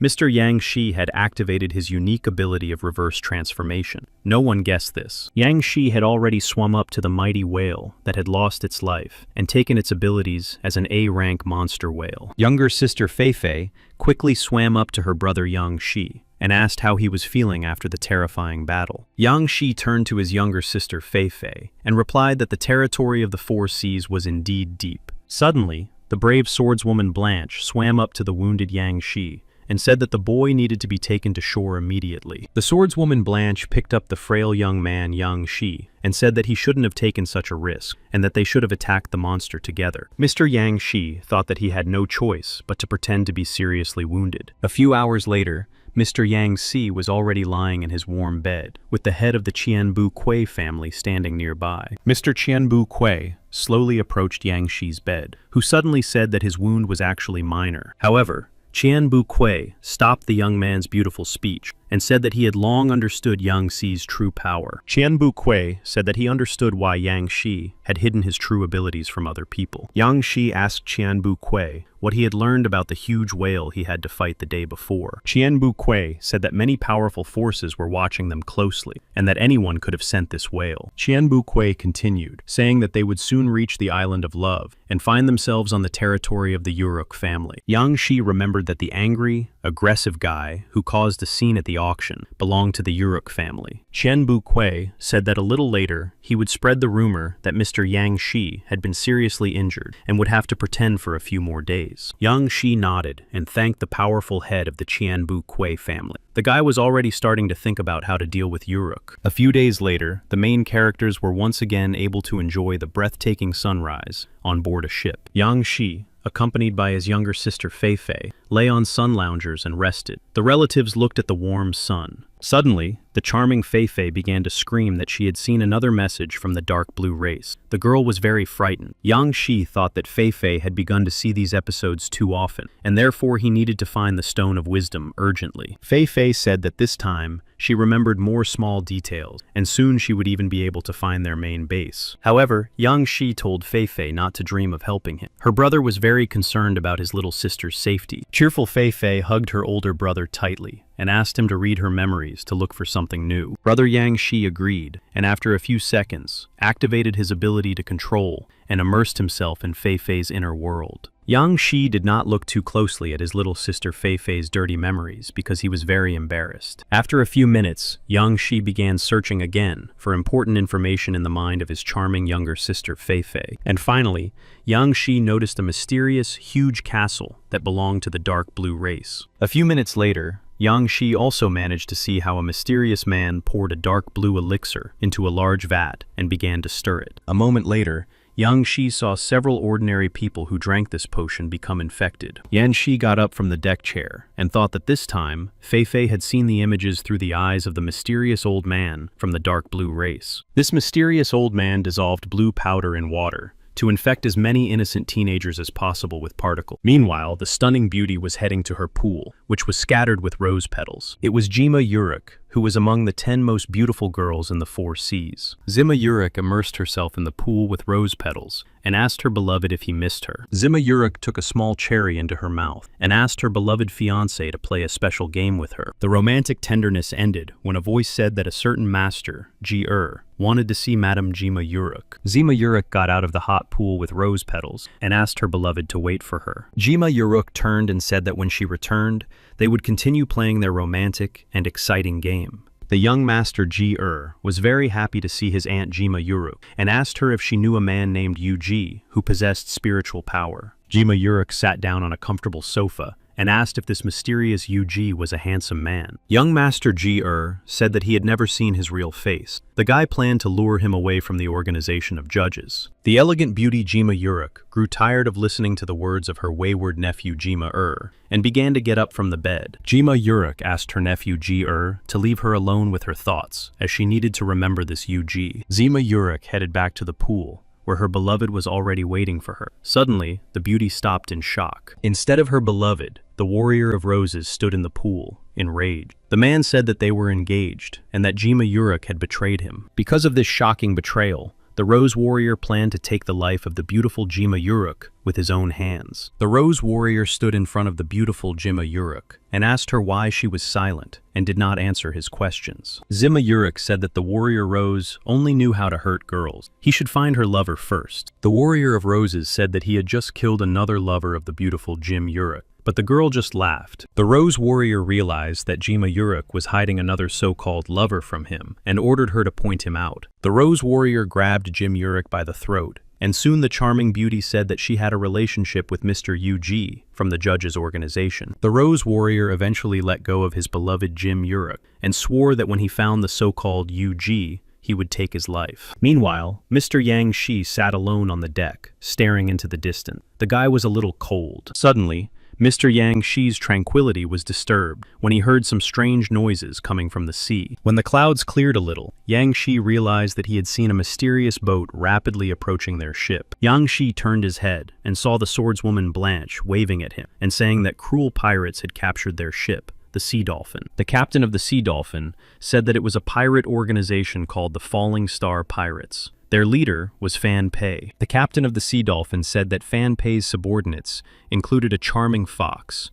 a seaweed monster, and a tyrant of the deep sea. The captain said that the alarm would go off in 3 minutes, and the passengers were already safe, but the man needed help. Qianbu Kui replied that the pirates planned to find out how strong the organization of the judges and the great Qian family were. Mr. Yang Shi thought that until that moment, he had never seen people around him try to teach him anything. Yang Shi asked Bu Kui to assign leader Fan Pei to him, and Fei Fei. The rest of the pirates would remain under the responsibility of the Qian family. Suddenly, the charming Miss Yu Ran blocked Yang Shi's path, saying that the young man had not yet fully recovered. However, Qianbu Kui asked Yu Ran to leave the young man alone, as Yang Shi had already fully recovered and was ready to engage in a dizzying battle. The strict but fair beauty Yu Ran said that such serious wounds could not heal so quickly. Mr. Yang Shi asked the attractive girl Yu Ran not to worry, as every minute was important here. Meanwhile, the alarm on the Sea Dolphin ship had already begun to sound. None of the passengers yet understood the threat. A few seconds later, the entire Sea Dolphin began to emit dizzying alarm sounds. The pirates were attacking. Meanwhile, the criminal's ship, called the Falling Star Pirates, had already approached the Sea Dolphin. On board the pirate ship stood the undead mage Fan Pei, who told his subordinates that they were facing the Sea Dolphin of the Qian family. The undead mage Fan Pei turned to his pirate crew and raised his staff. The guy said what the guys really wanted. The great pirates also raised their weapons and said that they wanted gold, jewels, and beautiful girls. A few seconds later, the bloodthirsty pirates began jumping from their ship into the water to attack the innocent passengers. The pirates possessed dizzying abilities and could move across the surface of the water, but the cunning and treacherous pirates did not realize that a mysterious stranger in a dark suit would stand in their way. Mr. Yang Shi looked closely at the faces of the bloodthirsty pirates, who seemed to him like little capricious children. The charming fox was already standing aside and asked Yang Shi how long he was going to mock her companion. In the next second, the cunning, charming fox made a dizzying leap towards Mr. Yang Shi. Mr. Yang Shi quickly reacted to the attack from the cunning, charming fox and pushed off from the surface of the water. The charming fox's long claws were unable to reach Mr. Yang Shi's neck, which was already in the air. The charming fox turned her head and asked Yang Shi to behave like a real man and not dodge her blows. However, Mr. Yang Shi was in no hurry to satisfy the desires of the charming fox,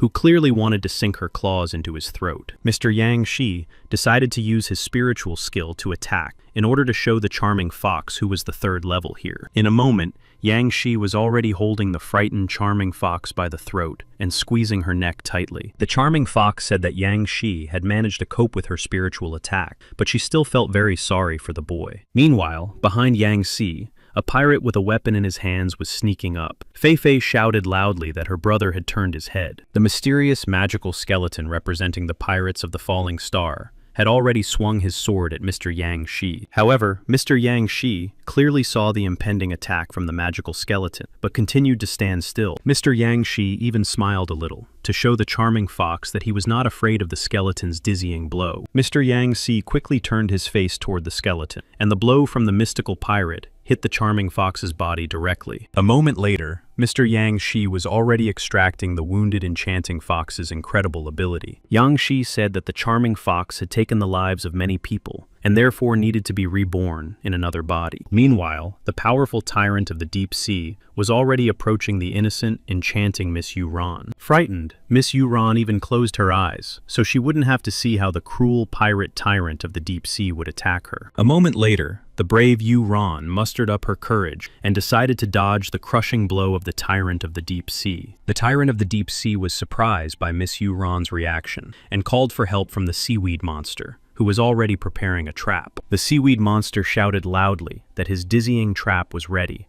and that Miss Yu Ran would soon lose her life. Miss Yu Ran watched the actions of the cruel, bloodthirsty pirates closely and tried to figure out how to deal with them. While Miss Yu Ran was thinking, the cunning seaweed monster's trap worked, and the poor girl began to be enveloped by seaweed. The brave swordswoman Blanche rushed to the aid of the frightened beauty Yu Ran and cut through the seaweed with a single stroke of her sword. The offended seaweed monster shouted that no one had ever managed to cut through its powerful seaweed before. The seaweed monster sent another batch of these nasty, slippery seaweed toward Blanche and Yu Ran. Now, Fei Fei came to the aid of the swordswoman Blanche and the charming Miss Yu Ran, shouting for the seaweed to freeze. A moment later, the seaweed did indeed freeze and began to fall to the floor of the ship and shatter into small pieces. The captain watched the successful battle between the passengers and the cruel pirates intently through his binoculars. The captain understood that Mr. Yang Shi had already dealt with the charming fox, and now only 2 of Fan Pei's assistants remained. The fragile Miss Qian Dodo said that she would also like to fight the pirates, but unfortunately, she could only watch. Meanwhile, the sea dolphin found itself in the center of a mystical circle of unknown origin. The mystical circle gradually turned into a powerful golden dome, from which the passengers could not escape. It turned out that this magic was created by the undead mage Fan Pei, who struck the floor with his magic wand. The undead mage looked at Mr. Yang Shi and asked what he could do with his beautiful skull later. A few seconds later, the undead mage Fan Pei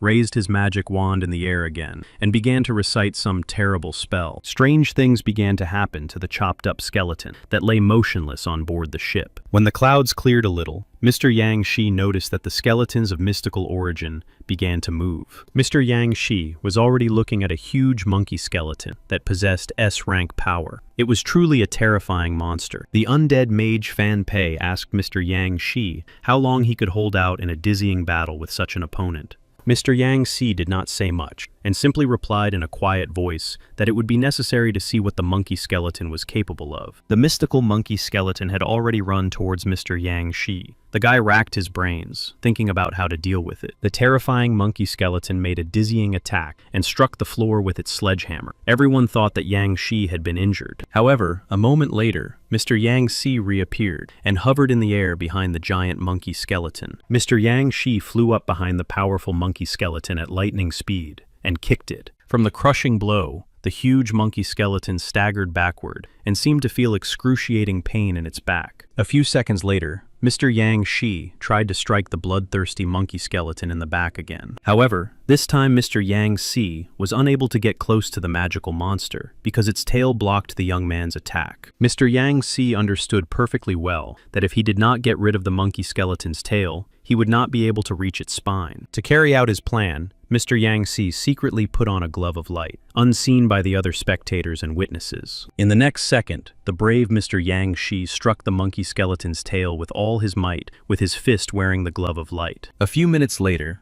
the tail of the giant monkey skeleton began to emit thick smoke for some reason. Mr. Yang Shi could not miss such a unique opportunity, as the huge monkey skeleton was distracted by its own tail. Mr. Yang Shi was already running towards the huge monster to kick it in the back. The guy gathered all his accumulated energy to make the attack. A few seconds later, the enraged monkey skeleton was lying face down on the ground. Mr. Yang Shi stood over its body and enjoyed his victory. Mr. Yang Shi seemed to start clapping his hands and asked the undead mage Fan Pei what he had said because he hadn't heard him. The undead mage Fan Pei became very angry and said that if Yang Shi really wanted to know what S-rank power was, he would show it to him right now. The undead mage Fan Pei said loudly that he had changed his mind and planned to turn Yang Shi's skeleton into a knight who would take the lives of his dear friend. The undead mage Fan Pei began to whisper something under his breath, as if he were reciting a terrible spell, and black smoke began to appear from the skull of his staff. A few seconds later, a mysterious magic circle appeared once again, where the undead mage Fan Pei had been standing. The frightened passengers who were standing aside and watching the battle closely began to point into the distance. Mr. Yang Shi turned his head and saw that the undead mage Fan Pei had summoned another magical skeleton. This time, it was a dragon. The poor passengers began to scream loudly because, for some strange reason, they felt a dizzying pain in their eyes. Mr. Yang Shi said loudly that this was a cruel move by the undead mage Fan Pei. It was his trump card hidden up his sleeve. Mr. Yang Shi said in a quiet voice that he was actually interested in fighting a worthy opponent. The frightened passengers looked at Yang Shi and said that this dragon skeleton was S-ranked and that the guy was crazy if he thought he could defeat it. Meanwhile, the huge dragon skeleton released its deadly breath in the direction of the calm Mr. Yang Shi. Yang Shi did not wait for the dead breath to reach its target and dodged the dizzying attack in the next moment. Mr. Yang Shi flew high into the air to deliver an incredible blow to the head of the powerful dragon skeleton. And finally, Mr. Yang Shi managed to deliver a crushing blow to the dragon skeleton's head with the help of his glove of light. Meanwhile, the undead mage Fan Pei thought to himself that Yang Shi was just a coward who could only dodge blows. Mr. Yang Shi turned around 180 degrees and once again delivered a crushing blow with the glove of light. The dragon skeleton became very angry with his opponent and breathed dead air toward Mr. Yang Shi, who managed to raise his shield. Mr. Yang Shi continued to hold his shield, but he understood that the dragon skeleton's power was truly enormous. Mr. Yang Shi managed to get closer through the dead breath of the dragon skeleton, and suddenly grabbed the monster by its huge mouth. The undead mage Fan Pei continued to smile and said loudly that grabbing the dragon skeleton by its jaws was also a pointless endeavor. The undead mage Fan Pei decided to fly closer to the dizzying battle to help the dragon skeleton end the confrontation. The undead mage Fan Pei shouted to Mr. Yang Shi that he clearly couldn't handle the next trick he was about to perform. Mr. Yang Shi just grinned, adjusted his expensive, fancy glasses, and looked at the treacherous pirate Fan Pei. Mr. Yang Shi looked closely at the face of his sworn enemy, the undead mage Fan Pei, and thought that he needed to change his tactics. Yang Shi stood still and said a little later that he didn't understand what other monster Fan Pei could summon, so he decided to attack him immediately. The undead mage Fan Pei had not planned to fight directly against the powerful opponent Yang Shi, and was very frightened. The undead mage Fan Pei tried to quickly fly away from the battlefield to stay alive. The guy even managed to turn around. However, Fan Pei was unable to escape, as Yang Shi had already struck him with his glove of light. The wounded guy was surprised once again. The dragon skeleton and the undead mage Fan Pei quickly fell into the deep sea. Neither of them showed any signs of life. The frightened pirates standing on the deck of their ship said that their boss had lost his life, and now they had to flee. Mr. Yang Shi hung in the air and watched as the magical skeletons and insolent pirates left the deck of the Sea Dolphin. Yang Shi tried to understand if any of his loyal comrades or friends had guessed what real power he possessed. Mr. Yang Shi continued to hang in the air and suddenly noticed one of the mystical pirates moving quickly underwater. Yang Shi thought that this mysterious pirate could become a problem if he wanted to quickly attack the Sea Dolphin ship. Mr. Yang Shi decided to use his cloning ability and sent Yuji's double to scout. Yuji's double jumped into the water at lightning speed to scout the situation and prevent the enemies from attacking the ship. In a few seconds, Lord Yuji had almost caught up with his mysterious enemy, who was moving at an unimaginable speed. Lord Yuji soon realized that this mystical pirate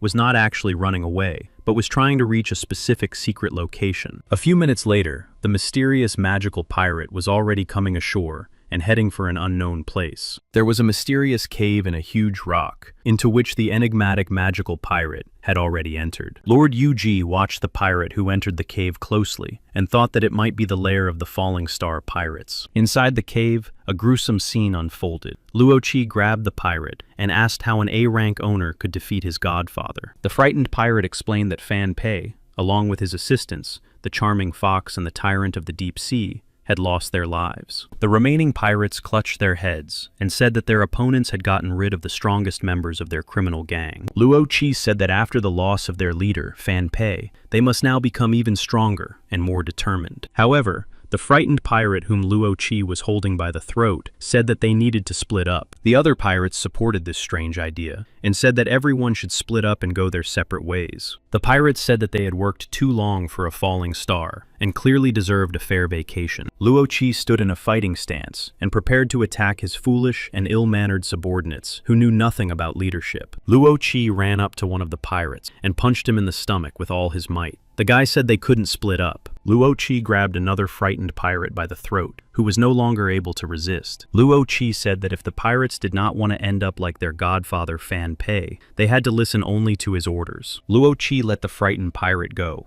and turned to face the rest of the criminal. The guy said that now they deserved a reward. Luo Qi reminded them that they had two beautiful women of rank in captivity who were waiting for their fate. Now the pirates could play with them. The happy pirates raised their hands and said that they were no longer afraid of anything and could now have fun with the beautiful ladies. Meanwhile, the poor captives sat on the cold ground in a huge cage. The frightened girls dreamed of being free. The bald, bloodthirsty pirate chose one of the charming girls and grabbed the poor thing by the arm. The girl began to scream loudly. The bald pirate sat his innocent victim on the icy floor and began to undress the attractive beauty, who begged him to let her go. Lord Yuji was already standing around the corner, watching intently as the bald pirate tormented the frightened girl. Lord Yuji understood that he needed to save the innocent victim urgently, and therefore needed to use one of his abilities. A few seconds later, all the pirates in the room were struck by a plasma beam. The frightened girl looked at the cold body of the bald pirate and thought that the criminal had already lost his life. Meanwhile, Luo Qi heard his subordinates fall to the floor and show no signs of life. Luo Qi turned his head toward the pirate lying on the ground, who opened his eyes to tell his new boss some information. The wounded pirate said that he was most likely being followed by one of the powerful heroes he had fought on the Sea Dolphin. The wounded pirate also stated that he had never expected anything good from his comrade Luo Qi, and that he was destined to lose his life today. Enraged, Luo Qi approached the wounded pirate again and grabbed him by the throat. The guy blamed him for the situation. A few seconds later, Luo Qi decided to kneel on one knee before the so-called honored guest. Luo Qi thought that he would pay the greatest honor to the powerful hero who had come to their land on a sea dolphin. Luo Qi loudly proclaimed that if Lord Yuji spared him, he would recognize him as his godfather and worship him. However, Luo Qi did not have time to finish his foolish sentence, as Yuji's sharp legendary blade soon pierced his chest. Lord Yuji slowly approached Luo Qi and said that he already had a godson and therefore had to say goodbye to him. Luo Qi knew that he was taking his last breath and said that he had dreamed of becoming a true hero of the four seas. Lord Yuji activated his ability to steal gifts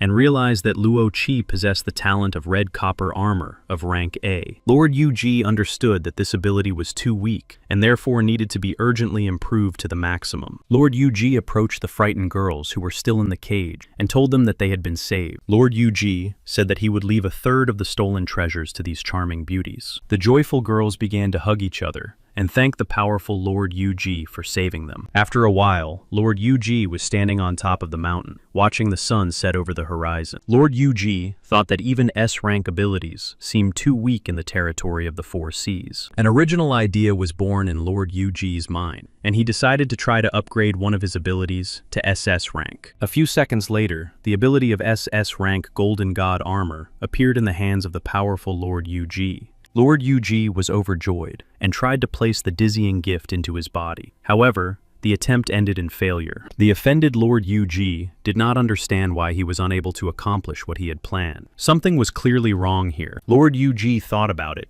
and decided to improve the quality of another ability whose potential was much more important. Lord Yuji once again thought that perhaps the mistake was related to the third level of spirituality. Lord Yuji said that he clearly did not expect that after reaching the third level, the magic ball could not be dismantled. Lord Yuji activated his cloning ability, and suddenly his double appeared. He told him that he needed to learn more about the armor. Lord Yuji's double turned to his master and said that he would do everything possible to help his master. To begin with, Lord Yuji decided to try out the third skill of the S-rank God's golden armor. The guy jumped high into the air. A few seconds later, a new hero nicknamed Monkey appeared. Now it was time to see what his demonic spear was capable of. Monkey would use spiritual, physical, and elemental attacks simultaneously. This meant that he would be invincible. Lord Yuji tried to deliver a crushing blow to the stomach of his new comrade, nicknamed Monkey. Lord Yuji struck Monkey again, and realized that his golden god armor had absorbed all existing attacks. Lord Yuji tried to attack again, and directed several plasma beams at the new hero Monkey. Lord Yuji activated the S-rank wind element, and soon a hurricane formed around Monkey's body from the organization of judges. Only a few seconds later, Monkey's demonic spear completely absorbed the S-rank wind element. Lord Yuji said loudly that now the third skill could be boldly described as sword against sword. Now Lord Yuji dreamed of seeing how Monkey would display the power of the third stage. The guy thought it would be impressive. A few seconds later, a dizzying whirlwind formed around the body of the new hero Monkey from the organization of judges. Meanwhile, a strange man was sleeping in his cabin on the ship, holding a half-empty bottle of alcohol. The sleeping man suddenly woke up because the ship began to shake violently. The frightened man thought a storm had begun. The frightened man grabbed his binoculars and looked into the distance. He saw an incredible wave approaching him. The poor man became even more frightened when he noticed that fish thrown out of the sea were flying towards him. The monkey hero calmed down and stopped. He thought that the power of the third level was truly impressive. The monkey hero thought that he was already eager to fight the next explosion to see who was stronger. After a while, the monkey hero from the organization of judges decided to try the dizzying flight mode. With lightning speed, the hero Monkey from the organization of judges headed towards the sea to dive into the water, head first. A second later, the hero Monkey from the organization of judges collided with the surface of the water, and an incredibly powerful explosion thundered. The hero Monkey from the organization of judges plunged deeper and deeper into the depths of the sea, with each passing moment to test his strength. The hero Monkey thought that it was here, at the bottom of the sea, that he would be able to demonstrate the power of the golden eye fragment. A few seconds later, the poor fish swimming nearby felt the dizzying power of the hero Monkey. Meanwhile, the man who had woken up on the ship watched intently as a yellow flash appeared at the bottom of the sea. The frightened man did not understand what was happening and thought that he had drunk too much, as he began to have terrible hallucinations. After a while, Yang Shi and Mr. Qianbu Kui were back on the deck of the ship, looking into the distance. Mr. Qianbu Kui said that ahead was the first island of the archipelago, called Bailu. Yang Shi asked who ruled this first island. Qianbu Kui said that the leader of the Bailu alliance was Li Yu,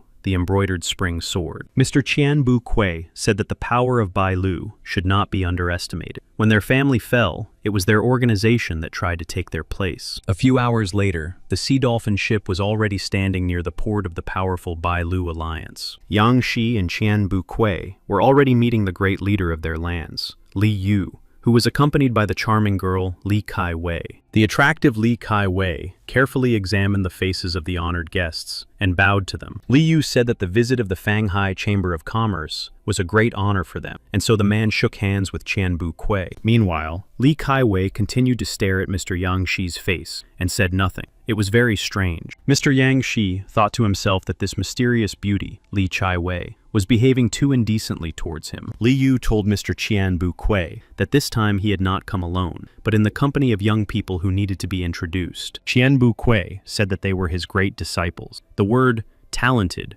was not appropriate for them. Li Yu appreciated Mr. Yang Shi and said that perhaps in the future, this strong young man could occupy an important place in the territory of the Four Seas. Li Yu also said that Li Kai-wei was ranked 43rd in the Four Seas, and that the young men should get to know each other. The attractive beauty Li Kai-wei extended her hand to Mr. Yang Shi and said she was pleased to meet him. Li Yu said that Bai Lu's company had prepared a luxurious banquet and a prestigious hotel for the guests. The man planned to entertain his friends. Mr. Yang Shi was very happy that he would soon be able to relax in a comfortable hotel. Yang Shi suddenly laughed when the rest of the crew ran up to him and asked him to drink more at the banquet. A few hours later, Mr. Yang Shi was surrounded by his new comrades and friends who were forcing him to drink alcohol. Yang Shi was very tired and said he needed to go to his room. Already in bed, the guy thought that the liquor had made him hot. Mr. Yang Shi's peace was shattered when a mysterious stranger knocked on his door. Yang Shi opened the door and saw the charming Li Kai-wei, who said that there was a very beautiful place on the island. Yang Shi was very embarrassed and asked the attractive Li Kai-wei if they would go there alone, or if someone else would be joining them. Li Kai-wei replied that it would just be the two of them, but suddenly Yang Shi decided to politely decline, saying that he was very tired. Li Kai-wei looked strangely at the shy Yang Shi and continued to stand in the doorway. Yang Shi was already planning to close the door in front of Li Kai-wei, but unexpectedly, the charming girl asked him to stop. Meanwhile, a girl nicknamed Night Spider was talking to Mr. Li Yu and saying that Kai-wei had grown up before her eyes. Night Spider said she couldn't stand by and watch them use Li Kai-wei for their own benefit. Li Yu said that if they didn't use Li Kai-wei, they had no other plan to lure Yang Shi into a trap. Li Yu told Night Spider that the Qian family had to be deprived of the support of the judges' organization at all costs. Then the Bai Lu Association would have to be renamed as an organization. To do this, they had to frame Li Kai-wei. Meanwhile, Yang Shi had already put the charming beauty Li Kai-wei to bed, as she was clearly very tired. Yang Shi thought that he did not remember Li Kai-wei drinking much liquor. Then why was she so tired and drunk? Mr. Yang Shi again did not understand why he was feeling dizzy and hot again. Mr. Yang Shi decided to go to the bathroom to cool off and take a cold shower. The heat did not go away. Mr. Yang Shi undressed and stood under the cold shower. The guy thought that even a cold shower didn't help him cope with the heat. Meanwhile, Mr. Yang Shi noticed that someone had opened the bathroom door. The guy began to get very worried. Mr. Yang Shi turned his head to see who had decided to enter his bathroom while he was taking a cold shower. Yang Shi was eager to see who dared to come in at such an inappropriate moment. Soon, the guy was very surprised. It was Li Kai-wei, who was already naked. The attractive girl said that she was also very hot. Li Kai-wei approached the naked Mr. Yang Shi and said that his body was cold. The guy asked her not to touch him.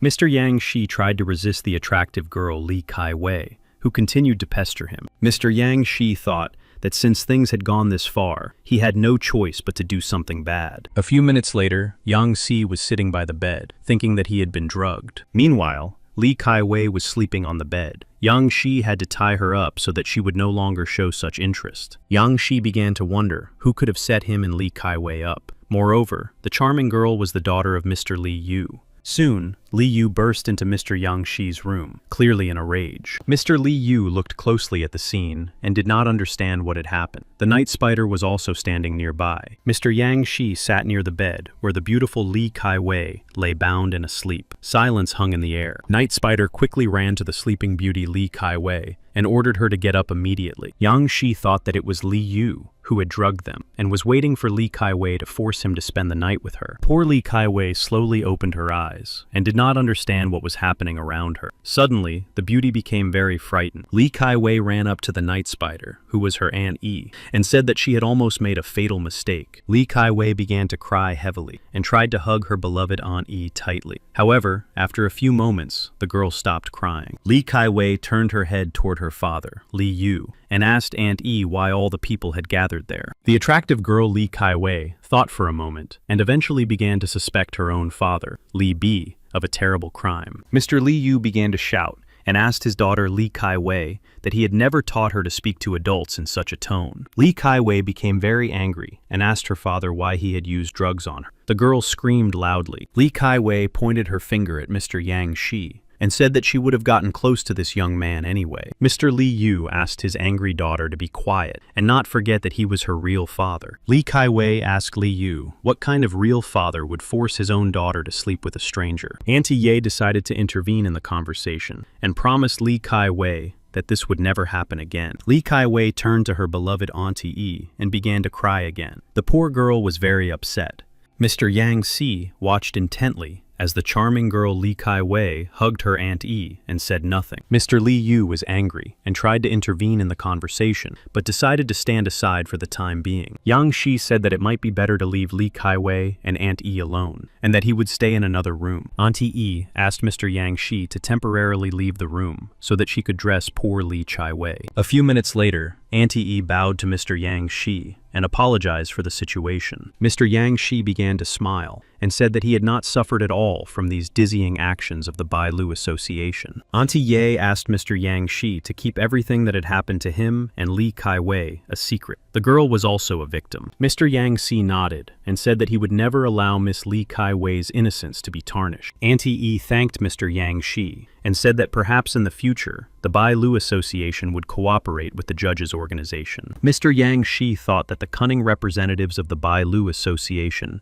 acted first and spoke later. A few seconds later, the offended girl Li Kai-wei grabbed Auntie E's hand and asked her to leave the room immediately. Mr. Yang Shi was now standing alone in the room and thought that he would always remember this strange and unpredictable night. The mysterious stranger knocked on Mr. Yang Shi's door again. This time, the knock was a little quieter. Mr. Yang Shi turned his head and wondered who else could be visiting him at such a late hour. Mr. Yang Shi opened the door and was once again very surprised. The young man did not expect to see the charming beauty Li Kai-wei again. Li Kai-wei lowered her head and blushed deeply. She thanked the young man for defending her in front of her relatives. A few seconds later, Li Kai-wei turned around and ran away, overcome with dizziness and embarrassment. This time, Mr. Yang Shi thought that Li Kai-wei was indeed a very sweet and beautiful young lady who would have a bright future. The next morning, the main characters gathered near the sea dolphin to set off on another exciting journey. Li Yu spoke with Mr. Yang Shi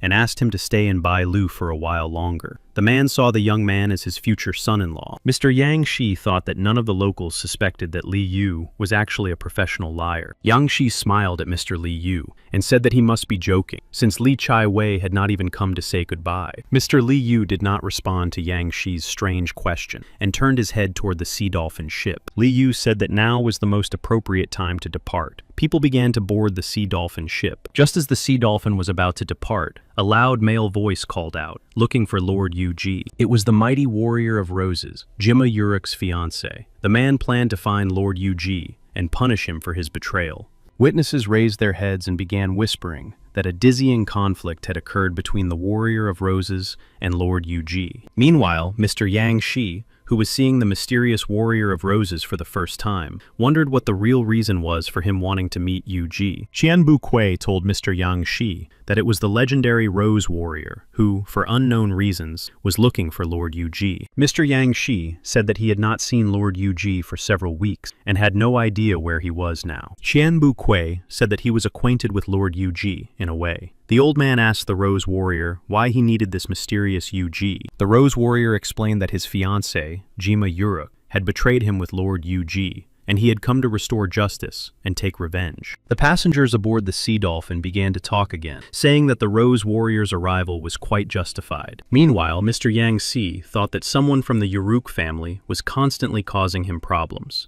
He had never seen Jima Uruk. The Rose Warrior shouted loudly that Lord Yu-ji did not even dare to show up. The man said that the organization of judges included cowards. The Rose Warrior turned around and was already planning to leave the port. The man said that today he would have to act recklessly. Suddenly, Mr. Li Yu intervened in the conversation, telling the Rose Warrior not to dare insult the organization of judges. The Rose Warrior asked Li Yu not to interfere, as this was their business with Lord Yu-ji. However, Li Yu was already trying to attack the insolent man. The Rose Warrior asked Mr. Li Yu why he had decided to intervene in their conflict. The swords of the two opponents clashed in the air. Mr. Li Yu replied that no one was allowed to insult the organization of judges on the territory of the Bailu Association. The Rose Warrior did not respond, but Mr. Li Yu told the Qian family to immediately board the ship and sail away. The Rose Warrior became angry and said that he did not care about the actions of the Qian family and the other so-called heroes. The Rose Warrior shouted loudly that they should call Lord Yu Ji here, or they would face dire consequences. The Rose Warrior thought that the world was too unfair, as Mr. Li Yu had sided with the organization of judges. The powerful Rose Warrior had no choice but to use his unique abilities and attack Mr. Li Yu. A few seconds later, a mysterious snake appeared around Mr. Li Yu's leg and began to wrap itself around his limb. In an instant, the cruel warrior Rose jumped towards where the calm Mr. Yang Shi was standing. The young man prepared to dodge. Mr. Yang Shi closely watched the incredible speed of the great warrior of roses and prepared to repel his devastating blow. Secretly, Mr. Yang Shi put on the glove of light and planned to use its powerful force against the warrior of roses. A second later,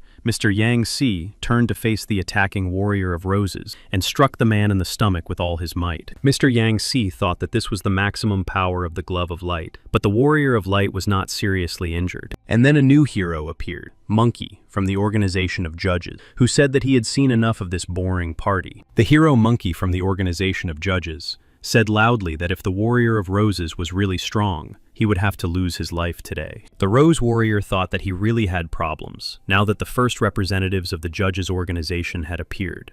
The warrior of roses pushed Mr. Yang Shi away from him to focus completely on his new opponent, the monkey from the organization of judges. The Rose Warrior thought that he had not planned to fight the judges' organization, but only to lure them to the side of the dragon Tisana. The Rose Warrior turned to face the hero Monkey from the judges' organization and tried to introduce himself before the dizzying battle. But the arrogant hero Monkey from the judges' organization told the Rose Warrior to talk less. It was time to stretch his legs. The Rose Warrior laughed and said that he had a conflict with Lord Yu Ji and that the hero Monkey from the judges' organization had nothing to do with it. The monkey from the judges' organization also laughed and said that first of all, the warrior of roses would have to fight him. The Rose Warrior became even angrier and continued to stand still, saying nothing. The man clearly had no intention of fighting. However, the hero Monkey was already behind the Rose Warrior with lightning speed. The man didn't even have time to blink. A few seconds later, Monkey kicked the Rose Warrior in the back, sending the poor man flying several meters. The Rose Warrior fell face down into the water and thought that this monkey from the organization of judges was not only fast, but also strong. The Rose Warrior was already coming out of the sea and turned his head back on the shore. The man saw that someone was approaching him again. The Rose Warrior saw how the hero Monkey from the organization of judges was once again preparing to kick him with his strongest leg. The Rose Warrior was tired of the bullying and therefore activated his ability called the Rose Sword Aura. However, the protective aura of the Rose Sword clearly did not help the Rose Warrior, who once again suffered a serious injury from Monkey's leg. A moment later,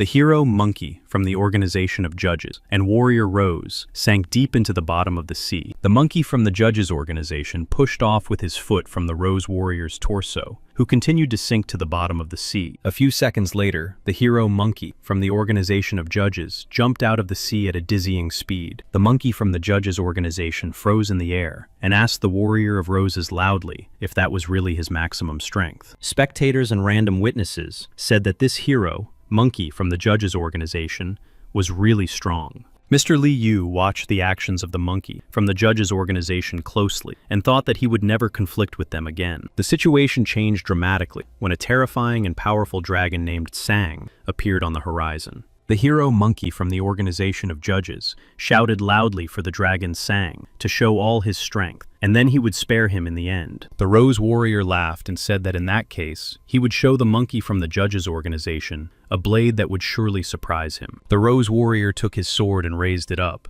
A few seconds later, a magical portal formed around the man's body. This portal was dark red in color. The hero Monkey from the judges' organization, eagerly awaited to see how his opponent would try to fight. The mysterious man with a large mustache said that the Rose Warrior was actually a rather foolish person. However, the Warrior of Roses shouted that as long as the dragon sang did nothing, all the glory would ultimately go to him. The mysterious man with a large mustache went downstairs to talk to the hero Monkey from the organization of judges. The man introduced himself as Yang Zhang Lu.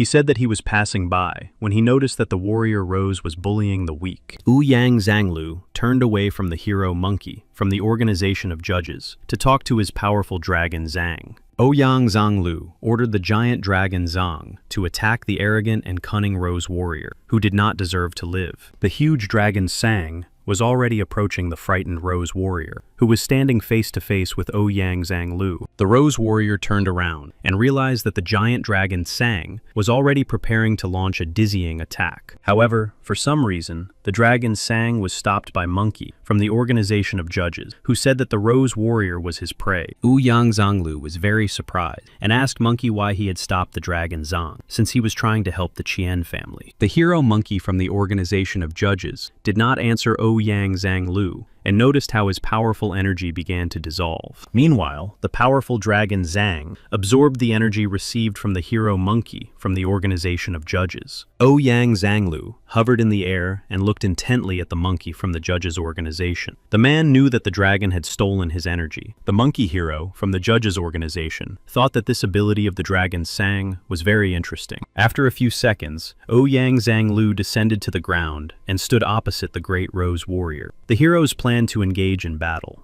The Rose Warrior raised his legendary sword toward the old man, Yang Zhanglu, and asked by what right he dared to attempt to take his life. Old man Yang Zhanglu smiled again and said that now the Rose Warrior, who was clearly unable to cope, would have to do something. The Rose Warrior thought that, as always, he was very unlucky and therefore would most likely have to leave the field of the dizzying battle. Suddenly, the Rose Warrior's eyes widened as she felt excruciating pain. The poor guy was really scared. The Rose Warrior grabbed his throat and shouted at the old man Yang Zhanglu to let him live and not dare to take his life. The thing was, while the Rose Warrior was talking to the old man Yang Zhanglu, he did not notice how the giant dragon Zhang wrapped his tail around his neck. The poor Rose Warrior screamed that he would cut the hated dragon Sang in half, but suddenly stabbed his own neck with his sword. Xian Dodo and the swordswoman Blanche watched the old man Yang Zhanglu's actions closely and realized that he had summoned an invisible dragon. The monkey from the organization of judges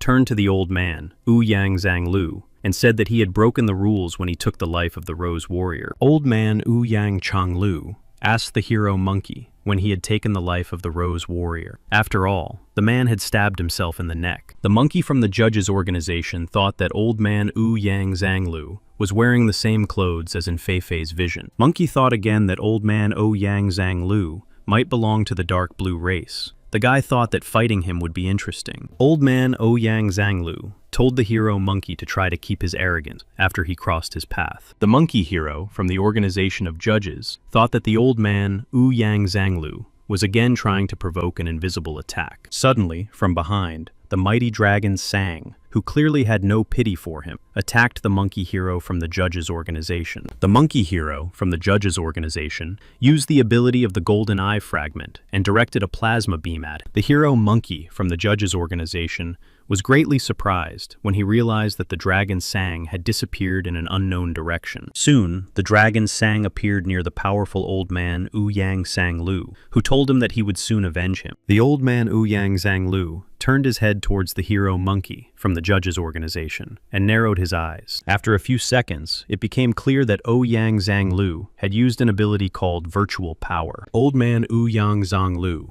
continued to hang in the air. A mysterious fire began to glow around the elderly man's body. A few minutes later, old man Yang Zhanglu released this fiery sweat called Virtual Power into the body of the dragon Zhang. And now the giant dragon Zhang was frozen in the air, staring at the brave face of the hero Monkey from the organization of judges. Qianbu Kui turned to Mr. Yang Shi and asked if the hero Monkey could handle such a powerful opponent. Mr. Yang Shi replied that Monkey had incredible intuition and would never lose because of ridiculous carelessness. The long-awaited fight between Dragon Sang and Monkey from the judges' organization began. The young man landed several blows. A moment later, the hero Monkey from the judges' organization moved to the other side and shouted to Dragon Sang that he was open. Dragon Sang once again became very angry and decided to send a stream of fire towards Monkey from the judges' organization. Old man Ouyang Zhanglu was very surprised when he saw how Monkey from the judges' organization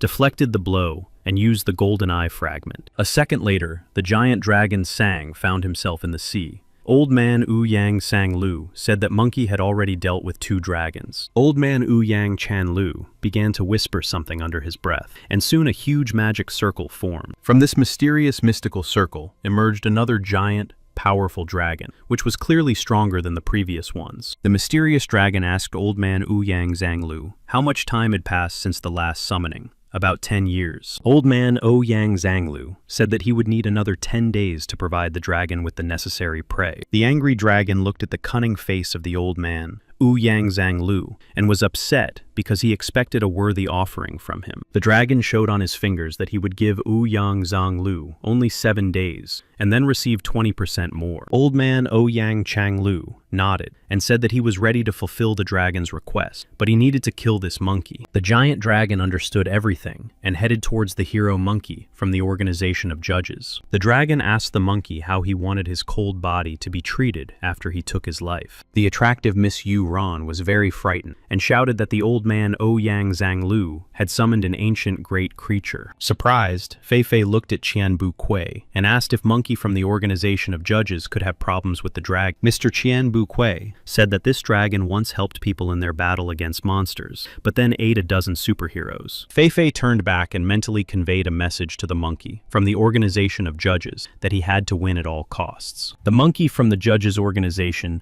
just smiled and said that it was not yet clear who would eat whom. The hero Monkey from the judges' organization took out his favorite demonic spear and rushed at full speed toward the dragon. A few seconds later, the monkey from the judges' organization struck the giant dragon's head with all his might with his demonic spear. There was a deafening crash from the crushing blow of the monkey from the judges' organization. The huge dragon howled in agony and raised its head to catch its breath. The monster was seriously wounded. A second later, the huge dragon shouted loudly that he would make this ant feel real pain. And now the huge paw of this terrifying dragon was already moving towards the hero Monkey from the organization of judges. However, the hero Monkey from the organization of judges did not try to dodge the dizzying blow and continued to stand in place. A second later, the monkey from the judges' organization struck the giant dragon's leg again with his legendary demonic spear. The two powerful opponents continued their unpredictable battle. The dragon still couldn't trample the monkey from the judges' organization.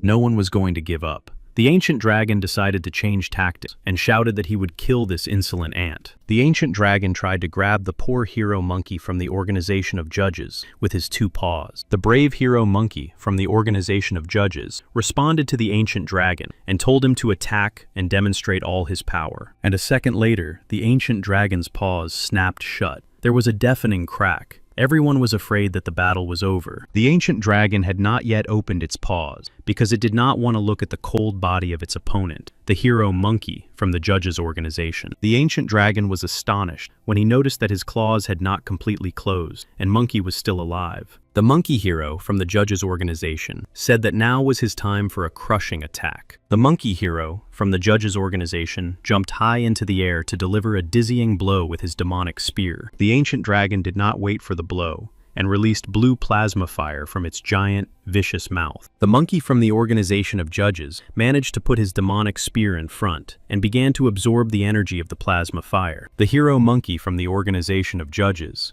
asked the ancient dragon if he had finished his attack, as it was now his turn to strike. After a few seconds, the demonic spear in the hands of the hero monkey from the organization of judges began to increase in size. And then the brave hero monkey aimed this huge demonic spear at the ancient dragon and struck him on the head. The monkey from the judges' organization was not going to stop there and struck another blow to the ancient dragon's long tail. The monkey from the judges' organization thought this was too little damage for such a giant monster, so he struck its paws again with his spear. The ancient dragon turned to the old man, Ouyang Zhanglu, and said that he no longer needed his offerings. The hero monkey from the judges' organization ordered the ancient dragon to stay, because he wanted to taste dragon meat. The monkey from the organization of judges once again aimed his giant long demonic spear at the ancient dragon. A few seconds later, the poor ancient dragon learned what real pain was, as the demonic spear pierced his vicious mouth. The ancient dragon was defeated, and after a while, its giant cold body completely dissolved into thin air. The hero monkey from the organization of judges landed on his feet and looked at the frightened old man, Ouyang Zhang Lu. Monkey asked the old man, Ouyang Zhang Lu, if he had any more tricks up his sleeve. The hero wanted to see every dragon. Monkey from the organization of judges wondered if the cunning and treacherous old man Ouyang Zhang Lu would dare to use the techniques of the dark blue race. Meanwhile, the ancient dragon, who had just dissolved into thin air, shouted that he would return someday and take revenge on his offender. The monkey from the judges' organization quickly realized that he had actually only fought an ordinary double of the ancient dragon. A second later, the hero monkey from the judges' organization grabbed the small real ancient dragon and said that he might spare it. The ancient dragon was very frightened and did not understand how the hero monkey from the organization of judges knew where his real body was. Monkey said that he had actually known not only the location of the ancient dragon's body, but also its identity for a long time. The old man, Ouyang Zhang Lu, took advantage of his uniqueness and soon transformed into human form. Ouyang Zhang Lu said that he never considered himself a traitor to humanity, as he had saved innocent people from danger more than once. Old man Ouyang Zhang Lu continued to say that the monkey would only justify his own name after taking the poor man's life. The monkey from the organization of judges grabbed the old man by the throat and said that he would not believe that even on the verge of death, he would not use dark blue techniques. The hero monkey from the organization of judges asked the insolent old man, Ouyang Zhang Lu, if he was tired of constantly pretending. Ouyang Zhang Lu said he didn't understand what the hero monkey was talking about and said he had a powerful nephew who would take revenge. Fei Fei asked the other girls if this was the same powerful villain who had used his relative's name. Miss Yuran said that the old man's nephew was a real god of wind named Ouyang Guanghe. The defensive front was under his influence. Fei Fei heard the charming Miss Yuran's words and began to cough. She asked everyone to forget her previous words. Old man Ouyang Zhang Lu seemed to be mentally communicating with his beloved nephew and asking him for help. Suddenly, on the other side of the dizzying battle, the so-called god of wind, Ouyang Guanghe, appeared. The wind god, Ouyang Guanghe, asked the mysterious hero monkey from the organization of judges if he was really going to take his uncle's life. The monkey from the judges' organization simply laughed loudly and said that he was clearly not pretending when he grabbed the old man by the throat. Qianbu Kui said that the hero monkey from the judges' organization was too calm a man. The old man Ouyang Zhang Lu asked his dear nephew, the god of wind, to save his life. The elderly uncle said that he would be indebted to him. The wind god, Ouyang Guanghe, asked his uncle if it was he who had said the day before, after leaving the island forever, that he would never ask for help again. Ouyang Guanghe also remembered the ancient dragon who constantly demanded dizzying offerings. The old man Ouyang Zhang Lu said that he had already summoned the ancient dragon Stark, but the hero monkey from the organization of judges had already dealt with him. The wind god Ouyang Guanghe approached the hero monkey from the organization of judges and asked him if he wanted to work for him. However, the hero monkey from the judges organization quickly replied that he had already sworn allegiance to his powerful leader. The monkey from the judges organization asked the wind god, Ouyang Guanghe, to step aside if he had nothing to say. The wind god, Ouyang Guanghe, said that the monkey from the judges organization would be judged if he took the life of a person with a serial number. Ouyang Guanghe approached the hero monkey from the judges organization and asked how he thought he would be able to defeat him. The monkey from the judges organization replied that at the moment he was not sure of himself, but sometime in the bright future he might win. Ouyang Guanghe laughed loudly and said that in the future he would take the life of this old man, Zhang Lu. But for now, he should just let him go. However, the hero monkey from the judges' organization did not listen and continued to strangle the arrogant but frightened old man, Ouyang Zhang Lu. The monkey from the judges' organization said that he had a good reason to kill the old man, Ouyang Zhang Lu. The situation changed dramatically when the old man Ouyang Zhang Lu's face began to change color and took on a bluish tint. In the next moment, as if by magic, the hero monkey from the judges' organization found himself in the water due to a crushing blow. The old man Ouyang Zhang Lu was slowly approached by his nephew, the god of wind, who said that he was a representative of the dark blue race. Ouyang Guanghe said that he would never have thought that his uncle, the old man Kang Lu, would ultimately disgrace his powerful family. Old man Ouyang Zhanglu said that all existing power was in the hands of his nephew Guanghe, and that he had no place in their family. Ouyang Guanghe said that over the past 7 years, his uncle, Old Man Zhang Lu, had used the family name solely for his own benefit. Old Ouyang Changlu hung in the air and said that his beloved family had become useless to him. There really was no benefit. The conversation between the two powerful relatives of the dark blue race was interrupted when a golden fragment of an eye appeared from the sea. Old man Ouyang Changlu was greatly surprised and looked at the surface of the water. The elderly man did not understand what was happening. It was a powerful monkey hero from the organization of judges who was already preparing to attack the so-called relatives of the dark blue race. The monkey hero struck old man Ouyang Zhanglu on the head with his demonic spear, and he subsequently found himself in the sea. The monkey from the judges' organization turned his head to the wind god Ouyang Guanghe and said that he had really good reasons to kill his uncle. Ouyang Guanghe said that he would forget everything that had happened here if the monkey hero from the judges' organization took control of the 7th Defensive Front. The hero monkey from the judges' organization nodded and agreed to the tempting offer. The guy landed on board the ship Sea Dolphin. Qian Bukui handed Mr. Yang Shi a mysterious object and said that from now on, he would call it the Moon Crow. Mr. Yang Shi clutched the mysterious and powerful artifact of unknown origin tightly in his hands. It was an amazing Moon Crow mask that possessed incredible strength and power. Yang Shi was very happy with the gift. Sometime later, the hero monkey watched as a ship carrying passengers dear to him sailed away. Qian Bukui and the pretty girls waved to the mighty hero and thanked him for saving them. The monkey hung in the air and thought that the organization of judges needed to expand urgently. It was necessary to find new members. Mr. Yang Shi moved to the Heavenly Palace and thought that the organization of judges was very different from other associations and companies. Yang Shi also thought that the search for new members of the judges' organization was entirely his responsibility. Yang Shi planned to improve his contract skill to S rank in the near future.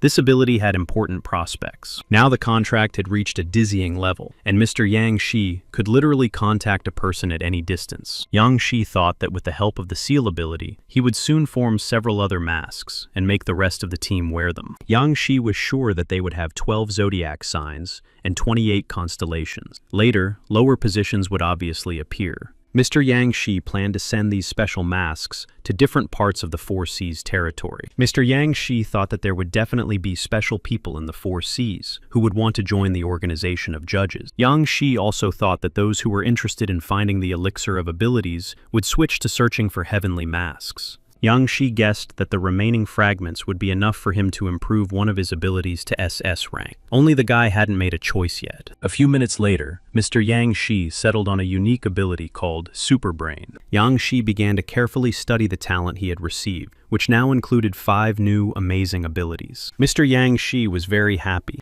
and admired the small gray ball with dizzying energy inside. Mr. Yang Shi suddenly stopped and asked himself what the 6th sense was. But what was this so-called 7th sense? Yang Shi decided not to put off this question, and in the next moment activated the ability of knowledge. A few seconds later, Mr. Yang Shi thought that his thoughts could literally materialize. The guy decided to create a human being. Mr. Yang Shi watched intently as a real person began to appear out of the dark space. A few minutes later, Mr. Yang Shi was looking at a cute, charming girl who was practically naked. Yang Shi wondered if the ability could completely recreate what was in the creator's mind at that moment. The attractive, half-naked girl bowed before Mr. Yang Shi and called him her older brother. Offended, Mr. Yang Shi did not understand why the stunning girl called him that. Yang Shi looked at the amazingly beautiful girl again, and even felt a little embarrassed. The guy asked the beauty to call him sir. Yang Shi said that there were 4 fortresses with 7 constellations in each. 9 heavenly spirits were temporarily staying there. Mr. Yang Shi cautiously looked at the gorgeous girl and asked her which fortress she would like to be in. The cheerful girl said that she was part of Mr. Yang Shi's thoughts, and therefore he should make her a phoenix. Mr. Yang Shi said that he would leave the design of the phoenix to this beauty, and asked her to put on something, as it was very cold here. A moment later, the incredible phoenix girl was fully dressed. Mr. Yang Shi continued to look at her with appetite. Phoenix rose into the sky and began to circle the giant territory of the Heavenly Palace, showing off her abilities. Mr. Yang Shi thought that, unfortunately, such charming girls did not exist, and that she was just a figment of his imagination. Suddenly, Mr. Yang Shi turned away and said that he had to leave because someone was looking for him in his apartment. Yang Shi asked the girl Phoenix to stay here in the Heavenly Palace and be the elder. The guy was counting on her. Mr. Yang Shi's younger sister, Fei Fei, knocked on the door of the cabin where he was resting and said that the sea dolphin was about to sail away. Fei Fei grabbed her brother's hand and said that Qian Bu Kui had invited them to a so-called sea ceremony before departure. Meanwhile, the other passengers and crew members of the Sea Dolphin looked up and said they were only waiting for Mr. Yang Shi. The captain of the Sea Dolphin saw that Mr. Yang Shi had finally arrived and shouted loudly that the sea ceremony had begun. Mr. Yang Shi held mysterious long matches in his hand and thought that he clearly did not expect uninvited guests to appear here. It was Mr. Li Yu, accompanied by his elegant daughter, Li Kai Wei. The man said that he had come here specifically to see the guests off. Qian Bu Kui bowed once again to Mr. Li Yu and thanked him for his help in the battle with the Rose Warrior. Mr. Li Yu had actually come here to say that his daughter, Li Kai Wei, was planning to leave with the Sea Dolphin crew. Mr. Qian Bu Kui and Yang Shi were very surprised and did not know how to respond to the respected leader of the Bai Lu Alliance. Mr. Yang Shi wondered why the charming girl Li Kai Wei had once again become a toy in the hands of her deceitful father. However, the attractive beauty Li Kai Wei turned to Mr. Yang Shi and asked him to take her under his strong wing.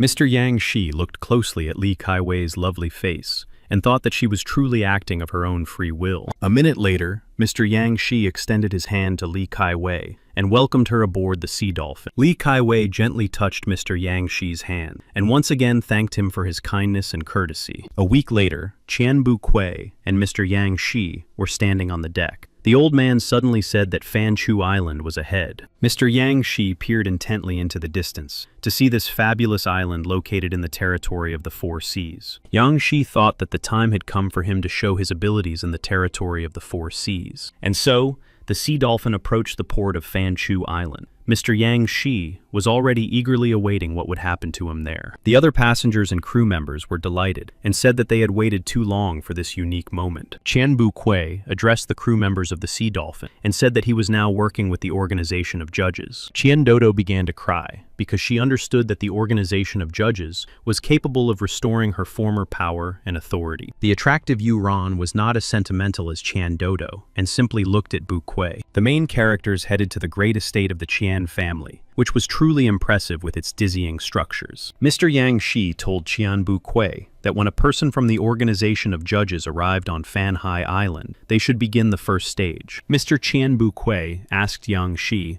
who would be visiting them in the near future. The old man also asked if anything needed to be prepared. Mr. Yang Shi thought that Qian Bu Kui would obviously be delighted when he first saw the beauty of the charming girl Phoenix. Mr. Yang Shi said that Phoenix was higher in rank than the other zodiac signs and supreme judges. It was she who invented the elixirs. Yang Shi also noted that this time he would ask Qian Bu Kui for help in arranging a meeting with several journalists. Yang Shi said that he planned to make a shocking announcement that would subsequently make the people of the Four Seas stronger. Mr. Qian Bu Kui thanked Yang Shi and said that they would indeed make a sensational press release soon. Mr. Yang Shi went to the Heavenly Tiger Palace. The guy noticed that it was in a great location. Ms. Phoenix said that there were also 3 types of tasks here: regular missions, information gathering missions, and secret missions. Ms. Phoenix began to explain that she would use the spheres of ability to improve weapons later. Yang Shi was impressed. Ms. Phoenix also said that a regular mission was just gathering daily resources while fighting monsters. Ms. Phoenix reiterated that her thoughts were simply a reflection of Mr. Yang Shi's. The girl had not come up with anything new. Mr. Yang Shi thought about it and realized that Miss Phoenix was indeed right and could not be wrong about the details. Phoenix said that gathering information meant exchanging the collected information for so-called points. Phoenix turned to Mr. Yang Shi and said that this type of task required a precise time and place as soon as it began. Mr. Yang Shi asked Phoenix what she had come up with regarding the distribution of the heavenly masks. It was a unique way to attract attention. Miss Phoenix replied in a quiet voice that the first dizzying weapon would appear soon. Meanwhile, on Candy Island, on a randomly chosen pasture, a mysterious boy fell asleep next to a sheep. The boy slept and spoke in his sleep that he would do everything possible to become stronger and save his little sister from demonic captivity. The poor boy's peaceful, measured sleep was interrupted by a dizzying rain that created a terrible thunderstorm and lightning. Frightened by the loud noise, the boy stood up and did not know what to do to avoid getting wet. The naive boy did not yet understand that he would soon receive his first heavenly mask from the organization of judges. The frightened boy took the mysterious mask in his hand and shouted loudly that he did not understand this heavenly sign. Despite his overwhelming sense of panic and fear, the young man nevertheless put the mysterious mask on his face and suddenly found himself near the heavenly palace. The door to the giant heavenly palace was suddenly opened by the serpent from the organization of judges, who said that the boy had become the first lucky one. The serpent from the organization of judges patted the frightened boy on the head, who was already planning to cry. The guy asked him not to cry. The serpent from the organization of judges asked the boy his name. The young man replied that his name was August. The serpent asked him to put on his heavenly mask. A second later, Zmei from the judges' organization asked August that after he put on the mask, he should no longer answer questions. The snake from the judges' organization said he would show August around and tell the boy the necessary information. An hour later, the boy was very tired, so he sat down on the nearest bench. August seemed to be very upset. Zmei from the judges' organization said that August had just joined a special company and needed to be a little more cheerful. August raised his head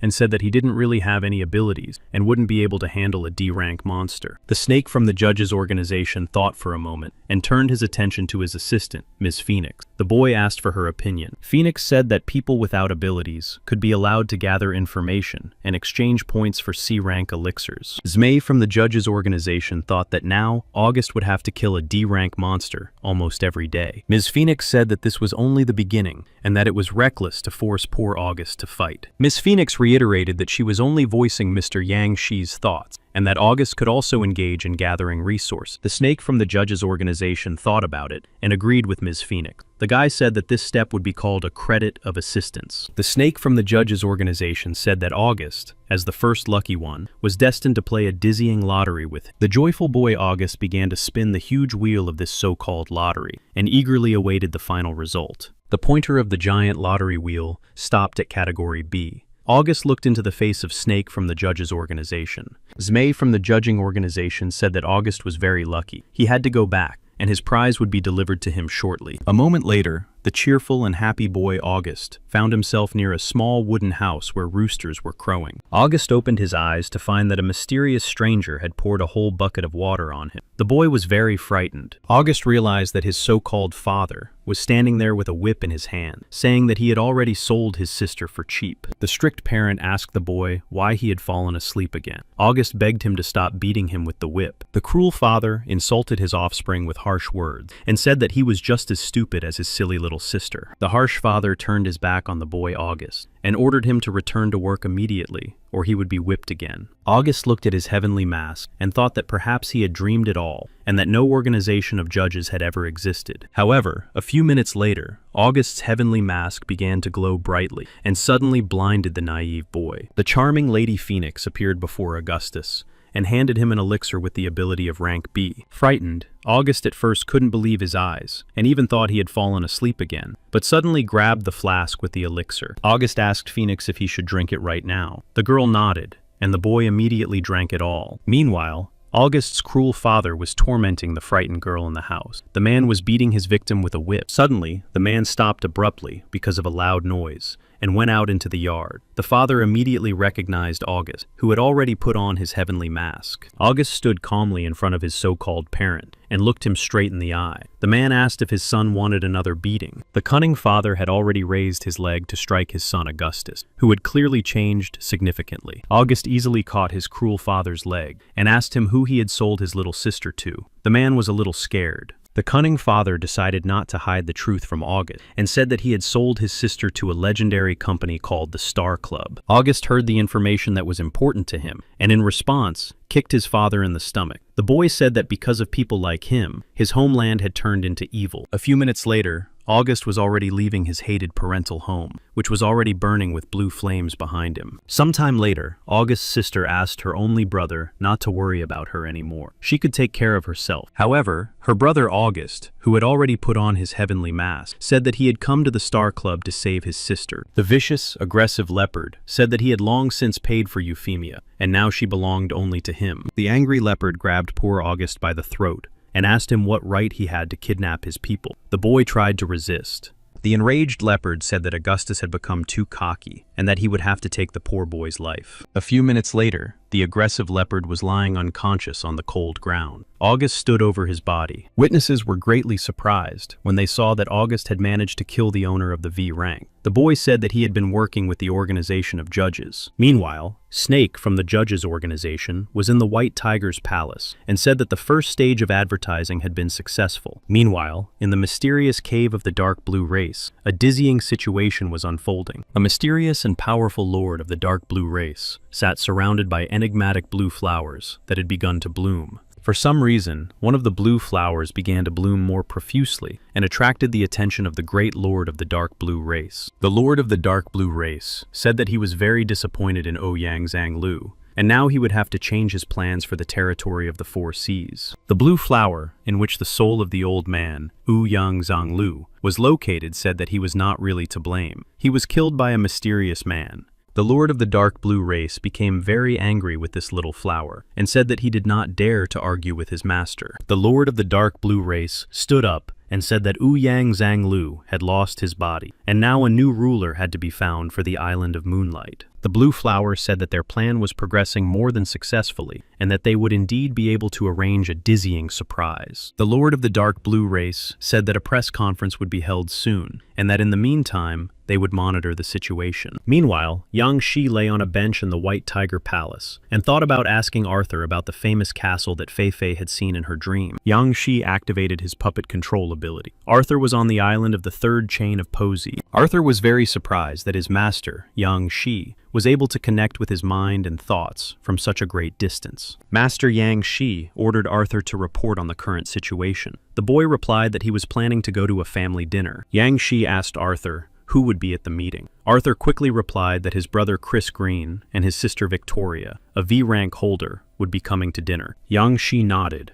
and asked him to first look at the photo of the castle that the gentleman had sent him the day before. Meanwhile, in the dining room of the huge castle, the honored guests were already gathering to discuss important topics. Arthur stood aside and continued to talk to his boss, Yang Shi. The guy said he didn't know where this mysterious castle was located. Arthur turned his head and saw his dear beloved sister Victoria bowing to her older brother. Arthur told Yang Shi that she was his younger sister Victoria. The gentleman told the guy to kiss his relative on the forehead as a sign of respect. Arthur nodded and tried to find his younger sister Victoria, who, by a strange coincidence, had disappeared somewhere. A few seconds later, the lovely girl Victoria reappeared, and Arthur did as the powerful Mr. Yang Shi had ordered him to do. Yang Shi instructed Arthur to speak with his brother, Chris Green, while he closely observed the other guests. A few seconds later, Mr. Yang Shi quickly spread the blue strip of contact with the other honored guests at this dinner. Mr. Yang Shi's attention was strongly drawn to Arthur's brother, Chris Green, who clearly stood out from the huge crowd of guests.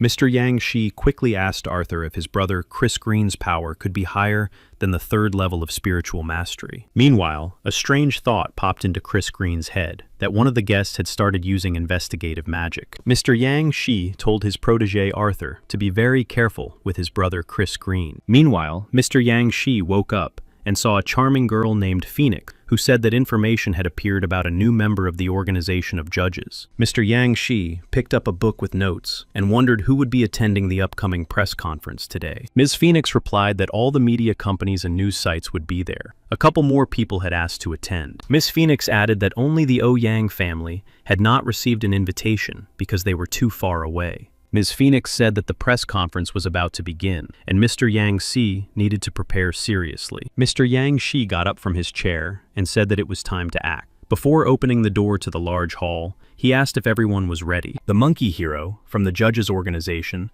said that now no organization could stop his great ambitions. Mr. Yang Shi, accompanied by Hero Monkey, had already opened the doors to the large hall. The guys felt a dizzying sense of responsibility. A few seconds later, Mr. Yang Shi and the monkey hero were already floating in the air, looking at the faces of the journalists. Experienced reporters looked up to see who from the judges' organization had come out to meet them. A few minutes later, Mr. Yang Shi and the monkey hero from the judges' organization landed on the ground to greet the guests. Mr. Yang Shi loudly announced that the solemn press conference was now officially open. Behind the powerful Mr. Yang Shi, several giant screens began to rise so that the journalists could all see. On one of the benches sat the charming beauty Jima Uruk, and her nephew, who was very nervous. Jima Yurik turned her head toward her so-called nephew, and her eyes quickly changed color to bright blue. Jima Yurik asked the poor guy if he felt uncomfortable around his beloved aunt. In front of Jima and her nephew sat the director of the Yurik family, an S-rank holder named Walton. The boy began to cough loudly. The nephew began to smile broadly and said that it was actually a great honor for him to sit next to a woman like Jima Yurik. Miss Phoenix also appeared in public and hovered in the air. The attractive beauty looked at the journalists. The reporters also noticed the charming girl Phoenix and were struck by her dizzying beauty. The journalists exchanged glances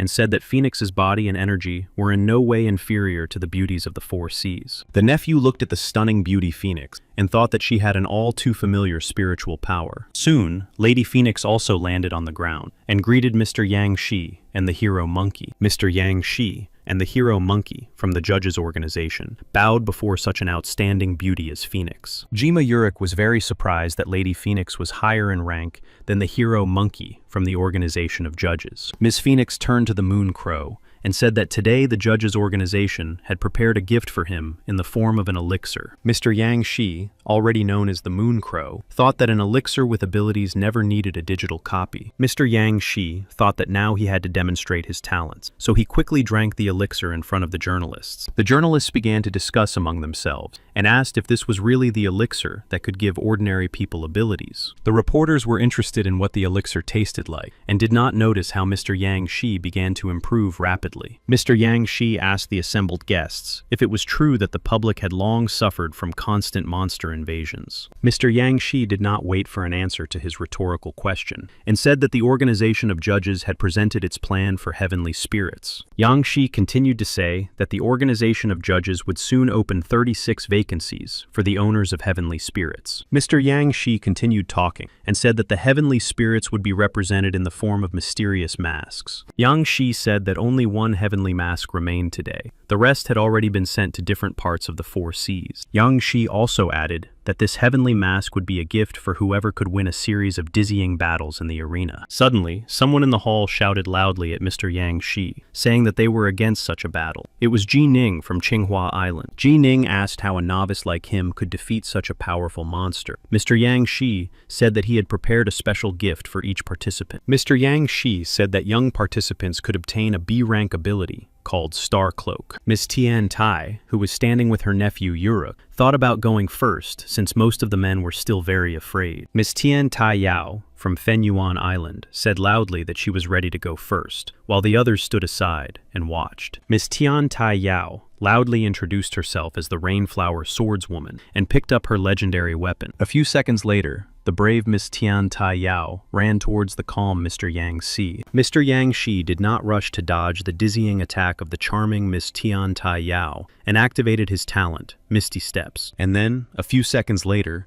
Mr. Yang Shi grabbed Miss Tian Tai Yao's blade with the claw of an ancient demonic dragon. The spectators watched Mr. Yang Shi's actions and defense intently and began to applaud. They thought that the effect of the elixir was unmatched. However, Miss Tian Tai Yao clearly hadn't finished her dizzying attack and had a surprise in store for Yang Shi. A few seconds later, Mr. Yang Shi noticed that Miss Tian Tai Yao's blade began to behave strangely and shake violently. To dodge the terrifying attack of the charming Miss Tian Tai Yao, Mr. Yang Shi decided to move to another place with foggy steps. After a certain amount of time, Mr. Yang Shi waited for the right moment to launch an attack on the attractive Miss Tian Tai Yao. And finally, Mr. Yang Shi activated the shockwave function. Miss Tian Tai Yao's dizzying attack ended. Miss Tian Tai Yao thought that Yang Shi was clearly not even in the top 30, but after taking the elixir, he became so strong. Miss Tian Tai Yao continued to think that even if she used too much strength and energy now, she had to block Yang Shi's attack. A few minutes later, Miss Tian Tai Yao activated the magic defense circle function, and an amazingly terrifying explosion sounded. The piercing sound after the explosion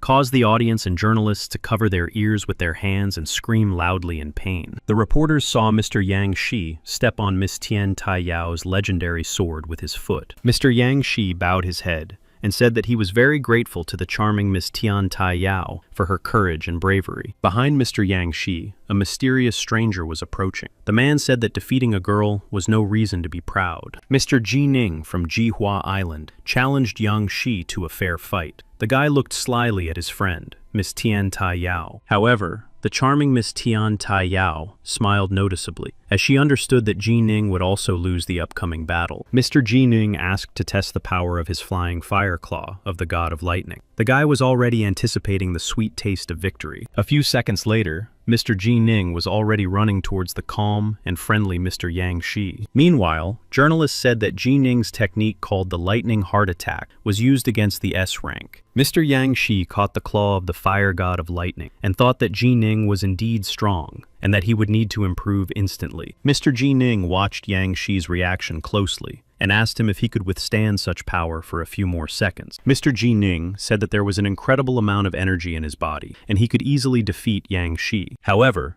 Mr. Ji Ning's hope for a clear victory quickly faded when he realized that Yang Shi had begun to gradually absorb his energy. Mr. Ji Ning was very upset because he realized that the deceitful Yang Shi had actually been hiding his true power. A few minutes later, Mr. Ji Ning was already on his knees, begging for mercy. Yang Shi let the powerful hero go. Mr. Yang Shi looked at the other honored guests and asked Chris Green if he wanted to try his hand. However, Mr. Chris Green remained seated and said that his younger sister Victoria actually wanted to try. Yang Shi kept his eyes on the mysterious Mr. Chris Green, who was displaying a dizzying calm. Chris Green also watched the reaction of his potential opponent, Mr. Yan Shi, closely. Yan Shi thought that Mr. Chris Green's spiritual power was clearly above the 3rd level. Something was wrong. Chris Green was already in a fighting stance. Yang Shi thought that during the fight, he needed to seal the particles in his body to track their location. Mr. Yang Shi had already put on his gloves of light and thought that Chris Green's ability was called the Bloody Viscount and that he was weak against holy light. During the dizzying blow, Mr. Yang Shi thought that he would now place the F-rank sphere directly into Chris Green's body. From Mr. Yang Shi's crushing blow, poor Chris Green bounced back several meters. The guy clearly did not expect to be injured. A few seconds later, a bright, piercing light began to swirl around the arena, literally blinding the journalists. Chris Green tried to dodge the numerous blows from Yang Shi, who thought that he was simply avoiding him and not trying to attack. Mr. Yang Shi decided to activate the explosive tidal wave function to deal with the agile and nimble Chris Green. And once again, there was a dizzying crash. Journalists and reporters were very frightened. One of the spectators sitting in the front row couldn't hold on to his hat, which flew off in an unknown direction. Meanwhile, Mr. Chris Green stopped to catch his breath and restore his human form. At that moment, Mr. Yang Shi decided to take advantage of the unique situation and struck Chris Green in the stomach with his light glove. Mr. Yang Shi managed to move the sphere with the ability from his hand to later find out the location of his opponent. Yang Shi thought that Chris Green possessed a 3rd spiritual power,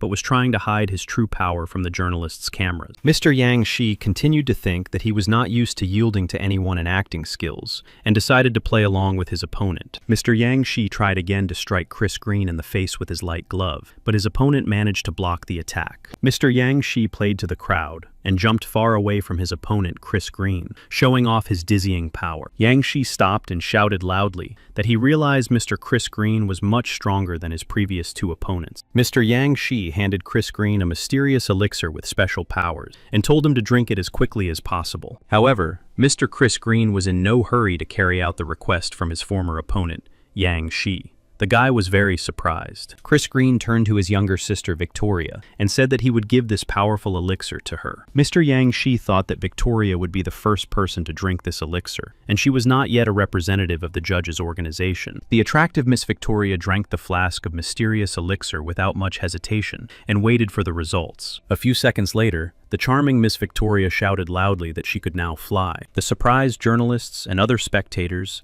began to clap their hands as Miss Victoria mastered the ability to levitate. Mr. Yang Shi said loudly that now all the guests present had witnessed that the elixir really worked. Mr. Yang Shi stretched out his hand and asked the great Mr. Ni Xiao Guan of the Campbell family to come out onto the stage. Mr. Ni Xiao Guan from the majestic Campbell family was already climbing onto the stage and saying that he would easily obtain this heavenly mask. Suddenly, someone from the audience stood up and asked that Walton from the Chamber of Commerce be the first to enter the arena. The audience began to whisper and ask if they had not knelt down to organize this magnificent event. Mr. Yang Si looked at the expression on the face of the mysterious Walton from the Chamber of Commerce and thought he was too strange. A few seconds later, Mr. Walton from the Chamber of Commerce entered the arena and waited to see what would happen next. Zima Uruk said that with such an expression on his face, Mr. Walton from the Chamber of Commerce looked like an ordinary puppet. Zima Uruk added that it didn't matter anymore because Mr. Walton from the Chamber of Commerce would soon lose his life. Mr. Ni Xiaoguan had already run up to Mr. Walton from the Chamber of Commerce and said that he would show him a special move. And so, Ni Xiaoguan attacked the poor, frightened Mr. Walton from the Chamber of Commerce with dizzying force. A few seconds later, Mr. Walton from the Chamber of Commerce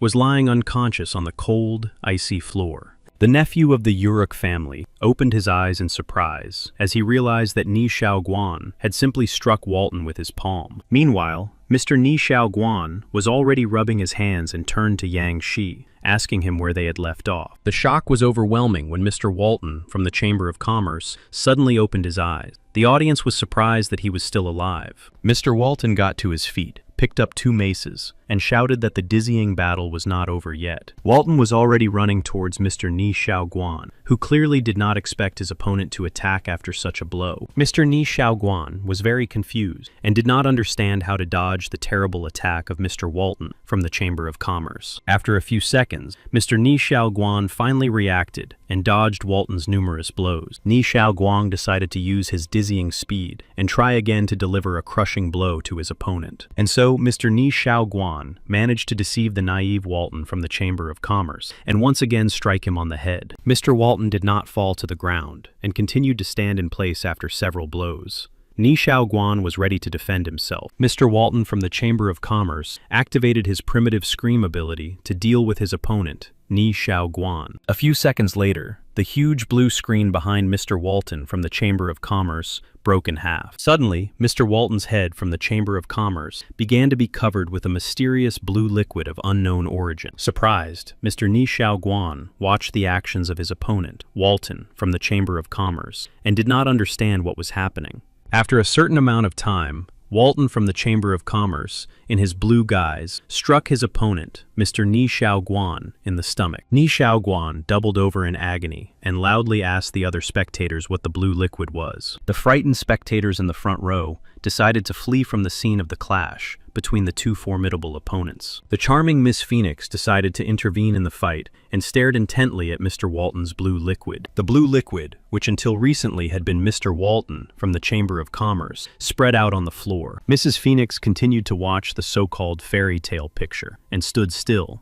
showing her calmness. Mr. Walton from the Chamber of Commerce, in the guise of blue liquid, was already trying to hit poor Phoenix, but Monkey blocked his path. The hero, Monkey, from the Organization of Judges, delivered a dizzying blow to Mr. Walton from the Chamber of Commerce. The hero, Monkey, from the Organization of Judges, took out his demonic spear and prepared to strike his opponent again. The monkey hero from the Judges Organization threw the demonic spear at the so-called blue liquid. Poor Mr. Walton, from the Chamber of Commerce, disguised as blue liquid, was seriously injured and continued to lie on the floor. Meanwhile, the charming Jima Uruk asked Monkey from the Judges Organization if they were capable of defeating such an opponent. The hero Monkey from the Judges Organization understood that Jima Uruk was behind him, but he did not rush to turn to face her. The attractive beauty Jima Uruk shouted loudly that the Organization of Judges was too weak and pathetic. Meanwhile, the blue liquid reappeared, and the demonic spear of the hero Monkey from the Judges Organization did not help. A few seconds later,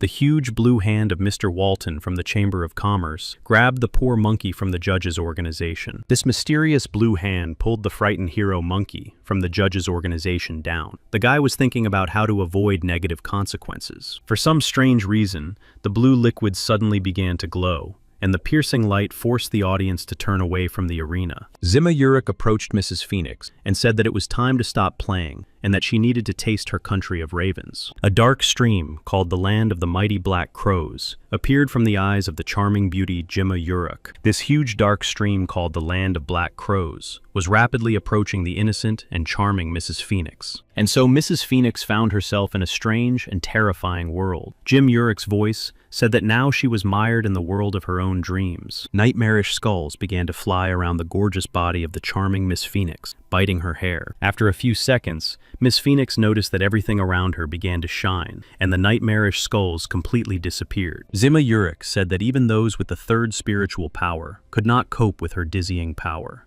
A few minutes later, poor Miss Phoenix fell onto some strange rainbow field. There was no one around. Phoenix continued to lie on this mysterious rainbow field, in complete solitude. The poor girl did not get up. Soon, the charming Miss Phoenix noticed that flowers were growing on this rainbow field that could injure or wound her. Gradually, Miss Phoenix's stunning body began to be enveloped by these nightmarish flowers that could bite the poor girl. Zima Uruk appeared in the form of a cloud and said that she knew perfectly well that no one could escape from her country of black crows. But Miss Phoenix continued to show her incredible calm and soon began to burn with a strong fire. Zima Uruk, in the form of a huge cloud, opened her mouth in surprise and said that Miss Phoenix should have already fallen. Zima Uruk sent the powerful Lady Phoenix to the third world of dreams, where the poor woman drowned in the depths of the sea. The attempt to take Phoenix's life failed, and Zima Uruk sent her to the fourth world of dreams, where she had to literally burn alive. However, this attempt also ended in failure. Then Zima Uruk sealed Phoenix in ice in the fifth world of dreams. Zima Uruk, in the form of a giant cloud, said that she had finally succeeded in killing the hated Lady Phoenix. Miss Zima Uruk's joy and merriment ended when suddenly a huge piece of ice broke off and Lady Phoenix emerged as if nothing had happened. Zima Uruk opened her mouth again and said that she was already practically at the third level of spiritual mastery. Mrs. Phoenix did not say a word and continued to stand in place. The attractive girl waited for her turn to attack. And finally, Ms. Phoenix raised her hand to deliver a crushing blow to her opponent, Ms. Zima Uruk. Everything around them began to crack. Frightened,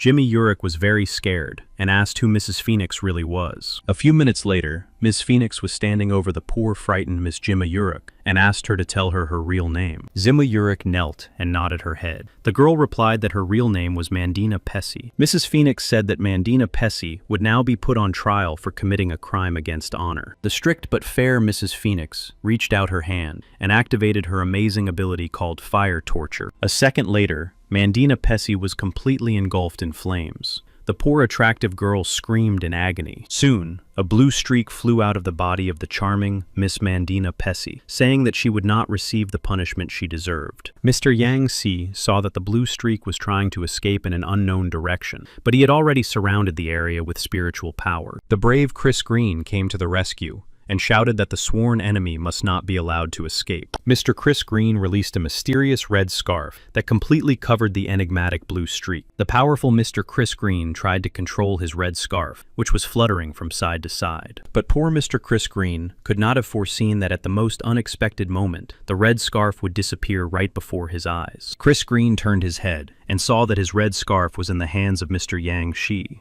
The guy noted the strength of his former rival. Mr. Yang Shi watched closely as the blue stripe of Mandina Pessi lost its life inside the red scarf. Yang Shi looked at Chris Green and thought that he was indeed strange for not using his vampire energy. Mr. Yang Shi wondered what would happen if he tried to take away the abilities of the dark blue race. After all, Mandina Pessi no longer needed them. And so, in Mr. Yang Shi's hands appeared the first ability of the dark blue race, which originated from the dark blue mother plant. Yang Shi noticed that this ability was classified as S rank. The guy thought it was an excellent catch. Meanwhile, Lady Phoenix approached her master, Mr. Yang Shi, and said that the problem had been eliminated and she needed to return. A few minutes later, the hero monkey from the organization of judges flew out of a huge hole in the floor. The audience gave the hero a standing ovation. Monkey from the judges organization said loudly that he clearly did not like this slippery and sticky abomination. The hero monkey from the judges organization approached Mr. Yang Shi and said that now all power was in his hands. Meanwhile, Mr. Ni Shaoguan was kneeling and treating his numerous wounds. The guy was clearly exhausted. Mr. Yang Shi approached Ni Shaoguan and said that the mask was now his.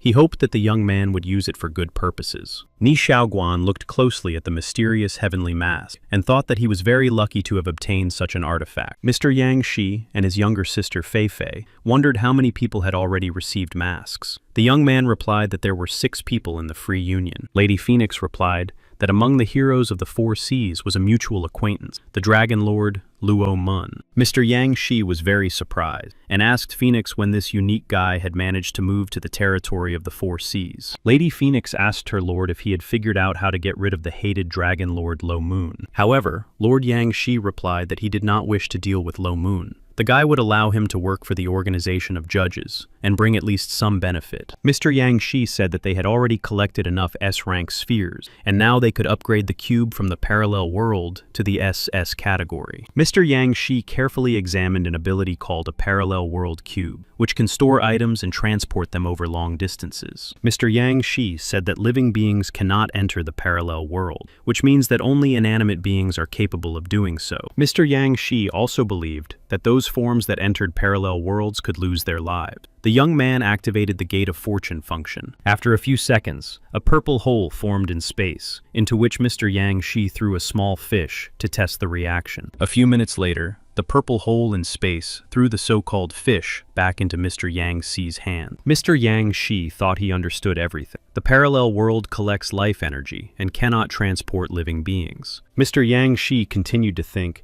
that if he tried to attack the purple hole in space with several fish, and once again, Mr. Yang Shi used a dizzying ability called the Gate of Fortune to test his brilliant theory. Mr. Yang Shi thought that the world vortex was a cosmic-type skill, which meant it could absorb an enemy's attack. Mr. Yang Shi thought carefully once more, and said that he would give this SS rank ability to a pig, which would provide good combat power. Mr. Yang Shi had no choice but to embark on the important and responsible task of forming a new, powerful hero. A few seconds later, a new unique hero, Pig, from the organization of judges, appeared before Mr. Yang Shi. Meanwhile, Ms. Phoenix shared the latest news. The Heroes Association was conquering other worlds to obtain the status of mediator. I turned my head to Phoenix. Could it be that the dark blue race also came from another world? They clearly did not need another mediator. Mr. Yang Shi thought that the people from another dimension and the dark blue race were not on the same side. They had different ways of transferring abilities. Ms. Phoenix said that Yu Ran Qian Dodo and the swordswoman Blanche had just arrived at the Turtle Palace. Pig was very upset. A few seconds later, Mr. Yang Shi, accompanied by the charming Phoenix, headed for the Turtle Palace. Swordswoman Blanche said that there were so many missions and tasks to complete in order to obtain the coveted elixir of abilities. Qian Dodo simply nodded her head. Qian Dodo said that according to the rules, in order to deprive monsters of their lives, Yu Ran would have to fight 18 monsters. Attractive Miss Yu Ran. Wouldn't it be too difficult to simply obtain the coveted elixir of abilities? Fei Fei also had missions to collect resources, rescue people, and special assignments. They also gave good rewards for them. The charming girl's various thoughts were suddenly interrupted when a mysterious blue portal appeared. Everyone was a little scared. The great Lord Yu Ji appeared before the stunning girls and said that he had called everyone together to discuss the Zodiac plan. Lord Yu Ji said that each member of the judges' organization would receive a so-called credit as startup capital. Swordswoman Blanche asked Lord Yu Ji if they could buy the elixir with abilities right now. Yu Ran was very happy. Lord Yu Ji took out a huge list of abilities and asked all members of the judges' organization to quickly choose one of them. Lord Yu Ji thought that the stronger the key members were, the faster they would gather all the important information and the more chances humanity would have. Meanwhile, a very impressive situation was unfolding at the port of Banana Island. The ship arrived at its destination. Mr. Yang Shi was told that this was the last island where they could rest before reaching the 5th defensive front. Mr. Yang Shi sat down by the pond and thought that he had not seen such a picturesque and colorful landscape as on Banana Island for a long time. Mr. Yang Shi was told that this was the Moon River, the largest water resource on Banana Island. Everyone who drank from it would find good fortune. Mr. Yang Shi scooped up some water from the Moon River and wondered if it really had such a dizzying effect. Mr. Yang Shi watched long and carefully as the beautiful water spread across his snow-white palms. It was amazing. Suddenly, Mr. Yang Shi thought that there was actually an incredible amount of important tiny particles in the water. Mr. Yang Shi thought that most likely, the 3rd episode in his younger sister Fei Fei's nightmarish introduction took place right here. Mr. Yang Shi continued to think and ask himself why the people of the dark blue race had poured blue powder into the Moon River. Mr. Yang Shi turned to Uncle Fu, who was standing nearby, and told him about the local landmarks where the source of the river was located. Uncle Fu quickly replied that the source of the Moon River originated in the middle of Mount Jizang on Banana Island. A few hours later, Yang Shi reached the source of the Moon River on the mountain. He thought that an ordinary person would not be able to drink this water for 6 months. Mr. Yang Shi continued to ask himself what the powerful dark blue race really had in mind. Mr. Yang Shi thought about why not set up a secret headquarters on Mount Jizang to make it easier to track their actions. Behind Mr. Yang Shi, the serpent from the organization of judges suddenly appeared. The guy asked his assistant to keep an eye on this place. The snake from the organization of judges simply nodded his head and made it clear that he understood Mr. Yang Shi's order perfectly. It was no problem. After some time, the main characters were already approaching the 7th island of the archipelago and the 5th point of the defensive front. The passengers and crew members were already preparing to go ashore and began carrying huge boxes containing valuable items. The main characters were first greeted by a handsome guy with blue hair, who was known here as the Guardian of the Stones. The leader here was Duan Li Bang. The man asked which of the judges had arrived on their island, Lord Yu Ji or the hero Monkey. Behind the leader Duan Li Bang stood his faithful assistant, who simply remained silent. The locals called him the firefighter. Mr. Yang Si replied that the organization of judges had sent him as a representative of one of the signs of the zodiac. Now he would provide protection. Leader Duan Li Bang was very upset because he had actually planned to meet Lord Yu Ji himself. Mr. Yang Shi thought that he clearly could not tell Duan Li Bang that he was Lord Yu Ji, the monkey and rabbit Mao. Mr. Yang Shi turned his head and said that the beautiful girls standing behind him were S-rank holders. The leader, Duan Li Bang, said that he couldn't just believe Mr. Yang Shi. Words meant nothing in this territory. The stonekeeper intervened in the conversation and said that he would personally check these charming beauties during the trials. The firefighter also said that he would not fight skinny girls because they could break their own limbs during battle. Mr. Yang Shi turned to the firefighter and asked him to choose one of them. If the man won,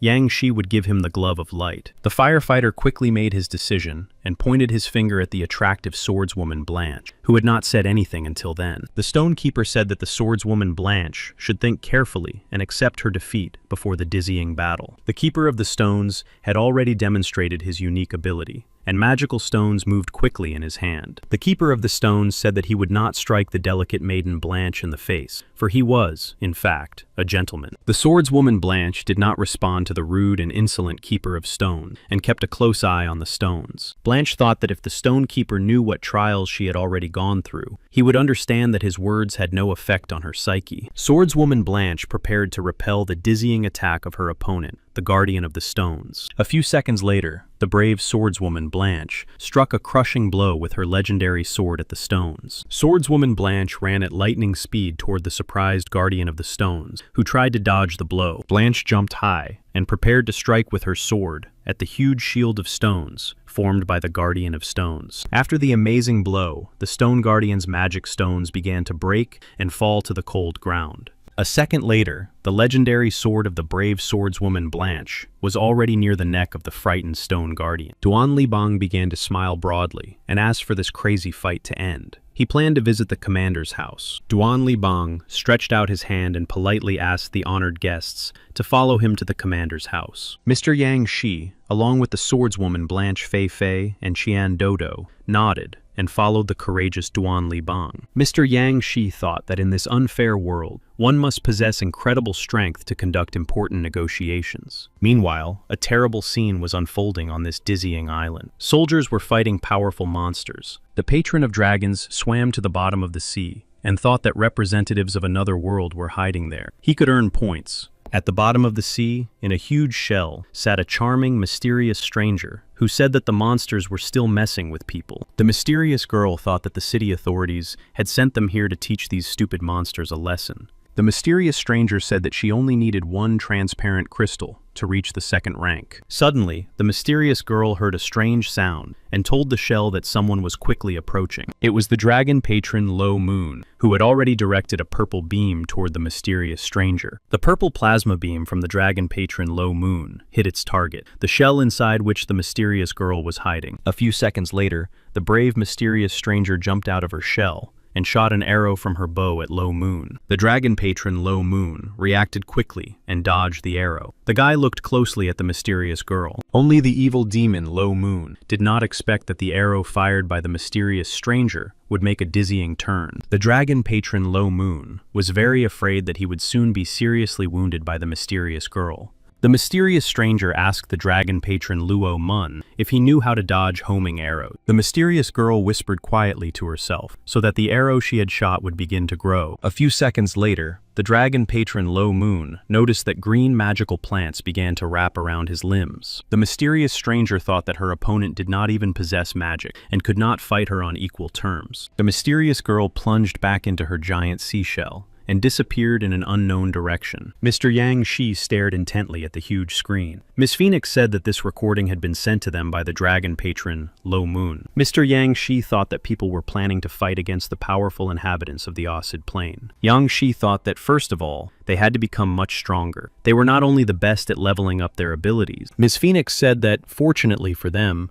there were many people, and every day new geniuses appeared among them. Mr. Yang Shi turned to the charming Miss Phoenix and asked how their brilliant plan for the heavenly spirits was progressing. Phoenix said that the three clans had already found the heavenly masks, and Ni Xiaoguan's mask had been stolen by representatives of the Ouyang family. Meanwhile, a terrible scene was unfolding in the Ouyang family. The man told Jingzhu that he was leaving this heavenly mask to her. The modest girl, Jingzhu, said that the organization of judges was capable of creating elixirs with abilities and needed to be conquered. The man replied that everything should take its course. It was difficult for the organization of judges to fight against the Iron Blood army. Jingzhu asked the head of the Ouyang family if she should bring the coveted elixir she had exchanged the day before. The head of the Ouyang family quickly replied that there was no need to do so, as he still had things to do within the clan in the near future. The cunning and arrogant gaze of the head of the Ouyang family caused dizzying fear, not only in his enemies but also in the members of his clan. Meanwhile, in the huge hall, the top three guy, Ouyang Xuan, was just meditating. A few seconds later, Ouyang Xuan opened his eyes when he heard someone quickly approaching him from behind. A gorgeous girl named Jingzhu approached Ouyang Xuan and said that his father had left her a heavenly mask that she wanted to give to him. However, Jingzhu added that Ouyang Xuan was forbidden to wear the mask because he was the heir to a trading association. Meanwhile, the commander-in-chief of the Iron Blood army said that Tian Yang would soon have to deal with the organization of judges. Tian Yang stood next to Commander Roger and nodded his head. The man understood perfectly well that he had a special responsibility. Meanwhile, a dizzying scene was also unfolding in the Heroes Association. People were very worried about their future. The head of the Heroes Guild listened to the report of his powerful soldier and was deep in thought. The great soldier said that people from another world were constantly growing stronger as their powerful representatives weakened. The great soldier also said that if the person who said that meditation was the best way to save people was right, the great soldier thought that their people possessed the method of meditation, but they could not teach it to others. The head of the Heroes Guild asked his loyal soldier if he had heard anything about the so-called elixir of abilities that could replace their method. The great soldier replied that he had already heard about this mysterious elixir, but it was unclear whether it was capable of creating heroes equal to them in strength. The head of the Heroes Guild laughed and said that it would be much better if these people with abilities surpassed them in strength. The great soldier said that the matter of organizing the judges should be left to his best student, Yu Bei. Mr. Yang Si thought that it seemed to him that no one wanted to look for the Stone of Wisdom, but were simply trying to understand how people from another world were pumped up. A mysterious man approached Mr. Ouyang Xuan and asked him if he had already chosen an ability for himself. It was Ouyang Lan, who said that he had already chosen an ability with the unique name of Dragon Messenger. Ouyang Lan also noted that thanks to Ouyang Xuan, he had been given the dizzying opportunity to become much stronger. The calm conversation between Ouyang Lan and Ouyang Xuan was suddenly interrupted when the powerful Lady Phoenix appeared before them. The poor guys were very frightened by the appearance of the uninvited guest, who possessed astonishing beauty. Ouyang Lan and Ouyang Xuan noticed that the stunningly beautiful Phoenix was wearing expensive, bright shoes this time. Ouyang Lan thought that this was the first time such an event had happened to him, as he had not sensed the approach of the charming Lady Phoenix. Lady Phoenix turned to Ouyang Lan and asked him if he was ready to receive his coveted elixir with abilities at that moment. A few seconds later, a small flask with a mysterious elixir inside appeared in Mr. Ouyang Lan's hand. Cheerful and happy, Mr. Ouyang Lan replied that he was ready to accept the gift from the charming Lady Phoenix. Mr. Ouyang Lan asked the attractive Lady Phoenix if he could empty the flask with the elixir right now. After Mr. Ouyang Lan drank the so-called potion, he decided to try to summon a powerful dragon at that very moment. A few minutes later, the head of a real dragon appeared from a giant magic circle, having come at the command of its master. Mr. Ouyang Lan literally burst into tears and said that for the first time he had taken a real dragon in his arms that would fulfill his wishes. Lady Phoenix turned away and was ready to return, but suddenly she was asked to stop so that she could be asked something. Mr. Ouyang Xuan asked why the main task of the organization of judges was to fight monsters. The elixir is somehow connected with the destruction of monsters. Ouyang Xuan told Phoenix not to explain that it was the very activator that was constantly mentioned in alchemy. Ms. Phoenix asked why Ouyang Xuan called it an activator. In the organization of judges, it was a gene with abilities. Mr. Ouyang Xuan explained that for many years, alchemists had called this gene with abilities an activator. Mr. Yang Shi listened carefully to Ouyang Xuan's remarks and thought that he should make him his subordinate. Meanwhile, at the top of Mount Jingchang, where the secret headquarters of the organization of judges was located, a peaceful scene unfolded. The snake from the judges' organization was peacefully reclining on a comfortable sofa and reading interesting books to keep himself entertained. Suddenly, Mr. Yang Shi entered the room and asked the snake from the judges' organization if he was comfortable there. A minute later, Mr. Yang Shi held out his hand and told the snake from the judges' organization to take the SS rank plasma sphere from him. Unexpectedly, Mr. Yang Shi stopped and thought that something terrible had happened somewhere. The guy needed to figure it out.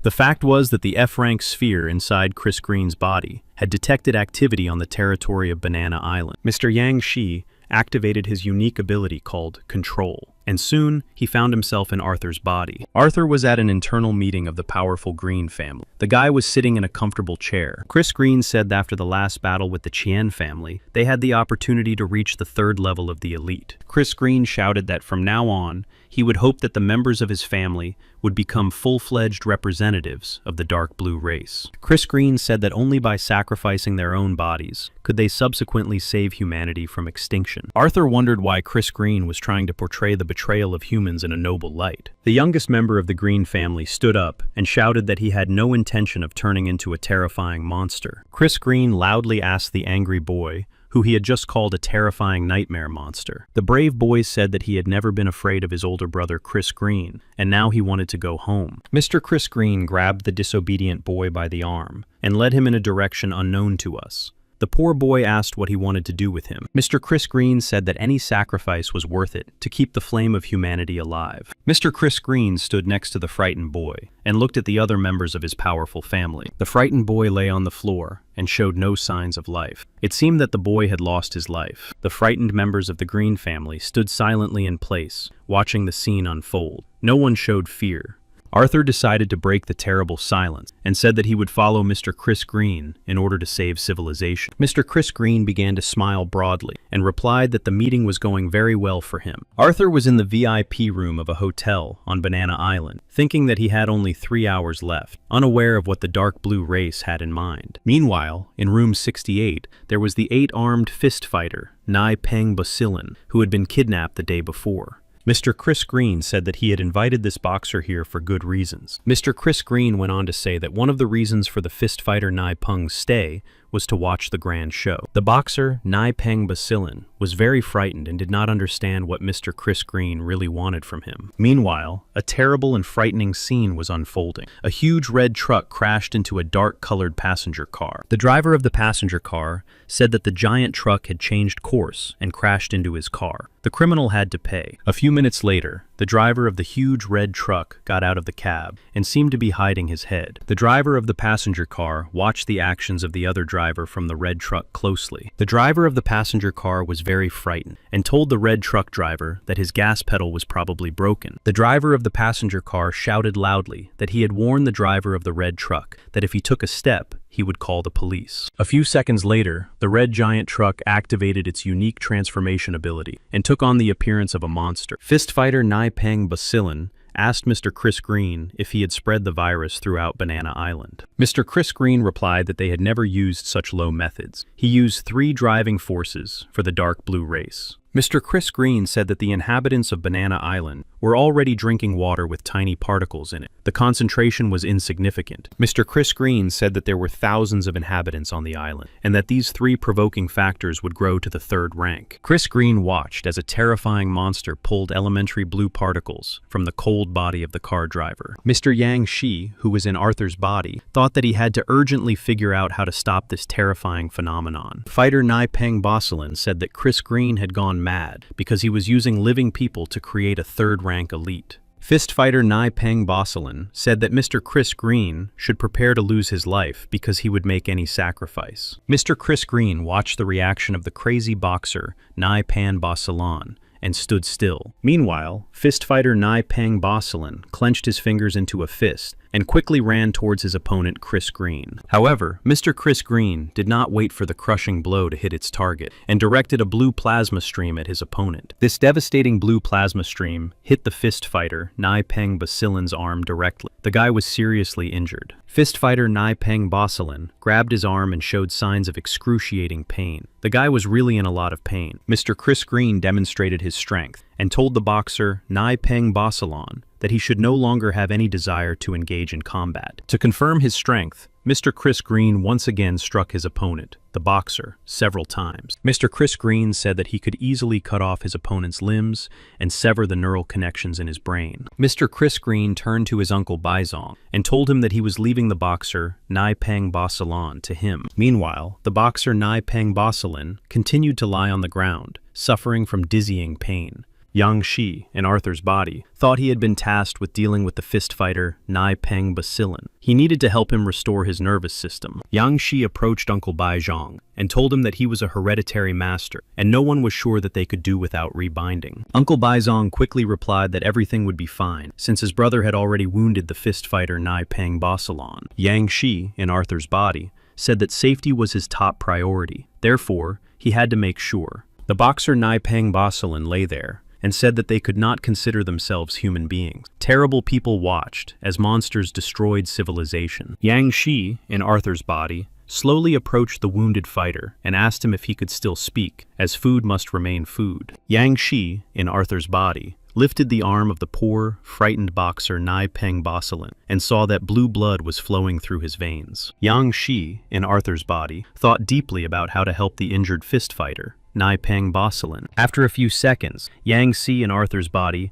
noticed that the small blue particles in the wounded man's blood began to break down. The boxer Nai Peng Bosselin was very surprised because he did not think that Mr. Arthur could help him in such a serious matter. Yang Shi, in Arthur's body, turned to Uncle Baizong again, this time tying the boxer Nai Peng Bosselin more tightly. The boxer Nai Peng Bosselin was indeed tied up and continued to lie on the cold, icy ground. Uncle Baizong carefully examined the knots that Arthur had made and was forced to admit that he had done quite well. Meanwhile, the fist fighter Nai Peng Bosselin shouted loudly for all representatives of the dark blue race to leave immediately. Mr. Chris Green had already come downstairs and was standing on the ground. The guy was suddenly surprised when he heard the piercing sound of glass breaking. Mr. Chris Green looked up and thought that his beloved Uncle Baizong had probably lost his life. Mr. Chris Green saw a huge hole in one of the windows. Bats began to fly into this mysterious hole. Gradually, these bloodthirsty bats began to form a mysterious image resembling a human being. It was truly terrifying. Mr. Chris Green carefully examined the cold body of his beloved Uncle Baizong and realized that this wound had been inflicted by a fist fighter. The various thoughts in Mr. Chris Green's head suddenly stopped when he heard a suspicious rustle behind him. Overcome with fear, Mr. Chris Green crouched down and saw a dark blue stream of energy heading in his direction. Mr. Chris Green continued to experience incredible fear and asked loudly who was actually lurking in the darkness. Mr. Chris Green once again felt uncontrollable fear and panic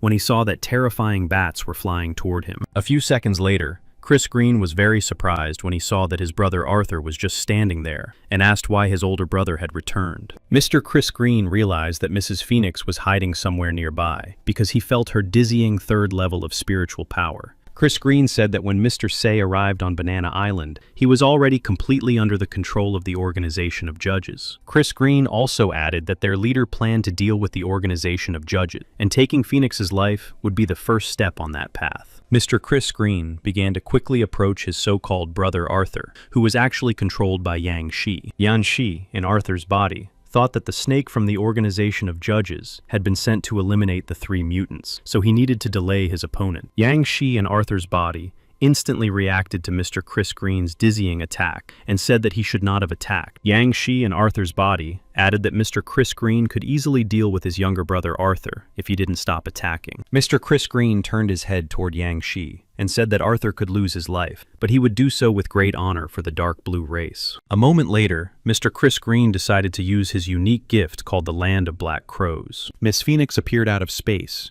and stood in the way of the young Arthur. The attractive girl distracted attention. Meanwhile, the fist fighter Nai Peng ran away from the dizzying battle and said that he would actually deal with the monsters outside. Ms. Phoenix nodded silently and continued to stand in place. The charming beauty was preparing to fend off Chris Green's attacks. Mr. Chris Green was clearly even more angry and shouted that he would not allow the fist fighter Nai Peng to flee the scene of the crime. And then Mr. Chris Green made a crazy leap toward the naive fist fighter Nai Peng, who was already approaching the door. The fist fighter Nai Peng stopped near the exit because he felt that Chris Green could seriously injure him at any moment. Yang Si, in Arthur's body, thought that on Banana Island, the only ones who could deal with the terrifying monsters were him and Nai Peng. Arthur took out his legendary sword to protect the poor fist fighter Nai Peng, who could lose his life in the next moment. Arthur was distracted for a moment, and when the guy thought he could save Nai Peng, his older brother Chris Green dealt him a crushing blow. Meanwhile, in the business district of Banana Island, nightmarish giant monsters were already attacking innocent people. Popular blogger Ken D filmed everything that was happening around him on his phone and reported live that the monsters were attacking all the residents. Ken D watched closely as a mysterious man in a cowboy costume tried to fight back against the giant green monster. Ken D did not immediately recognize that the mysterious man resisting the monster was his older brother, Sheriff Ferrero.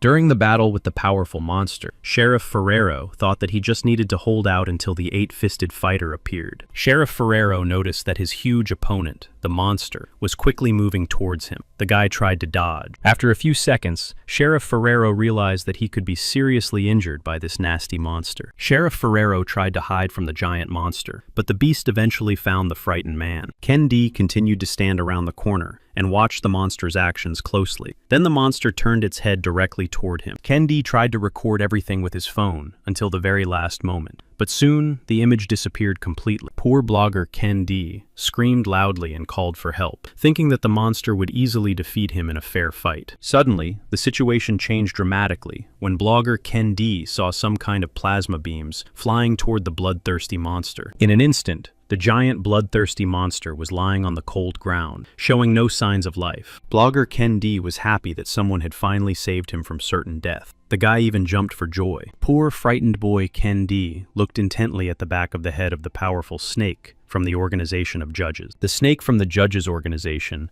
held a purple ball of energy in his hand and told blogger Ken D to find a safe place to hide. The snake from the judges organization struck another crushing blow to the head of the huge monster to make sure to kill it. In the next moment, Snake from the judges organization had already activated his unique ability called talent theft. The Snake from the judges organization began to study this ability of the dark blue race with a mutation. The guy was again delighted with the worthy reward. Mr. Yang Si wondered if this mysterious ability with mutation could completely rid his sister Fei Fei's body of the blue particles. The Snake from the judges organization thought that a fighter from the Qian family named Qian Bu Chio had a similar situation and that he should try it on him first. Meanwhile, blogger Ken D grabbed the legs of the powerful Snake from the judges organization and asked him if he could go with him. The Snake from the judges organization said that first, blogger Ken D had to let go of his legs, and only then could they talk. Meanwhile, Mr. Yang Si, in the body of Arthur C, was experiencing dizzying anger. The guy didn't understand how it was possible to take his brother's life. Mr. Chris Green asked loudly why he was now experiencing uncontrollable anger and rage. Mr. Yang Shi, in Arthur Shea's body, told Chris Green that he would soon bring the treacherous and insolent attacker to justice. Mr. Chris Green was once again very frightened and asked who would actually conduct this solemn trial. Suddenly, Ms. Phoenix appeared on the horizon, hovering in the air. The girl said that Chris Green had committed the sin of greed and must admit his guilt. Mr. Chris Green knelt before the charming girl Phoenix and tried to find the right words. However, Miss Phoenix had no intention of listening to excuses from the self-centered Chris Green and sentenced him to torture by lightning. A few seconds later, Mr. Chris Green was completely engulfed in dizzying yellow flames. He screamed in intense pain. Chris Green thought to himself that if the situation continued in this vein, he would have to say goodbye to this body forever. Miss Phoenix turned her face toward the hole in the window and said that Mr. Chris Green should suffer in agony. A few minutes later, Mr. Chris Green crawled over to the cold body of his younger brother, Arthur Say. Chris Green tried to apologize to the powerful Mr. Arthur C. and said that he was a true friend and comrade to him. Mr. Chris Green hugged the icy body of his younger brother, Arthur C. tightly, and thought that he was too angry now. After a while, the cunning and clever Mr. Chris Green flew out the window in the form of a small bat. Mr. Arthur C.'s cold body remained lying in the huge building in complete solitude. Meanwhile, on the city streets of Banana Island, the locals were literally shaking with uncontrollable fear. A huge, ferocious monster was approaching the terrified locals of Banana Island, who thought that no one could save them now. Suddenly, the picture changed when the residents saw the legendary fist fighter, Nai Peng, appear behind the giant monster. Fist fighter Nai Peng delivered a crushing blow to the head of the bloodthirsty monster, which subsequently fell to the ground. The legendary hero, the bare-knuckle fighter Nai Peng, jumped on top of the giant monster's body and looked at the happy, peaceful residents. Fist fighter Nai Peng tried to hold the powerful monster's head and shouted for the locals to run away immediately. A few seconds later, the terrifying monster stuck its head out of the pit, and poor bare-knuckle fighter Nai Peng flew in the opposite direction. The frightened boxer Nai Peng clearly did not expect this monster to have such incredible power and strength. A second later, the boxer Nai Peng broke the glass in the window of a multi-story building and landed on the cold floor. The bloodthirsty monster made dizzying sounds and rejoiced in its victory over a mere human. Fist fighter Nai Peng thought that he would have to use a secret technique to kill this monster in one fell swoop. A few minutes later, the boxer Nai Peng used his secret technique to try to attack the insolent monster again. Fist fighter Nai Peng let out a fierce cry, and his muscular body was completely covered in bright orange flames. The eight-armed fighter Nai Peng was already flying towards the bloodthirsty monster that continued to roam the city streets. The locals saw how the fist fighter Nai Peng used his ability called confrontation. After a dizzying blow, the powerful fist fighter Nai Peng stood over the body of the huge monster and anticipated the taste of victory. However, the joy and excitement of the fist fighter Nai Peng quickly ended when he suddenly heard loud footsteps behind him. Fist fighter Nai Peng turned his head and saw a long blue knife in front of his face that could really take his life. Standing in front of the boxer Nai Peng was the ruthless Mr. Chris Green, who was already ready to deliver a crushing blow. A few minutes later, the poor boxer Nai Peng fell from a great height onto the cold ground. Frightened locals began to approach the frozen body of the boxer Nai Peng, who lay unconscious. Mr. Chris Green grabbed the poor boxer Nai Peng and dragged him to a giant monster lying nearby. Mr. Chris Green said that this fool had not even reached the third level in such a long time. The monster began to absorb the energy of the fist fighter. Mr. Chris Green said that this monster was just another piece of trash that was good for nothing. He planned to devour him. After a few minutes, the huge, vicious monster got to its feet and began to make loud, piercing sound. Only the vicious monster did not yet understand that he had actually healed himself in order to give up his own energy in the near future. Mr. Chris Green had already begun to absorb its power and said that it was a very pleasant feeling of increasing his own strength. Mr. Chris Green thought that it was very interesting to him how much he now surpassed his powerful master. Chris Green was very frightened when he heard a man's voice behind him asking if he had arrived too late. Chris Green was delighted when Snake from the Referees Association appeared, as he had planned to practice on one of the zodiac signs. Chris Green asked Snake from the Judges Organization why he hadn't started attacking him, as he was getting stronger by the second. Snake from the referee organization said that he was just waiting for Chris Green to finish absorbing the monster's energy so that they could fight on equal terms. Chris Green laughed and said that thanks to his strength, he would be able to cut Snake from the judges' organization's face into 3 equal parts. A few seconds later, Mr. Chris Green shouted loudly that he now had 3rd-level power and was ready to attack Snake. Snake from the judges' organization felt Mr. Chris Green's crushing blow hit him right in the chest. Mr. Chris Green noticed that Snake from the judges' organization had activated his dizzying shadow stream ability. Chris Green loudly asked Snake from the referee organization why he thought the shadow stream could cope with his majestic energy. A few seconds later, Snake from the judges' organization directed several dark rays at Chris Green's opponent. However, Mr. Chris Green managed to put up a defensive block in time and simply laughed in his opponent's face. Snake from the judges' organization noticed that his powerful opponent, Chris Green, was able to predict his location. Zmei from the organization of judges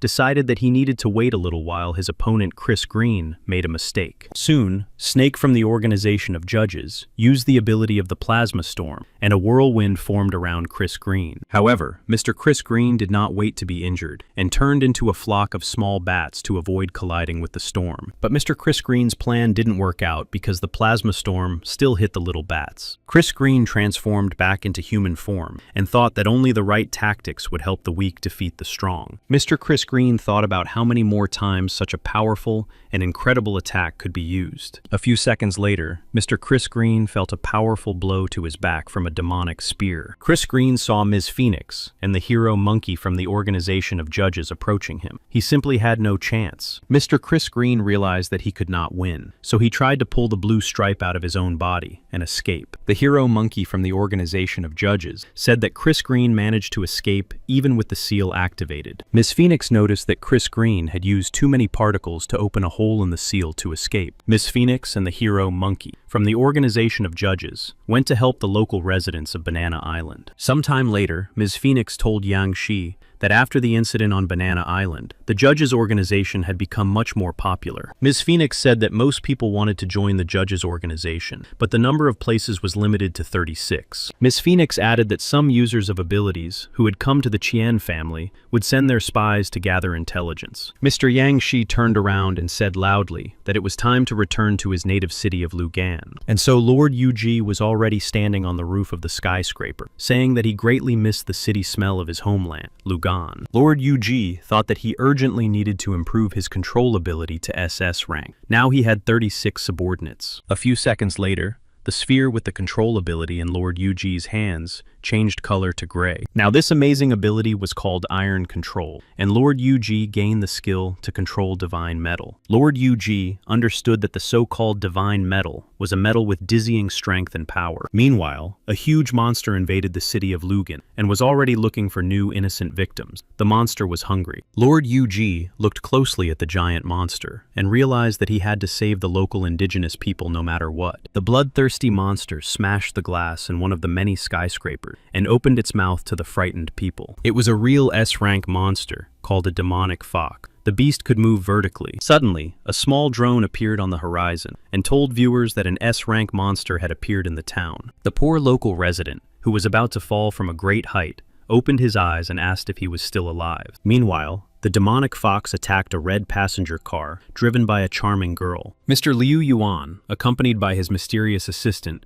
was preparing to attack the demonic fox. The mysterious assistant was already running towards the powerful beast, which clearly surpassed him in strength and agility. Meanwhile, Mr. Liu Yuan had already transformed into a shaggy werewolf and was preparing to help his gifted assistant. In the television booth, Director Ge said that such a monster could indeed cause enormous damage and losses. Director Ge also noted that the heroes would have to try very hard to restrain the monster after the appearance of the powerful soldier Luo Quan. Mr. Liu Yuan's partner dodged the numerous glowing spheres formed by the demonic fox. Suddenly, Mr. Liu Yuan's partner stopped when he heard someone behind him asking him to be careful and cautious. It was Mr. Liu Yuan, who had already taken on the appearance of a shaggy werewolf. He was trying to restrain the demonic fox's huge paw. Liu Yuan, in the form of a werewolf, turned to his responsible partner and said that he had a great chance to attack the demonic fox. Mr. Liu Yuan's partner nodded and aimed his legendary sword at the powerful demon fox. The demon fox could clearly see Mr. Liu Yuan's partner's small sword approaching its mouth. Therefore, the demon fox performed a lightning-fast evasive maneuver. Mr. Liu Yuan had never seen such speed. In a second, the demon fox's huge mouth was already near the face of Mr. Liu Yuan's frightened partner. Unfortunately for the demon fox, an arrow from a mysterious archer hit its beautiful eye. It was the brave girl, Lu Zitian. The courageous heroine looked at the giant body of the demon fox, which was screaming in pain. Lord Yuji thought about it, and was very surprised that the heroine Lu Zitian had hidden from the public that her skills had improved to S rank. Lord Yuji also noted that according to spiritual scanning, Lu Zitian's improvement had occurred in a short period of time. Director Ge from the television booth said that all the people on Orchid Street were still alive. A man who could control metal appeared. Director Ge thought for a moment and said that this person who could control metal could be Lord Yuji. Meanwhile, a mysterious purple portal appeared in the sky, which had not been there a few minutes ago.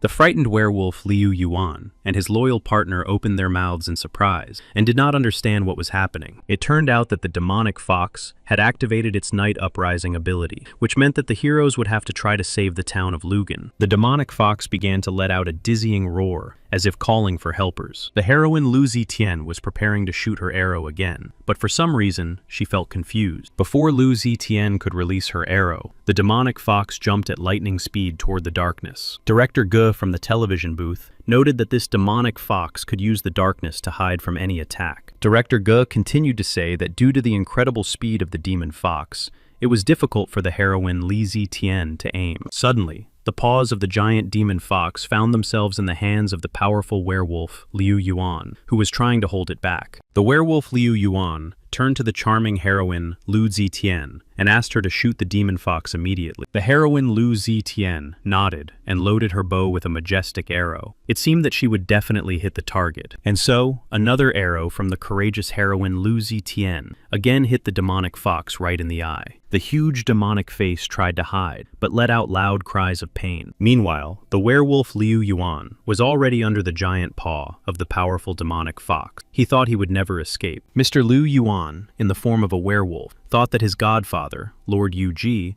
had unfortunately not come. Mr. Liu Yuan's frightening thoughts were interrupted when he suddenly heard a mysterious male voice insulting him. Mr. Liu Yuan opened his eyes and asked loudly, who dared to insult him in such a brazen manner? Due to fatigue, poor Mr. Liu Yuan was unable to stand on his furry paws. Still, he kept his eyes open. A few seconds later, Mr. Liu Yuan, in the form of a werewolf, saw his beloved and dear godfather, Lord Yuji, coming down to him. Mr. Liu Yuan, in the form of a werewolf, even began to cry a little, as his godfather, Lord Yuji, had come to save him. Meanwhile, Lord Yuji approached the charming heroine Lu Zitian and asked her what her real name was. Lord Yuji looked at the attractive heroine Lu Zitian and said that she had done well. The modest heroine Lu Zitian, for some reason, said nothing and continued to stand still. In the television building, Director Ge met the charming Miss Lin Nai Shui and said that today's report on the metal hero was important. Miss Lin Nai Shui thanked Director Ge for his kind words and said that if he no longer needed her, she would have to leave. The charming Miss Lin Nai Shui was already planning to leave the building where she had been working hard, but suddenly Director Ge asked her to stay. Director Ge said that Miss Lin Nai Shui had been doing well lately and would soon be able to become a senior reporter. Miss Lin Nai Shui once again began to thank her immediate supervisor, who was actually inviting the beauty to dinner. Miss Lin Nai Shui was very surprised and was already trying to find the right words in her lovely head to refuse. Suddenly, her beloved Yang Shi approached Miss Lin Nai Shui from behind and told Director Ge that the girl was busy that evening. The lovely Lin Nai Shui looked at her fiancé Yang Shi with loving eyes and asked why he had come there. The brave young man Yang Shi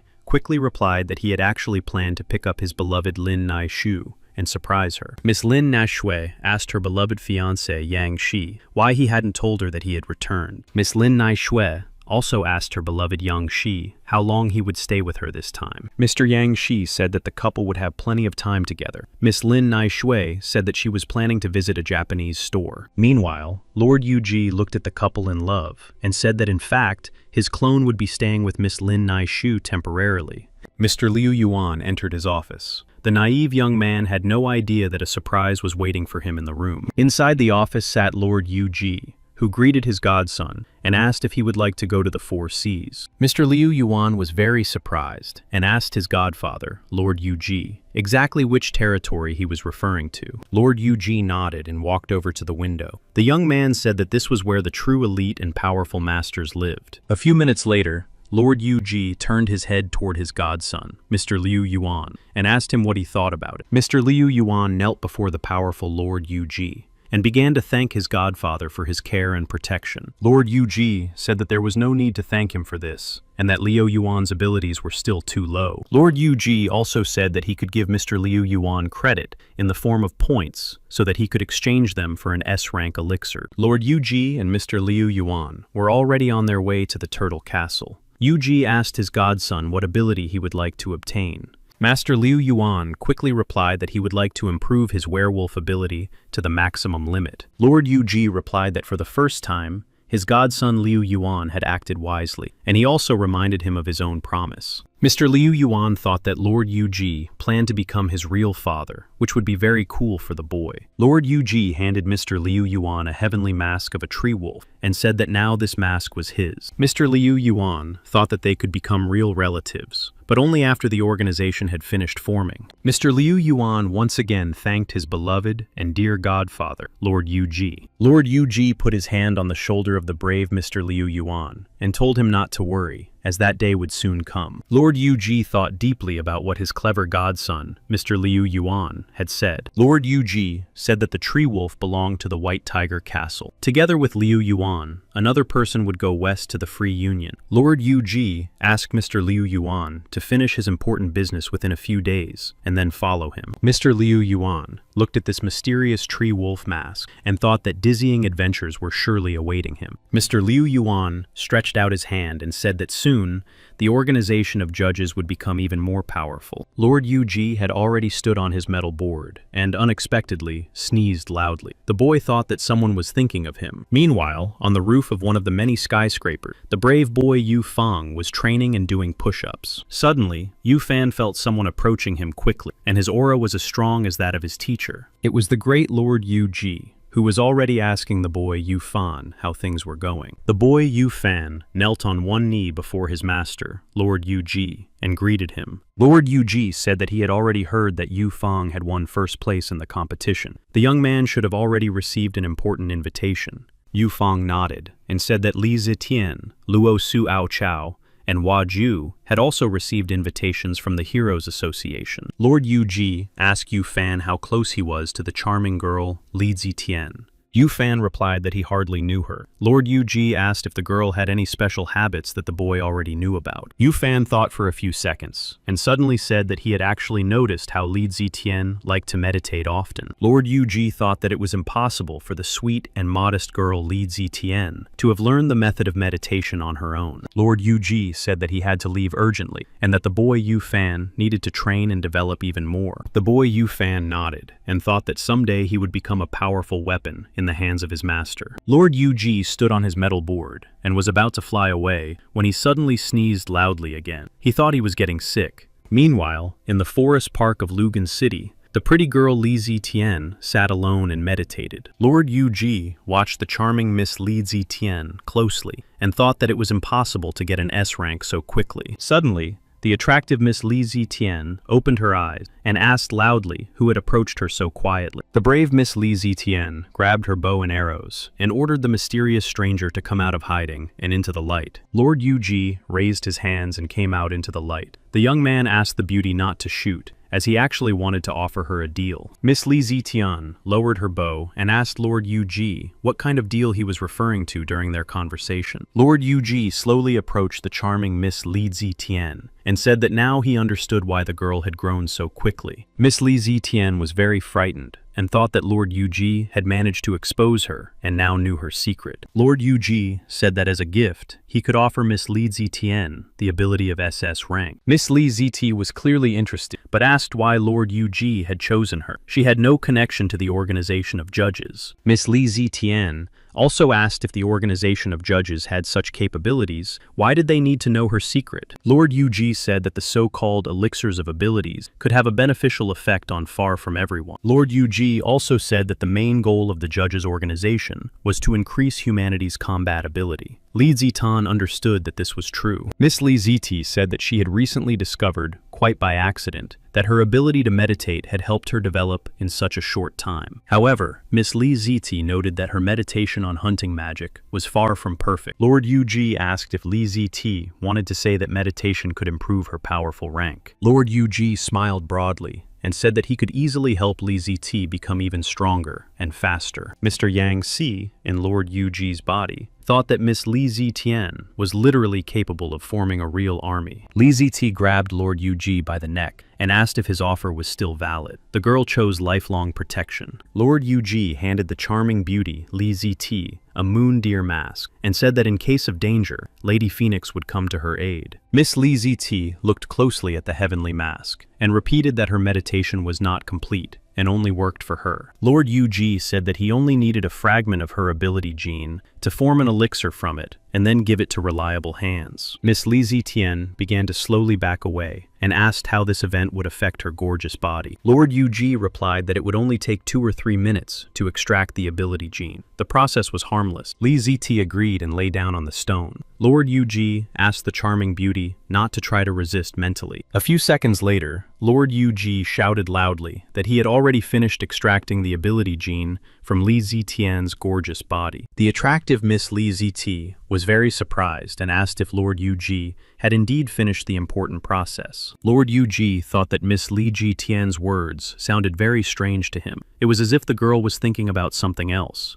After a while, Mr. Yang Shi was already in the turtle castle, carefully examining the girl's energy, activity, and magical power. Mr. Yang Shi studied the mysterious archery scroll intently and wondered if this thing really worked. A few minutes later, Mr. Yang Si was sitting on the floor, trying to immerse himself in the dizzying process of meditation. Mr. Yang Si exhaled deeply and thought it was worth watching the strange process of how meditation took away dark energy. Meanwhile, a terrible scene was unfolding in the front world. Bloodthirsty monsters were waiting to invade the other world. A few minutes later, Mr. Yang Shi appeared here in a new form for himself, with a bow and arrows in his hands. Mr. Yang Shi tried to use an amazing technique called the three-eyed demonic bow. Mr. Yang Si, in his new guise, shouted loudly for the monsters to turn to ashes from the fire, or simply disappear forever. A few seconds later, the arrow he shot flew toward a huge bird covered in flames. Mr. Yang Si finished his meditation and finally realized that it helped him quickly advance from rank F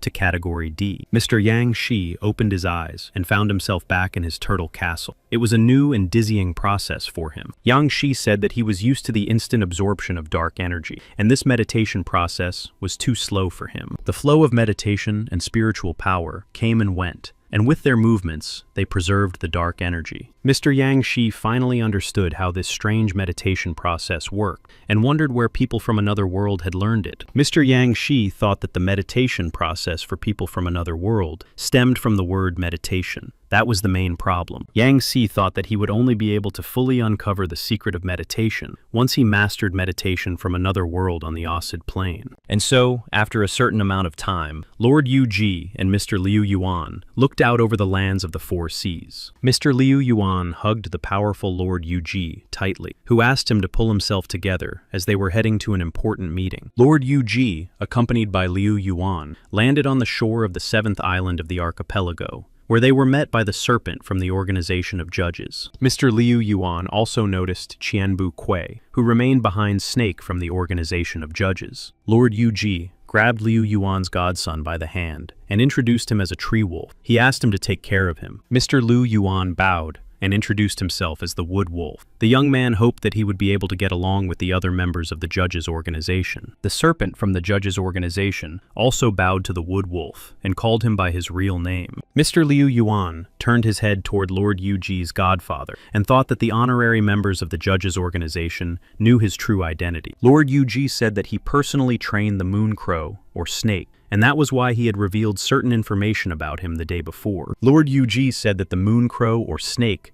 was responsible for defending the 5th front and needed help lately. Mr. Liu Yuan thought that in reality, Lord Yu-ji was not on the best of terms with the Moon Crow. Mr. Liu Yuan also thought that Lord Yu-ji had deliberately sent him here to prevent the pawn from getting out of control. Mr. Liu Yuan smiled broadly and continued to think that his godfather Yu-ji trusted only him. Liu Yuan turned his head toward Lord Yu-ji and loudly declared that they would soon be able to regain the lost territories. Lord Yu-ji watched his godson, Mr. Liu Yuan, closely and wondered if he had understood everything correctly. A few minutes later, Lord Yu-ji turned to the head of the Qianbu Kui family and asked him to leave so that they could have an important conversation. In the reception room, Lord Yu-ji said that the organization of judges was planning to conduct a secret experiment. Yu-ji asked Qianbu Kui if his family was interested in participating directly. The old man asked for an explanation of the essence of this experiment. Lord Yu-ji took a deep breath and asked Qianbu Kui if he had ever heard of a process called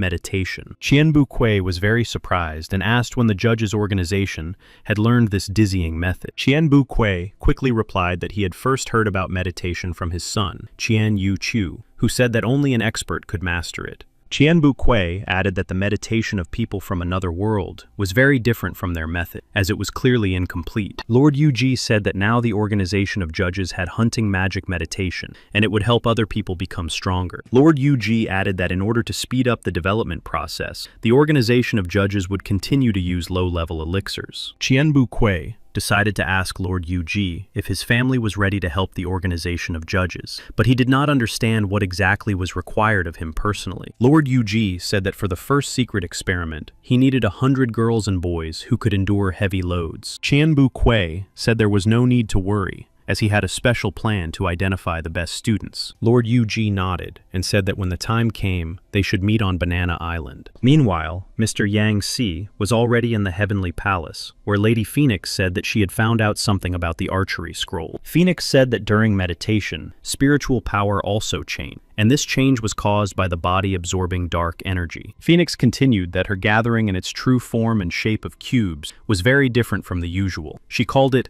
magical energy. Phoenix said that when magical energy entered the body, it began to flow through a special channel, and most of it disintegrated. The archery scroll could not only regulate the process of gathering dark energy, but also use it to improve certain skills. Mr. Yang Shi said that this meant that the archery scroll had a dizzying and irreplaceable effect. Mr. Yang Shi closed his eyes and thought that he could form his own scroll from Li Zitian's scroll. A few minutes later, Mr. Yang Shi tried to concentrate on the mysterious archery scroll. Mr. Yang Shi opened his eyes and asked if it was true that transportation from the Heavenly Palace and back greatly facilitated this process. A strange image had already formed in Mr. Yang Shi's mind, in which many students were kneeling and looking at the scroll on archery. Mr. Yang Shi smiled broadly and told Mrs. Phoenix that the judges' organization definitely needed to experience this for themselves. Ms. Phoenix said that a name had to be thought up for the group of people who belonged to the Turtle Castle. Mr. Yang Shi quickly thought of something and announced loudly that from now on,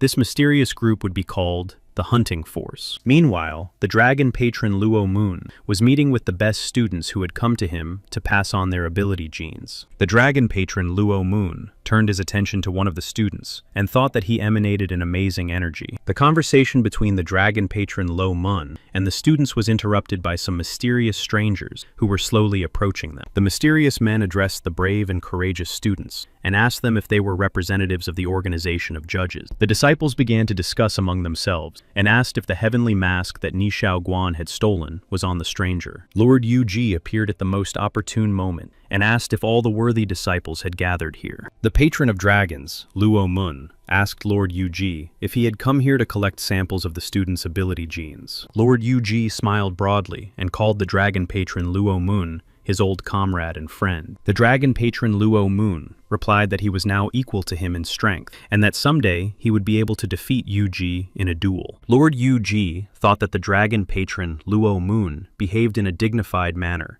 despite the fact that he was just a puppet. Lord Yu-ji put his hand on the shoulder of the dragon patron Luo Moon and said that he would start with him. Lord Yu-ji asked the dragon patron Luo Moon to relax and not try to resist with his spiritual power. Master Wu Yang watched Lord Yu-ji's actions closely and thought that he had to figure out how to extract ability genes. A few seconds later, Lord Yuji shouted loudly that the process of extracting the ability genes was already complete. The dragon patron Luo Moon was very surprised and asked why it was over so quickly. Yuji laughed again. Master Wu Yang was also very surprised and thought that Lord Yuji had just extracted the ability gene, but he didn't feel anything. Master O Yang continued to think that next time he would be more attentive and understand how Lord Yuji extracted the ability gene. Lord Yuji turned his head toward Master O Yang and told the next disciple to come closer to him. A few minutes later, Lord Yuji said loudly that his mission here in this territory was complete. Lord Yuji stood on his metal board and said that the organization of judges would form elixirs with abilities for each disciple. The joyful and happy disciples began to leave, and some of them even knelt down to show their gratitude. Master O Yang raised his hand and loudly asked Lord Yuji to stay for an indefinite period of time.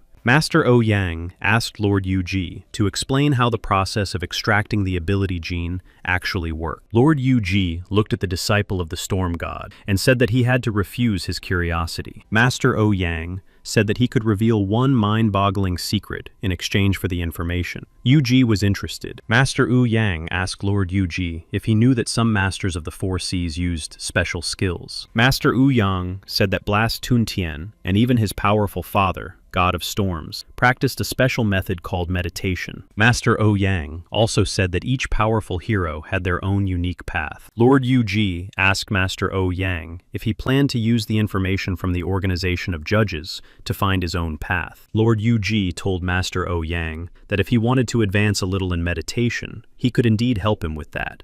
Lord Yuji told Master O Yang that in a few days, a secret experiment called hunting magic would take place on Banana Island. Lord Yuji quickly replied that they needed to find a special place to discuss this experiment in private. The main characters had already disappeared over the horizon, and Master O Yang's poor, frightened assistant was left all alone. Master O Yang's loyal assistant was very offended that he had been left here all alone, and began to shout loudly. Meanwhile, a huge sea vessel arrived at the seaport of Banana Island. It was obvious that there were outstanding students on board. A modest, cute boy named Qian Wei Chen opened his eyes and saw a charming girl in front of him, trying to wake him up. The attractive girl said that the ship had finally arrived at its destination, and that all passengers had to disembark. The young man introduced himself as Qian Wei Chen, and asked the mysterious stranger her name. After all, they had been sailing on the same ship for so long. The mysterious stranger turned her head toward Qian Wei Chen, and asked why the young man had only remembered their acquaintance when it was time to disembark. The girl introduced herself as Yang Chu Yu,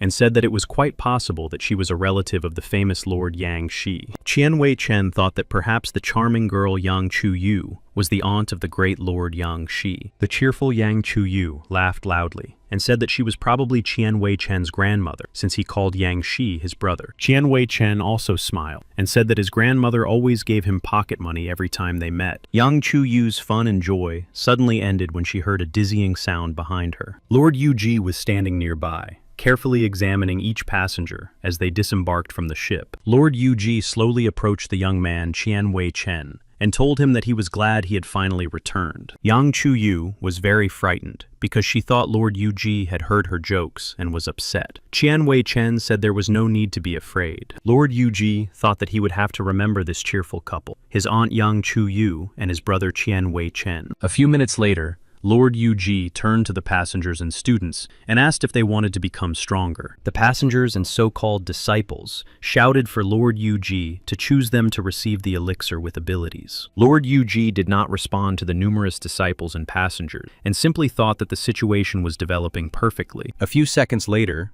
Lord Yuji used his unique ability to demonstrate his spiritual power. The poor disciples felt a dizzying pain in their heads and began to scream loudly. The guys didn't understand what had happened. The girl Yang Chu Yu also couldn't stand on her feet and knelt down because of the excruciating pain. Lord Yuji reached out his hand to her. Poor Qian Wei Chen also fell to the cold ground and tried to resist the intense pain. Qian Wei Chen gathered his strength in his fist and managed to get back on his feet. The boy thought he would never have imagined that the organization of judges could be so challenging. Qian Wei Chen held on until the very end, but ultimately fell to the cold ground. The poor guy was exhausted. A minute later, Lord Yuji loudly announced that the 18 people who had fallen to the ground last had passed the first test. A day later, at the pinnacle of knowledge in the heavenly palace, Lord Yu welcomed the first worthy disciples. Lord Yu said that the future of all humanity literally depended on the experiment in which the disciples would participate. Lord Yu looked into the faces of the surprised disciple and said that they already knew that their abilities had been awakened completely by accident. Lord Yu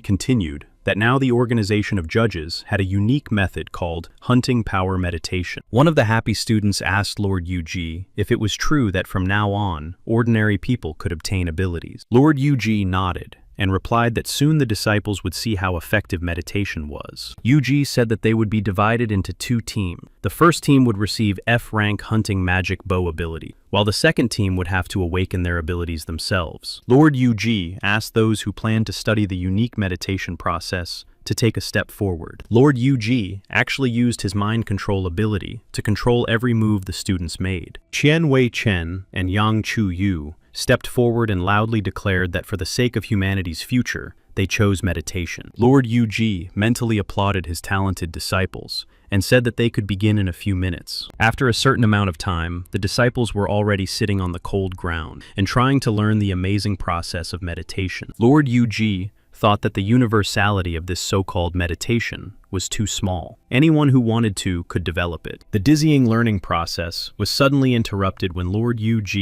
realized that the southern continent and the chain of islands were calling him. Lord Yu thought that what he had just spoken aloud had happened too quickly. It was very strange. Meanwhile, the organization of judges was already preparing for the upcoming dizzying battle with powerful monsters. The Moon Wolf stood at the front, telling the other members of the organization of judges to prepare to attack the monsters. A few minutes later, loud, piercing explosions rang out from the clash between the members of the judges' organization and the monsters. Mr. Liu Yuan, in the form of a shaggy werewolf, also fought the bloodthirsty monsters and tried not to fall face down in the mud. Mr. Liu Yuan dodged the monster's terrifying blow and even managed to grab it by its huge paw. A few seconds later, Liu Yuan, in the form of a huge werewolf, slammed the monster to the ground and said that it had no right to attack first. The Moon Wolf watched the actions of the powerful Lord Liu Yuan closely and thought that the battle was going quite well. The Moon Wolf thought that soon he would need to come up with a new animal that would also take direct part in the battles. The Moon Wolf did not notice a mysterious monster approaching him at great speed, which subsequently struck him on the head. A few seconds later, the Moon Wolf plunged into the depths of the sea and thought that he should not have been distracted by his thoughts. The Moon Wolf slowly sank to the bottom of the sea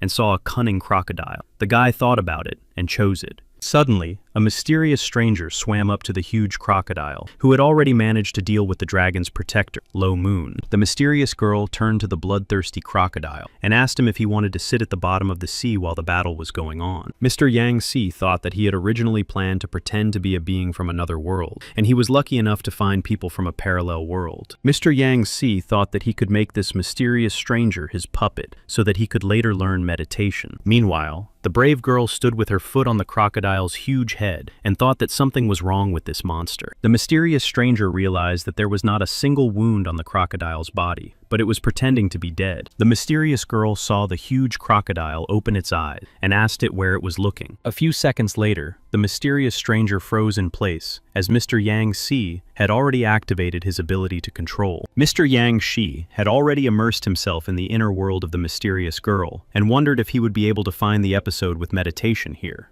After a certain amount of time, Mr. Yang Si was very happy and shouted that he had managed to find the necessary fragments in her memory. Mr. Yang Si had already selected the desired episode and prepared to watch the selected picture. The guy anticipated victory. Meanwhile, the mysterious stranger somehow began to glow dark blue, and a strange pattern appeared on her forehead. Mr. Yang Si did not understand what had happened, and was very frightened because he felt resistance to control for the first time. Mr. Yang Si realized that when he tried to interact with his memories of meditation, some kind of magical seal had been activated. Mr. Yang Si continued to think that the body of a person from another world could burn to ashes in order to protect information about meditation. Mr. Yang Si thought he was very lucky that he quickly fixed everything, as it could have ended very sadly. Meanwhile, the battle between the members of the organization of judges and monsters from another world was over. The monsters lost badly. The mysterious girl sat astride a huge whale and tried to escape from the scene of the dizzying battle. The mysterious girl thought she had to leave this place temporarily, but she promised to return soon.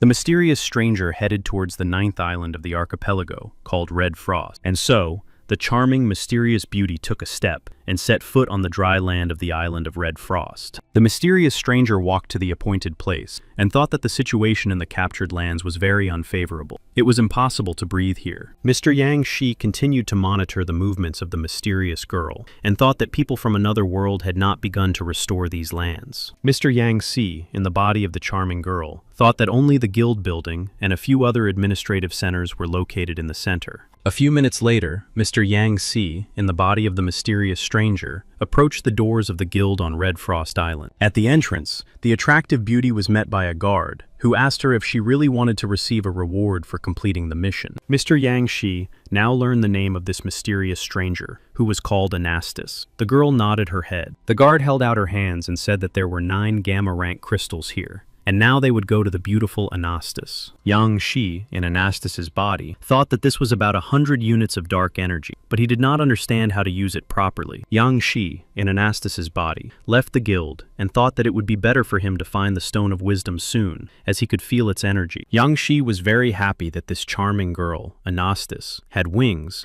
and he could easily fly away in the right direction. After some time, Yang Si, in the body of the attractive stranger Anastas, landed near a giant cave. Mr. Yang Shi's calmness in Anastas's body was shattered when he saw a snake's head approaching near the huge cave. Anastasia looked closely at the head of the giant snake, which began to hiss strangely when it saw the cute, modest girl. Mr. Yang Shi, in Anastas's body, loudly ordered the bloodthirsty, insolent snake to shut its mouth. The beast was greatly surprised and even frightened. The giant snake obeyed the order and slowly slithered away. Anastas rejoiced in her so-called victory over the monster. Mr. Yang Shi thought that he needed to understand how Anastas made the other monsters obey her and carry out her orders. And now Anastas was once again approaching the mysterious door. Mr. Yang Si noticed that people had been living here for a long time. Mr. Yang Shi, in the body of the charming beauty Anastas, wondered if behind this door was the very same daimon who kept the Stone of Wisdom. Mr. Yang Si, in the body of Anastas, slowly opened the door to see what was really behind it. Mr. Yang Si, in the body of the charming girl Anastas, decided to enter the room and stopped in the center of the room to look around. Mr. Yang Si began to worry greatly when something started to happen to the body of the attractive beauty Anastas. A few seconds later, Mr. Yang Shi saw a magical window of unknown origin appear in the space. The mystical window was a kind of amazing labyrinth, which later turned out to be the right decision. A door opened, behind which was a huge chest. Mr. Yang Si, in Anastas's body, did not understand anything and came closer. Anastas looked closely at the mysterious chest and did not understand how it could actually be opened. Mr. Yang Si's calmness in the body of the charming girl Anastas was shattered when a strange man appeared behind him. The mysterious man asked Anastas if she was from the Sequel family and how the colonists from the Ossid Plain had managed to break through the defenses. The mysterious man was very upset because he thought that the blue star was supposed to perform a real miracle. Yang Shi transformed and said that he was the lucky one who managed to find the reference book. The guy introduced himself as a member of the blue race. Mr. Yan Si realized that he was standing before the legendary Master Daimon, who had hidden the book with the secret records. Master Daimon said that he was interested and asked the boy to tell him his name so that he could understand who he was dealing with. Mr. Yang Si decided to trick Master Daimon and introduced himself as the legendary Mr. Liu Yuan.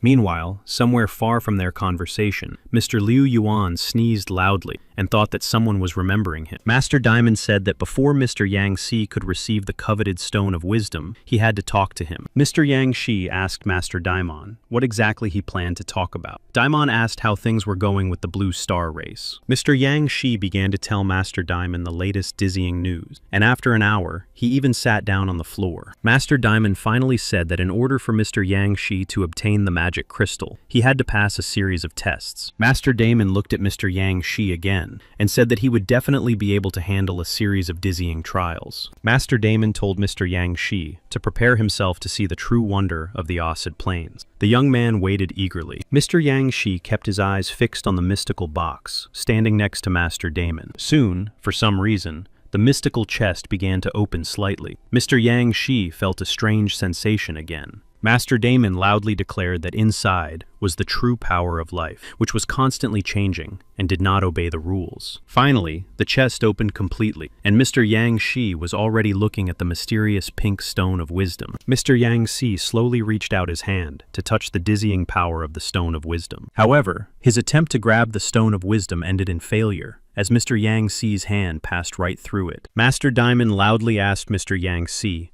what he was waiting for. He had to get this stone of wisdom as quickly as possible. Mr. Yang Shi wondered why he had been unable to touch the mysterious stone of wisdom. Mr. Yang Xi decided to make another painful attempt to grab the mystical stone of wisdom, but it also ended in failure. Master Diamond said that the situation in which Mr. Yang Xi was unable to touch the stone of destiny was strange. It was as if the stone hated him. Suddenly, Mr. Yang Xi stood up and said that someone was approaching quickly and that they needed to hide as soon as possible. However, Master Diamond replied that he had waited too long for his guests to arrive and was not going to hide from honorable and respected people. But Mr. Yang Xi was no longer listening to the powerful Master Daimon and closed the mystical door. Poor Master Diamond shouted that Mr. Yang Xi should not have done so, as she wanted to talk a little more. Mr. Yang Xi quickly transformed into the charming girl, Anastas, and soon heard a man's voice asking a strange question. It was the son of the Lord of the Bright City, Duran Kate, who turned to Anastas and asked the beauty what she was doing there. Mr. Yang Xi, in Anastas's body, realized that Duran Keith was one of her suitors who wanted to marry her because of her pure lineage. Mr. Yang Xi, in the body of the charming girl, Anastas, decided to respond very arrogantly and boldly, and said that it was none of his business. Offended,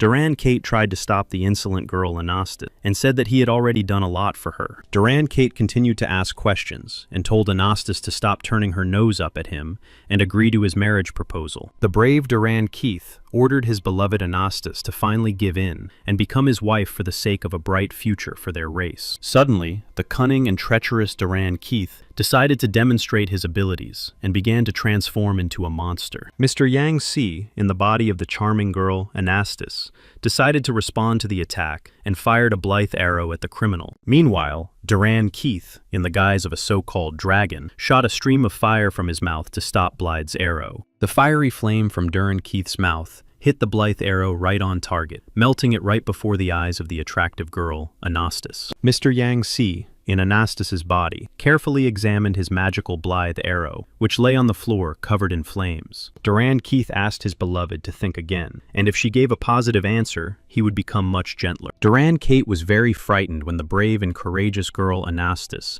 suddenly performed a terrifying maneuver. Anastas jumped into the small flame on the floor and said that she would not give up to Duran Keith. Duran Kate watched the dizzying consequences closely and said that Anastas could lose her life. A few seconds later, Duran Kate decided to jump after his attractive bride Anastas, thinking that he could save her. After a while, Duran Kate emerged from the fiery pit and said that nothing remained of the stunning beauty Anastas. Duran Kate's assistants and bodyguards came to his aid and assured him that Anastas had simply run away in an unknown direction. None of the bodyguards realized that the person standing before them was no longer their master Duran Keith, but the powerful Yang Xi. Duran Kate decided not to focus on his fiancée Anastas and ordered his guards that it was time to leave. Suddenly, Duran Keith stopped when he saw a figure who told him that Duran should never suffer losses in matters of love. Master Yang Xi, in the body of the courageous Duran Keith, decided to ask the mysterious figure who he really was. The mysterious figure quickly replied that he was just an ordinary mercenary. Duran Keith said that he should not get involved in matters that did not concern him. Mr. Yang Xi thought that,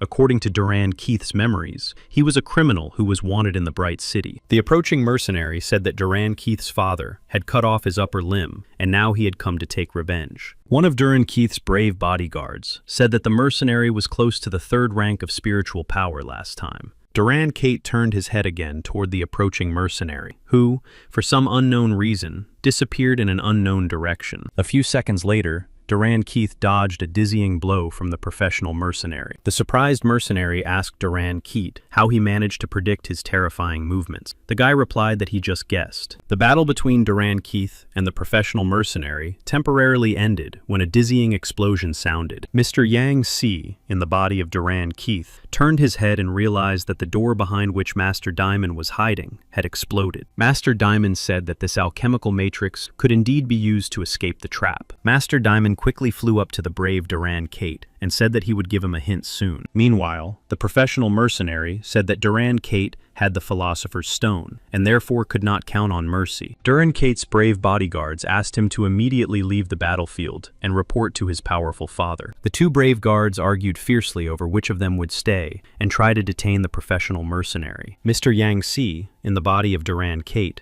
thought that people in this world also had no divisions between good and evil. Master Damon said that 2 people with the 3rd level and 2 with the 2nd level would never be able to fight him on equal terms. Master Diamond turned to the brave bodyguard Duran Kate and asked him to hit as hard as possible to absorb his energy. Meanwhile, the professional mercenary had already opened the magic chest to seize the famous Stone of Wisdom. The naive professional mercenary, like Mr. Yang Si, tried to grab the Stone of Wisdom, but the attempt ended in failure. The frightened professional mercenary began to shout loudly, not understanding the real reason why he could not take the Stone of Wisdom for himself. Duran Keith quickly replied that the Stone of Wisdom chooses its new owner on its own, and now the mercenary would get nothing. Meanwhile, Duran Kate's experienced guards began to transform into powerful beasts and tried to attack the mercenary. Duran Kate's 2nd bodyguard also turned into a real monster. The sight of the ferocious monsters was truly terrifying. However, the first attempt to attack the professional mercenary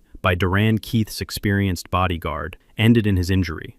Duran Kate's 2nd bodyguard managed to grab the professional mercenary's sharp blade and turned his head toward his master. Duran's bodyguard, Kate, asked her master to try attacking the professional mercenary with dragon breath. Duran Keith nodded, and in the next moment, attacked the professional mercenary with dragon breath. The professional mercenary managed to react in time to Duran Keith's dizzying attack. The professional mercenary jumped out of the way of the dragon's breath and miraculously survived. The poor guy was exhausted. Duran Keith approached his responsible bodyguard and took him by the hand. They tried to flee the battlefield. Meanwhile, the powerful Master Daimon constantly absorbed the dark energy that emanated during the dizzying battle. A few seconds later, Master Diamond raised his finger, as if pointing to the sky, and stood still in a waiting mode. A terrifying pink stream of crazy energy descended toward Master Diamond, indicating that he had almost completely recovered. Master Diamond looked intently at the sky and said that he did not expect such a huge hole to form after his recovery. Master Diamond said that a strong and very greedy person would return as soon as possible for another meeting. Meanwhile, huge bloodthirsty birds began to fly out of the spatial portal in the sky, clearly planning to attack people. The giant bird constantly circled in the sky, as if looking for its next victim to attack. The disciples who were hanging in the air asked each other what those pink rays of light were from which the terrible beasts had flown out. One of the outstanding students said that these birds were most likely guarding secret treasures, as they were much more sensitive than ordinary people. Master Diamond flew up to Duran Keith and told him to listen to him very carefully, or he would reveal his true identity. Mr. Yang Shi, in the guise of Duran Keith, nodded and asked if the Stone of Wisdom was the work of his powerful hands. Master Diamond was very surprised and asked Duran Keith when he had managed to figure him out. Yang Shi asked what he could do for him. Master Diamond said that he needed to make people fight. The more innocent victims there were, the stronger he would become. Mr. Yang Shi thought that Master Daimon planned to absorb energy through battles and then simply escape. One of the wounded bodyguards told Duran Kate to wait until the famous Snake, a 4th type master, appeared. The professional mercenary said that Duran Kate was very lucky this time, and that if he survived, he would never fall behind them. The professional mercenary turned around and was already planning to flee in an unknown direction. The guy had practically disappeared. However, the professional mercenary's attempt to leave the battlefield failed, and he froze in agony. The poor professional mercenary screamed in pain and then simply fell to the cold ground, showing no signs of life. Duran's bodyguard, Kate, had already transformed into human form and asked her master if he should check on the mercenary. Mr. Yang Si wondered what the real reason was, that the Stone of Wisdom had taken the life of this professional mercenary. However, the situation changed dramatically when the immobilized professional mercenary began to glow with a pink light. In a moment,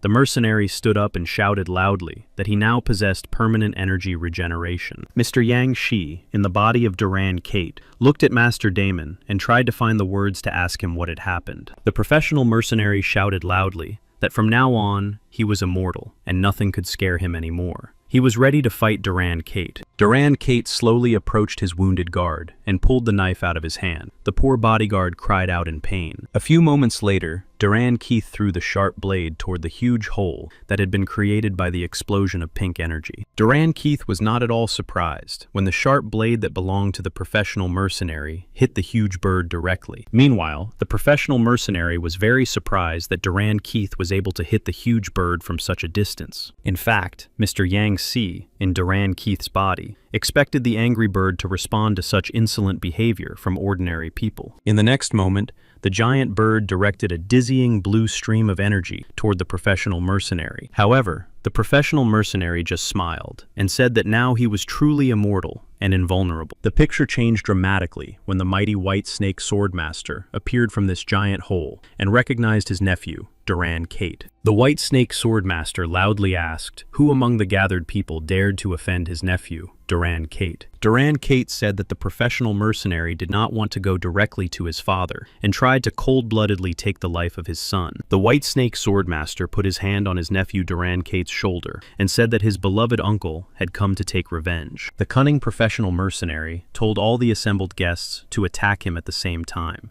The professional mercenary also added that now he could show the insolent upstarts his true strength and power. Duran Kate's assistants looked at the professional mercenary and understood that this was a real provocation on his part. The White Snake Swordmaster said that they did not need to attack the professional mercenary because he was going to cut him in half. The White Snake Swordmaster said loudly that he wanted to see how long the professional mercenary could withstand his attack. A few seconds later, the White Snake Swordmaster raised his legendary sharp blade, and something strange began to happen. A thick fog spread around the gathered people, obscuring their vision. However, the professional mercenary eventually managed to make out a huge poisonous snake appearing in the fog. The professional mercenary even tried to stab his leg with a knife so that the excruciating pain would help him come to his senses. Meanwhile, the giant poisonous snake had almost crushed the poor professional mercenary, who was suffering from dizzying pain. The White Snake Swordmaster asked her nephew, Duran Kate, if that mythical crystal was indeed the Stone of Wisdom. Duran Kate shrugged and said that it didn't matter, because soon the Stone of Wisdom would belong to the White Snake Swordmaster. The White Snake Swordmaster began to laugh loudly and said that when he got the Stone of Wisdom, he would definitely share the reward with his nephew. Meanwhile, around the corner,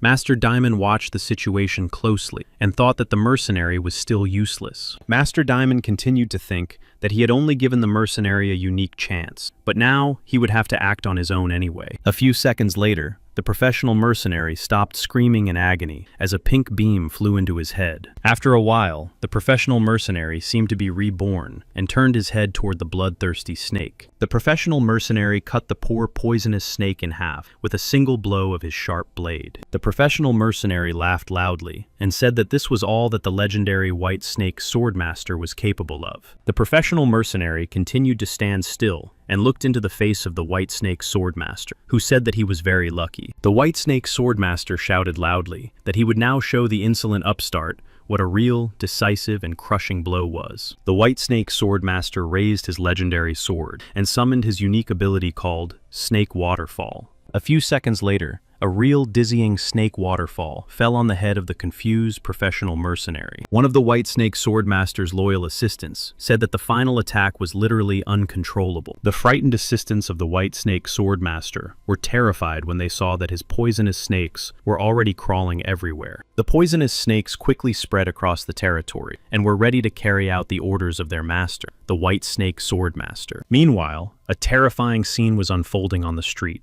A giant blue whale that could fly was slowly approaching the main characters. Frightened people clutched their heads and were already planning where to run after the dizzying attack from this huge whale. The alarmed people were right, because a few minutes later, a destructive beam of light came out of the blue whale's huge mouth. The destructive beam of light approached the poisonous snakes that had spread across the ground at lightning speed. Soon, the destructive beam of light also headed towards the loyal assistants of the White Snake Swordmaster. One of Duran Keith's bodyguards, named Ma Chiao, suddenly began to disappear right before the eyes of his comrades and friends. Duran Keith was terrified because Ma Chiao had saved his life more than once. The guy couldn't bear to watch his friend lose his life. The second bodyguard also opened his mouth in dizzying surprise and sadness, as he had not planned to see Ma Chiao for the last time today. The second bodyguard quickly transformed into a powerful monster and shouted that he must avenge his comrade Ma Chiao. However, Durand Keith decided to stop the naive bodyguard, who was clearly unable to withstand such a powerful force. Durand Keith said that he would swear here and now that he would soon deal with this hateful blue whale. The second bodyguard obeyed and stopped. The man turned his head and noticed that the cold bodies had begun to disappear for some reason. Durand Keith also turned his head and saw that a mysterious alchemical circle with enigmatic patterns inside had appeared on the floor. Durand Keith continued to watch as the cold bodies of his companions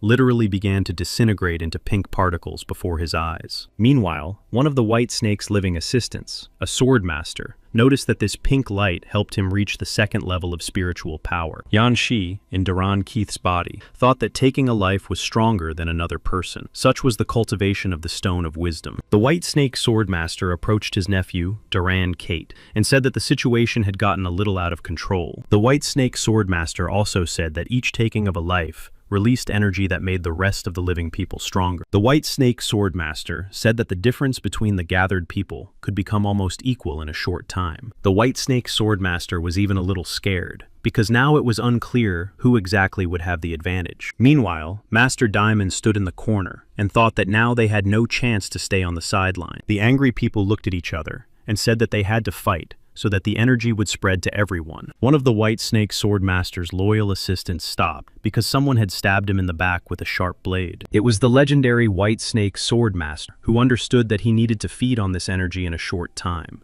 The frightened people understood that the White Snake Swordmaster was ready to go to the most extreme measures to feed on the energy, so they ran away. The White Snake Swordmaster turned his head to his nephew, Durand Kate, and told him to hold on to him and stay safe. Durand Keith told his uncle, the White Snake Swordmaster, that he clearly had his own reasons for such dizzying actions. The White Snake Swordmaster laughed and said that he now had a worthy heir who was capable of literally conquering the world. Meanwhile, the professional mercenary was already wiping the red liquid from his sword and telling the others to also take the lives of everyone around them. The professional mercenary said that if the White Snake attacked, he would not have a single chance of victory. A few seconds later, the cunning and very treacherous mercenary was already absorbing the dizzying dark energy. The frightened people did not want to take part in this horrific scene and tried to leave the area immediately. However, the frightened people were unable to escape from this treacherous room because a strange mystical wall had formed. A charming girl, the Queen of the Broken Lotus, appeared on the horizon and asked the people where they were going. The charming girl, the Queen of the Broken Lotus,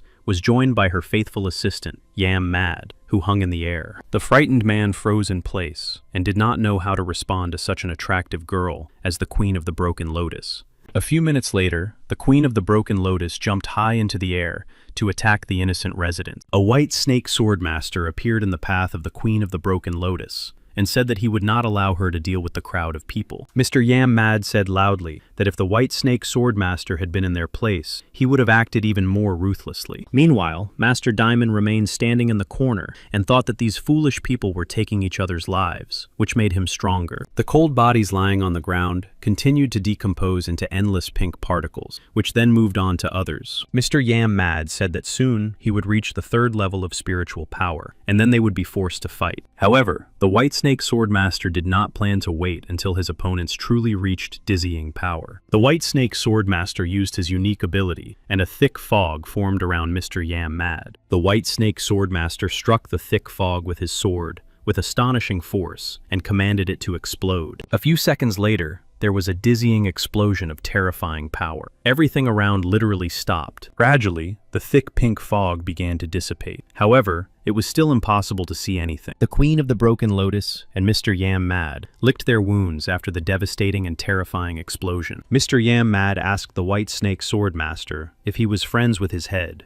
as the poor man had lost his own arm. However, the brave White Snake Swordmaster said that he had his own plans for a bright future. The White Snake Swordmaster also lost his arm for some reason, and suddenly noticed a professional mercenary approaching him. Naturally, the White Snake Swordmaster managed to dodge the professional mercenary's dizzying attack and stabbed his sword into his chest. The professional mercenary just laughed and said that the White Snake Swordmaster must have forgotten that he had infinite regeneration. However, the White Snake Swordmaster looked into the eyes of the professional mercenary and asked him if he was 100% sure. The frightened professional mercenary looked at his numerous wounds and did not understand why they were not healing. The White Snake Swordmaster said that he felt sorry for the mercenary because the Stone of Wisdom had ultimately chosen him. The professional mercenary still did not believe the words of the White Snake Swordmaster and said in a quiet voice that the Stone of Wisdom was on his side. However, the White Snake Swordmaster kicked the naive mercenary in the head, and his opponent's cold body fell to the ground.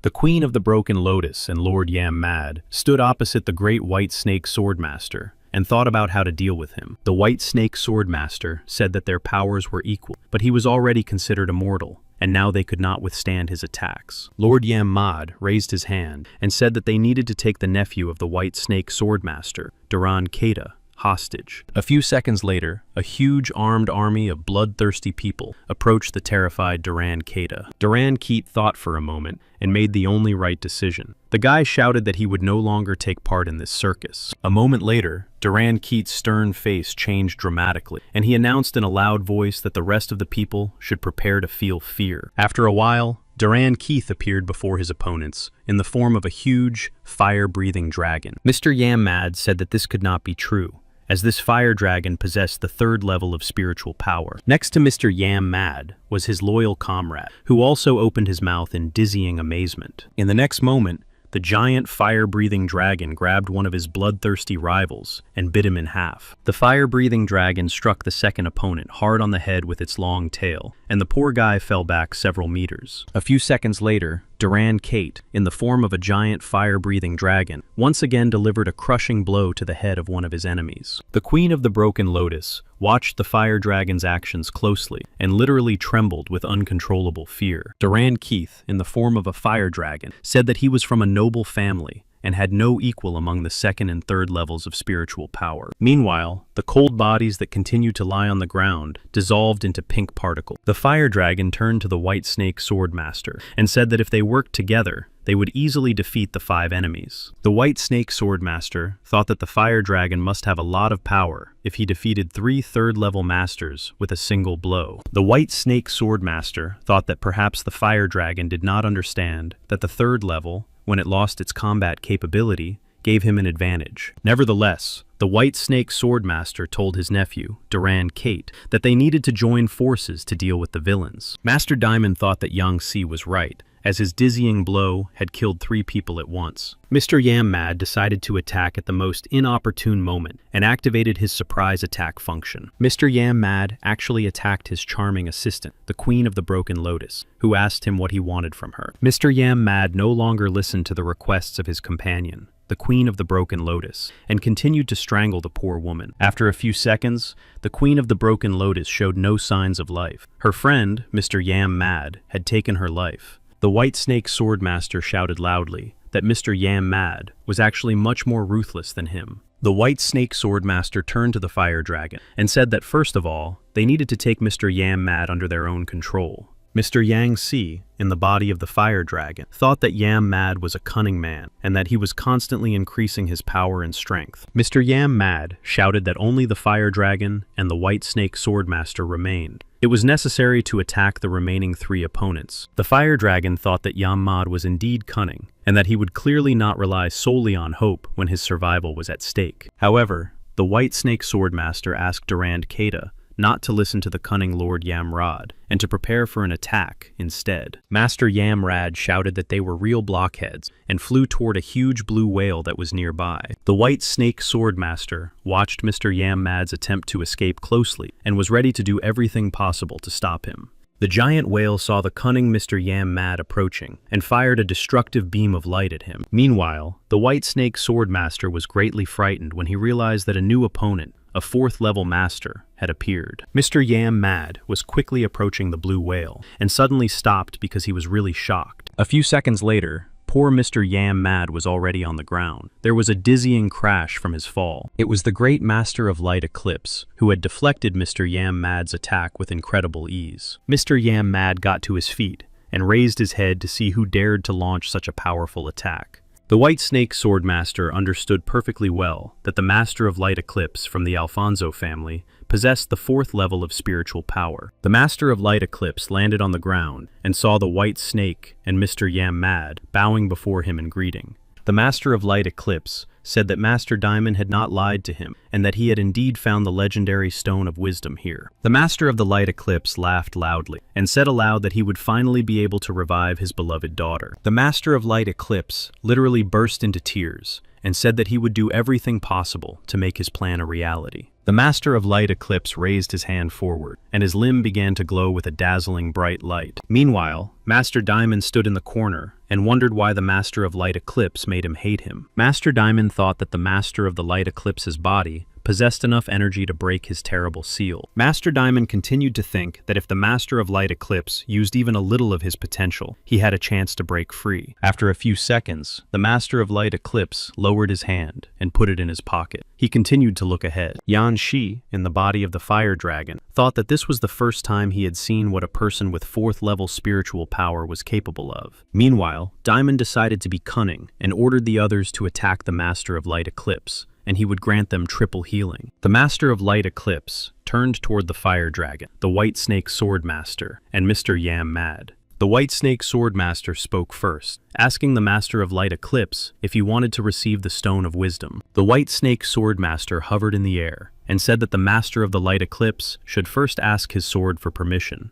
The Master of the Solar Eclipse began to slowly rise into the air and asked the White Snake Swordmaster why he dared to stop him. The Master of Light Eclipse turned his head toward the fire dragon and asked if he was also on the side of the White Snake Swordmaster. Yang Shi, in the body of the fire dragon, thought that he still had an ace up his sleeve, but he really wanted to see the power of the 4th level. Yang Shi, in the body of the huge fire dragon, approached his so-called uncle, the White Snake Swordmaster. Durand Keith, in the form of a fire dragon, said that the White Snake Swordmaster was his uncle, and that he would fight exclusively on his side. Mr. Yam Mad also thought that it would definitely not hurt him to experience the dizzying power of the 4th stage for himself. The Master of Light Eclipse thought that the situation was developing in an unusual way, and that he needed to train first. The Master of the Light Eclipse grabbed the legendary blade in his hand and prepared to attack his naive opponents. The Master of Light Eclipse said that his opponents were well aware of their level, and still decided to go against such a powerful opponent.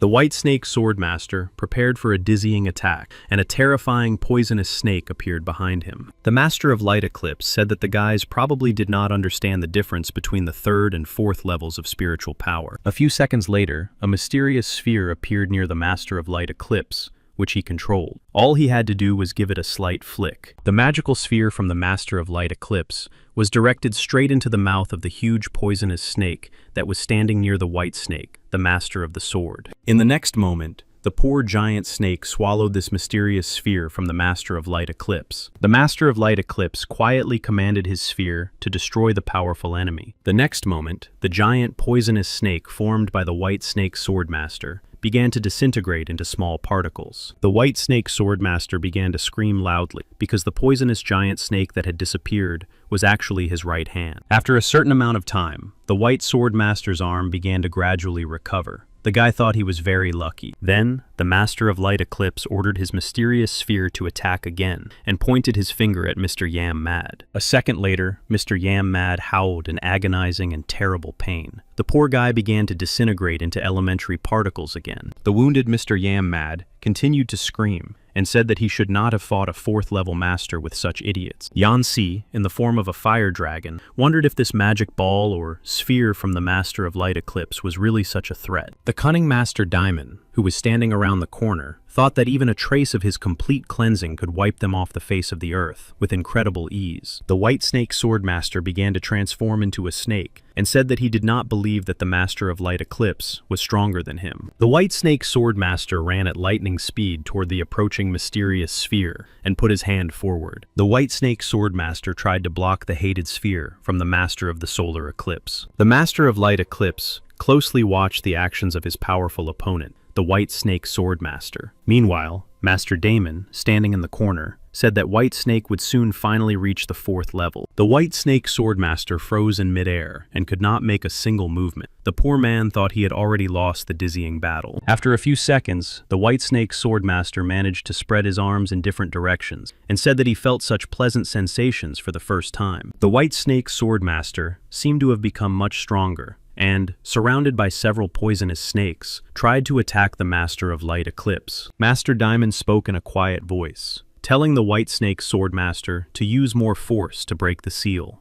The Master of Light Eclipse was a little scared, because he felt that the White Snake Swordmaster had almost reached the next level. Yang Shi, in the body of Durand Kata, also noticed that the White Snake Swordmaster was on the verge of reaching the 4th level of spiritual power. For some reason, Yang Shi in Durand Kata's body began to feel a certain vulnerability in his unique ability to steal talents. Mr. Yang Si continued to wonder if the White Snake Swordmaster could melt or even turn into real energy. Meanwhile, the Master of Light Eclipse said that as soon as he obtained the coveted Stone of Wisdom, he would resurrect his beloved daughter. The cunning Master Daimon smiled and said that there was very little left to finally break the hated seal. Master Diamond saw that the Master of the Light Eclipse had decided to use a sneak attack. He couldn't let that happen. The Master of Light Eclipse directed several streams of light rays at Diamond, which were supposed to seriously injure him, but the light arrows collided with a pink barrier in the air. Not a single arrow hit Damon's body. Master Daimon thought that thanks to this pink barrier, the arrows from the Master of Light Eclipse had become significantly weaker. The Master of Light Eclipse thought that the Stone of Wisdom was just a stone, and that its qualities and merits should not be overestimated. Gradually, it became clear that the light rays from the Master of Light Eclipse had ultimately broken through the pink barrier. And then the rays of light and arrows hit the body of the White Snake, the Swordmaster. The guy screamed loudly and said that it hurt him very much. The White Snake Swordmaster raised his hand and seemed to see something in the sky. The guy whispered something quietly to himself. After a few seconds, the White Snake Swordmaster realized that he had indeed seen something divine in the sky. No one expected that in the next moment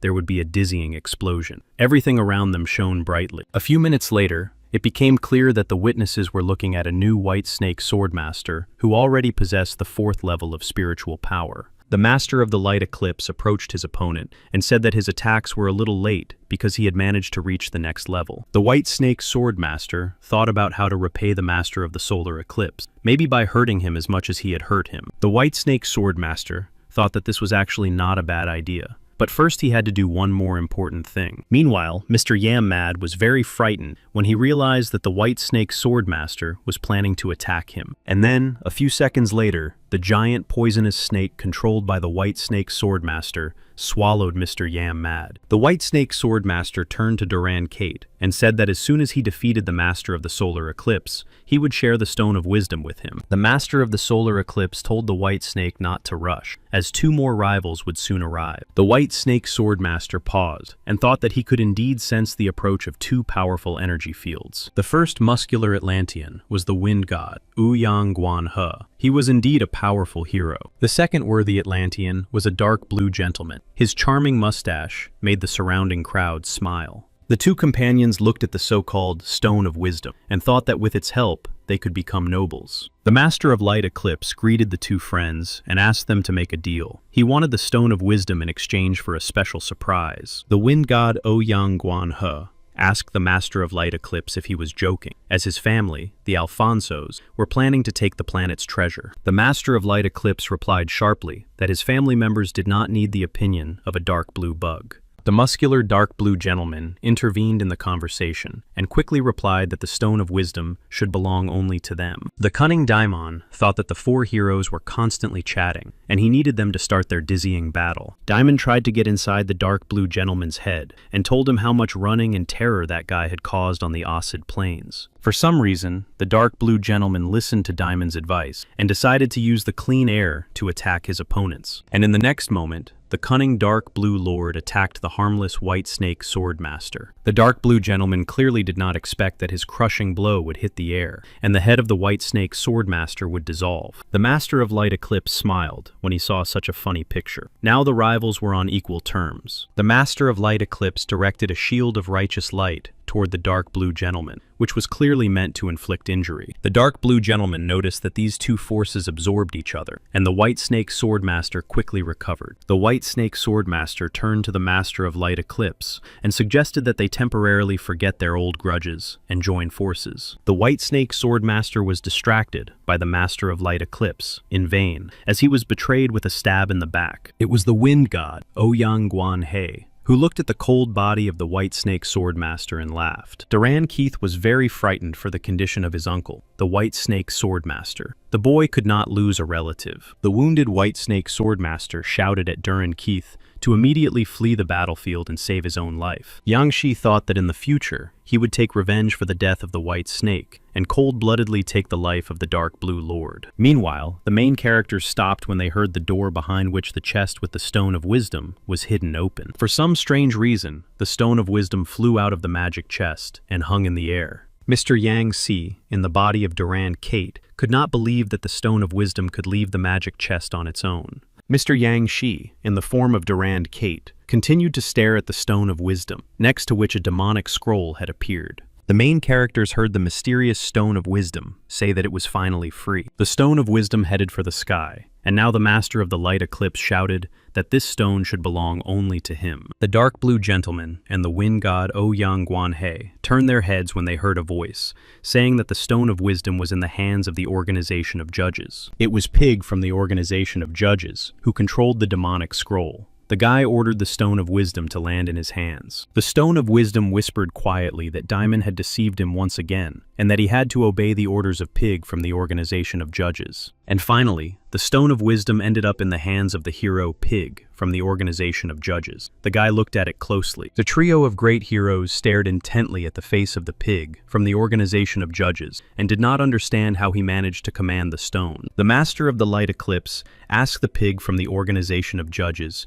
who he really was and asked him to give the Stone of Wisdom to him. The wind god Ouyang Guanhe said loudly that it was one of the zodiac signs of the popular Organization of Judges. The dark blue gentleman said that he had long been in a business relationship with the Organization of Judges, and therefore Pig should share the reward. The Pig from the Judges Organization turned to the dark blue gentleman and said that he had to refuse him because the Stone of Wisdom was of great importance. The dark blue gentleman asked Piggy what the Judges Organization planned to use the power of the Stone of Wisdom for. The hero Pig from the organization asked the dark blue gentleman if he remembered what had happened to the dragon last time. The hero Pig from the Judges Organization said that he planned to use the Stone of Wisdom to revive the legendary dragon. The dark blue gentleman was very surprised when he realized that the Wisdom Stone was capable of reviving people who had lost their lives. The wind god Ouyang Guanhe replied that this rare artifact was originally used in the plains to revive people. The Master of Light Eclipse shouted that it was time to end this boring conversation. The Stone of Wisdom must be in his hands. The dark blue gentleman said that the dark blue race could help the Master of the Solar Eclipse, and he did not mind taking Pig's life. The wind god Ouyang Guanhe said that this relic belonged to all of humanity, and that it was unacceptable to speak in such a tone. The Pig from the Judges Organization turned to the wind god Ouyang Guanhe and said that the two fourth levelers could not do anything to him. The wind god Ouyang Guanhe was very surprised that the Pig from the Organization of Judges spoke so arrogantly about the owners of the fourth step. The wind god Ouyang Guan said that if the Pig from the Judges Organization was so confident, he would just watch from the sidelines. The Master of Light Eclipse was also very surprised that the hero Pig from the Organization of Judges behaved so boldly. The dark blue gentleman looked at the brave Master of the Solar Eclipse's face and nodded his head, letting him know that he would support him. The brave hero Pig from the Judges Organization said that no one was going to attack him, so he had to leave. However, a moment later, the Master of Light Eclipse directed a beam of light at the hero Pig from the Organization of Judges. Pig from the Organization of Judges continued to stand in place and watched closely as the beam of light passed right through him. A few seconds later, Pig from the Judges Organization said that the Master of Light Eclipse had demonstrated considerable power. Pig added that now the power of the fourth level masters was harmless to him. He waited for all those present to leave. In the next moment,